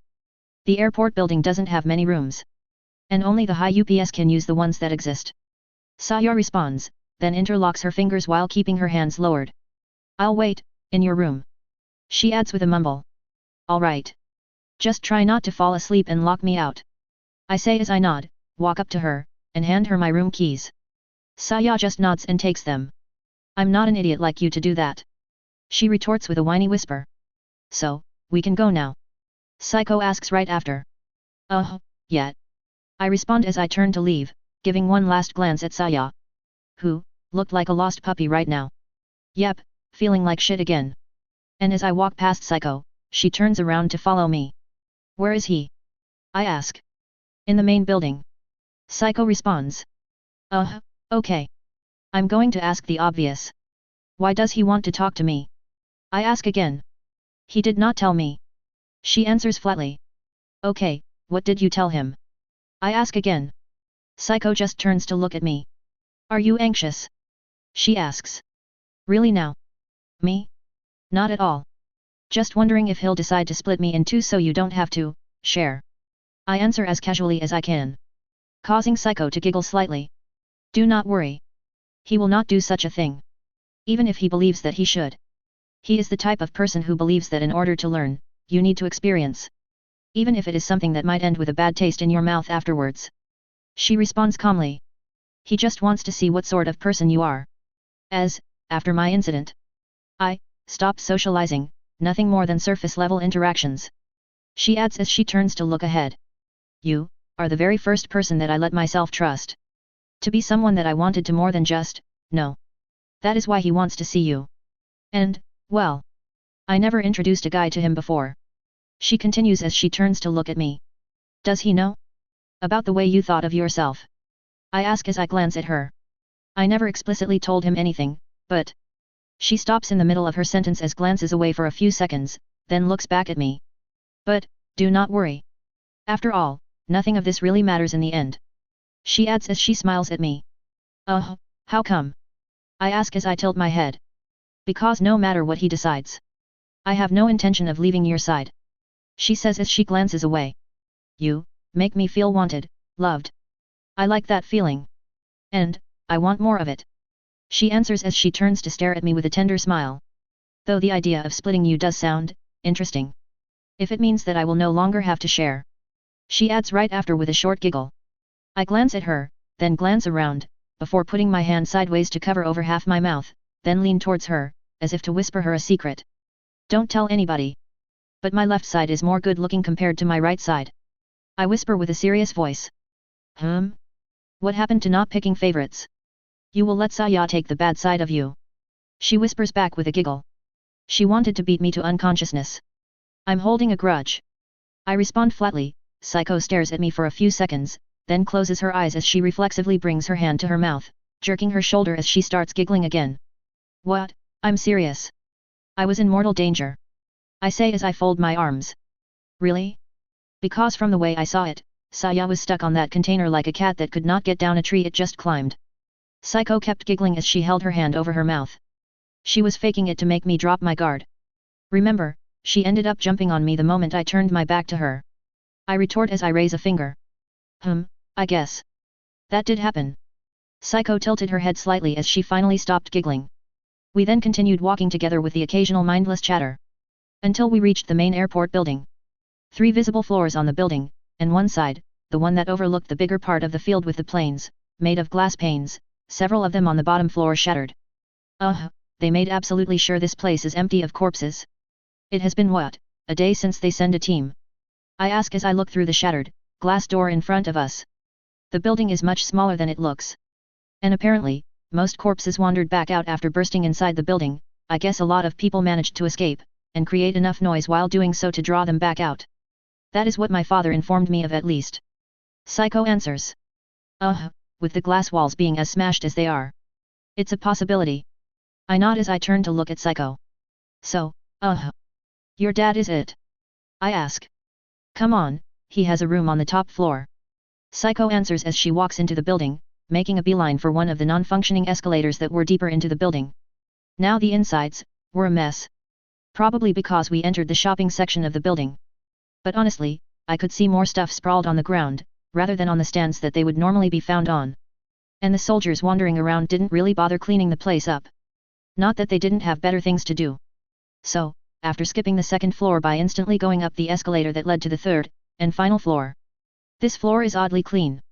I glanced around me as we kept walking. In contrast with the rest of the building, this floor looked untouched, no blood or crap on the ground, and everything was neatly organized, no random chairs in the middle of the walkway, no toppled stands getting in the way. Hell, I could even see my reflection on the smooth, marble-like floor. Can't have our fat leaders walk on dirty floors now, can we? This place has no actual rooms, other than the stores. Where is your father at?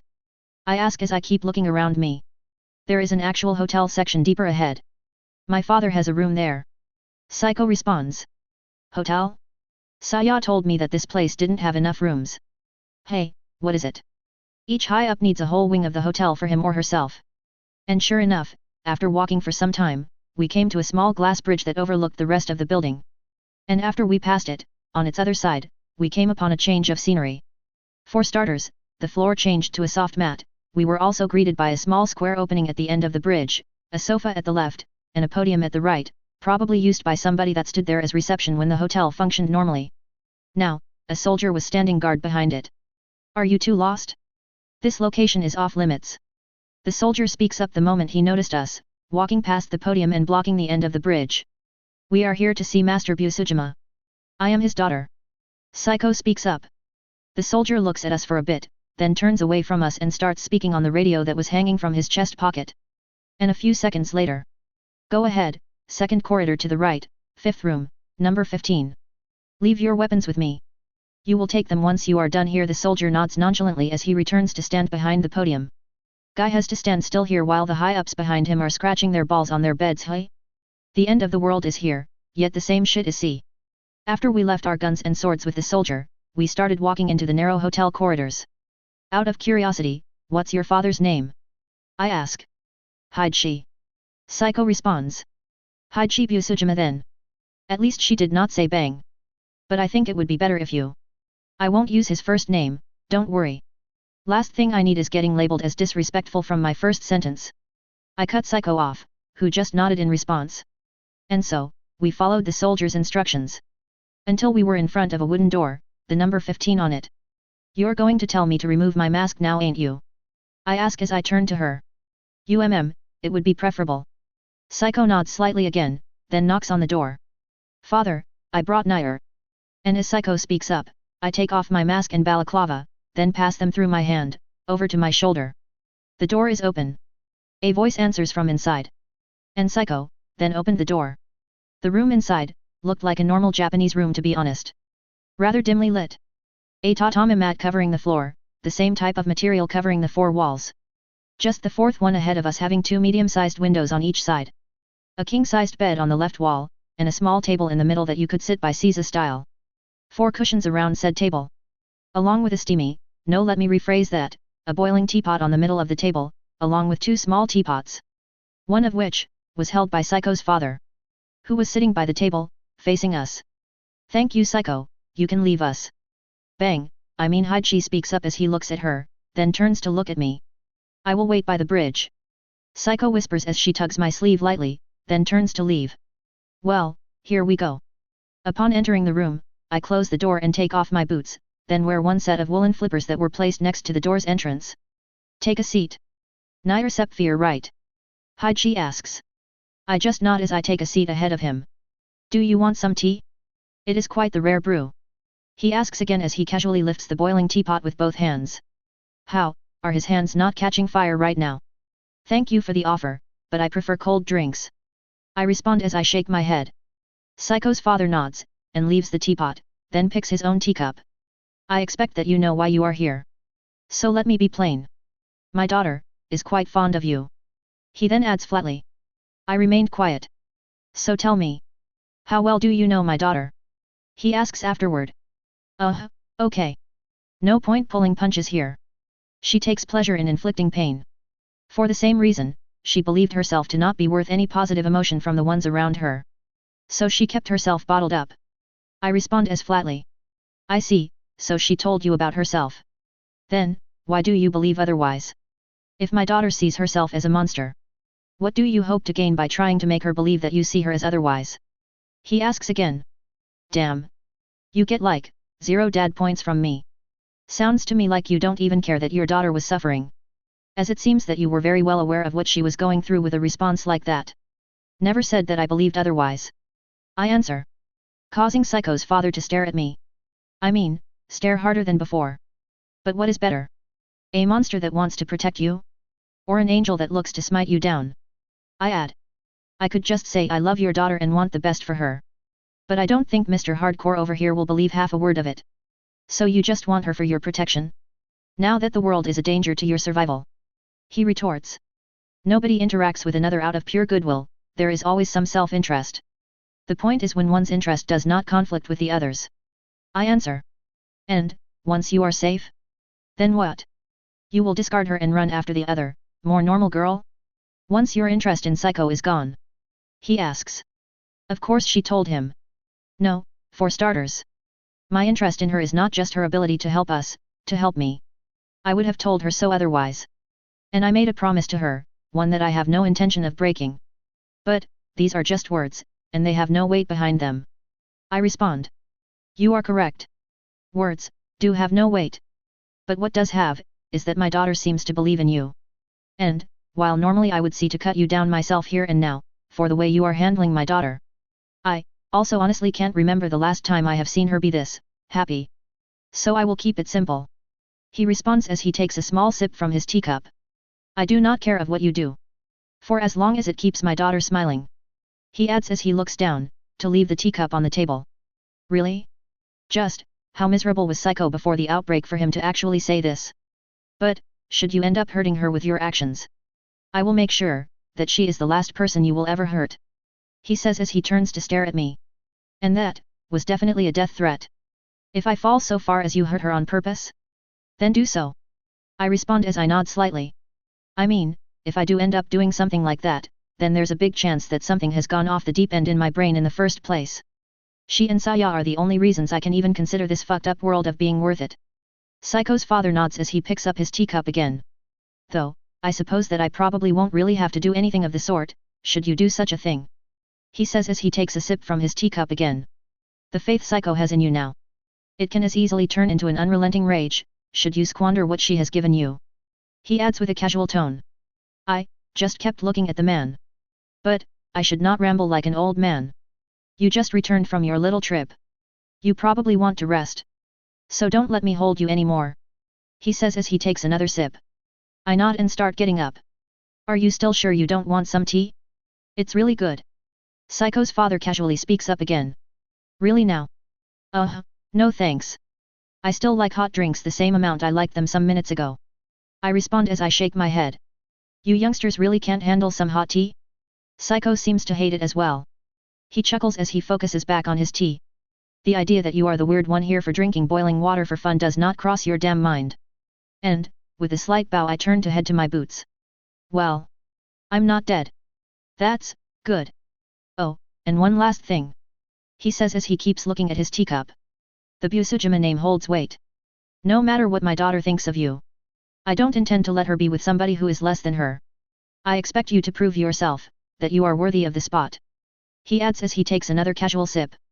Woe is he who dares to dirty your family's name, hey? But leaving your daughter to suffer in order to gain experience is fine. With that, I exit the room, and start heading back towards the bridge. Okay. That, just happened. Psycho's father knows about Saya. But decided that because his daughter was now happy, it didn't matter? And, I know I already asked this myself. But holy hell, just how miserable was she before the outbreak for him to think like that? But, that's good for me. Means I now have to worry about only one dad. That honestly, I think won't be this accepting. Once I turned to the hallway that led to the bridge. I spotted Psycho sitting on the couch at the opposite side of the podium that the guard was at. Still, nothing he said really changes anything. Because I have no damn intention of leaving Psycho, especially now that I managed to get this close to her. After I got close enough for both Psycho and the guard to notice that I was there, the former got off the sofa and turned to me. Ready to go? She asks. Yeah, let's get our stuff and head towards our rooms. I respond and turn to the soldier, who nods, and hands us back our equipment without saying a word. After that, we started walking on the bridge. And the moment we picked some distance. How did it go? Psycho asks as she leans forward and towards me. You know. Normal stuff. Demanding proof that I'm not going to be a stain on your family's name, death threats, boiling hot tea offerings. Exactly the things I expected. I respond as I keep looking straight. Psycho just blinks at me a couple of times. Care to take that, one at a time? She asks as we reach the end of the bridge. Death threats for if I hurt you. Proof that I am worthy of having you around me. He asked me to drink boiling tea with him. I respond flatly. Better than I expected. She answers as she smiles, causing me to turn to her with an arched eyebrow. Yep, you're as crazy as your dad, all right. Come again. I ask. If he wants you to prove yourself. It means he believes that you can prove yourself. Otherwise, he would not have even mentioned it. As for the rest. My father just likes drinking very hot tea for some reason. And. As she finishes her sentence, she gets slightly closer to me. You are not going to hurt me, are you? She asks with an almost seductive whisper. Holy shit, that just ringed all the wrong bells. Oh yes, I'm a real fan of ruining relationships. I wrecked my head over. I respond as I glance at the purple-haired samurai. You wrecked your head over me? She asks as she tilts her head slightly. More than I'd like to admit. Especially when it came to you and Takashi. Now you're just trying to tease me, so I'm not going to answer. I chuckle as we reach the escalator that led to the lower floor. Psycho just giggled before pulling herself back. We then moved to the first, and then the bottom floor, before moving back outside. Nair? Can I ask you of another favor?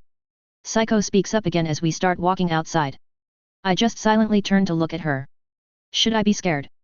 Could we walk a bit slower? She asks as she turns to stare at me. Hey, figured you'd ask me to take off my mask or something. I respond as I slide my fingers under her palm, wrapping my hand around hers. Nair. You are not wearing your mask. She responds as she tilts her head. I bring my free hand to my face, and poke my cheek. I forgot to wear it. Hey, weird. I frown slightly as I turn to look at my mask, still on the shoulder of the arm that Psycho was holding. Well, I am afraid that I have no intention of letting go of your hand. So you cannot really wear it now. She says with a slight, one-sided smile. I was the one who grabbed your hand, so I guess I effectively just shot myself in the foot. I respond as I turn to look ahead, letting a small sigh through my nose. With that, we continued in silence. Not that we really needed to speak. Personally, feeling her squeezing my hand every so often was enough. Like verification that she was right next to me. Chapter 56, Splitting Paths. Now, go for astronaut. I point at the laptop screen on Saya's legs, who was sitting with her back to my chest, while I was sitting on the bed, with my own back against the bed's headboard. A radio placed on the stand that was next to the bed. One that Saya used to talk with her father, or mother. Apparently, she's something like his messenger now, so he won't have to send soldiers to find me every time he wants me for something. Pfft. You're penguin cosplayer? An astronaut? Petty criminal, at best. He won't be getting any promotions with his crappy athletic stat. Let alone bringing any money back. Saya snorts as she keeps panning the camera around the relatively big seaside house on the screen. I got us the money tree, it will make up for it. I respond. I'm going to be honest here. I didn't expect Saya to like playing video games. So imagine my surprise when I came here and found her playing Sims again. Still, why can't we use your old save file?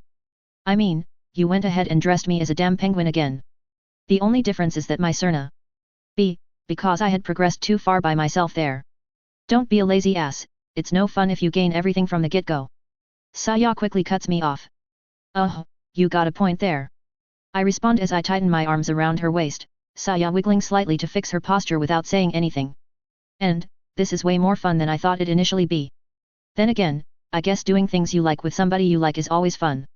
Saya then stops moving her fingers, and starts staring at the screen. Before turning the laptop slightly to the left, towards the windowed wall. Making the screen mirror our reflections a bit more clearly. And as she kept staring, a small smile crept up on her face, or well, her reflection's face. Watch a smirking for. I ask. I turn to look at the actual Saya. Something that was easier said than done, what with her having two giant twin tails on each side of her head. Nothing. She quickly responds as she turns the laptop back to its initial position.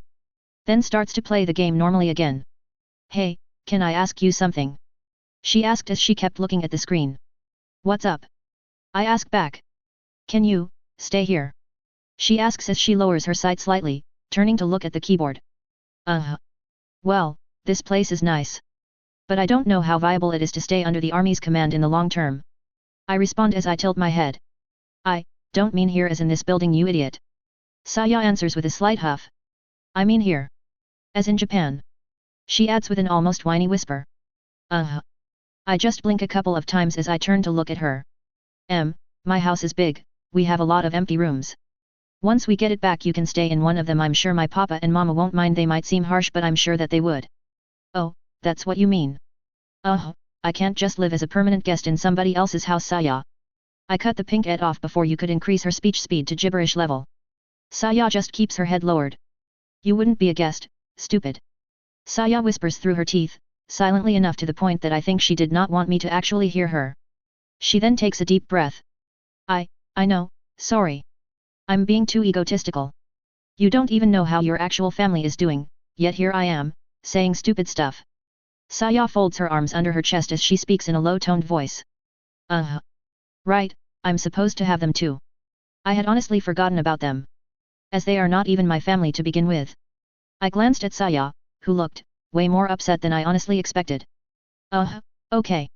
I really don't want her to be like this, so. But, I got no intention of leaving Japan anyway. I say flatly. Causing the pink to turn towards me with a sad, confused frown. Why do you think I was in Japan by myself in the first place? I was not exactly on the best terms with them. I add as I turn to look towards the windowed wall to my left. That is actually a lie. The me before me was actually on pretty good terms with them. No dick of a father, or evil stepmother, or fucked up brothers. They were normal. And happy, to put it plainly. Oh, I'm sorry. I didn't mean to bring it up. Saya responds, looking even more down in the dumps now. Oh, for fuck's sake, now you found the time to be sensitive. Saya, let me clear about something. I let out a small sigh as I moved to get next to her, ending on her side as she turned her head to look at me. You and Psycho, you two mean a lot to me, more than I mean to myself. I lean myself slightly towards her as I place my hand on her thigh. Saya blinking blackly at me a couple of times before glancing around as she lowered her face again. When you decided to come with me in the river. Other than the fact that I freaked out. It was the happiest moment of my damn life, to know that you wanted to come with me, even though staying with Takashi was the safer option. I take my hand from her thigh and bring it to her cheek. Saya just stayed frozen on the spot. Well, frozen is a weird word to use for the moment, as now that I was not wearing my gloves. I could feel her cheek, and it was burning up. So remember, just having you two around me, is reason enough for me to say that this whole shit show is worth it. So stop looking so distraught over this. I add as I stroke her cheek with my thumb. Stupid. Saya mumbles. You didn't have to mention Psycho. She whines as she turns her body to face me, the laptop sliding off her legs and onto the bed. You're supposed to be mine now. So, don't mention Psycho. Only me. She adds as she lowers her head. Well, at least she no longer seems to be down in the dumps, now she's just pouting again. Normal Chundeer stuff I suppose. I'm yours? Completely. I ask as I lean towards her lowered face. Why, yes. So don't disagree with me. Saya whines back as she lifts her head to look at me. I didn't disagree with you. I ask as I tilt my head, lowering my hand from her cheek. I want you to kiss me. She then blurts out with a commanding tone as she keeps looking at me, her face turning to match the color of her hair by the second. First say not to disagree, then shoot commands. Yet, the moment I try to lean towards her, she puts her hands between me and her, and pushes me. Me on top. She adds as she turns her head to look away. My you scheming little. She then pushes me again, slightly, only enough to actually feel that she did so. Don't disagree. She whines as she keeps looking away. I didn't. I tilt my head slightly as I keep staring at her. Was she always this cute? Then lie down already. She whines back, pushing me once again. I just did what she asked. It's not like I was losing something here. And the moment I was with my back on the bed, Saya passed one of her legs over me, effectively sitting on me. Happy now? I ask as I raise an eyebrow. Shut up. She squeaks as she keeps looking away. And, we stayed like that. For a few minutes.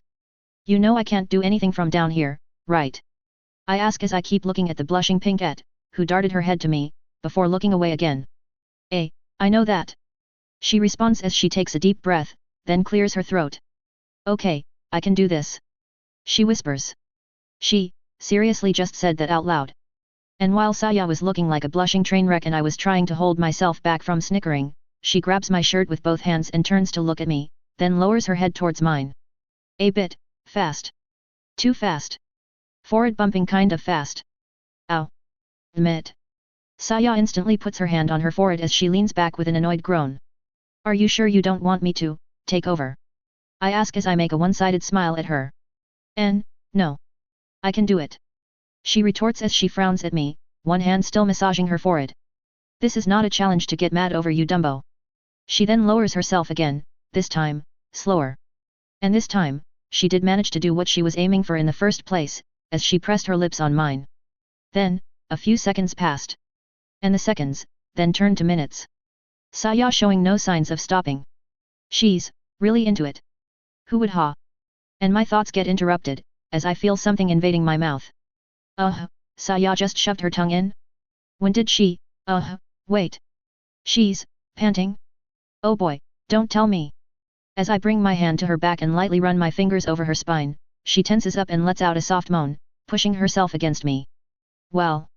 Okay, let's be honest, there's only one way this can end. Saya, are you there? And the radio goes live. EEP. And the Pinkette quickly pulls back, literally jumping off me and landing on the bottom half of the bed, next to my feet. She then starts darting her head around in a panic, before looking at the radio. And she then quickly gets to the radio while still staying on the bed. Why, yes. She asks, with a panting voice. Saya? Are you alright? You sound funny. A female voice asks through the radio. Why, yeah, I'm fine. I'm fine, I was just, exercising. She blurts out as she keeps taking deep, bated breaths. I see. Is Nair with you? The voice asks. She's not that stupid to actually say. Yes. Saya answers flatly. Saya, you a fucking moron. Can you tell him to come over, please? Your father needs him for something. The voice asks with the same tone. Why, yeah, okay. Saya nods slightly, her voice steadily returning to normal. Alright. Thank you, dear. The voice responds. Did you seriously just? And, sorry for interrupting you during your exercising. The voice adds with a slight giggle as it cuts me off. Fuck. I add as I keep staring at the radio. What? Got a problem with what I said? Saya asks as she turns to look at me with a blushing frown. Nope, everything's jiffy. I respond as I let my upper body fall back on the bed. Other than your mother probably thinking that you're no longer a virgin. I add flatly. What? Saya shouted as I felt the bed shake. Seriously. Just, take this chat you had with your mother and replay it in your head. I say as I lift my finger towards the ceiling. Why, you're ov. Just do it, question by question. Answer by answer. I cut her off. Saya then, falls quiet. And, about a minute later. Oh God. She speaks up as she comes to a realization. But. She then stutters as she turns to stare at the radio that she was holding with both hands. Mama. She shouts as she quickly presses the talk button on the radio. Yes, Saya. Her mother speaks up. I didn't do anything with Nair. She blurts out with a loud voice. God, I could facepalm my hand through my face right now. He's an idiot, I don't like him. She adds right after. Okay, that actually hurts. Yuriko, who was on the other side of the radio, just giggled. You should not say things like that without thinking, Saya. Yuriko responds. Wah, Bulletin. Just come to the bottom floor with Nair. She adds, cutting off the flustered Pinkette. Okay. Saya answers with a defeated tone. You can continue exercising afterward, Yuriko says with a chuckle before closing the radio. Mama. Saya shouts back. And got no response. We should go to them, now. She shouts as she quickly jumps off the bed, then runs to the door that leads outside. And as she grabbed the handle, she stops, and turns to look down. Between her legs. I'm going to change first. She responds as loudly as she runs to the bathroom after grabbing a new set of everything. While I was just looking at the whole thing unfold, still laying on the bed. I don't know what's weirder. That I'm actually bothered because she said that she doesn't like me. That she decided to change clothes after looking between her legs. Or her mother's reaction to what she thinks might have happened. I mean, continue exercising afterward? Really now? I get to a sitting position on the bed, get the laptop, and leave it on the stand after closing it completely. A few minutes later, Saya exited the bathroom, wearing a loose white woolen-like shirt that went to about the middle of her hips, a wide V-cut leaving one of her shoulders visible. Her school skirt partly visible under the shirt. And, I think she was also wearing tights under her skirt, as I could see a pair of tightly fitting leggings that ended a couple of centimeters higher above her knees. Her shoes were a pair of pink and white sneakers. Why are you still sitting there? Come on. She says as she turns to head towards the door again, this time, swinging it wide open. Well, let's go. I get off the bed and head towards the door as well, wearing my headgear in the process. Come on you slowpoke. She groans with an annoyed tone as she turns towards me, only to find me standing next to her. Why are you wearing that thing again? She asks as she points at my face. Protection. I responded flatly. Hey, from Wa. Your father. I cut her off. Why, you have no reason to need protection, stupid. Nothing happened. Saya glances around as her face starts to blush. Yet, but he doesn't know that, so let's go before he decides to come up here with a vengeance. I respond as I point behind Saya, towards the hallway. You are the one who's slow here. Saya retorts as she turns to leave the room, with me following behind her. You have my keys? I asked once I got outside. Right. She nods and pulls the keys out of her jacket's pocket, then locks the door. With that, we headed to the stairs, and started going down. Does your father know how to shoot a gun? I ask as we keep moving down the stairs. I don't know, he usually trained with his sword, never seen him use a gun. My mama does though. Saya answers as she glances at me. Your mama didn't seem to mind getting the wrong idea. Or she's faking it so she can shoot me once we go down. I ask. Nothing will happen, okay? Saya retorts with a loud voice. Probably. She then whispered as she turned to look at the steps under her. Very assuring you are. And with that, we went to the bottom floor. Finding Saya's mother in a business-like suit. She was not wearing a jacket to match the pants though, instead sporting a long-sleeved, white, buttoned shirt. Her dad was also there, in his usual militaristic black uniform, his sword on his side. Okay, he is not charging at me while screaming bloody murder. That's good. Nair, good job on the recon. Suichiro then speaks up in his usual, I'm always glaring expression. Now, the reason I called you here is to tell you what I want you to do next. He adds as he folds his arms. Wait, wanted to call me in order to dump work on me? Ugh, should have figured. The lookout thing? I ask, and he shakes his head. No, reclamation of a location. He responds flatly. What? We have 3 of them right now. The hospital, the cinema, and the gas station. All locations you should know, as they are the ones you saw from the helicopter. Xiaokryo then turns to look behind him, through the double glass door that led outside. Oh sure, just let me split myself in 3 real quick. All of them? I ask as I tilt my head. No, just one. Best I can offer you, is the liberty of choosing which one. He responds as he turns around completely, now facing the door, with his back turned to me. You can choose your team for this. Tell my daughter to inform me when you're ready. 1 hour, tops. He adds as he starts walking away. Yes sir, thank you sir, I almost fucked your daughter sir. Maybe I should have done so sir. This is ridiculous. Saya hisses in an irked tone before turning around to stomp her way towards the stairs. Leaving me. And her mother. I'm sorry you have to go through this. She says as she glances at her daughter, then at me. Nothing is really free, ain't that how it goes? If we want to be treated like we're special compared to the rest of the civilians, we need to be special. That translates to being of use to the ones that decide if we deserve such treatment. I respond as I fold my arms. Yuriko just smiles at me. Thank you, for understanding. She adds as she nods slightly. Actually speaking of understanding, I need to ask you something. I say before Yuriko could turn to leave. She nodded again as she stayed in place. About your little chat with Saya on the radio. Don't take it as a complaint. But, why do you seem so nonchalant about it? I ask plainly as I tilt my head. Yuriko just giggles as she shakes her shoulders lightly, closing her eyes as she turns her head away. You might not realize it, but both I and my husband hold you in pretty high regard. Not only because you managed to save us from a really ugly situation, but, from my point of view at least, I can say that you're a good person. And Soichiro would not count on you this much, if he didn't trust you to pull through. She responds as she turns to look at me. Second time today I heard the I have faith in you, so I'm going to fuck up your life. Because I pushed her to say goodbye to you in the estate? I mean, that's all I did when you were around. I ask as I tilt my head. Sounds insignificant to you? Just more proof that I'm right then. If you can, see it from my side, Takashi, who I considered to be Saya's only real childhood friend, was fine with sitting in the corner and watching as my daughter hanged her head. She adds as she smiles bitterly. I know that I failed at raising her, I did not spend enough time with her when I should have. Because of that she became spoiled, aggressive, easily agitated. But seeing the few people that she called her friends stare at her from the sidelines while she needed somebody to push her to do the right thing, it doesn't make it any better. She adds as she looks away, lightly running her fingers under her eyes. But, to answer your question, of course I knew that you two didn't do anything. She says as she turns back to look at me, the previous weakness she just showed now nowhere to be seen, like it never actually happened in the first place. Neither of you would have bothered answering the radio if that was the actual case.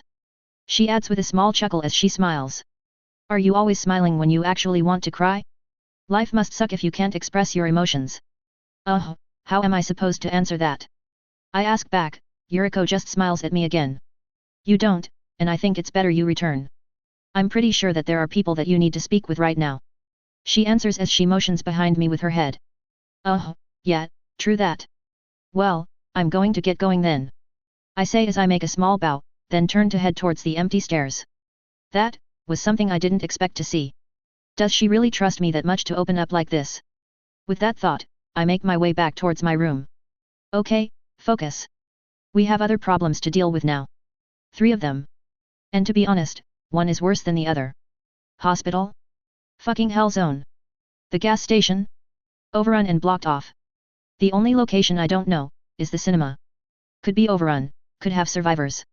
But fat chance it's empty. Upon making my way towards my room, I find Saya waiting outside, tapping her foot, arms folded, and an angry frown on her face. Hey, you actually look more annoyed than me right now. I speak up as I get next to her, causing her to turn towards me. Can you believe him? She shouts as she points her whole hand towards the stairs. Choose where to go. These places are all death traps. He's going to get you killed. She shouts again. Not much we can do about it. It's that, or get kicked into the masses. I'd rather do this, than having to sleep in a sleeping bag next to 5 farting guys. I respond as I fold my arms. Saya showing no sign of calming down. Plus you would have to sleep next to them. And the way you usually sleep, is just a tad provocative. What is going on? And, a new voice speaks up from behind me. Turning to it, I find Psycho looking at us. Her hair up on a ponytail, wearing a rather tightly fitting black shirt, along with a black, unzipped jacket, the lower section of her body hidden behind the door frame. Hey? Aren't these my clothes? Papa is trying to get Nair killed is what's going on. Saya shouts as she turns to Psycho, turning to point her finger at me. What? Psycho just tilts her head in confusion. New mission. I respond as I lift both hands and bend my index and middle fingers a couple of times. Alone? Psycho asks right after as she narrows her eyes. No, he told me I can pick who see. Wait there. And she cuts me off as she disappears into her room. Only to pop up literally 20 seconds later, fully dressed in her combat outfit. Well, combat as in her school shirt, and that excessively short skirt with stocking, along with the arm and leg guards. The sword hanging from the belt on her hip. How the hell did she change so fast? I think we should go inside a room before we keep on talking. Psycho adds as she stops next to me. I nod, and turn to Saya. What are you staring at me for? She asks as she frowns. First, you forget to tell your mom about. I stopped talking as I remembered that Psycho was with us now. The thing. Now, you forget that you got the keys to my room. I add after a few seconds, Saya's eyes going wide in response. Oh crap. She shouts as she starts to run towards the stairs. Only to end up bent over as I placed my arm in front of her, making her run into it. What are you doing? We need to. I already talked with your mother for you. You're welcome. The door please. I ask. Oh. Saya stares blankly at me for a few seconds, then backs off, straightening her shirt before turning to head to the door. What did you tell her? She asks as she unlocks the door. Don't. That you couldn't control yourself. I respond flatly, causing Saya to turn at me with a panicked expression, her eyes taking a whole new level of wide. Fuck, couldn't resist. Why you said what? She shouted as she kept holding on the door. Nair? Is there something that I should be aware of? Psycho asks as she turns to me, resting her hand on her blade's hilt. Oh shit. Not really, Saya just gave all the wrong answers when talking to her mother via the radio, while having all the wrong voice tones. And no, before you have a heart attack, I did not tell her that. I respond as I look at Psycho, then at Saya. What did you tell her then? Saya shouts yet again. That nothing happened. I respond casually as I walk past her, and into the room. I don't believe you. She retorts as she also walks into the room. I still have no idea of what is going on here. Psycho adds as she tilts her head. And like that, we moved back into the room. Me sitting on the chair by the table that was on the far-off corner of the room, next to the windowed wall and the wall that led to the bathroom to the right. Saya sitting on the bed along with Psycho. For your own good, you better not be lying about what you said to my mama. Saya said as she lets out a huge sigh after plopping on the bed's corner. I'm not, so let's focus on the reason you started shouting in the first place. I respond. I was not shouting. Saya shouts. So. About the team I'm supposed to make. I say as I pretty much ignore the pinkette. Hey, don't ignore me. Saya whines as she puffs her cheeks. Saya, I want you on the comms again. I respond flatly, causing said pinkette to blink blankly at me a couple of times, her rage seemingly deflating like a balloon. What? She asks as she frowns. I want you to be on the comms. I answer as flatly again. No. I'm coming with you. She protests as she folds her arms. Oh boy. Psycho during all this, stayed quiet, switching her side between me and Saya. And we'll get some random smuck and hope he's competent enough. While he also gets to listen in on us instead. I respond as I also fold my arms. You say that. But you just want to be alone with Psycho. She whines as she turns to look away, a pout still on her face. Saya, you were already on the comms once. You already know how that side works. I need somebody there who can react fast. No matter where I decide to go, I won't be drawing a map while running from hordes, or keeping information of what and who's where and in what number. I expect the comms to have and give me that information, fast. Essentially, to be some sort of minimap for me. I respond as I lean on the chair. You expect me to trust all that on some random dude that I have never seen before? Plus, you can draw, meaning you can make an outline of a map much better than the rest of us. I add. Saya keeps her head turned towards the stand, her cheeks still puffed. I can do all that while I am there. She complains with a whiny tone. Yet, but it'll be too hindering. Or you think that sitting in front of a computer and noting down information is as easy to do while you have some stinking corpse clicking its teeth at your ear? I ask. Saya does not respond, just keeps looking away, arms folded. Don't be so childish, Saya. Psycho then speaks up, a serious tone in her voice. What? Saya darts her head to Psycho. Nair trusted you with something to do. Do you intend to keep whining and refusing what he asked of you without giving him a better solution?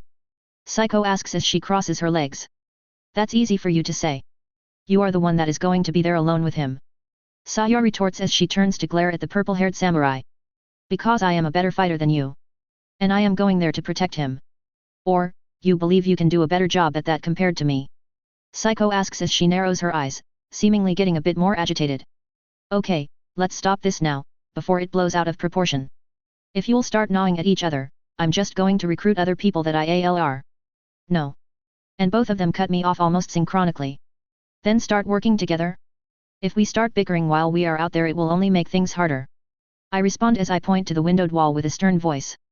I'm looking at this in a way so I can make sure that I don't lose either of you. I add as I keep staring at the two girls. I apologize. I let myself get carried away. Psycho responded as she placed both her feet on the floor, lowering her head slightly for a few seconds. Then turns to look at Saya. Along with me. Saya glanced at both of us, then hugged herself by wrapping her arms tighter under her chest. Fine. Sorry. She said in a low, slightly annoyed tone. As long as everybody in this room understands that all of us need to be focused in order to deal with any unexpected problems. I say as I let out a small sigh. so, as it's pretty obvious by now. Psycho, you're coming with me. I add as I turn to the purple-haired girl. Who responded with a nod. Saya, you are on comms. I add as I turn to the moody pinkette. Why are you asking me? She asks back. I just kept staring at her in silence. Fine, fine. I'll be at the comms. She groans as she rolls her eyes, letting her hands fall to her thighs. Or, you know. You can both be at comms. And I can ask Rika. Absolutely not. Saya shouts as she turns to me. You sure? I mean, it's pretty obvious you don't want to be at comms. I ask. And how does that connect with what you just said? She asks with an annoyed tone. Well, if it's so hard you can have Psycho to help. But I'm not crazy enough to go by myself. And Rika is the only other person I know here. Because you know, we're using her stuff. I respond. Hard? I never said that it's hard, I could do that crap with my eyes closed. Saya huffs. Perfect, you got the job. Psycho, with me then. I clap my hands and point at Saya, then at Psycho. Wah. Saya blinks blankly at me a couple of times, then quickly shakes her head, and blinks at me some more. So, the question is. Where are we going to go? I ask as I turn to look towards the windowed wall. Chapter 57, Movie Night. I don't see the reason for us to go in a location that's already visibly overrun. Sticking our necks out won't give us anything. Saya folds her arms as she speaks, looking out the glass wall with a slight frown. Well, both the hospital and the gas station were in bad shape. I respond as I tilt my head, glancing at the new textbook we had on the nightstand, which was now between me, Psycho, and Saya. 3 paragraphs written on an otherwise empty page. One titled Hospital, the other Cinema, and the third Gas Station. The hospital is out of the question. Saya responds as she turns to me. It's a damn hospital. Everybody would have rushed there when this thing started, just because the top floors looked fine does not mean that they are. And who knows what else might be there. She adds as she narrows her eyes at the textbook. Then it's the cinema, or the gas station. Psycho speaks up.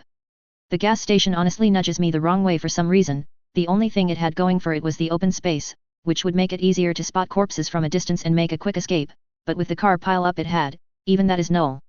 And unlike a house, any noise made there won't be blocked by a wall. Having a horde staring at me over a bunch of cars that might not even have their hand brakes pulled, sounds like a no-go for me. I respond as I lean on my chair. That leaves the cinema then. Psycho tilts her head slightly as she also folds her arms. Yet. Best bet to be the safest choice too. Noise insulation would have kept any corpses from going inside while electricity still ran, everything else around it would have been louder. The only problem is, that it's as likely to have survivors, as it is to be overrun. And well, if somebody turned in the cinema and infected the rest while inside, noise insulation works both ways. I add with a nod. The main doors that led inside, do you remember if they were open? Saya asks. Nope. I respond flatly.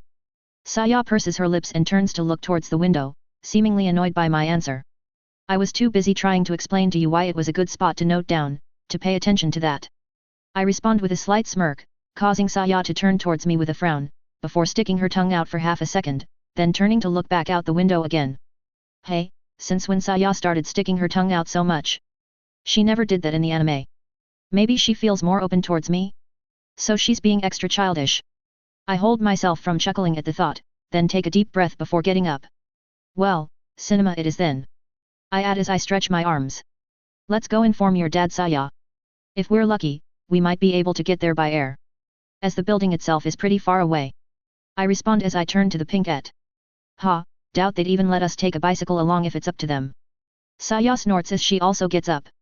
With that, I arm myself with my sword and scar H, then move to leave the room, Psycho and Saya following behind me after they gathered their own stuff. Once out, we headed to the stairs. And before we started going down, I made one last quick check, making sure that all the extra megs were on the vest, and that they were not empty. Then, we started going down the stairs. Your dad is waiting downstairs or you will inform him via radio. I ask as I turn to Saya. I doubt that he'd wait for a whole hour. But let's go down first, if Papa is not there, I'll radio him then. Saya responds as she glances at me, then turns to look down the stairs again. And a few minutes later, we were on the bottom floor.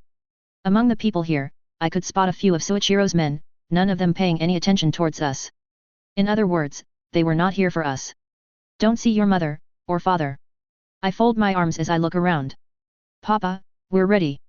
Turning to Saya's voice, I find her already holding the radio next to her mouth. Come by the bridge that connects to the airport, the boats are here. A stern voice responds. Well, so much about using a helicopter. I say as I tilt my head slightly. Come on Nair. This might be fun. Psycho responds as she walks up next to me, a slight smirk on her face. As long as we don't get lost on the way. I chuckle as I turn to her. You won't get lost if you'll listen to me. Saya retorts with a frown as she also turns to me. True that. I just hope they have earplug type radios we can use. Holding a slipper-sized radio while trying to shoot is bound to end bad. I answer as I nod, then shrug. We can ask Papa, now let's go. Saya turns to walk towards the exit without waiting for a response. Wonder if I should take a camera attachment for the helmet too. I say in a low tone as I also start to walk. Why would you need that? Psycho asks as she keeps her pace next to me. Because your dad wants proof of something? I honestly don't know what he expects of me, to be honest.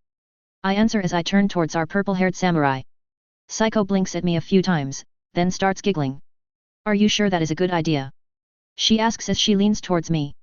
After all, it will be just the two of us. She whispers as we exit the building. And a battalion of corpses. I respond as I glance at her. Psycho just giggles again. Are you going to protect me from them? She asks with a smile. Will you two stop whispering like a bunch of schoolgirls? Walk faster. Saya groans as she turns around to look at the two of us with a pouty frown. Psycho just leans back away from me without saying anything. Me protecting you during a fight? What, we role-playing now? And with a steady pace, we then made it to the bridge. Upon getting to the front part of the building and seeing the bridge, we found Saya's parents waiting there, along with what seemed to be two more teams of 4. Rika was also there, among a bunch of soldiers that made up one of the two teams, the left one. The only difference between the two teams being that the right one had 3 men in lab coats, and was missing one cigar-smoking sniper woman. Hey, Rika is here as well. Don't think I can make out any of the other people though. Then again, I didn't really know anybody else. And once we got closer to them. So we'll go by boat now, but the extraction will be via a helicopter from the top of the hospital? Why can't we just go and leave by helicopter? I hear one of the soldiers in the right team ask. Because if we go there via helicopter, then the infected will start swarming the building before we can even have the chance to start looking into it. It'll be hard enough as it is. We don't need an added time limit. The materials we're looking for need careful handling. One of the lab coats answers. The soldier that asked, just scoffs. This is going to be amazing. The same soldier adds with a sarcastic tone as he walks to the edge of the sidewalk, then starts climbing down a ladder, disappearing from my field of view. Followed shortly after by the rest of his team. By that time, I and the 2 girls were next to the only remaining team. Soichiro had also taken notice of us and was waiting for us to get closer. Only 3 people? You know you might have to clear the whole building if it's infested. He asks as he folds his arms. I didn't know anybody else. And, Saya will be staying behind, I want her at communications if possible. I respond flatly. You didn't know anybody else? Nair, you're breaking my heart. Thinking that you didn't tell me to come along. I hear Rika speak up with a slight chuckle. Because I like not getting stabbed in my sleep. I respond as I glance at Rika, who responds by chuckling again. Minami, come on. We have to move. One of the other soldiers shakes her shoulder as he points at the ladder the lab coats used some time ago. AI. Good luck out there, commando. Rika throws a lax salute at me before turning to follow the soldier who shook her. Are you sure you want just 2 people to go on this? We could ask some of our men to come with you. Saya's mother speaks up as she looks at us. Saya blinking a few times before opening her mouth. Thank you for your concern. But I believe we can do this as is. Psycho then responds before Saya could speak, causing the pink Ed to turn towards Psycho with a pout. If you believe this is enough, then I won't press the matter more. If you're ready, then head down the ladder. A boat will take you to the closest point the river can get you. Then you'll go on foot. Shoichiro folds his arms as he looks at me. Any questions? He adds. Actually yes. Not a question though. Do we have any sort of earplug radios? I intend to do this silently, a normal radio will be too loud. And too cumbersome. I respond. I'll see what they can bring you with the boat. Anything else? He asks again. He asked, so. A riot shield and a helmet flashlight. I ask back. To my surprise, Shoichiro just nods. Hey, I was half joking, but why not, could be helpful. That's all I can think of. I add as I narrow my eyes and look towards the ground, trying to think of anything else I could use. Shotgun, too loud. And I can't use it if Psycho is in front of me. Too late for a handgun silencer, as I need one compatible with my handgun. I already have a sword, and a knife.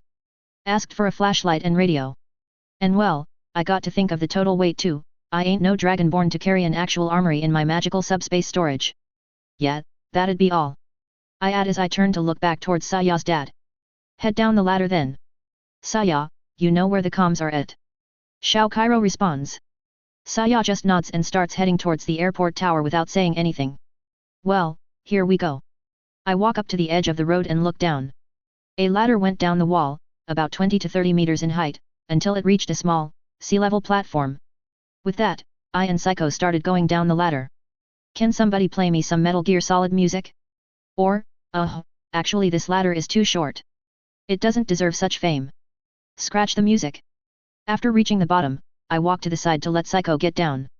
And yet, she was wearing a skirt and was coming down after me, and no, I did not look up. Well, now we wait. I say as I look down towards the sea's depths.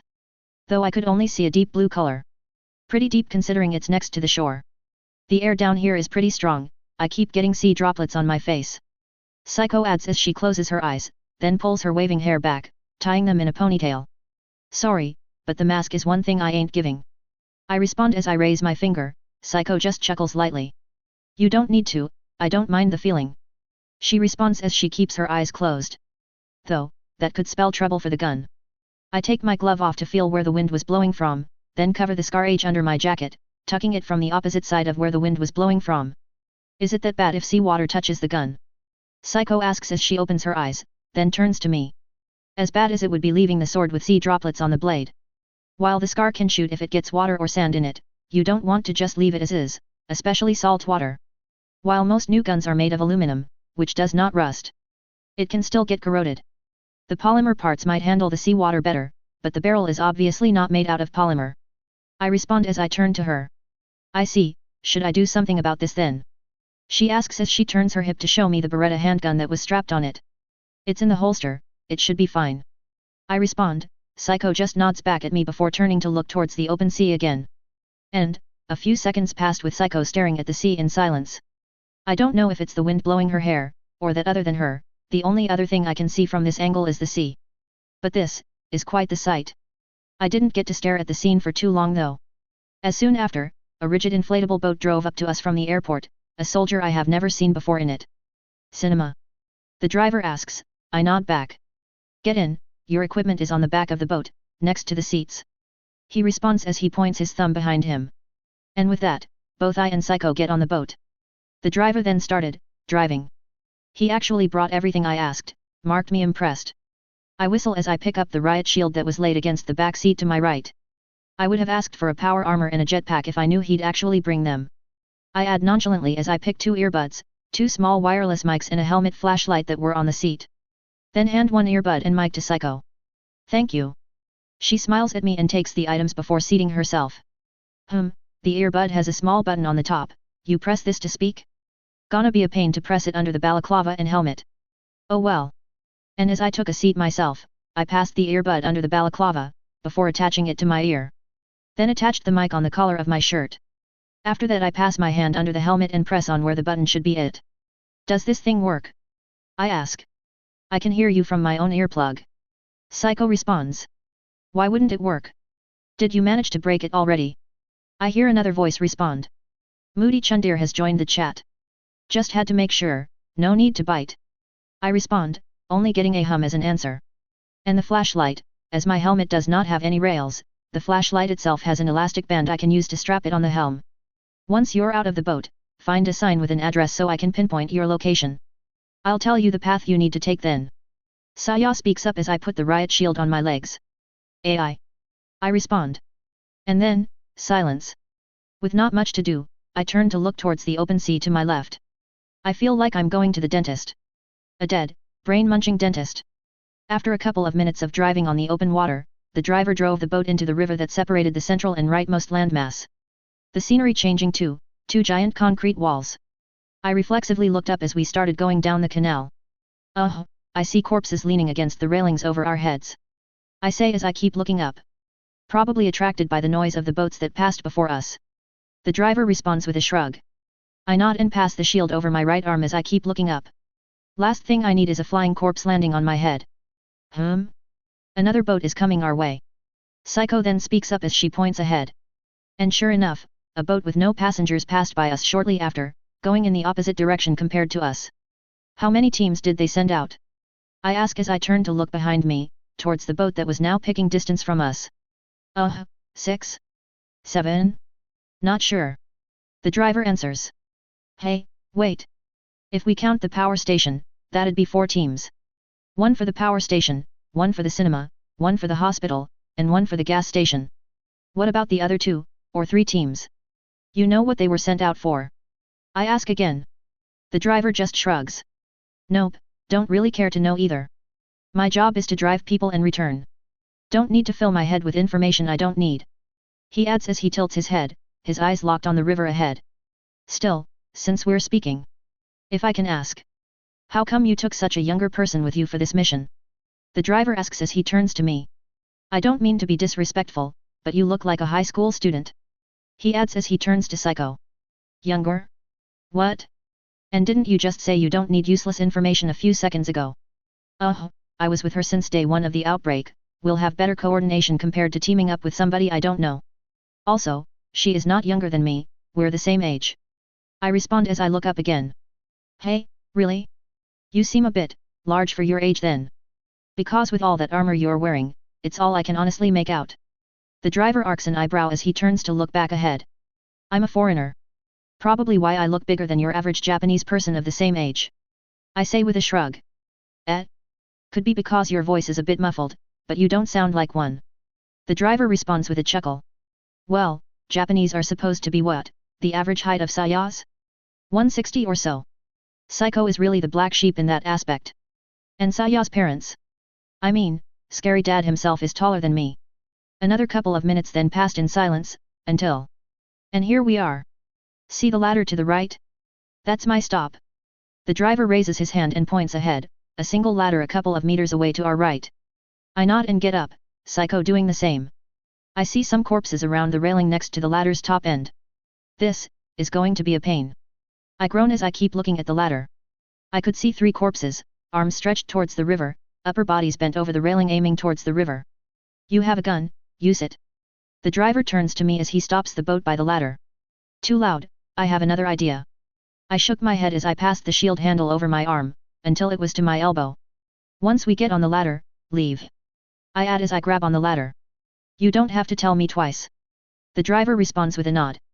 And with that, I start climbing up as silently as I can. Okay, we have 1 to the right, 2 to the left. I can knife them, or pull them. They're already half over the railing, won't be too hard to make them topple over. After I reached near the top of the ladder, close enough for the corpses to almost reach me, I stopped, and turned to look down, Psycho looking at me with a serious expression, the boat already moving back the way it came. I nod, and look back up. The 3 corpses still not paying any real attention to me, just flailing their arms around lazily. I let out a silent breath and turned to the right one, then waited. After a few seconds passed, and I got the feel of how it kept swaying its arms around, I waited for the moment its right arm was the closest to me, before grabbing it by the forearm. To my surprise, the corpse did not seem to pay too much attention to the fact that I just grabbed it, too much blood in its dead brain I guess. And before it could turn to stare towards me, I tightened my grip on the ladder and pulled myself down and back, dragging the corpse along, to the point that its whole body went over the railing. And, with what I can only call a lazy groan, the corpse plummeted towards the river, seeming ever oblivious. I then quickly turned to look at the other 2 corpses to the left, who were now both looking towards the railing where the other corpse was on a few seconds ago.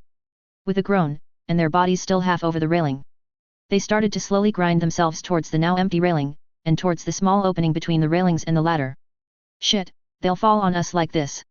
I quickly climbed up the ladder, grabbing the right railing to give myself a boost up, and the moment I touched solid ground, I slammed my left side, which had the riot shield on, at the corpses. And instead of falling back, I then pushed forward a few steps.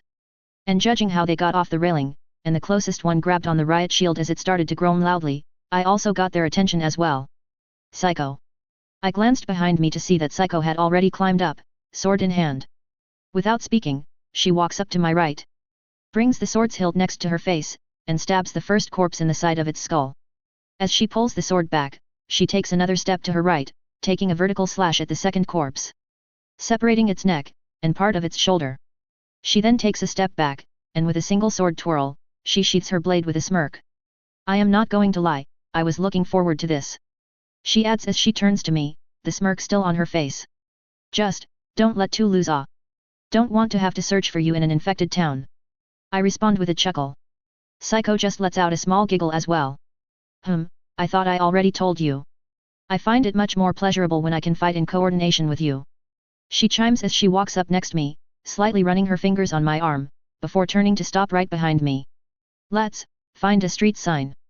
I clear my throat as I turn to look around me. Psycho just chuckled. Right now we were in a small, square opening. A narrow walkway next to the railing that extended to the left and right, both sides seemingly clear of corpses. Along with a single walkway right ahead of us, which was blocked by a closed metal door, a couple of corpses pushing up against said door. Other than that, concrete fence walls, along with a house both to the left, and to the right. Another residential area. Any idea where we should head off to? Psycho asks as she walks up next to me. An address sign should be in front of the houses, right? I respond with a question as I turn to her. She nods. You want me to clear the way? She asks again as she points at the closed metal door. One corpse on the floor, two standing upright, pushing the door. I think there are more behind them as well. That, or we can just climb up a wall and walk to the front. Check how bad the streets are first. I respond as I point at the walls. Psycho nods as she takes her hand off the blade's hilt. With that, I walk up to the right wall, and with a short jump, I climb up. And the shield is being annoying. I pushed the shield further up my arm to free my movement, while in the meantime Psycho climbed up behind me. This house is probably as safe as the streets. Better we stay on the wall if you don't want to fight. She whispers as she looks to her right, patches of blood on the grassy floor that surrounded the house, along with a crashed window that led inside the house. Use the microphone from now on. Better than trying to loudly whisper. I respond as I press the button on the earbud. Oh, right. Psycho's voice responds through the earbud. Hey, did you reach your stop? I heard another voice ask. Yet, looking for a street side now. I respond with a slight groan. What? What are you groaning for? Got a problem that I asked? Saya asks with an annoyed tone right after. What? No, it's just a pain to press the mic button every time I want to speak. I respond, as I press the button again. Why don't you just keep it pressed for a few seconds? It locks the mic to always open. Saya asks with a "are you stupid" tone. I stayed silent, and did as she said. Can you two hear me? I ask a few seconds later as I let go of the earbud button. Yet. Saya responds. Yes. Psycho adds right after. Weird. I say as I tilt my head. What is it this time? Saya asks with a slight groan. Your voices sound clearer for some reason. I add. Why do I have the sudden urge to call somebody a lazy ass? Well, whatever, let's move. I glance behind me to see Psycho nod. Then turn to walk ahead, past the door, past the corpses behind the door, and to the front of the house, next to the actual street. Well, we're not going this way. I whisper as I keep looking at the road. Or what used to be a road. Let's just say, when you can see house appliances like kitchens and fridges tossed around the middle of the road, you know things are bad. The road looks like a children's playground, in a bad way. It'd be a miracle if we don't trip over something after every 2 steps, let alone bump into a corpse. I add as I keep looking around. Just look at one of the street signs, I can tell you how you can get to the cinema, but I first need to find where exactly you're at. Saya responds. I nod as I keep looking around. And, after some scanning, I spotted a street sign on the opposite street, on a wall next to a door that led inside a house. The thing is too small to see from here. I take the rifle, and look through the scope. Much better. Shinji Wintaro. 4-1-5 Riverside. Tudu? Shatu? Mutuo? Can't make the rest, there's blood splatter on it. I say as I narrow my eyes. Wait a section. Saya responds. And, a few minutes later. Okay, got it. She speaks up. You are, 5 intersections away. Not too far considering. She adds. Yet, I just hope the rest of the streets are not as bad as this one. I say as I tilt my head. Right, what way can you go right now? Saya asks. We have a clear walkway that can take us further up the riverside. I respond. Okay, take that, if you can reach the next intersection tell me. Saya responds. AI. I say I turn around, motioning Psycho to fall back. She nods and turns around. Oh and, don't even think of turning the microphone off. Saya adds as we start to move. Because? I ask. Because you'll probably do something weird to Psycho if I don't have my eye on you. Saya retorts. Weird? Like, what?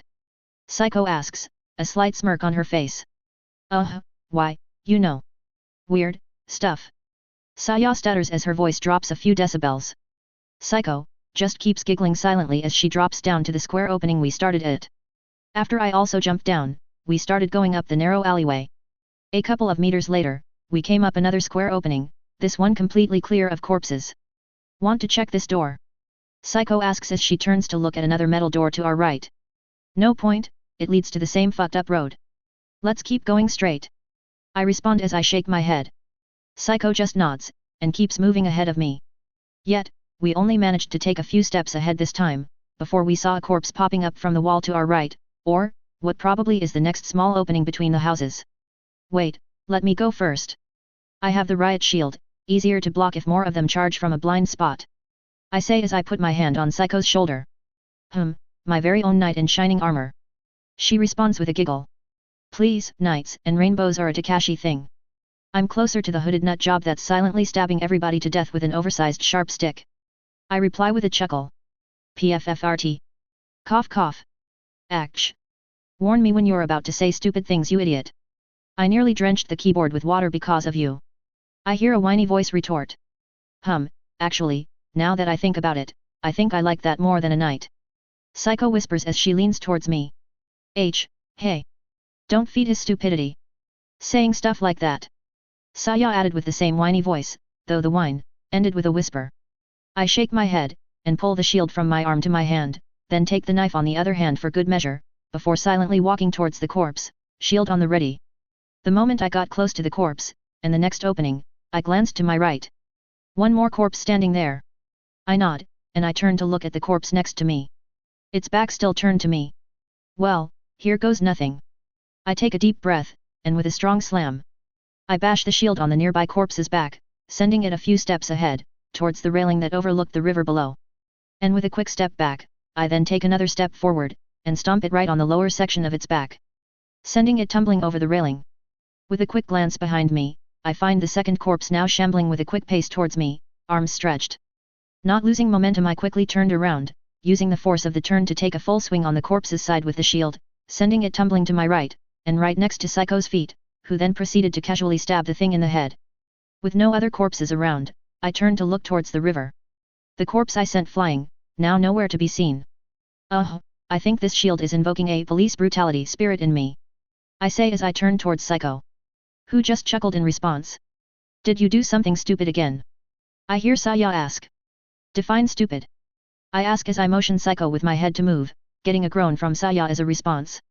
Hey, so that's how item skills work, who knew? With that, we kept moving ahead. Until we reached the end of the alleyway. A bridge to our left, a short road that led to an intersection to our right. Doesn't look like the bridge we used with the car. This one's completely blocked off. I whisper as I look at the road-blocked bridge. Several cement barricades set up along its width, along with 2 firefighter trucks, and 3 SWAT trucks behind the barricade. The occupants of said vehicles wandering around in various states of dead. As much as I'd like to pick these corpses clean of their equipment, I'm already carrying enough. And I don't think their guns use my type of ammo. Except for maybe the handgun. I add as I keep looking past the barricade. Saya, we're by the intersection. I add as I walk up to the middle of the road to get a better look at the intersection. Can you pass it? She asks. Yeah. I respond with a slight nod. Okay, then go past that, and keep going straight. If you find no obstacles, you'll then go left after 3 intersections. The cinema should be 2 intersections straight after that, to your right. Saya then continues. Alright, so. Let's go see a movie then. I ask as I turn to Psycho and motion her with my hand. I wonder what you will take me to see. Psycho responds with a slight chuckle as she walks up right next to me with a smile. The nervous lost puppy and the swagging machine obviously. Chapter 58, Movie Night PT2. So, 3 intersections straight, then 2 up. I whisper as I look at the intersection ahead of us, a couple of corpses aimlessly wandering around it. No cars around this intersection. Almost as if everybody managed to escape to the bridge behind us. Or, nobody made it this far.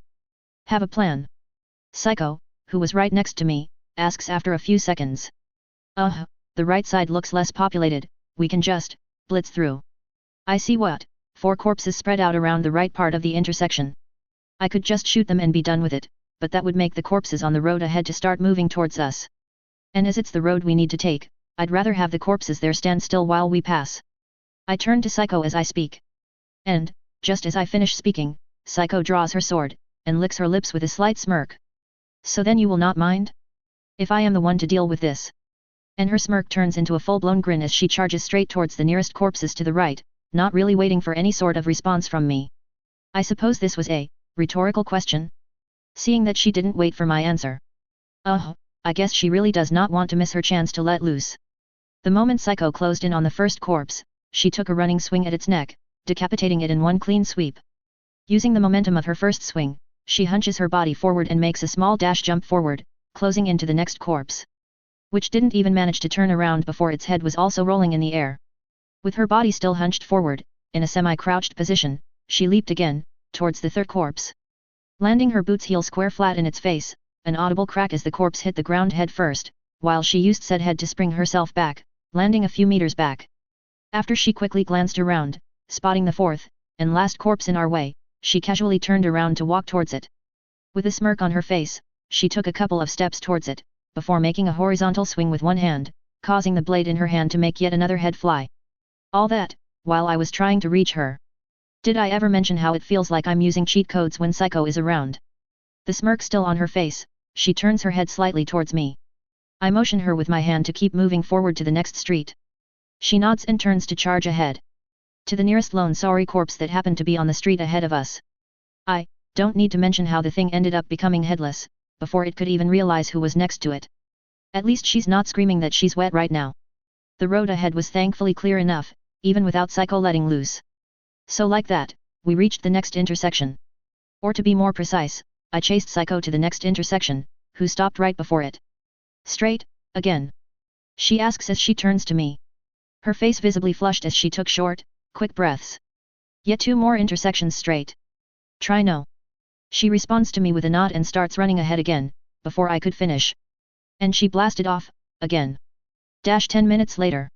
This must have been the quickest trip towards a location post-outbreak so far. The cinema should be on the street you are on. Do you see it? Saya asks as I and Psycho keep running, with Psycho now next to me. Who thankfully, seemed to have calmed down. Yet. There, to our left, the big whiteboard a couple of meters down. I speak up as I keep running. I see it. Psycho also responds as she nods. So? Is the front door open? Saya asks right after. Give me a section. We're not there yet. I answer. Alright, be careful. I hear Saya reply. Hey, I sort of expected something among the lines then hurry up you idiot. Mark me surprised. And while I was thinking that, Psycho stops running, her sight aimed towards the cinema's front door. The front doors are wide open. She adds as I also stop and turn to look towards the cinema's entrance. Looks clear inside too. From here at least. Alright, let's go. Standing still here ain't going to help us figure out how the insides are. We're going in, and closing the doors behind us. I say as I glance at Psycho and start moving ahead of her. Without responding, Psycho starts running behind me. After running past a few shambling corpses, we reached the cinema's ticket booth which was on the sidewalk in front of the cinema. After running past it, we headed inside the cinema. Close the doors, I'll find something to block it. I point at the big double door we just entered before moving deeper inside the main room. A spacious rectangle-shaped room, extending to the left and right. Ahead of me, to the other side of the room, a counter that used to sell popcorn, drinks, and sweets. Probably at exorbitant cinema prices. On the left and right ends of the wall behind the counter, the start of 2 relatively wide-looking hallways, a thick red carpet visible where said hallways started. Between me and the counter, a few metal pylons that connected to each other with long, thin ropes. Creating a path that led to the counter's open cash register. Looks clear. But no time to check more thoroughly right now. No corpses standing guard, so it'll do till we block the door. I head to the nearest pylon and grab it, shaking it slightly to make sure it was not bolted on the ground before lifting it. Then head to the first pylon it was connected to. Could use the rope too. I look at the second pylon in order to find a way to release the rope it was holding. Fuck it. But end up just cutting it with my blade instead. I then run back to the door, which was now closed by Psycho.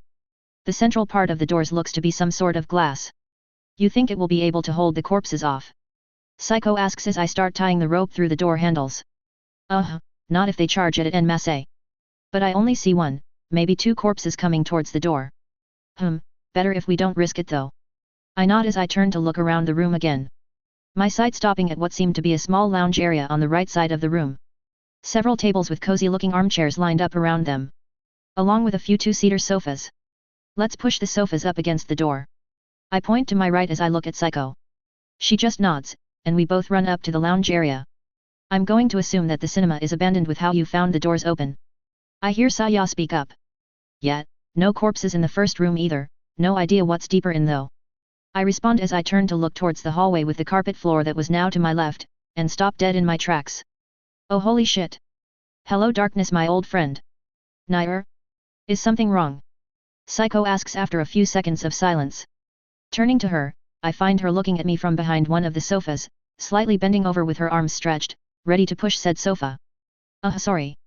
Just noticed that the cinema might not have windows deeper in, it's pitch black deeper in. I respond as I move towards the same sofa, keeping my eyes towards the pitch black hallway. Psycho tilts her head and turns to look at the hallway as well, letting out a small oh in response. No matter, I have the flashlight, we should be fine. I shake my head as I go next to Psycho and get ready to push the couch. What, you're scared of the dark? I hear a cheeky voice ask through the earbud. I should be, we all should be. Corpses can't see. Pitch black darkness does nothing to hinder them, it only makes it harder for us. I respond as we start pushing. I agree, a single bite can mean our end. If we get caught by surprise and they manage to get to us before we realize it, it can become our death sentence. Especially in a building. Psycho adds after me. Oh, okay, I get it.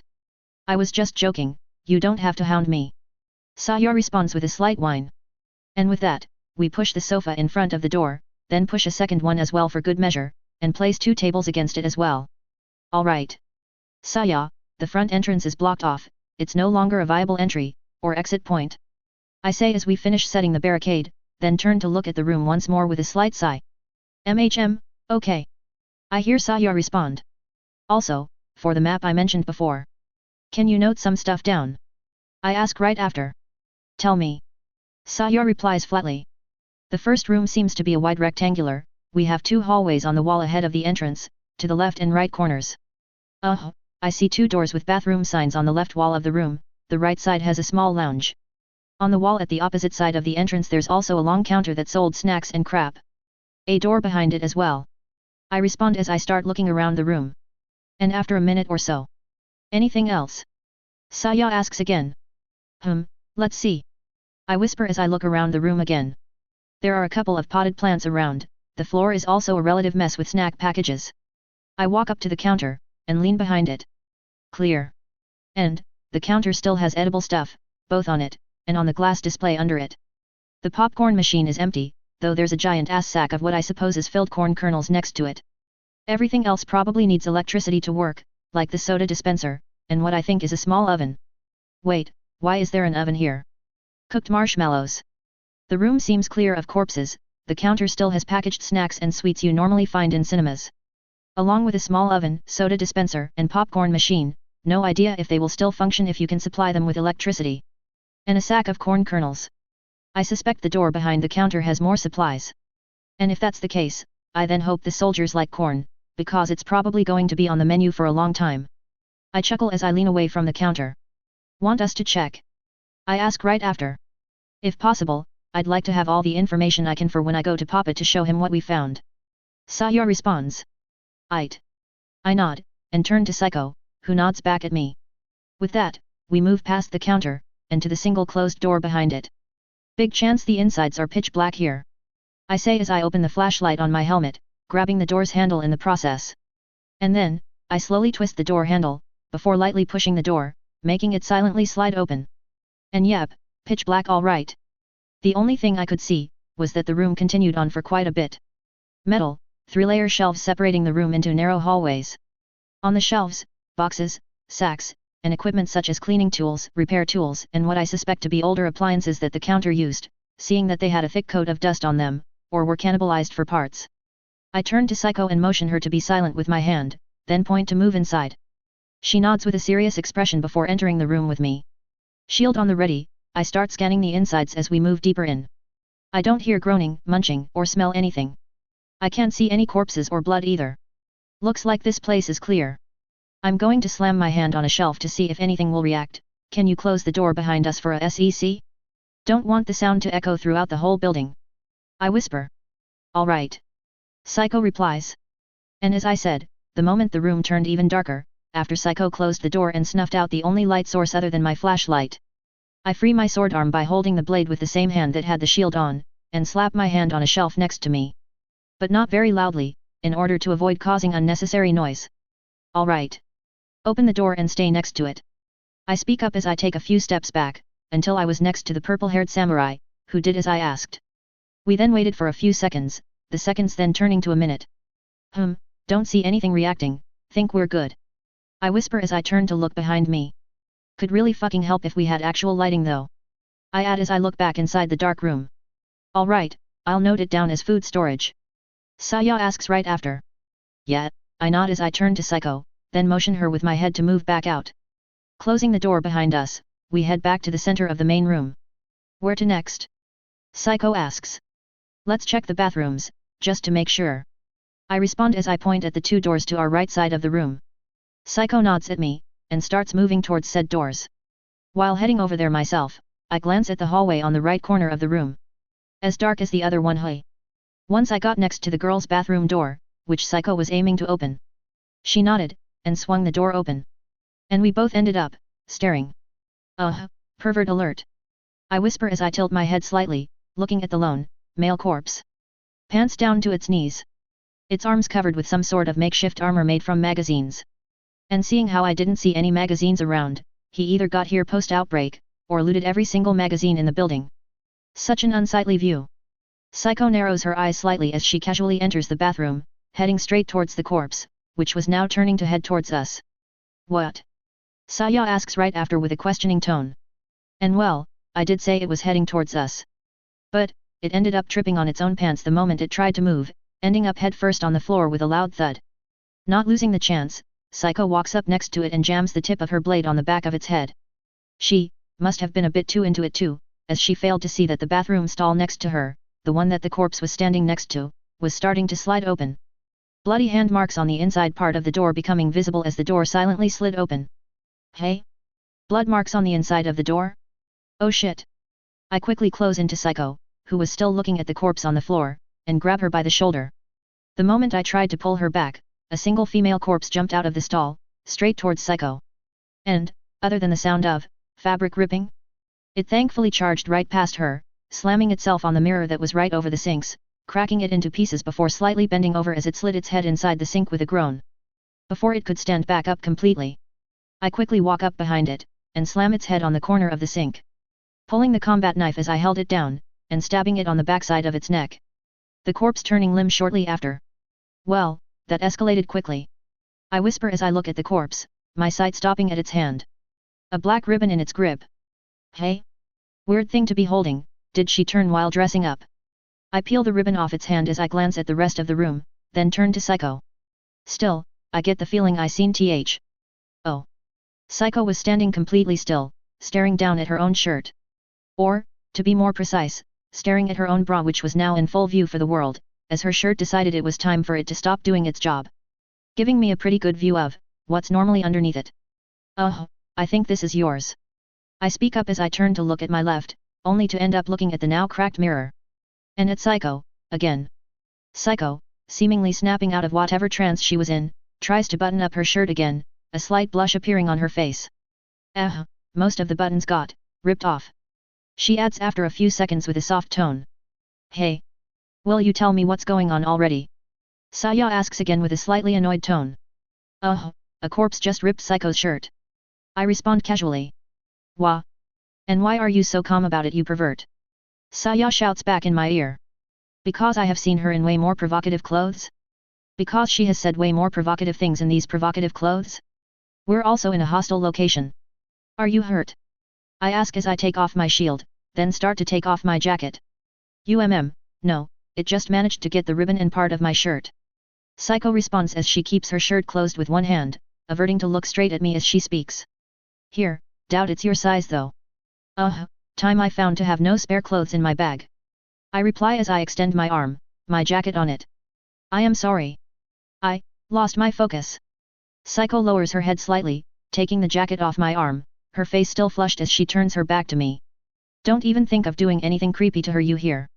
Saya then barks at my ear. What? I wouldn't do something like that. I respond as I fold my arms, turning to look around the rest of the stalls once more, Saya letting out a sigh. I mean, we found corpses here, that means we're in an overrun building right now. I add. So if the building was no longer overrun, you would? I hear Psycho ask while she was still with her back turned to me, whatever embarrassment she probably had seemingly been thrown out the window. Don't feed his pervertedness, Psycho. Saya shouts right after. Did you just shout that in a room full of people, Saya? I ask as I fold my arms. Oh, of course not. I'm in a room by myself. She quickly responds. Just hope that room has good sound insulation, or I'll get arrested for sexual harassment because of her. I think this is the best I can do for now. I will have to ask somebody to fix it after we return. Psycho then speaks up as she turns to me. The black jacket's front zipper closed up to right under her chest, where her white school shirt then took over, or at least it partly took over, as there was still a gap where I could still clearly see her bra and cleavage. Now I will have problems focusing. A few seconds passed in silence. Please do not stare so much. Psycho speaks up as she tries to close the gap on her shirt with her hand. Her sentence getting followed by some incomprehensible sounds made by Saya. Oh, now you're acting embarrassed again. I take a deep breath before letting out a sigh. Ask a fat kid to ignore an ice cream cake on a scorching hot day, would you? I whisper as I start walking towards the exit. Motioning Psycho with my head, who just responded by questionably tilting her head. The gap in her shirt popping up again the moment she let go of her shirt. Okay, let's check the other bathroom, then head towards the hallway. Hopefully, without any more wardrobe malfunctions. I say as I walk out of the girls' bathroom. Shut up, you pervert. Saya responds with a rather whiny tone. How am I the pervert in all of this? I didn't even really do anything. Without responding, I head to the men's door. And open it. Clear. I then kneel down to look through the stall's gap. Also clear. Bathrooms are clear. I say with a flat tone. Now. Hallway. I add as I turn my head towards the dark hallway. Looking from here, the walls also look carpety. Guess for better sound insulation. As I am the only one with a flashlight, stay either next, or behind me. Don't attack anything that might be ahead of us. I say as I glance at Psycho. Head on head level, Nair. You need to stay focused, and provocatively posing psychos swimming through your head is not the type of focused you need right now. Very well. I will watch our rear. The light coming from here should let me see any corpse silhouette if they end up behind us.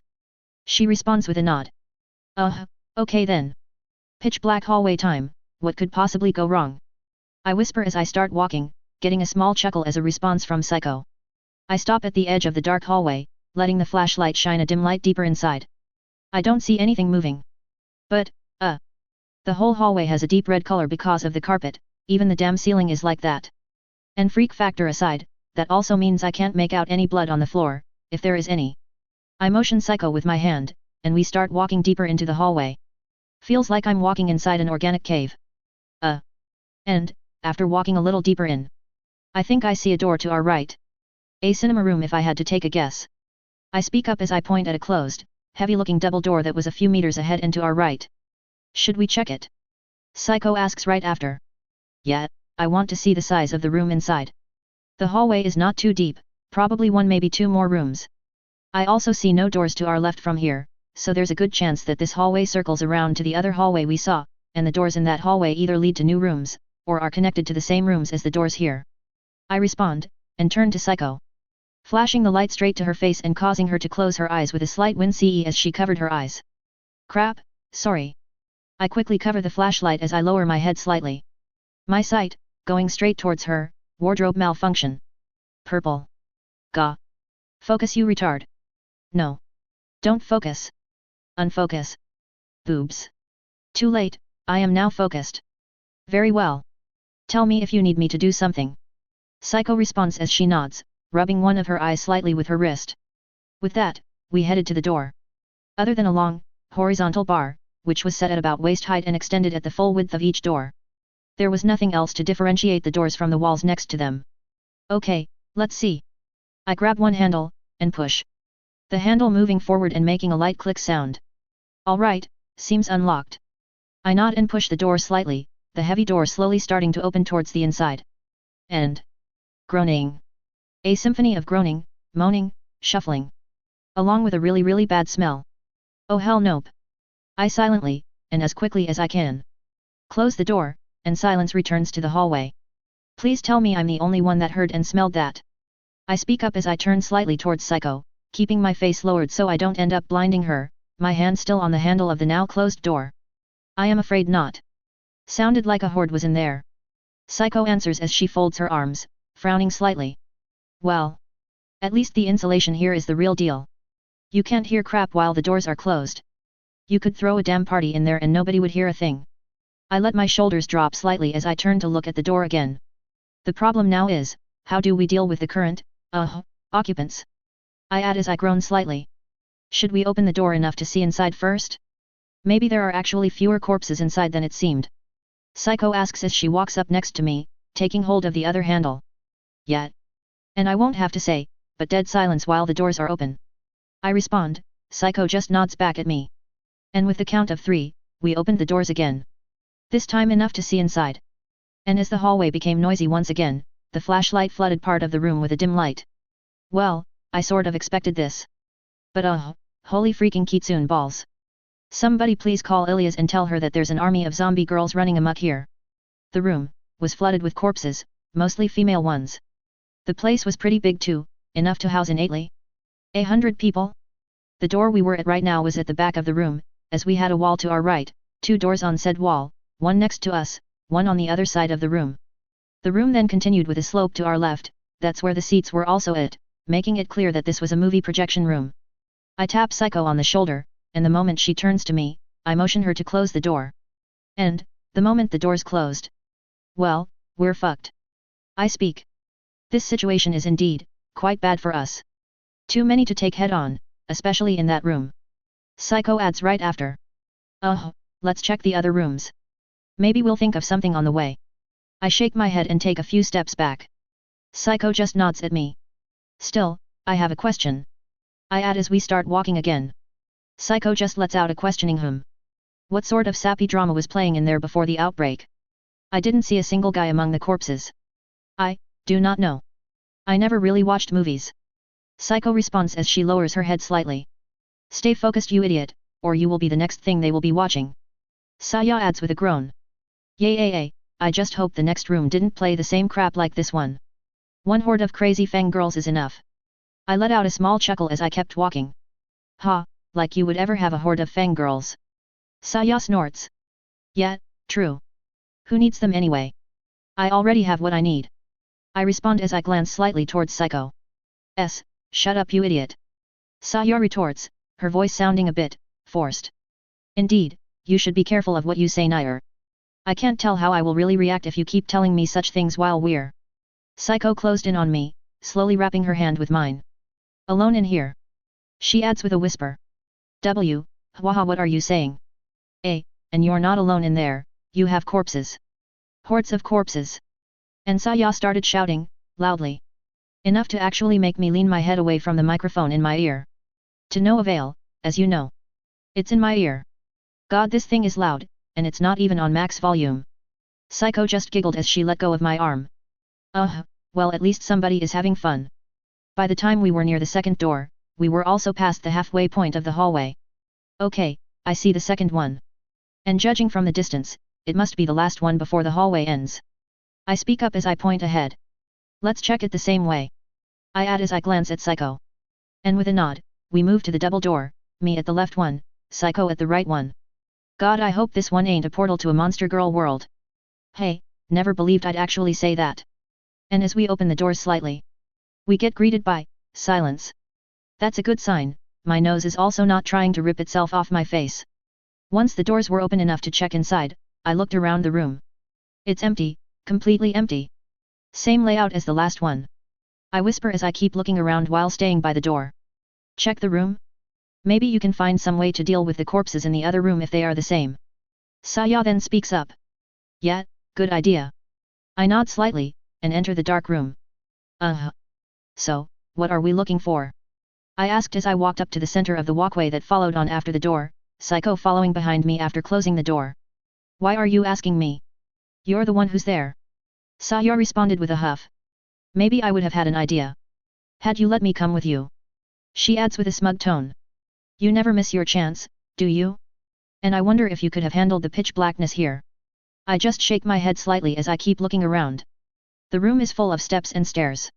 No way we can fight in here. Best I can think of, is luring them out in small groups. Not that it will be any better, as we'll be in a dark hallway with them, not enough room to move in there either. I fold my arms as I keep looking around. What about these two doors?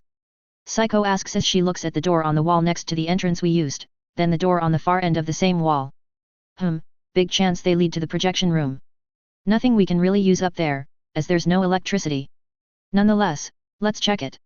We do need to make sure everything is clear this place after all. With that, we head to the door on the distant side of the wall.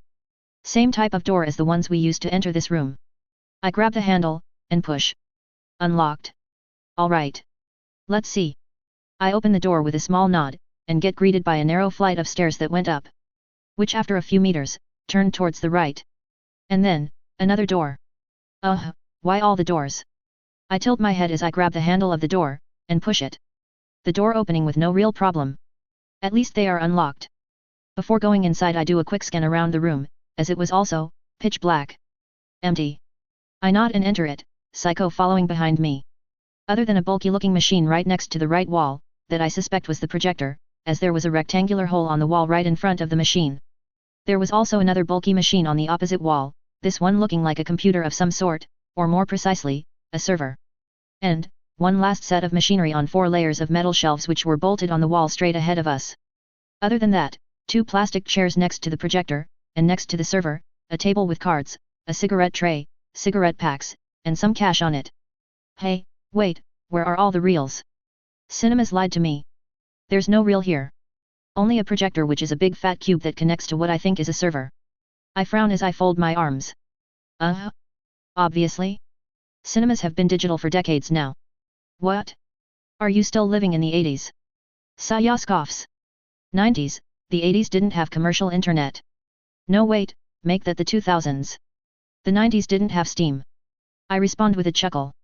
Steam. Psycho asks as she tilts her head, arching one eyebrow up. It's just a gaming platform, Psycho. Ignore him, he's being a nerd.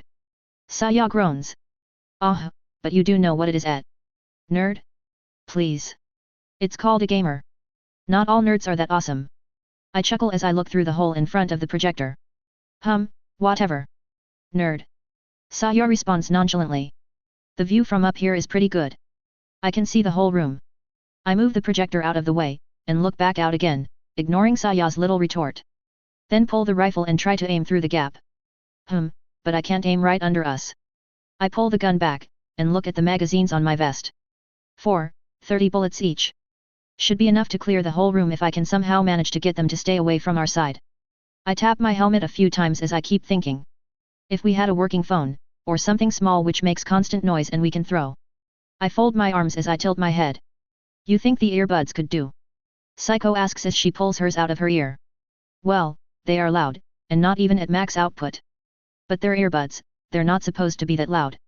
I shake my head. And, a few minutes passed in silence. No real ideas coming from anybody. Well, can't think of anything. Let's just check how loud the earbud can get before tossing the plan out the window. We'll go from there. I sigh as I glance at Psycho.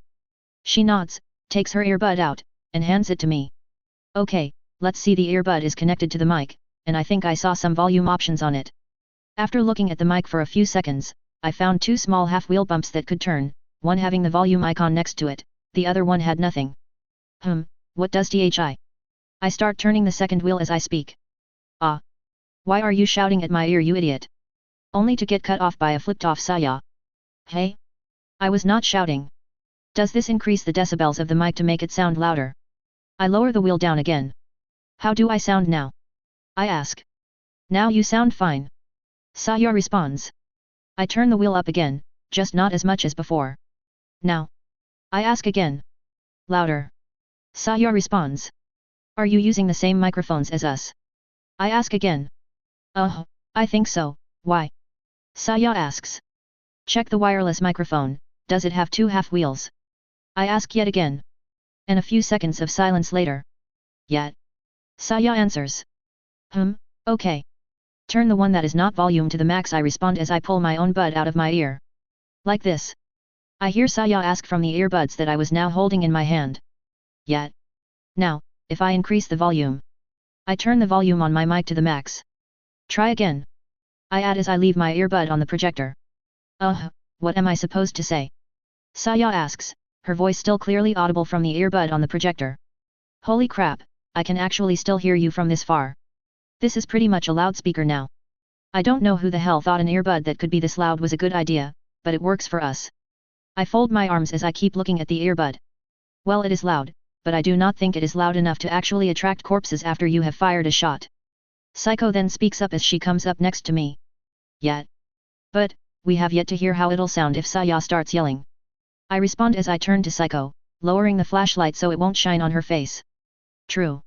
Psycho responds casually. What? You can't expect me to just start shouting like an idiot. Saya grumbles through the earbud. You sure? I ask as I turn to look at the earbud. Yes, I'm sure. Saya groans back. I could just say something among the lines of. Psycho, I can see your boobs. High chance to make Saya flip, but let's not push our luck. Then, the laptop you found. It should have some default alarms. I respond. Yet. Give me some time then, I need to go get it. Saya answers, and then turns silent. Well, now we wait. Guess we can take a break now then. I add as I walk up to one of the chairs, then bring it to the table before sitting down. Psycho taking the second chair to sit next to me as I gathered the cards around the table into one deck. Cards are a really good way to spend your time if you have nothing to do. I'm going to take them along. They don't take much space anyway. Want to play something quick while we wait? I ask as I turn to Psycho. She stares at the cards for a few seconds before turning to me. I only know of one game with cards though. That one where you need to reach 21 but not pass it. Some of my father's acquaintances used to play it sometimes after they had gathered for a conference or meeting. Psycho responds as she tilts her head. Blackjack? All the better, it's quick and not too complex. And honestly, I don't know many other card games myself. I respond as I leave the deck on the desk, between me and Psycho. Alright then. Psycho smiles slightly and she nods. You want to bet anything? To make the game a little more interesting? She asks right after with the same soft tone, the smile still on her face. Blackjack is a game based mostly on luck, right? I didn't just dug myself a grave, did I? Chapter 59, Movie Night PT3. This must be the biggest mistake of my whole friggin' life. Right now, I was sitting by the table, a single card in my hand. The projector, along with the rest of the room to my right. Psycho was on the opposite side of the table, with two cards in her hand. She was also wearing my mask, minus the balaclava, which was on my shoulder, like a hat. Why? Because my luck fucking sucks. Psycho was 2 wins ahead of me, and since cash was useless, it meant that I owned Psycho 2 favors. -1, for the mask she was tooting on her head right now. I always said that gambling is a losing game, so why did I agree on betting? The only thing I'm holding is an ace, that's 1, or 11. So, I need a 10. Hey Nair. Psycho then speaks up, lifting her face to look at me with a casual smile. Since Saya said that she is almost ready and this is the last game. Want to make this double or nothing? She asks. Say no, say no. If she asks something like that, it means she's holding a strong hand. Elaborate. I ask. We will make this count for all the points I am currently ahead of you. In other words, 2 points. She answers with the same casual smile. That mask on your head counts for 1 point though. I retort as I point at her head. Psycho raises her eyes to look towards the top of her head, then closes her eyes with a short giggle. True, I guess it does. So that just means that you can actually turn the tables on me, if you win. She responds with a slight smirk. Or, I will end up owning you 3 times. It boils down to, play it safe and either go for a tie, or 2 lost points. Or go for broke and go for 1 winning point, or 3 lost ones. Fine. I retort as I draw a card. I'm going to regret this. Okay. 4. So 15, or 5. I am ready then. Psycho responds as she leaves her 2 cards on the table facing down. If I draw a 6, that's 21. Unless she has a 21 under the 2 cards, I win. No idea if the rules are normally like that, but honestly I don't remember them very well. The other is getting 7 cards without passing 21. I have an ace, which means I want 6, or small numbers to stack up. And, I draw another card. 5. Oh come on. Okay. I'm still good, with the rules we play, I'm at 10 now, 4 more cards. Or I'm hosed. Psycho just tilts her head slightly, that damn smile still on her face. Well, all or nothing now. I let out a small sigh, and drew 4 cards at the same time, Psycho raising an eyebrow with a small ah. First, let's see your hand. I add as I leave all cards face down. Psycho nods and flips her cards. A king and a jack. That's 20. I blink a couple of times as I look at her hand. No wonder she had a strong hand. It was that, or she would have something like 4s and 3s to lose on purpose, something that really does not seem to be her style. So? Your cards are? Psycho asks as she leans on the desk slightly. The open gap on her shirt opening even wider, exposing her bra even more. She doesn't even seem to care about that hole on her shirt anymore. I shake my head slightly and start to flip the cards one by one. Ace, 1. I then flip the next one. 4, 5. Then the next. 5, 10. I stop my hand over the next card. And now the unknown ones. And flip it. Really now? I slap my forehead as I look at the second ace. I could have made a 21 with this. Serves me right for making this overly dramatic. I groan as I shake my head. Psycho just giggles. I wonder what I should make you do. She asks as she glances at me, her smile turning into a small smirk. You didn't win yet. I respond as I flip the next card. Ace again, 12. Psycho arcs an eyebrow as she sees the third ace. 5, 17. I then turn to look at the final 2 cards. I need these to be less than 4. R.I.P. me. Want to drop it now? I will also drop one of my points for you too. Psycho then speaks up as she glances at me. That would then be 2 points. AKA 2 things she can ask of me. I respond by flipping the next card. I wonder, why you want to win this so badly? Is there something that you want to make me do? She glances at the 3 on the card before turning to look at me, one eyebrow arched, a one-sided smile on her lips. Didn't think that far. I shrug slightly as I grab the last card. Is that so? She asks as she tilts her head, smile still on her face. Without responding, I flip the last card. And stare at the card. Can I flip the table now please? I ask. If you want. You are still going to owe me a total of 3 points though. Psycho chimes as she lifts the queen card and waves it slightly at me. Gambling, sucks. I fold my arms as I glance towards the projector with a chuckle. I for one found our game to be rather fun. Psycho responds as she leans slightly on the table, the hole her shirt becoming even more pronounced.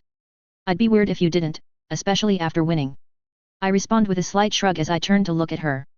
So, I guess I'm not going to be getting my mask back. I ask as I lean on my chair. Psycho puts one finger over her mouth, tapping it slowly as she turns her sight towards the ceiling. Thinking of an answer. I guess I could return it to you. She responds as she turns her sight back to me with a small smile. But, you would have to give me back something of equal value. She adds with the same smile. Figures. I scratch my forehead slightly as I keep thinking, the room turning silent while Psycho just keeps staring at me, smile still on her lips. And while the room was dead silent. Psst. An obnoxiously loud sound started coming off from the earbuds. I reflexively jerk my head back and turn to look towards the earbuds. Ops, sorry, was that too loud? I hear Saya speak up right after, though she sounded anything but sorry, more likely smugly pleased. God damn it, Saya. Loud enough to work for what we need it for. I respond as I tap my ear. And I think I just went deaf from one side. I add as I cover my right ear. Haha. Now stop wasting time and get ready. Saya groans. Geez, cold Chundir is cold. I get up from the chair, picking up the helmet off the table, and walk up to the earbuds on the projector. So, should we first go to the other cinema room? Or check the rest of the building? I ask as I pick the earbuds. Wait. You have yet to check the whole building. Saya asks with a slightly annoyed tone. Yet? We still have to check 2 hallways. The one opposite of us, and the one that connects them at the end. What, are you going to tell me I am not allowed to take a break until I clear out everything? I ask back with a slight chuckle. That's not what I said, you idiot. I just thought that the room with the horde was all that was left. Saya responds with a slight huff. Though by taking that break, I ended up losing spectacularly at a card game. I add as I turned towards Psycho, who was still with my mask on her head. Ha, that's what you get for slacking off. Saya retorts right after, her voice sounding rather smug for some reason. Why are you sounding so self-satisfied? You're not the one who won. Yes, and now I owe Psycho 3 favors. I respond. What? What do you owe her? She asks with a slightly lower tone. I am still thinking about that.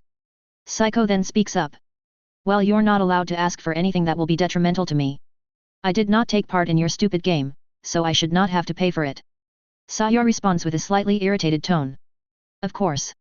Psycho replies with a small giggle. Well, if we're set. Let's go. I speak up as I pick up the 2 earbuds. Putting the one with normal volume in my ear. Since we'll be using one earbud from now on, Psycho won't be able to hear you. I then mute the loud earbud and pocket it. Better safe than sorry. So she can't hear me now? Saya asks right after. No. But that doesn't mean you get to whine while she can't hear you. I answer flatly. What? I had no intention of doing such a thing. It's not like I'm stuck here by myself while you 2 are playing games. And that you now owe Psycho favors. Saya not whines. I just chuckle slightly and shake my head. Alright. Once we are out. Back to being silent. Especially the moment we get near the other cinema room. I turn to Psycho as I speak, who just nods at me. I want to see how we'll deal with that awesome smell in there. The place should have vents and air conditioners. But without electricity, good luck manually turning the fans. I add as I make sure that I have everything on me. About that. Apparently the team sent to the dam is almost finished. From what I heard being tossed around in the tower. There's a chance they will try to restart it before the other teams are actually finished. These teams being us, the hospital, and gas station 1. Saya answers. I see. That could matter, if electricity could actually make it to this place. EMP aside, the neighboring area is a total wreck, electrical pylons included. I shrug as I start heading towards the door. Yes, true. But if that was the case, then the airport would not get electricity either, as it's after the neighborhood you are in at the moment. So there's a good chance that there are other connections to the dam, ones that are still standing. Don't think the army and my papa would have gone through all this trouble without looking that up first. Saya responds. I just hope that the still standing pylons ain't completely fried then. I reply as I open the door. No idea, but from what I heard. If they are not working, then they will draw new power lines over the fried ones. Saya answers. Hey, with all the corpses running around? They'd have to take back a rather big part of the city to do that safely. I scoff as I start going down the stairs. And why you think you're there right now, you idiot? They are trying to take back parts of the city. With the ones around the airport being first. Saya retorts.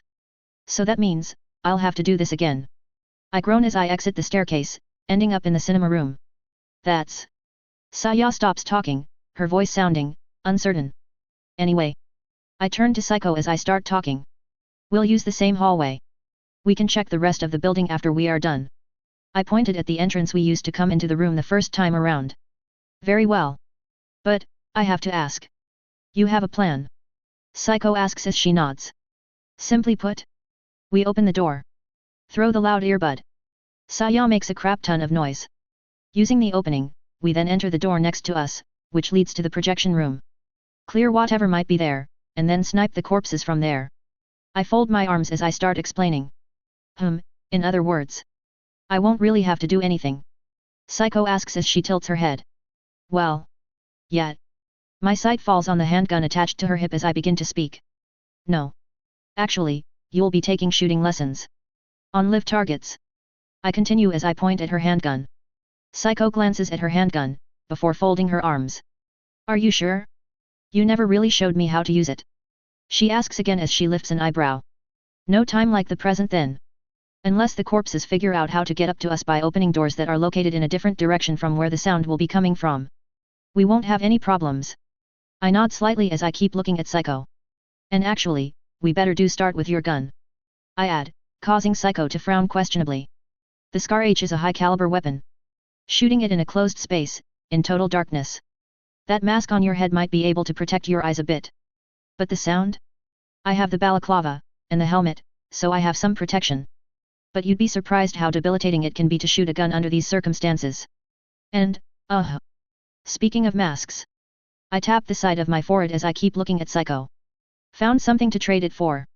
Psycho asks as she smirks slightly. She's still going with that. Me not getting blinded after every shot? I ask as I tilt my head. Psycho just giggles slightly, then picks the mask off her head. I will believe you that you need it in order to teach me how to use my gun then. She adds with a small giggle, extending it towards me with her hand. I just take it without responding. That was easier than expected. Now whatever film the visor has, does make everything slightly darker. Not to the point of walking blind though. After wearing everything back, I readjust the flashlight and ready the shield. Alright, no more talking. Let's go. I motion with my head as I turn to walk towards the exit. Right when I was starting to get used to your face. Oh well. I still do have 3 wishes. Psycho giggles from behind me. Suddenly, I feel unsafe. With that, I head back on the hallway, and towards the room with the horde. Being an already traveled path, and having no corpses to slow us down, we got there pretty fast. And once we reached the door, I turned to Psycho. I just hope the earbud won't break after I throw it. I turn the loud earbud on as I whisper. Then be careful. And Saya speaks up, right as I open the earbud. In other words, the whole hallway must have heard her. Oh holy shit. I quickly cover the earbud and reflexively look around. Saya, the loud one is open. Please don't speak up out of nowhere. I whisper. Oh, sorry I didn't know and. Saya. You're speaking again. I cut the pink ed off. And this time, get silence in return. I know the soundproofing means the corpses probably heard nothing. Probably. I let out a small sigh and grabbed the door handle. Here goes nothing. Saya, once I tell you, go full volume. I whisper, and open the door slightly, half expecting to have a corpse staring right back at me through the crack, which thankfully, didn't happen. Sound insulation for the win. Ignoring the awesome smell, I open the door completely. Can somebody tell me why I keep thinking about why corpses smell while alive humans don't? Fucking timing you have for these thoughts, brain. I shake my head slightly and look at the door next to us. Slightly open. Not a good sign. But we have no corpses near us. So let's throw the earbud towards the deeper part of the room. Thankfully everything is covered with a mat. So as long as nothing steps on it, we should be fine. While slightly crouching down, I walk a few steps into the room, and open the door that led to the projection room completely. First part of the stairs is clear. Okay. Let's do this. I motion Psycho to get on the stairs. She nods and enters the room, before heading past me and up a few steps up on the stairs. I then turn towards the room, and with a quick motion, toss the loud earbud towards the central row of chairs. Then enter the staircase as well, and close the door behind me. Saya, go loud. I whisper as I turn to Psycho. The door was slightly open. Chances we might have not so friendly friends waiting for us up there. Just as I finish speaking, classical music starts playing in the room behind me. There. How's that? Saya asks. Classical at. Louder than the corpses from what I can hear. It'll do just fine. Okay, turn it down for now. Let's make sure the projector room is clear. Then set up shop.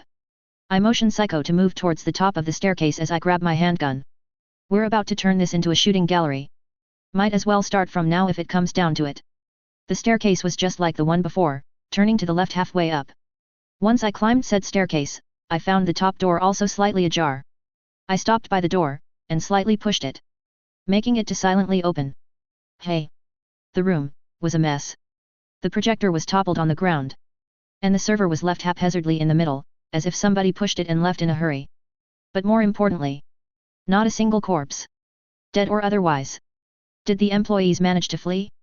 I mean, the exit is essentially right next to this room. I whisper as I tilt my head slightly. Whatever. Let's do a quick check. Handgun ready, I walk inside the room and scan my surroundings. Yep. Totally empty. Okay. Looks like we are in the clear. I lower the handgun and turn to look towards the entrance we just used. Close that door. I'll go make sure that the other set of stairs have both doors closed with no corpses wandering about. I add as I turn to Psycho, lowering the flashlight on my helmet. She just nods before turning to walk towards the door we just used. After making my way to the door on the other side of the room, I open it, and check the stairs. This door was closed.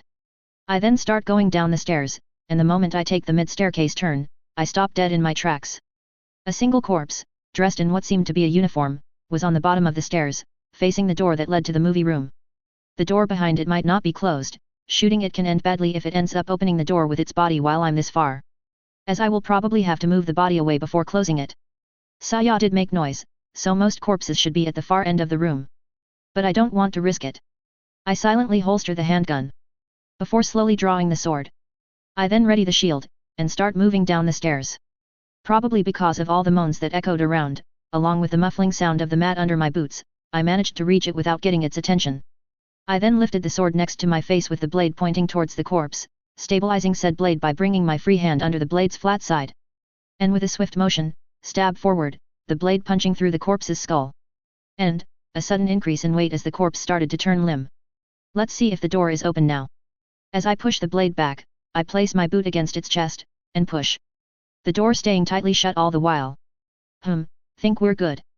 The other door opens towards the outside, and even if this one opens towards the inside for some reason, the body will block it. I nod and turn to head back up as I sheath the blade. Upon making it back, I found Psycho by the door I asked her to close, her hand still on the handle. Is something wrong? I ask. Causing Psycho to turn towards me. You have the only flashlight.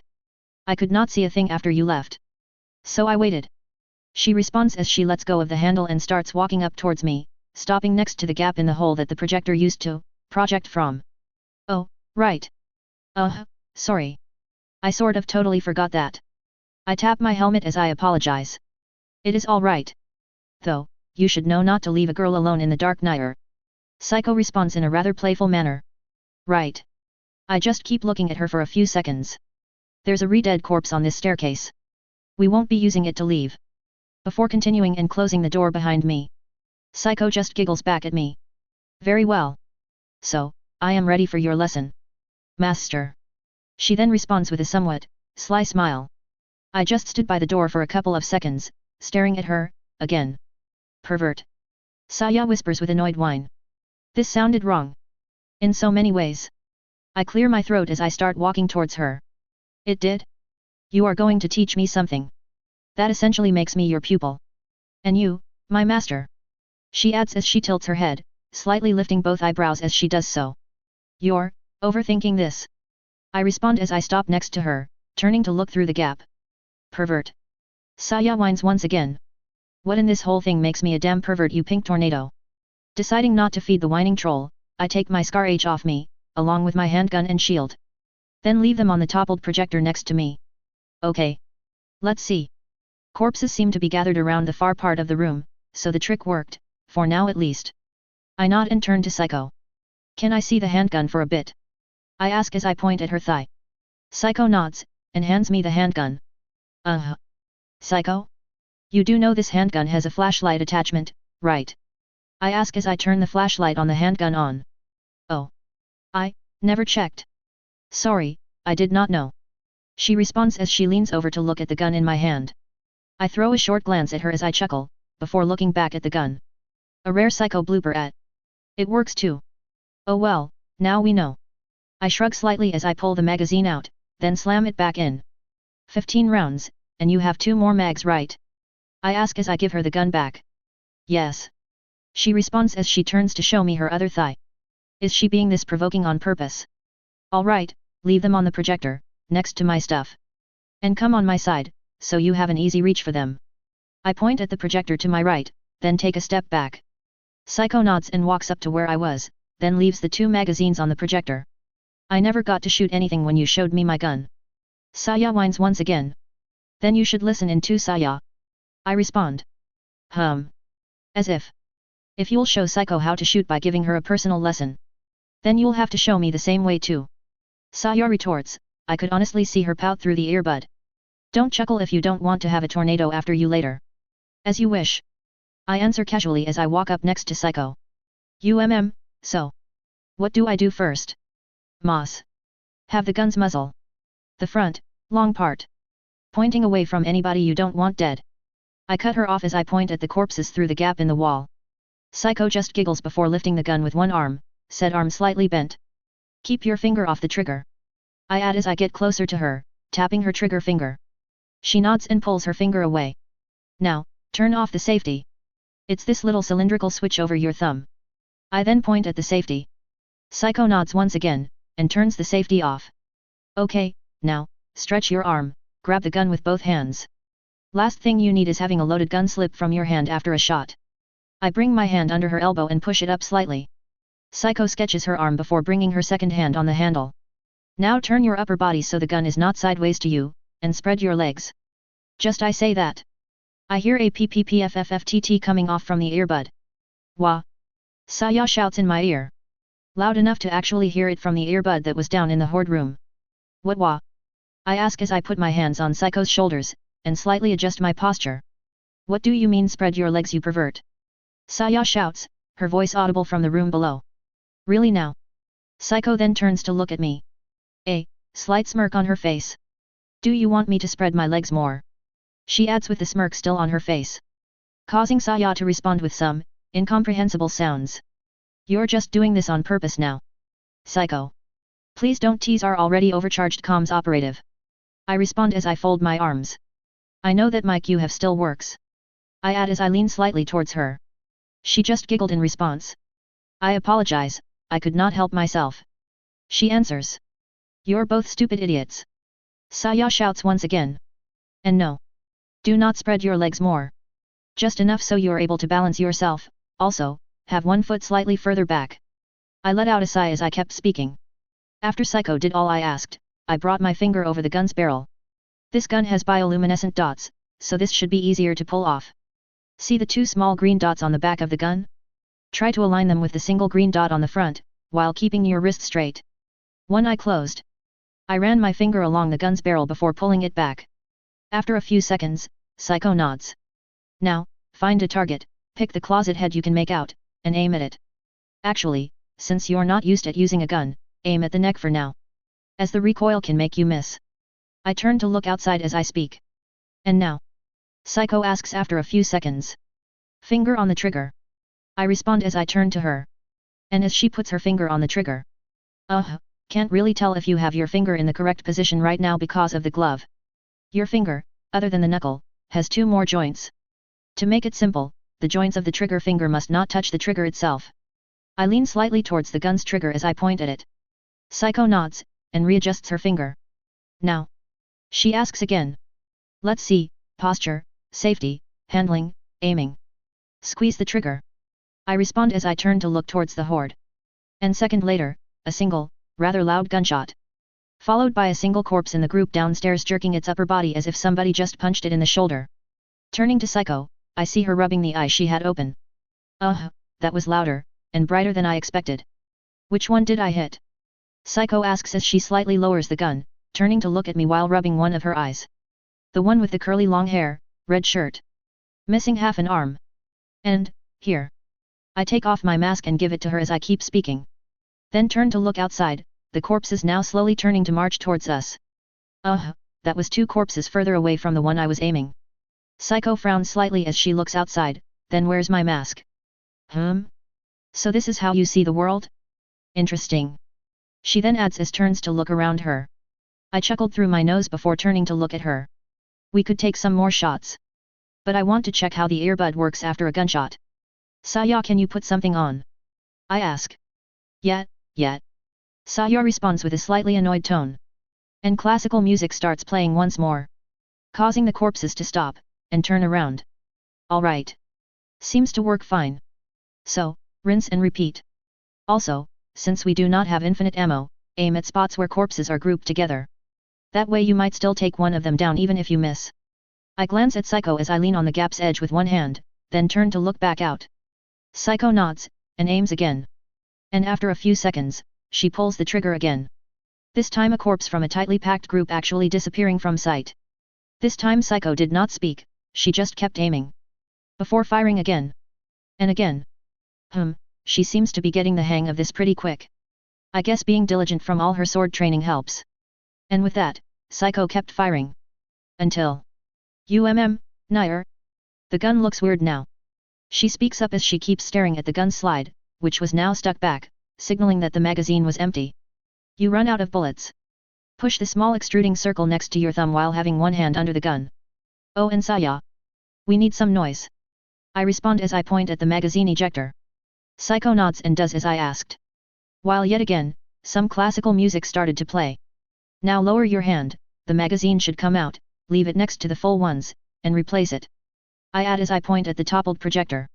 And, after Psycho had placed a new magazine in the gun. Now press the long-looking switch next to your thumb. I point at the slide catch as I speak. Psycho presses the switch, and the slide rushes forward. The sudden recoil causing Psycho to slightly jerk her shoulders up in surprise. Now you're good to go. I add as I turn to look back out. Bad aim or not, out of the 15 rounds, at least 6 corpses have permanently hit the ground. From the ones I can see at least. This feels so weird. She adds as she starts aiming again. I turn to glance at her before looking back out. I have spent so much time training with a sword. Yet, with barely any training. I have already killed something, with barely any effort. Makes my sword training feel really redundant. Even somebody that is clearly weaker than me would be able to far exceed me. Had they had some basic gun training. Psycho keeps aiming the gun as she speaks. There's a reason guns took over modern warfare. You don't need to spend years of mental and physical training to pull the trigger. I respond as I turn to her. But for an everyday person who is not living in the US? Let's just say that a gun without ammo is as good as a wet fart. I add with a chuckle. Causing Psycho to let out a small chuckle, the gun in her hand slightly wavering. That is some way to describe it. She responds as she glances at me before aiming the gun again. But it's true. We just got very lucky with ammo. Both with the army, and with Saya's dad letting us stock up. I answer. I guess you are right. Everything has a drawback after all. She responds as she takes a shot.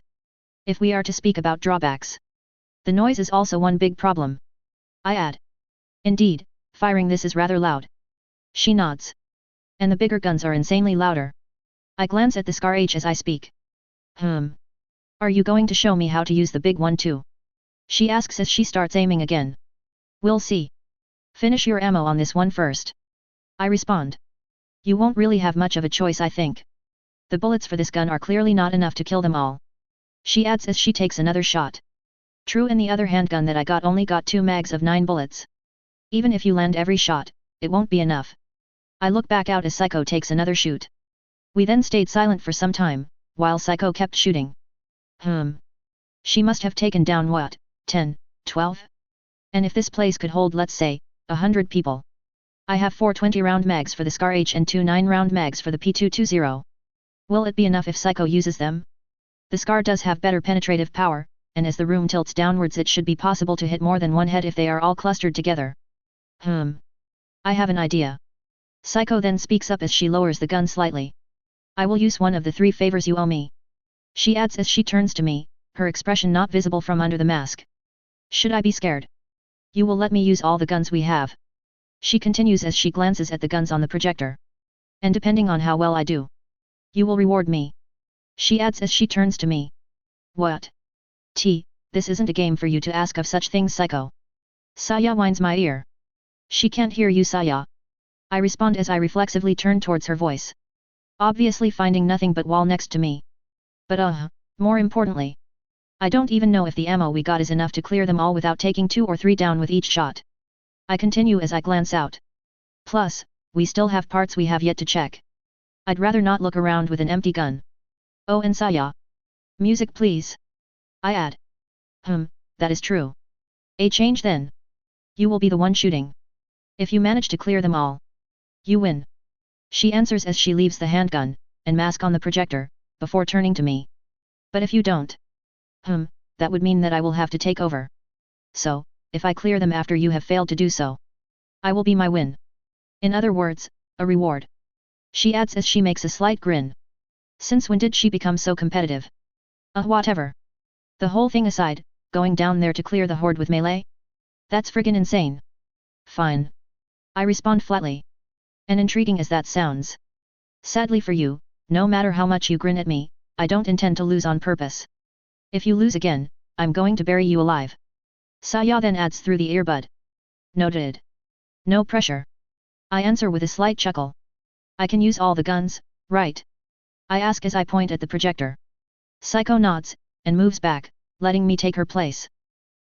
Let's start by taking as many as possible with the least amount of bullets as possible. So, let's start with the Scar H. You might want to cover your ears. I say as I pick up and wear my mask. Then take the Scar H, and lean on the opening as I flip the safety off. Saya. I'd like to request the quickest, loudest song you can find. I add as I look through the scope, then start fiddling with the flashlight on my helmet to get a better view of my targets. Don't blame me for this. Saya scoffs. And as I keep aiming, a certain, helicopter raid song, aka Ride of the Valkyries, starts playing. Why am I hearing boss music? I chuckle as I line up a shot, and fire, causing a line of 3 corpses to fall flat down. The music momentarily getting muffled by the loud echo caused by the Scar H. Oh, that is loud. I hear Psycho say while sitting next to me. I just stayed quiet as I kept aiming. And then fired another shot, and another. Each shot sending groups of corpses to the ground. Without wasting time, once the group I was aiming at started to thin, I aimed towards a new one before I started firing again. And more corpses started getting face planted to the ground, or well, head planted, as some of them probably did not even have a face anymore. My ears are ringing. Psycho whispered. I could not really say, all I can say is that I was actually trying to hold myself back from chuckling as I kept blasting off heads. I think Saya also tried to say something, but along with the loud music and the echoing gunshots, I could not hear her either. And shot after shot, corpses started to thin, where some of them on the ground still alive.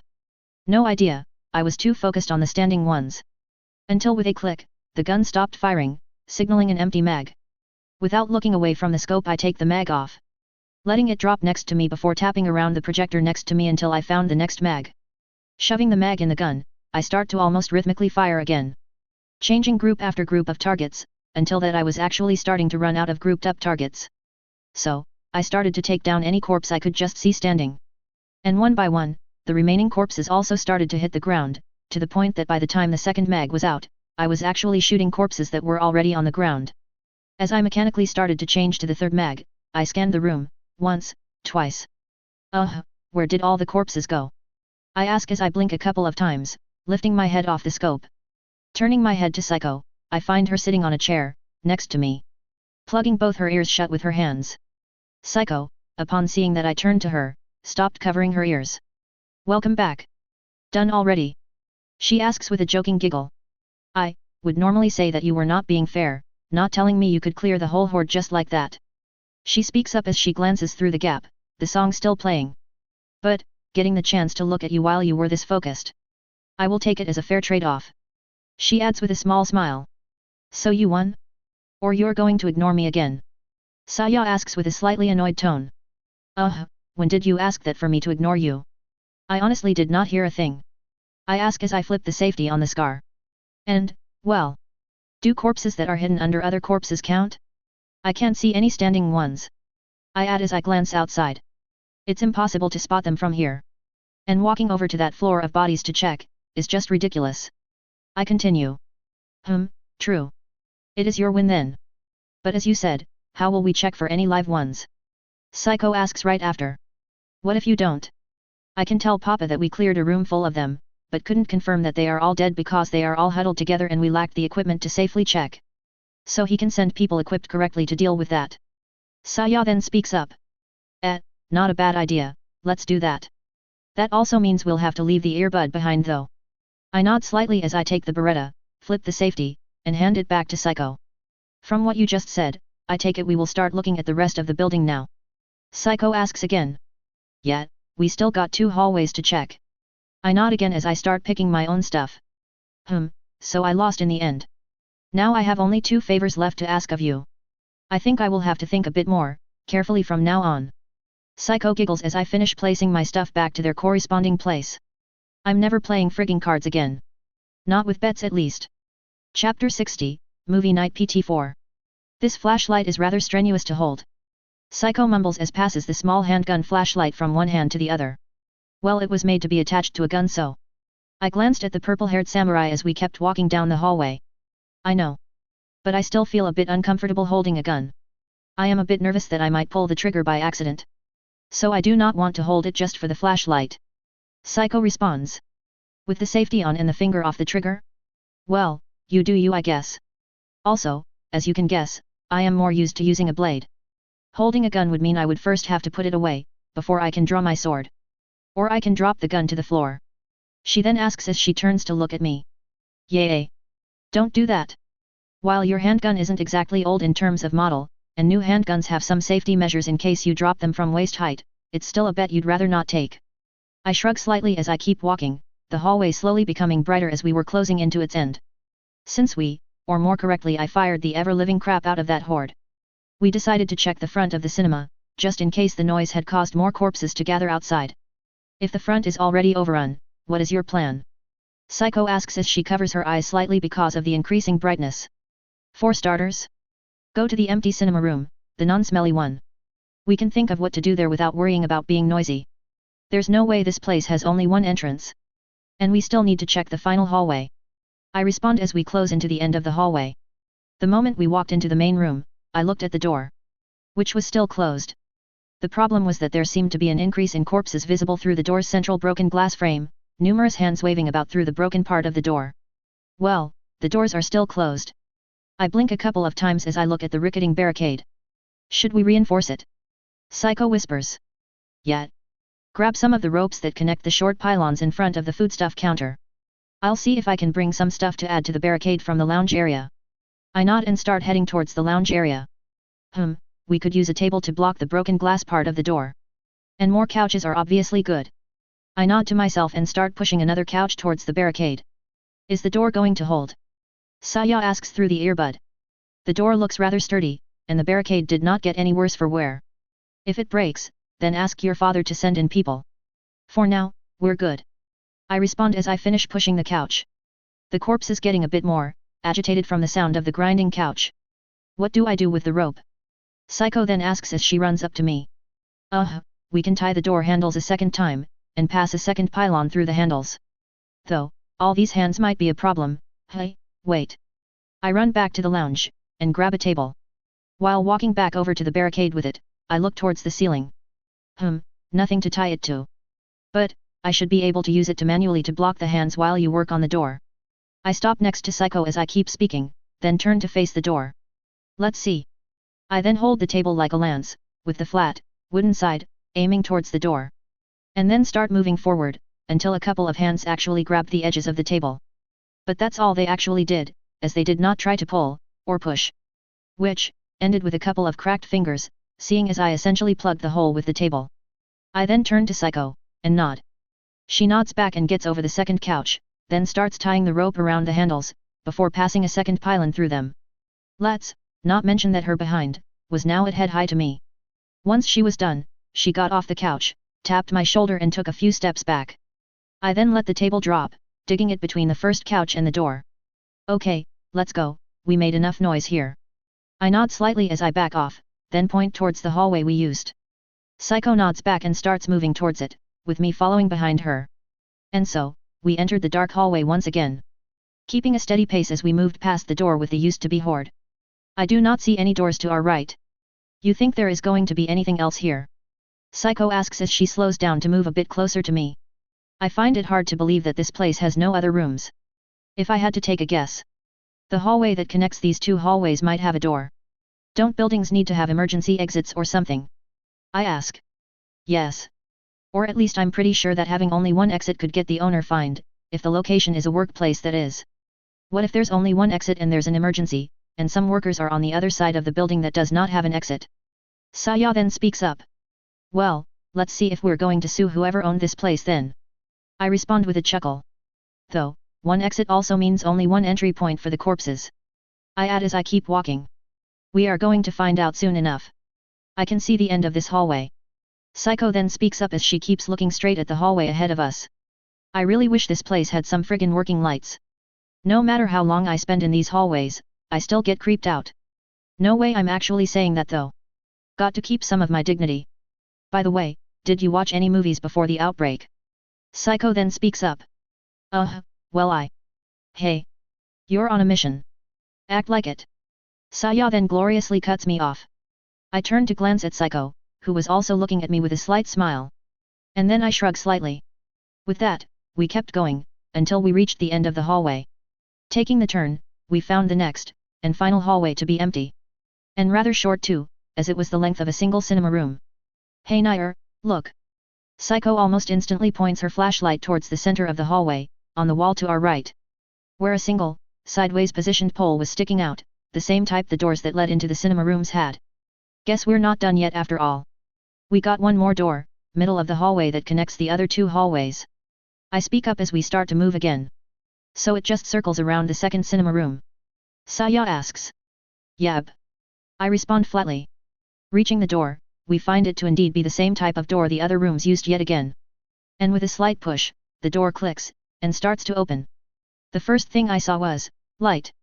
Well, what I really saw was an ugly cement hallway, but said hallway was lit up.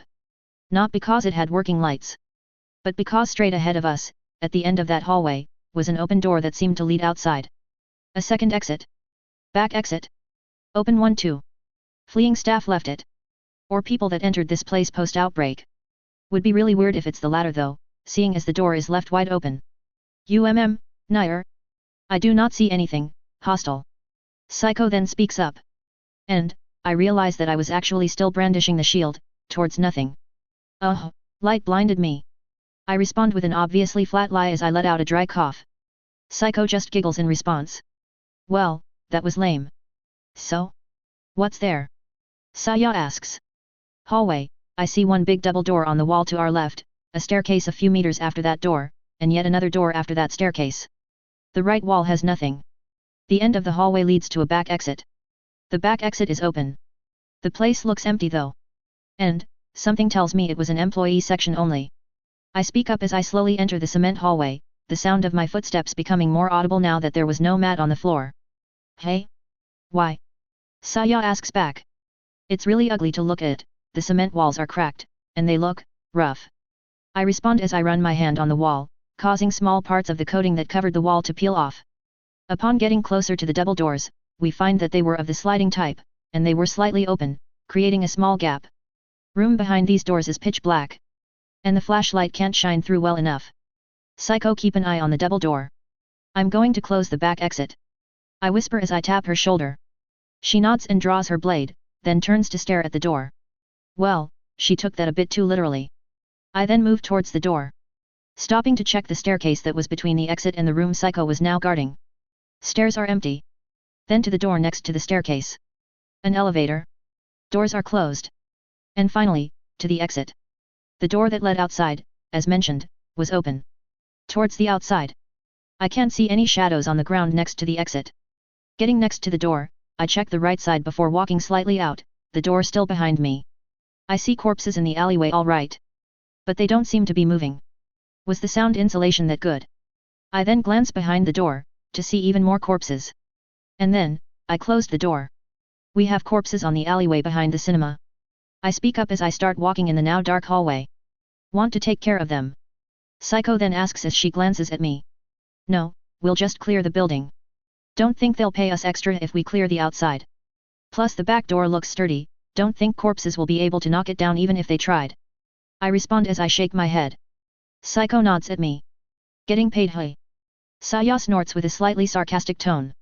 Once I was next to Psycho, I looked back towards the gap between the two sliding doors. Well, let's get this over with. I take a deep breath as I grab one of the doors, and open it. Bringing the shield to the front the moment the opening allowed me to do so.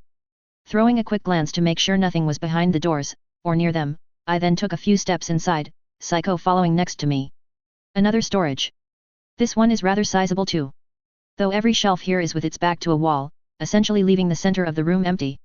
Storage, empty. Weird setup though, too much unused space. I speak up as I keep looking around. Another storage? What does this one have? Saya asks. No idea. Let's check some shelves. I respond as I turn to Psycho. She nods and turns to walk towards a shelf to our left. With that, I also moved to the nearest set of shelves to my right, which essentially was behind me and next to the doors. The shelves themselves had several cardboard boxes lined up. Some small, some big. Wonder if I can find any tank cardboard boxes here.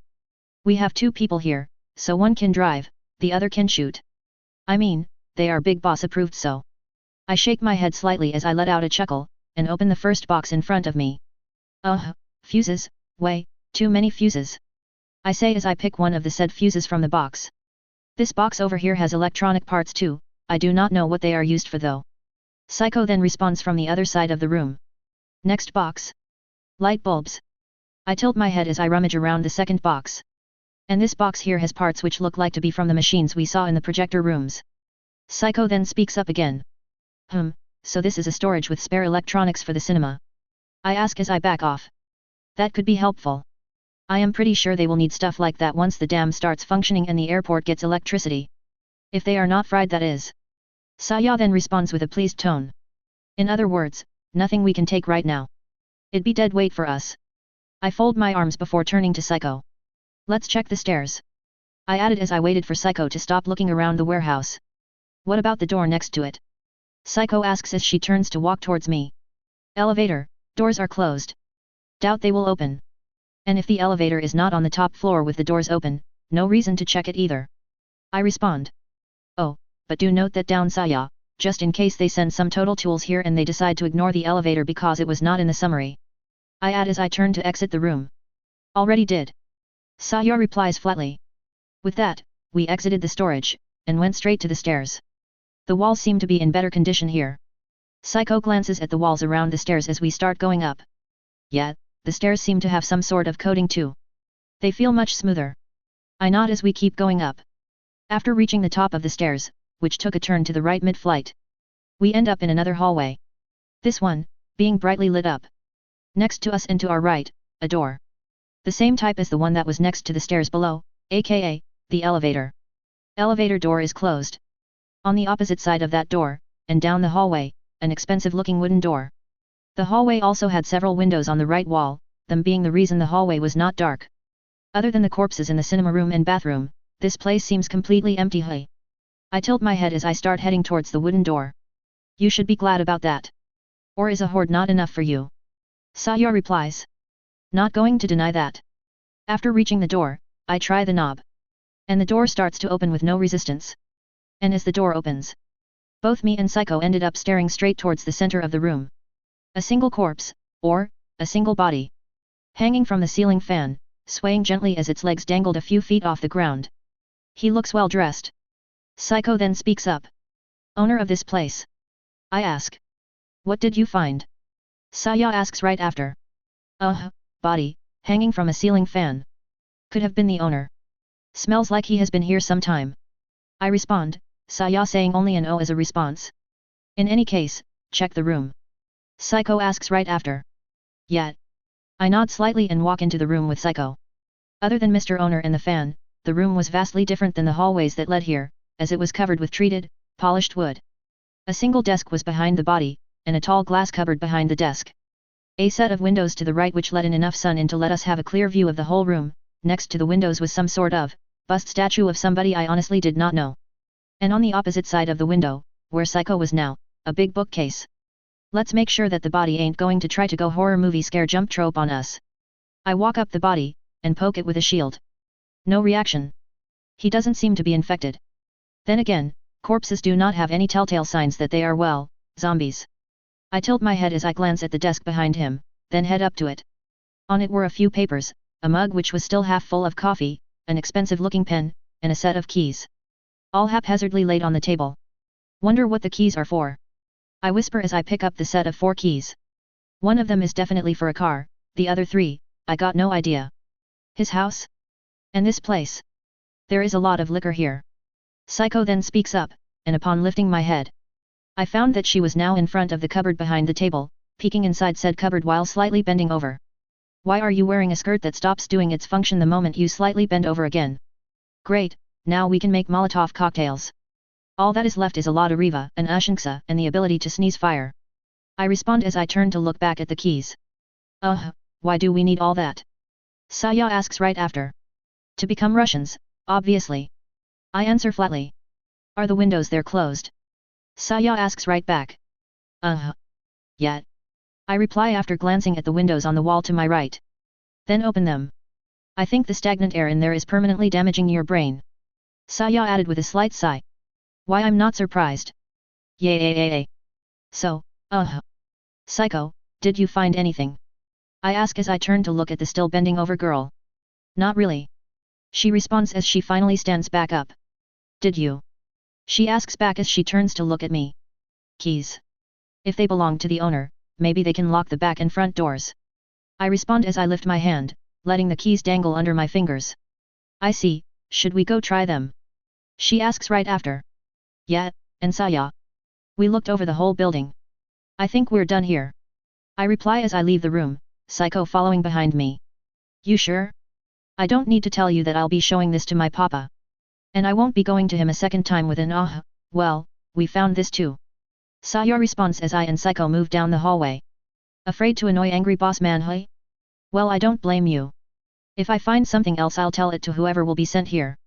Or they intend to make us return to the airport on foot while sending nobody to lock this place down. I answer as we start going down the stairs.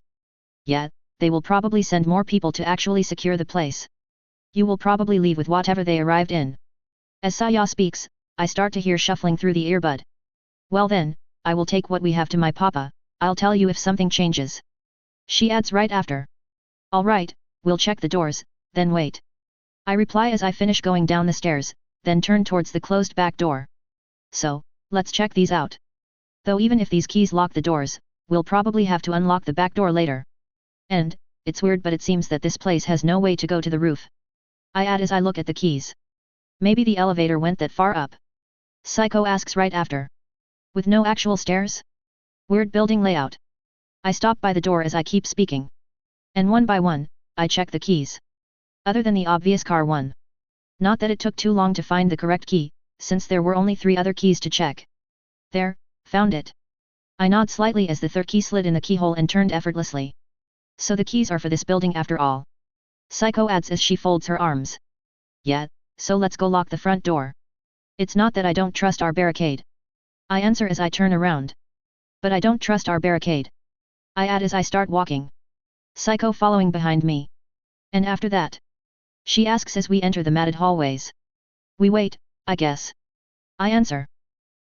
So that means our mission will be over then. Psycho replies from behind me. Why do I suddenly feel not safe? With that, we moved to the front. After reaching the front section of the building, we headed straight to the barricaded door. I then grabbed the table, and moved it out of the way. The keyhole is rather low on the door, nowhere near the corpse's hands. I lean on the sofa with one leg as I glance at the door, then turn to look at the keys. Let's see, this one was the back door, this is for the car. Between the last 2 keys, one looks normal, the other looks like a safety door key. Or, a keyblade. The door does not look that heavy, so I'll try the normal one. With that thought, I ready the normal key and try to insert it into the door's keyhole. Aight, that's the one. I nod slightly as I turn the key a couple of times. Well, that's that. Now, we wait I guess. I continued as I backed off from the door. You want to stay here? Psycho asks right after. No, not really, the cinema rooms might be pitch black. But they are safer than this room. Let's go wait there. I respond as I turn to her. So, you are going to take me on a date to the movies then? She asks as she tilts her head slightly with a soft smile. Hey! Didn't I tell you not to goof off while you're on a mission? Saya then shouts through my earbud. Saya, you know she can't hear you right? I ask as I fold my arms. You tell her then.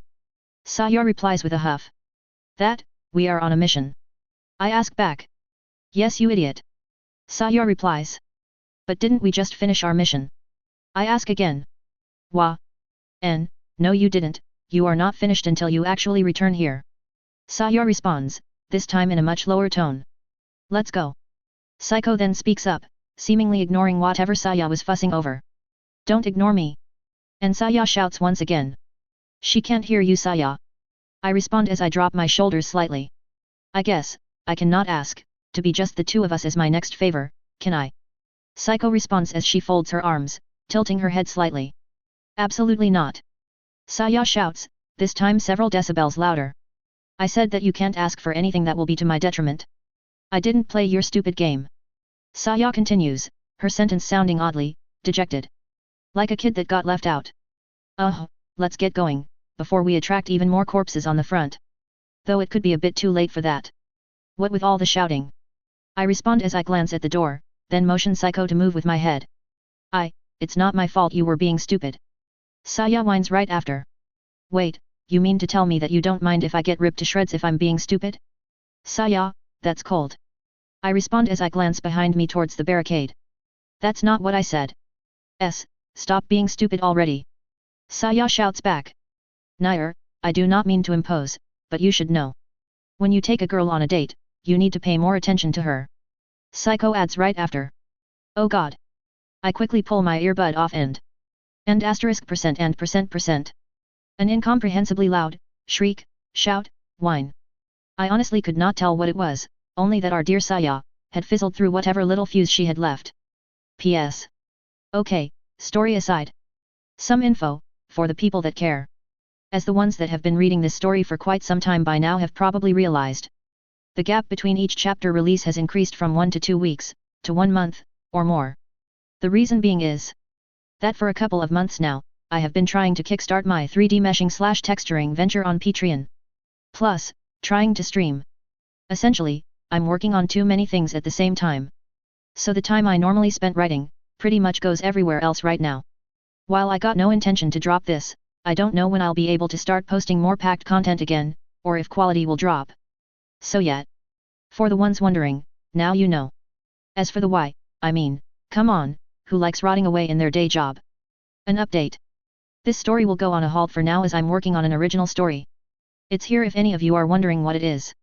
www.fictionpress.com/u/11557331/Sereo www.royalroadcom/fiction/43081/heroes resort/chapter/6806777/a heroes resort. Both sites have the same story.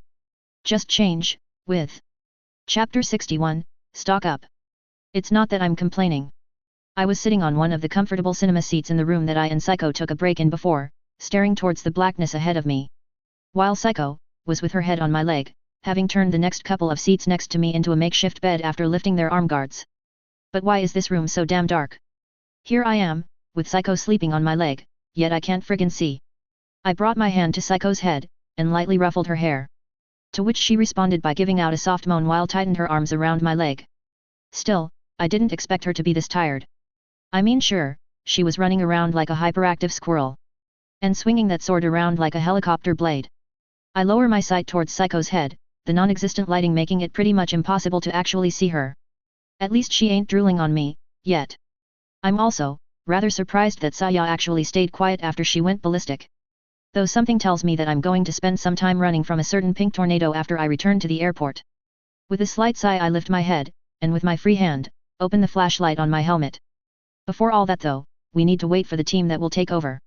Apparently, we're waiting for a truckload of people and equipment. Something about setting up power transmission cables over the busted ones on their way here? Which I guess would explain why they're taking so long. I close my eyes and look towards the ceiling. But, if they're setting up infrastructure for electricity, does that mean that the team sent to the hydro dam was successful? So does that also mean that we can now charge the laptop? Finishing that though, I let out a chuckle. Here I am, Psycho sleeping on me, Saya pouting at me every time I'm paying more attention to our purple-haired samurai instead of her. And still, I'm actually getting giddy from the fact that I might be able to play video games again. Some things just never change, do they? This is Team Gamma.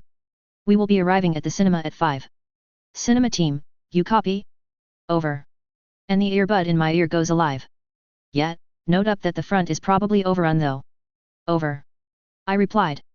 Roger, we've been informed of that earlier. Is the back entrance viable for a truck-sized vehicle? Over. The radio responds.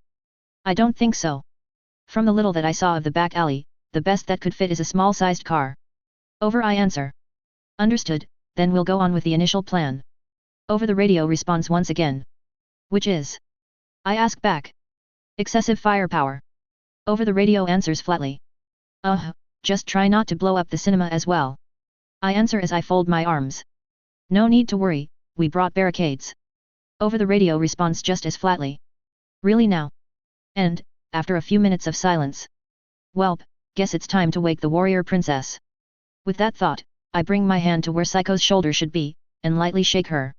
Psycho responds by letting out a soft groan. Oi, time to get moving. I whisper as I keep shaking her. Psycho groans once more and tries to hide her face. Fine. Have it your way then. I sigh as I fix my posture, lean over her, and pass one arm under her legs, then pass my other arm under her shoulder. And get up while carrying a still sleeping Psycho. She's lighter than Saya. Weird, considering Saya is shorter. Then again, Saya has larger, assets. Plus Psycho has an overall thinner figure because of her training. And so, with the sleeping Psycho in my arms, I moved towards the exit. Thankfully, the door was a push type, so I exited the room without much of a fuss. And then, I moved towards the front of the cinema. After reaching the front of the building, I headed to the foodstuff counter and sat on it. Then put Psycho down again. Who, after some shuffling and essentially pushing her face up against my sides to hide from the invading light, kept on sleeping. Well, this seat is much less comfortable, but at least I can see now. Without needing the flashlight. After stroking Psycho's hair for a few seconds, I turned my sight towards the front entrance, to the now calm corpses. Who decided that they wanted to rest with their arms still sticking out from the top of the door? Do corpses get sore? I let out a small chuckle, before taking a deep breath. I wonder how the rest of the team is doing. While Rei can go suck it, I mean, she essentially wanted me to go jump off a cliff, literally. Kota, Shizuka, and Alice never did anything to me. Takashi is a mixed bag, I guess. I lower my sight towards the sleeping girl as I keep stroking her hair. Makes me wonder how Canon would have played out by now, had I not interfered. Psycho would probably be leaning towards Takashi, and Saya would lean towards Kota, since our dear cop girl would have had a bullet between her eyes by now. Which would leave Rei to deal with an opponent she would probably have some trouble dealing with, had Takashi been forced to pick. Which is funny, considering how she's been acting like a total bitch towards me, yet, I'm the reason she can have Takashi for herself. Not that I feel sorry for her, it's Takashi I should honestly feel sorry for, since he's stuck with a girl that picked him just because he was the next best choice. If Hayashi was still alive, Takashi would have been in for a very bad time, especially if they stayed in as a group. Other than that, the whole group would have also made it to the extraction point at the elementary school, where they would have had to deal with Shido once again, something that they definitely didn't have to do this time around. This is Gamma. We can see the cinema. Get ready in there. And the radio speaks up again. Ready for what? And just as I finished that thought, a loud gunshot, followed by another, then another. And the moment the first gunshot echoed, Psycho quickly darted her head up, turning to stare towards the entrance. And after a few seconds, where? She mumbled as she started looking around. You didn't want to wake up Sue. I then speak up, causing Psycho to turn and face me. Oh. Was all she mumbled as she kept staring at me. The short silence that ensued getting interrupted by another set of gunshots, these sounding even closer than before. Well, guess our part here is done. I spoke up again as I put my hand on Psycho's shoulder, who was still leaning on my leg with her hand. Now I feel like I wasted all my time. Psycho mumbles right after as turns to look towards the door. I didn't mind, you did look quite cute after all. I add as I lightly stroke her shoulder. Psycho turns to stare at me for a few seconds, before she starts smiling. Are you, sweet-talking me Nair? She asks as she slowly brings her face closer to mine, using her free hand to slowly lift my mask. Alright, breaks over. Stop goofing off and get moving. And, before I could respond, a loud female voice shouts through my earbud. Loud enough that even Psycho apparently heard it, as she started giggling before pulling herself back. Will people believe me if I said that I went deaf from a screaming girl instead of actual gunshots? I ask as I get off the counter while lowering my half-lifted mask. Shut up stupid. Now get moving. The new team must be right outside your door. Saya grumbles back. Extra grumpy. Not exactly, they are still trying to cut in line. I add as I look towards the door, gunshots still echoing outside. Well, be ready. Saya replies, this time with a much calmer tone. Yes, of course. I retort as I walked up to the door. The corpses that had been crowding over it now nowhere to be seen. Won't all this gunfire attract way more of these things here? I ask as I lean towards the broken glass on the front door to look outside. They don't seem to mind. Psycho adds as she sits on the couch we used to make the makeshift barricade. It took another couple of minutes until I actually saw the first signs of life, other than that constant gunfire that is. 2 small military jeeps, a big fire truck, and a military truck. Hey? There's a line extending from the fire truck, towards. I speak up as I keep looking outside. A nearby electrical pylon? So that's how they're doing it. I add as I tilt my head. Alright, let's get rid of everything in front of the door. I continue as I back off, Psycho nodding and getting off the couch. And a few minutes later, the front door was now clear, and wide open. Okay, now what? I ask as I finally walk out of the cinema with Psycho, the corpses that used to occupy the other side now littering the road to my right. And, as if to answer my question, the two jeeps zoomed past me, only to stop a little further down, followed then by the fire truck, letting the military truck stop right in front of the cinema. Alright people. Move. I want this place locked down tighter than a politician's purse. A standing man decked out in full military combat gear shouts as the tailgate of the truck drops down. A couple of soldiers then quickly jumped down and turned to look towards the truck as another couple of soldiers tossed a set of orange, fiable barricades at them. And as the first set of soldiers quickly moved away with the barricades, a next set of soldiers then followed after the first two, carrying bags full of sand on their shoulders. The whole thing replaying a couple of times as soldiers quickly encircled the cinema's front road with barricades. The man in combat gear then turns to us. You two. Go to the second jeep. It'll be returning to the airport in 5. He continues as he points towards the two jeeps to our left. I nod, and turn to look at Psycho, who was holding the ripped part of her shirt with her free hand. Should I feel so proud of myself right now? Because she was casually flashing her chest at me when we were alone, while now she's putting actual effort to cover it. My lizard brain tells me yes. My intellectual brain just groans. My gamer brain tells me that fighting Kulv could be considered sexual harassment. As we closed in towards the second jeep, its driver popped his head out of the window to look at us. Well shit, and here I thought they were pulling my leg, it really is just two people. Get in. He motions with his head before pulling himself back inside the car. With that, both me and Psycho enter the back seats of the jeep. Alright, we're set. I speak up as I remove the shield and place it over a couple of bags that were laid on the trunk. Good, let's bail, I'm starting to see a lot of them dead freaks on the road ahead of us. The driver responds. This is Jeep Beta, I'm moving out. Keep an eye on the road that Jeep Alpha is parked on, I'm seeing a lot of movement down the road. Over. He adds as he presses the speak button on the radio in his chest pocket. This is Jeep Alpha, requesting to move the vehicle inside of the barricade. Over. The radio answers. Roger that Alpha, we'll move the barricades for Beta to pass though, enter along and park inside. You there. Open the barricade, then take a team of 5 and prepare to set up a firing range. The radio responds again. And put a second dam row once the jeeps are in. I want this place to be unbreachable once we're done. The radio continues. He sure shouts a lot. I whisper as we pass through the barricade. Wait till you see him drunk. The driver chuckles as he drives through the other side of the barricade. By the way. Is your friend all right? She keeps clutching her chest. He continues as he glances at the rearview mirror. My shirt got ripped. Psycho answers right after. Oh.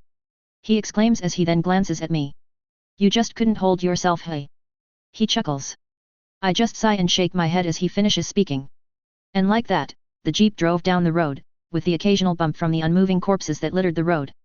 You guys really cleaned house on your way here, hey? Not a single moving corpse. I muttered as I kept looking out of the window. Of course, had we not done that we'd have freaks coming from both directions. We'd have popped faster than an ugly forehead pimple. The driver cackles. Nice, equivalent. And now I need to get the damn image out of my head. I respond with a groan. Fine, we'd have gotten ripped apart faster than you ripped your girl's undies in that cinema. The driver snickers back. Now just. Right as I was about to answer back, Psycho scooted over next to me and leaned her head on my shoulder, hugging my left arm in the process. And you ain't really helping like this. Hoo now, don't go getting nasty in my car people. Unless I can join the fun, otherwise it's not allowed. The driver chirps as he turns to look at us with a grin. Eyes on the road, bub. You might hit a squirrel. I respond as I lean my back on the back seat. Does this count as flexing? The driver just cackled again as he turned to face the road. With that, we went on in relative silence. Or, we would have. As. Dum, tap ta tsts. Pap pat, pi uuu. The driver was shaking his upper body as he kept signing. What did I do to deserve this? Pit. Pow wow wow uooaa shit. And the moment he took a right on the intersection, his singing got cut short as he stomped the brakes. The reason? A giant horde, heading straight our way. Oh fucking shit. The driver exclaims as he switches to reverse, while tapping on his radio. This is Beta. We have a giant ass horde marching down here. About, 1.5 click away from the cinema. He shouts. Keep them out of our way, Beta. We have our hands full here. You there. Bring me a count on our munitions. And you. Bolster the left corner. And where the fuck is the engineer I called for? The radio responds. A constant sound of gunfire echoing through the radio. Roger that. Over. The driver answers with a rather disheartened voice. And how the hell am I supposed to keep them out of our way? He adds as he tries to mimic the high-ranking officer's voice. The road opposite of the horde, the one behind us. Can you use that road to reach the airport? I ask as I glance behind me. Probably. It has not been scouted yet. The driver answers. So, just jam the horn and drive on that road, it should make the horde go straight towards us. I responded. As I said, that road has not been scouted yet, I can't risk driving down on it with a horde in tow, what if it's blocked later down? The driver turns to look at me as he shakes his head. I don't see any high buildings around here for us to scout from either. I sigh.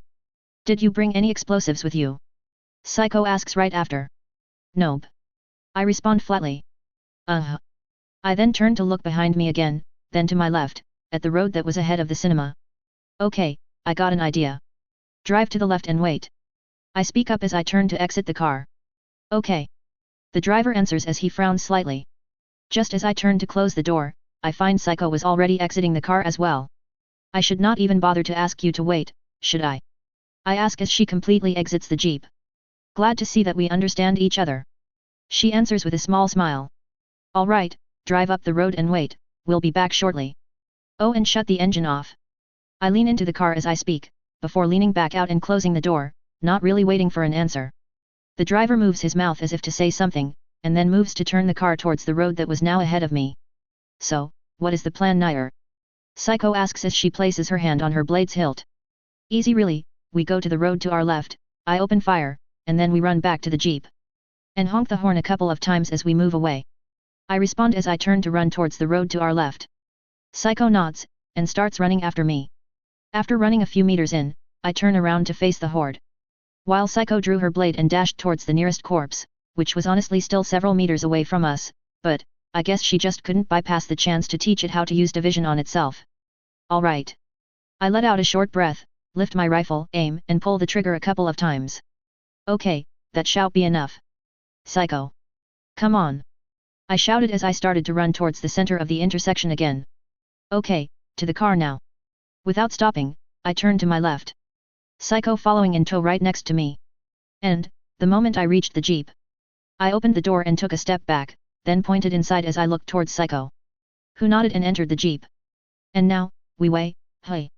And right before entering the jeep myself, I looked through the window on the other side of the car. Wait here, Jiff. I added as I closed the door with me still outside, Psycho turning to look at me with a confused expression. The reason? I know this is completely stupid. But, I'm not letting this chance pass. I glance around me before running straight towards a nearby game store. Its glass front completely shattered, several corpses standing still in the relatively dark insides. If we're getting electricity, that laptop will need some software upgrades. And the moment I stepped into the store, I drew my blade. The layout was pretty simple really, a giant square room, with 3 rows of 2-sided shelves, which created a total of 5 corridors. And on the far side I could see the cashier's counter.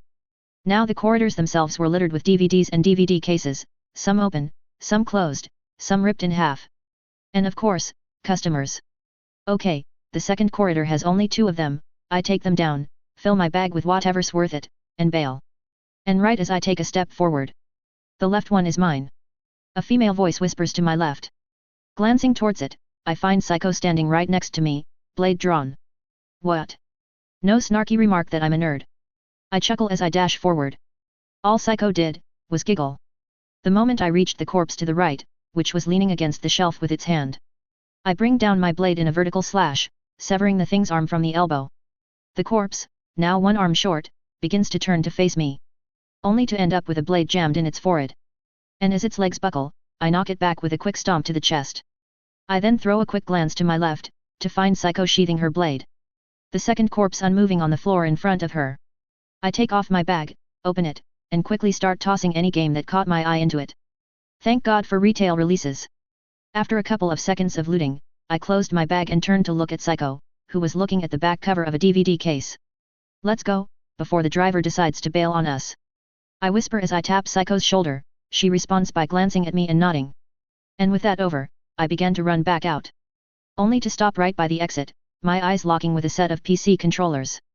Oh, gimme 2 of those. Because driving games with a keyboard are a big friggin' no-no. With that thought, I shoved 2 controllers in the bag and ran towards the jeep for real this time. Which was thankfully still there. And, there was also another thing. The road to my right, the one we used to come here, now had the horde passing through. Oh damn, that's a lot of corpses. Without speaking I opened the jeep's door and motioned Psycho to enter. And after she got in, I leaned in the jeep myself. Don't turn on the engine yet. I whisper as I enter it completely, then silently close the door. Oh sure, let's just stay here while a damn parade of dead freaks is marching down a couple of meters away from us. The driver groans. And what will happen if you turn on the engine right now? You'll split the horde in two, which will make it harder to track. And, are we not relatively close to the airport? I ask. The driver just groaned again as he shook his head. And what did you even need from that shop? The driver asks right after. Just some things to pass the time. I respond flatly. The driver turning to look at me with an arched eyebrow. Nair, if you do not mind me asking such a silly question. Psycho adds right after. And upon turning to look at her, I find her looking at the cover of the case she was holding. The whole cover on this. Why is it just a dismembered hand floating in space? She asks as she shows me the case. On it, a single, armored dismembered hand, drifting in space. Out of all the stuff you could pick, it had to be Isaac Clarke and his adventures in Nope Land. Yeah, and it honestly captures the essence of what you'll find inside pretty well. For the first game at least. I respond as I take the case, then put it inside my bag. Interesting. Was all Psycho responded with. Wait. You went in there to grab video games? The driver asks with a slight frown. Yes. I respond flatly. Are you trying to break up with your girl? He asks as he glances at Psycho. Excuse me. Psycho asks back as she tilts her head. We all know that gamers can't have sexy girlfriends. The driver answers with a slight chuckle. But hey, be my guest, I won't say no to more free hot chicks in my area. He adds right after. I just shake my head again. I'm really not in the mood to humor him. Nair. Psycho then leans towards me, placing her hand on my hip as she closes her face towards mine. You are not going to start ignoring me now? Are you? She asks with a rather tempting voice. Hoo-hoo-day on the driver chimes, his face pretty much looking like the one from True Detective smoking mem, except he had no cigarette. Depends, how often you'll want to break every single bone of my favorite characters. I respond as I stare back at her. And what makes you think I would want to do that? She retorts with a slight giggle as she leans back to a normal posture. You know that I know that you very well know what makes me think that. Oh, by the way, the horde's gone. The driver then adds as he points behind us with his finger. Let's get out of here then. I continue as I glance behind me. And with that, the driver turns on the jeep once again and starts driving. Do you see any address signs around here? The driver asks as he starts to slow down at the next intersection. 526, Yamashitako, Daichi, Tokanosha. Psycho responds as she keeps looking through the window next to her. Thanks. This is Beta, we have a large-sized horde by 526, Yamashitako, Daichi, Tokanoshu. Heading. The driver stops talking on his radio and glances around, narrowing his eyes slightly. The airport is this way. So. He whispers as he points his finger ahead and to his right. Heading northwest. Over. He continues. Copy that, Beta. Over. The radio responds. Now, let's get back to the damn airport yet. The driver groans as he turns right at the intersection we had stopped on. Chapter 62, Return to the Airport. This is Jeep Beta from the cinema team. I'm closing in on the main airport checkpoint. Please don't blow us up. Over. The driver said while pressing a button on his radio. The fenced-out area before the airport becoming larger by the second, along with piles of burnt corpses. The sky was also starting to dim by now, as the sun decided it was time to free dive into the sea. Roger that, Beta. Welcome back. Over. The radio answers. So, what are the chances they'll leave me alone now? I ask as I fold my arms. I'd reckon about the same chance of them undead freaks acting civilized. The driver chuckles. Yeah, seems about right. And a few minutes later, we finally were by the gate. Home sweet home hey. Alright you two, free ride's over. And the driver speaks up as we enter the camp, stopping the vehicle a little further down. Not going to argue with that, with how you've been staring at Psycho. And as I exit the jeep with all my equipment. Hey Nair, is that Saya waiting a bit down the road? Psycho speaks up, pointing at the road ahead of us. And sure enough, a twin-tailed pinkette was waiting by the road, arms folded and glancing around. Don't think a lot of people here have pink twin tails, Sue. I responded as I tilt my head. Aight, thanks for the ride. I add as I tap on the jeep's roof and back off. The jeep then starts driving off. Only to stop a few seconds later, in front of the pinkette. Really now? I hold myself back from chuckling as I start heading towards the jeep's new stop point. He's relentless, I'll give him that. I whisper as I keep walking. If only he used all that energy for something more productive. Psycho adds while walking next to me. And, as we closed in, I said I'm waiting for somebody. Go away, you damn idiot. The picknet hisses with an annoyed expression. Aw, come on girl, you don't have to be so hostile. The driver, who was with his left arm and head out of the jeep, responds with a chuckle. That's Saya all right. I would like to joke about how she's goofing off with another guy. But with Psycho next to me? It's going to backfire worse than a rusty shotgun held by low-grade duct tape. I even have my own welcoming party? Well, I'm moved. I speak up as I walk up next to the jeep. Saya turns to look at me, annoyed frown still on her face. Nair. And her face instantly lights up. Only to turn into pout again the moment she saw Psycho. Hey. The driver then also turns to look at me, having the frown of a fat kid that got interrupted while eating its favorite Giga chocolate. See, you met Saya. I add as I turn to look at the driver. Oh. Man, you know her? Perfect, hook me up. The driver chuckles as glances at Saya's lower half. You. Was all Saya responded with as she trotted up to me, grabbed my hand, and turned to walk away while dragging me along. The driver just stared at me as I turned to wave at him. Oh, come on. Both. I heard the driver cry out from behind. Weird flex me, but okay. Other than that, I kept silent as Saya kept dragging me along, Psycho casually walking next to me. By the way, Psycho. Your father wants to speak to you as soon as possible. Saya then speaks up as she stops dragging me and turns to look at both of us. I see, thank you for informing me. I will go get changed and head to him then. Psycho replies with a slight bow. She then starts to walk away, only to turn towards me a few steps later. Nair, I hope you do not mind, but I will hold on to your jacket for a bit longer. She adds with a smile before turning to walk again, and. Hey, did she just smirk at Saya as she turned around, or I'm seeing crap? Turning to glance at Saya, I found that her expression was even poutier than before. Nope, she did smirk at her all right. So, any new commands from our dear Fatus General? I ask, essentially, trying to create a subject. I haven't seen him. He's probably with my papa at the airport. Saya lets out a small sigh as she turns to me. An aircraft carrier arrived there while you were away. And they seem to be preparing to flip the light switch on this place as well. She adds as she folds her arms. They managed to activate the dam. I ask back, and Saya just nods. Nixie. Now I'll have a way to charge the laptop. I chuckle as I also fold my arms. Come on you nerd, is that the only thing that you can think of? Sims is not that fun anyway. Saya groans as she rolls her eyes. Yes, me agrees with that. That's why I went shopping. You won't believe the discounts. There too, kill 4. I retort as I bring my bag in front and open it, then pull a random video game case out of the bag. Saya's eyebrows turning into a straight line as she disapprovingly stared at the case. First, your jokes are as lame as always. Second, are you for real? She groans as she kept looking at the case. You risked your life, for a bunch of video games. She adds as she turns to stare at me. Yeah, yes. I respond flatly. Why are you so stupid? Stupid. Saya shakes her head as she brings her hand to her forehead. And here I was excited that we could play together. I even got 2 controllers for some co-op. I respond as I lower my head and act all disheartened, pulling the 2 controllers from the bag as I let out a huge sigh. Saya stared at me for a few seconds. Well. Since you went through all that trouble, I guess I could do you a favor. Saya retorts as she glances away, folding her arms under her chest. And force you to do something you don't like? I just can't bring myself to torture you like that. I dramatically shake my head as I close my bag. Well, Psycho did seem quite interested in one, maybe I can.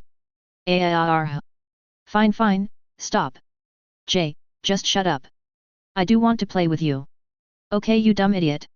Saya exclaims as she stomps her foot on the floor, turning to stare at me with a blush. Perfect, why didn't you just say so? I respond as I do a complete 360 on my mood, closing my bag and passing it over my shoulder again. Sue, can I go and leave all this crap now? I ask right back as I tap my shield. Why are you asking me? Saya asks back as she pouts. Because you still have my keys. I reply flatly. Oh, right. She mumbles as she lowers her head slightly, then, after searching her pockets for a few seconds, she pulls the keys out of her jacket's pocket and hands them over to me. All the while, she was intently staring at them, even after she gave them to me. Is something wrong? I ask as I pocket the keys. Nothing. Come on, move it. Saya blurts out as she turns to walk towards the main building at a quick pace. My -10 perception tells me she's hiding something. And with that, I started following Saya towards the main building. Upon reaching it, we started going up the stairs. And, well. Oh, panty shot. Oh, panty shot. Oh, panty shot. Oh, panty shot. Oh, panty shot. Oh, panty shot. Blue and white stripes. Is that a bear face? Nope, it looks more like a cat. Or is it a parrot? Might be a mouse. Yeah, Saya was ahead of me, and she was wearing her normal school skirt. Which plainly speaking, was way too damn short for stairs. Our school had a lot of stairs, Saya's school skirt is supposed to be the normal school skirt. No wonder Shido worked there. And, after finally reaching the floor with our rooms, we headed straight to my room. Can they bring electricity back right about now? I chuckle as I open the door, and...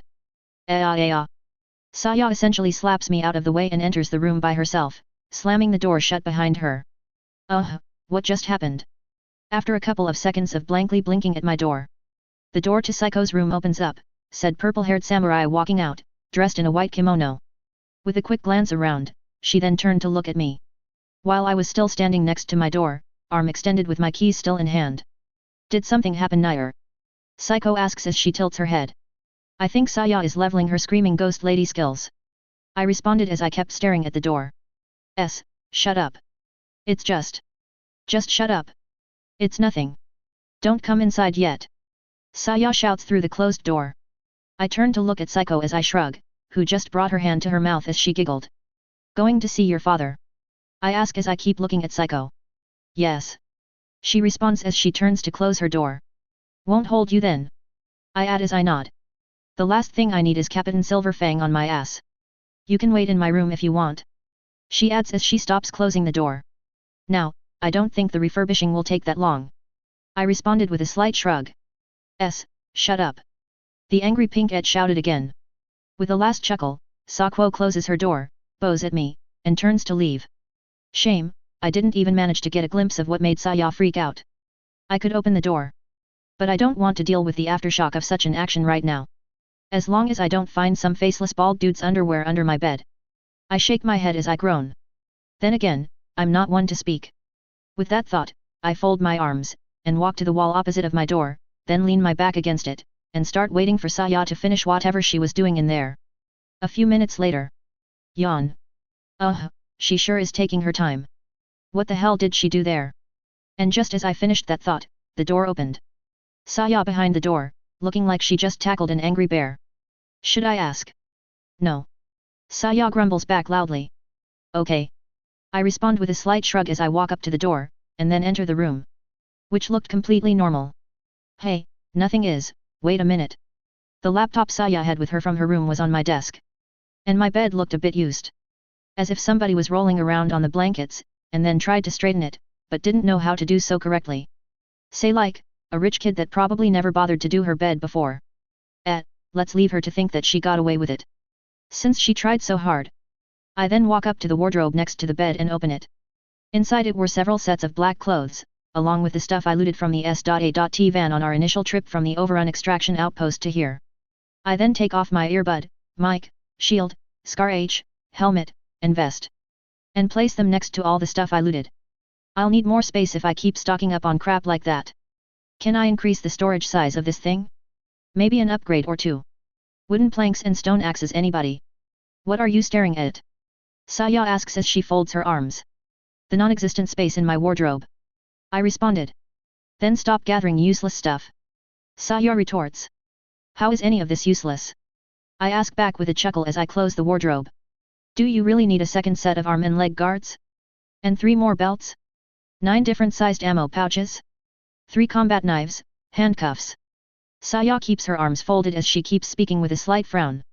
Okay, now she's asking for it. Saya. I take a deep breath as I turn to her. Were you searching my wardrobe? I ask flatly. Oh, of course I was not, you idiot. I could see all that stuff from where I was standing. Saya responds as her eyes go wide for a few seconds, before she frowns even more than before, leaning her body towards me as she narrows her eyes. Saya. The knives and belts were inside a drawer. I retort. Yeah, so what? She huffs back. Which I didn't open. I continue. Well I saw them anyway. Saya answers back as she glances away. And count them? I ask as I smirk slightly. Why, yes. Saya responds as she nods. I'm a genius. I have very good eyesight. She blurts out right after. How does one can? It just does. Now stop asking stupid questions. Stupid. Saya cuts me off as she stomps her food on the floor, turning to look at me with puffed up cheeks. Damn, she really doesn't want to admit that she's been sticking her nose in my stuff. Hey. Alright, I chuckle as I head to the desk that the laptop was on, then leave my bag and turn around. About time you stopped being stupid. Saya mumbles as she silently comes along with me. Oh, and one last thing. I smirk slightly as I raise my finger. What? I told you I didn't. You missed a corner. I chuckle as I point at the lower corner of the bed, the cover sticking out from under the mattress. Saya quickly darts her head to the bed, takes one big step towards the bed, then quickly stops. I didn't make your bed, stupid. Why would I have made your bed? Saya replied as she huffed, closing her eyes and turning her head slightly towards the ceiling. Damn, the princess mode is strong in this one. I shake my head and turn to the laptop. How much battery does this thing have left? I ask. Not enough. Saya answers with a slight pout on her face. Don't they have electricity in the comms tower? I ask back. Well, And Saya's bravado instantly fades. Got, Thebble. She whispers as she keeps glancing about. You got the blue. I tilt my head as I turn to her with a slight frown. I forgot the cable. She barks back with a deep blush on her face. And they won't let anybody in the tower unless they are on a mission. She continues as she keeps looking away. Oh well, guess that can wait till we get some actual electricity in the building then. I shrug as I look out the window, towards the road to the side of the building. Where a lot of tents were set up, civilians crammed up all around. All the while soldiers with big carts were moving in rows, handing out what I think were rations. Is it just me, or there seem to be more refugees down there? I ask as I tilt my head. Saya trots up to me to also look out the window. There are. She asks as she keeps looking down. I'm pretty damn sure that place was not that cluttered last time I saw it from up here. I responded as I tilt my head. You think the carrier that just arrived had refugees on it? Saya asks as she glances at me. Won't be surprised if it did, especially if they used helicopters to evacuate people. It would be a very safe midpoint. Plus they could easily dispatch civilians with needed professions from there, like doctors, engineers, electricians. I know the military is supposed to have people of said professions, but I don't think they'd be enough for the amount of personnel they really need right now. I lean on the desk as I speak. Well, it doesn't concern us. And I do believe that everybody needs to do their part in this. Sitting on your ass and demanding things will get you so far before you get a boot in your face. Saya retorts as she turns away from the window and heads to the bed, then sits on its side. True that. I respond as I also turn around, walk past the bed, and to the wardrobe. Where are you going? Saya asks as she turns her upper body around to face me. I'm thinking of taking that hot bath your mother mentioned. I answer as I open the wardrobe and take a new set of clothes. About that. Saya mumbles as she glances away. I think, that was a one-time thing. She continues. Say what now? I ask as I arch an eyebrow. Ever since that day, the water has remained cold. I asked my mama about it. She told me they don't have the water heaters hooked on the generator grid all of the time. Something about deterring people from spending too much water. As bringing back water lines is more complex than electricity. They have to restart the water recycling center, and the water reclamation center, along with the pumps. Plus make sure the water is safe to drink, like for example if a corpse gets stuck in a pipe and keeps polluting the water. Saya responds. Did you know all that? Marked me impressed. I chuckle as I take off the rest of my headgear. Oh, of course I do, I'm a genius. I cut her off with a slight smirk. Saya just sticks out her tongue at me. Even though it was my mama that told me all that. She whispers as she glances away. She knows I can hear her, right? Welp, cold water it is then. as the alternative is walking around in the clothes I used to clear a cinema full of corpses. I groan with a slight sigh as I start walking towards the bathroom. Wait. Now. Saya asks as her eyes go slightly wide. Yes. I responded. Does it have to be right now? Saya asks again as she pouts, slightly puffing up her cheeks as she turns to look away. You want to cuddle with somebody who's covered in blood? I ask as I chuckle. Oh, of course not, you idiot. Saya shouts back as she glances at me. So you're saying that I should not be wearing clothes? I respond as I smirk at her. AAA. I didn't say that either. Pervert. Saya yelps as a heavy blush starts to creep on her face. Sue, can I? Saya? This is your father, I need you by the airport as soon as possible. And before I could finish speaking, her radio came alive. Really? What's with the timing? He has a camera installed in here or something? Wah, oh come on. Saya turns to look at the radio in her jacket's pocket before stomping her foot on the floor while still sitting on the bed. Why does this always happen to me? She whines as she picks her radio. And after taking a deep breath. Okay papa, I'm coming. She continues with a calm tone. Good. The radio replies flatly. And, a few rather awkward seconds of silence. I should get going. Saya jumps to her feet, and walks around the bed to head towards the exit. I just got a retarded idea. Saya. Right as she passes by me, I call out to her. What? I got to H.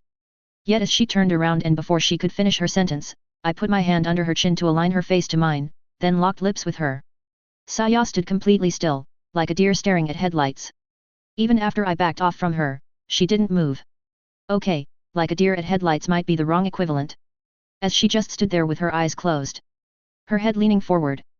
And after a few seconds, she slowly opened her eyes. More. She mumbled as she kept staring at me. Don't get greedy now. I respond as I pat her head. Saya pouts slightly as she keeps staring at me. But other than that, she didn't react. It's not fair. Psycho gets to have you for the whole day. All I get is a stupid kiss. She mumbles as she grabs my shirt with both hands. True, but Psycho didn't get this, I respond as I bring my hands to her sides, and squeeze. Damn, this is addicting. Saya yelps as starts wiggling about. Hey. No groping. She squeaks as she throws a couple of quick slaps on my chest, before retaliating by jabbing my own sides. And well, since I was not wearing my vest. Oh she. I grab both her arms, bring them behind her back and I wrap my arms around her, essentially immobilizing her. Saya squirmed for a couple of seconds, before finally giving up and resting her head on my chest. I don't want to go. She whispers with her eyes half closed. Not much we can do about that, unless you want to stay in a tent packed with unwashed survivors. I respond as I chuckle. Ugh. Did you have to say that? Saya groans as she grimaces. I'm giving you motivation. I chuckle as I let her go. Then do it in a more romantic way. Stupid. She huffs as she folds her arms. Sorry, that skill has no levels. I respond as I smirk. Idiot. Saya mumbled. Just remember to leave my key this time around. I chuckle as I turn to walk towards the bathroom. Why, afraid I might creep up on you while you sleep? Saya asks as she smirks at me. On the contrary, I might have to creep up in your room while you sleep, if you have my keys. I respond as I open the bathroom door. Pervert. Saya huffs as she pulls my keys from her pocket, but keeps looking at them instead of leaving them. Or, is that what you want? Me to creep up on you, while you're sleeping, half naked? I smirk once more as I look at her. Wipe that perverted smirk from your face. Pervert. She yelps as she tosses me the keys. Not unless you stop blushing like you're fantasizing about what I just said. I chuckle as I grab the keys mid-air, then turn to enter the bathroom. Stupid. Saya barks out as I close the bathroom door behind me. Well, she didn't deny it. -30 minutes later. You know what's worse than running out of hot water? Not having it in the first place. Damn, I hate cold water. I grumble as I finish dressing up, my old clothes neatly folded on the counter next to the sink. Okay, let's get before I turn into an icicle. I clap my hands a couple of times as I exit the bathroom. And get greeted by an empty room. So, now what? I fold my arms as I look around the room, my eyes stopping on the laptop. You think we might be lucky? I didn't actually try to open it. I ask myself as I walk up to it and press the power button. Nyappy. I then pick the charging cable, and put it in a socket. Double niope. I sigh as I pull the cable out again. Then turn to look out the window. Welp, I don't feel like sleeping, so let's go outside I guess. I nod to myself as I turn to head towards the exit, grabbing and wearing my headgear and keys in the process. And why do I keep speaking to myself? I ask myself as I exit my room, then turn to lock it. After throwing a glance at the doors that led to Psycho's and Saya's rooms respectively, I turn to leave the floor through the stairs. Still, what to do? Not exactly big on outings. I whisper as I put my hands in my pockets. I then reached the relatively crowded bottom floor. And then, I exited the building. You know, let's go to the airport. I've never seen an aircraft carrier up close. I nod to myself, and turn to walk towards the bridge that connects the mainland with the airport. On my way there, I passed next to the tents I saw from my room, the civilian camp. I was right, there are more people in civilian clothing sitting about now. More food to give to a bunch of squatters that do nothing all day at. I shake my head as I keep going. I really did turn out to be quite an asshole. I'd rather let them starve if they don't contribute. Good thing for them I'm not the one to decide who gets food then. With that thought, I turn to look at the sky, the constant buzzing of helicopters flying overhead. And I'm pretty sure I'm seeing more helicopters flying about. Probably the ones from the aircraft carrier. And, as if to seal the deal of the carrier's presence, I saw a single jet take off from the direction of the airport. Which then flew off towards the main city to the right. Wait, is it really a good idea to launch jets from here? We're bound to get a big ass horde that the flamethrower guards won't be able to deal with if we keep making this much noise. Not that the helis are any less quiet though. With a casual pace, I kept moving. Until I finally reached the bridge. And, after getting on it, in the distance, I saw a single jeep parked on the side. A person with his head and arm out of the driver's window. Next to the driver's door, a woman. Tell me that's the driver that brought us here hitting on somebody again. I chuckle as I focus on the woman. Long blonde hair tied to their end with a red ribbon, excessively large chest, a white top, and a black long skirt, all the while she was hugging a bag. I blink a couple of times before picking up the pace, making a beeline towards the woman. You, gotta be pulling my leg. And as I closed into the jeep. Shizuka, right? Just hop on the passenger seat and I'll get you there in no time. Pretty women get a free ride, the jeep's driver chimes as he smirks at Shizuka. I'm just, a little lost. Shizuka answers with a worried expression on her face. I'm about to end this man's whole career. Shizuka, are you bothering strangers again? I speak up as I stop next to her, the driver's smirk turning into a frown before turning to look at me. And, the moment he did look at me. A few seconds of silence. No God. No God, please no. No. No. No. And the driver starts shouting as he retreats back into his car, and starts punching the car's horn, with his head. Are you all right? Sir? I am sorry. I'm, you. Shizuka just kept staring at the man during his mental breakdown, apparently thinking that she was the reason he was freaking out. She just completely ignored me. Didn't she? Now look at what you did. I add as I keep looking at the freaking out driver. I'm SOR. Shizuka responds as she turns to look at me. And silence, again. Well, other than the occasional horn beep from the head-butting driver. Serp fluffier. Shizuka exclaims as she pretty much forgets about the lamenting driver and skips towards me. Oh shit. Stranger danger. I quickly step aside, while leaving my leg and arm stretched out, causing Shizuka to trip, and fall on my arm. Wah wah. The moment she started to fall, she closed her eyes and started to widely flail her arms. Without spending too much time holding her. Because, let's be real. That chest is way too friggin' heavy. I lift Shizuka back up and stabilize her next to me. Mayu. Why did you do that? Shizuka whines with a pout. Bringing both hands over her chest as she leaned towards me. You'd have flattened me otherwise. I responded. Hey. I'm not that heavy. Shizuka shouts as she frowns even more. God, please tell me you don't have even more hot girls on your list. The driver exclaimed as he turned to look at me through the jeep's window, the look of total defeat on his face. I respond by bringing up my hand, and start counting on my fingers, only to stop, and start counting again. The driver just lets out a very loud groan, retreats back into his jeep, and drives off. Well, that was weird. I sigh as I fold my arms. When did you even get here? I ask as I turn towards the school's nurse, who was staring at me with a wide smile. A little while ago, with a very big ship. She responds as she spreads her arms. The others? I ask again. Oh, they are all here. They're talking with Saya and her dad. Come on. They will be so happy to see you. Shizuka exclaims again as she grabs my arm and starts pulling me. Ah yeah, I'm sure they will. Especially Takashi and Ri. Hey? Wait. Wait, they are talking with Saya. I ask. Shizuka nods excitedly. Then why are you so surprised to see me? I ask again. Well. Just because. Was what I got for an answer. Actually, why are you even here and not with the group in the first place? I ask, yet again. Well. Her cheery attitude quickly takes a nosedive as she stops walking. I thought I saw Rika, a friend of mine that was supposed to be stationed here. But, it turned out the person just looked like her, and by the time I caught up to them, I was lost. She continues. Anyway. At least we found you three. Miss Busujima is still with you, right? She asks as she turns to me with a rather forced smile. Yes, she's with her father right now. And, Rika is here. I add as I tilt my head. Shizuka just keeps staring at me with a blank expression. Hey. Was her response. I already met her actually. And I got to say, you got to teach her how to not provocatively pick on people. I add. Rika is here. Shizuka asks as she keeps staring at me. Yeah I just s. Rika is here. And my sentence got interrupted as Shizuka quickly hugged me and started jumping in place. Holy shit. I quickly broke off from her hold by grabbing both her arms and removing them from my neck, then leaned my upper body back. Oi! Take it easy. I shouted as I shook my head. But she's here. Rika's here. She's alive. Shizuka just kept jumping in place like a little kid as she yelled happily.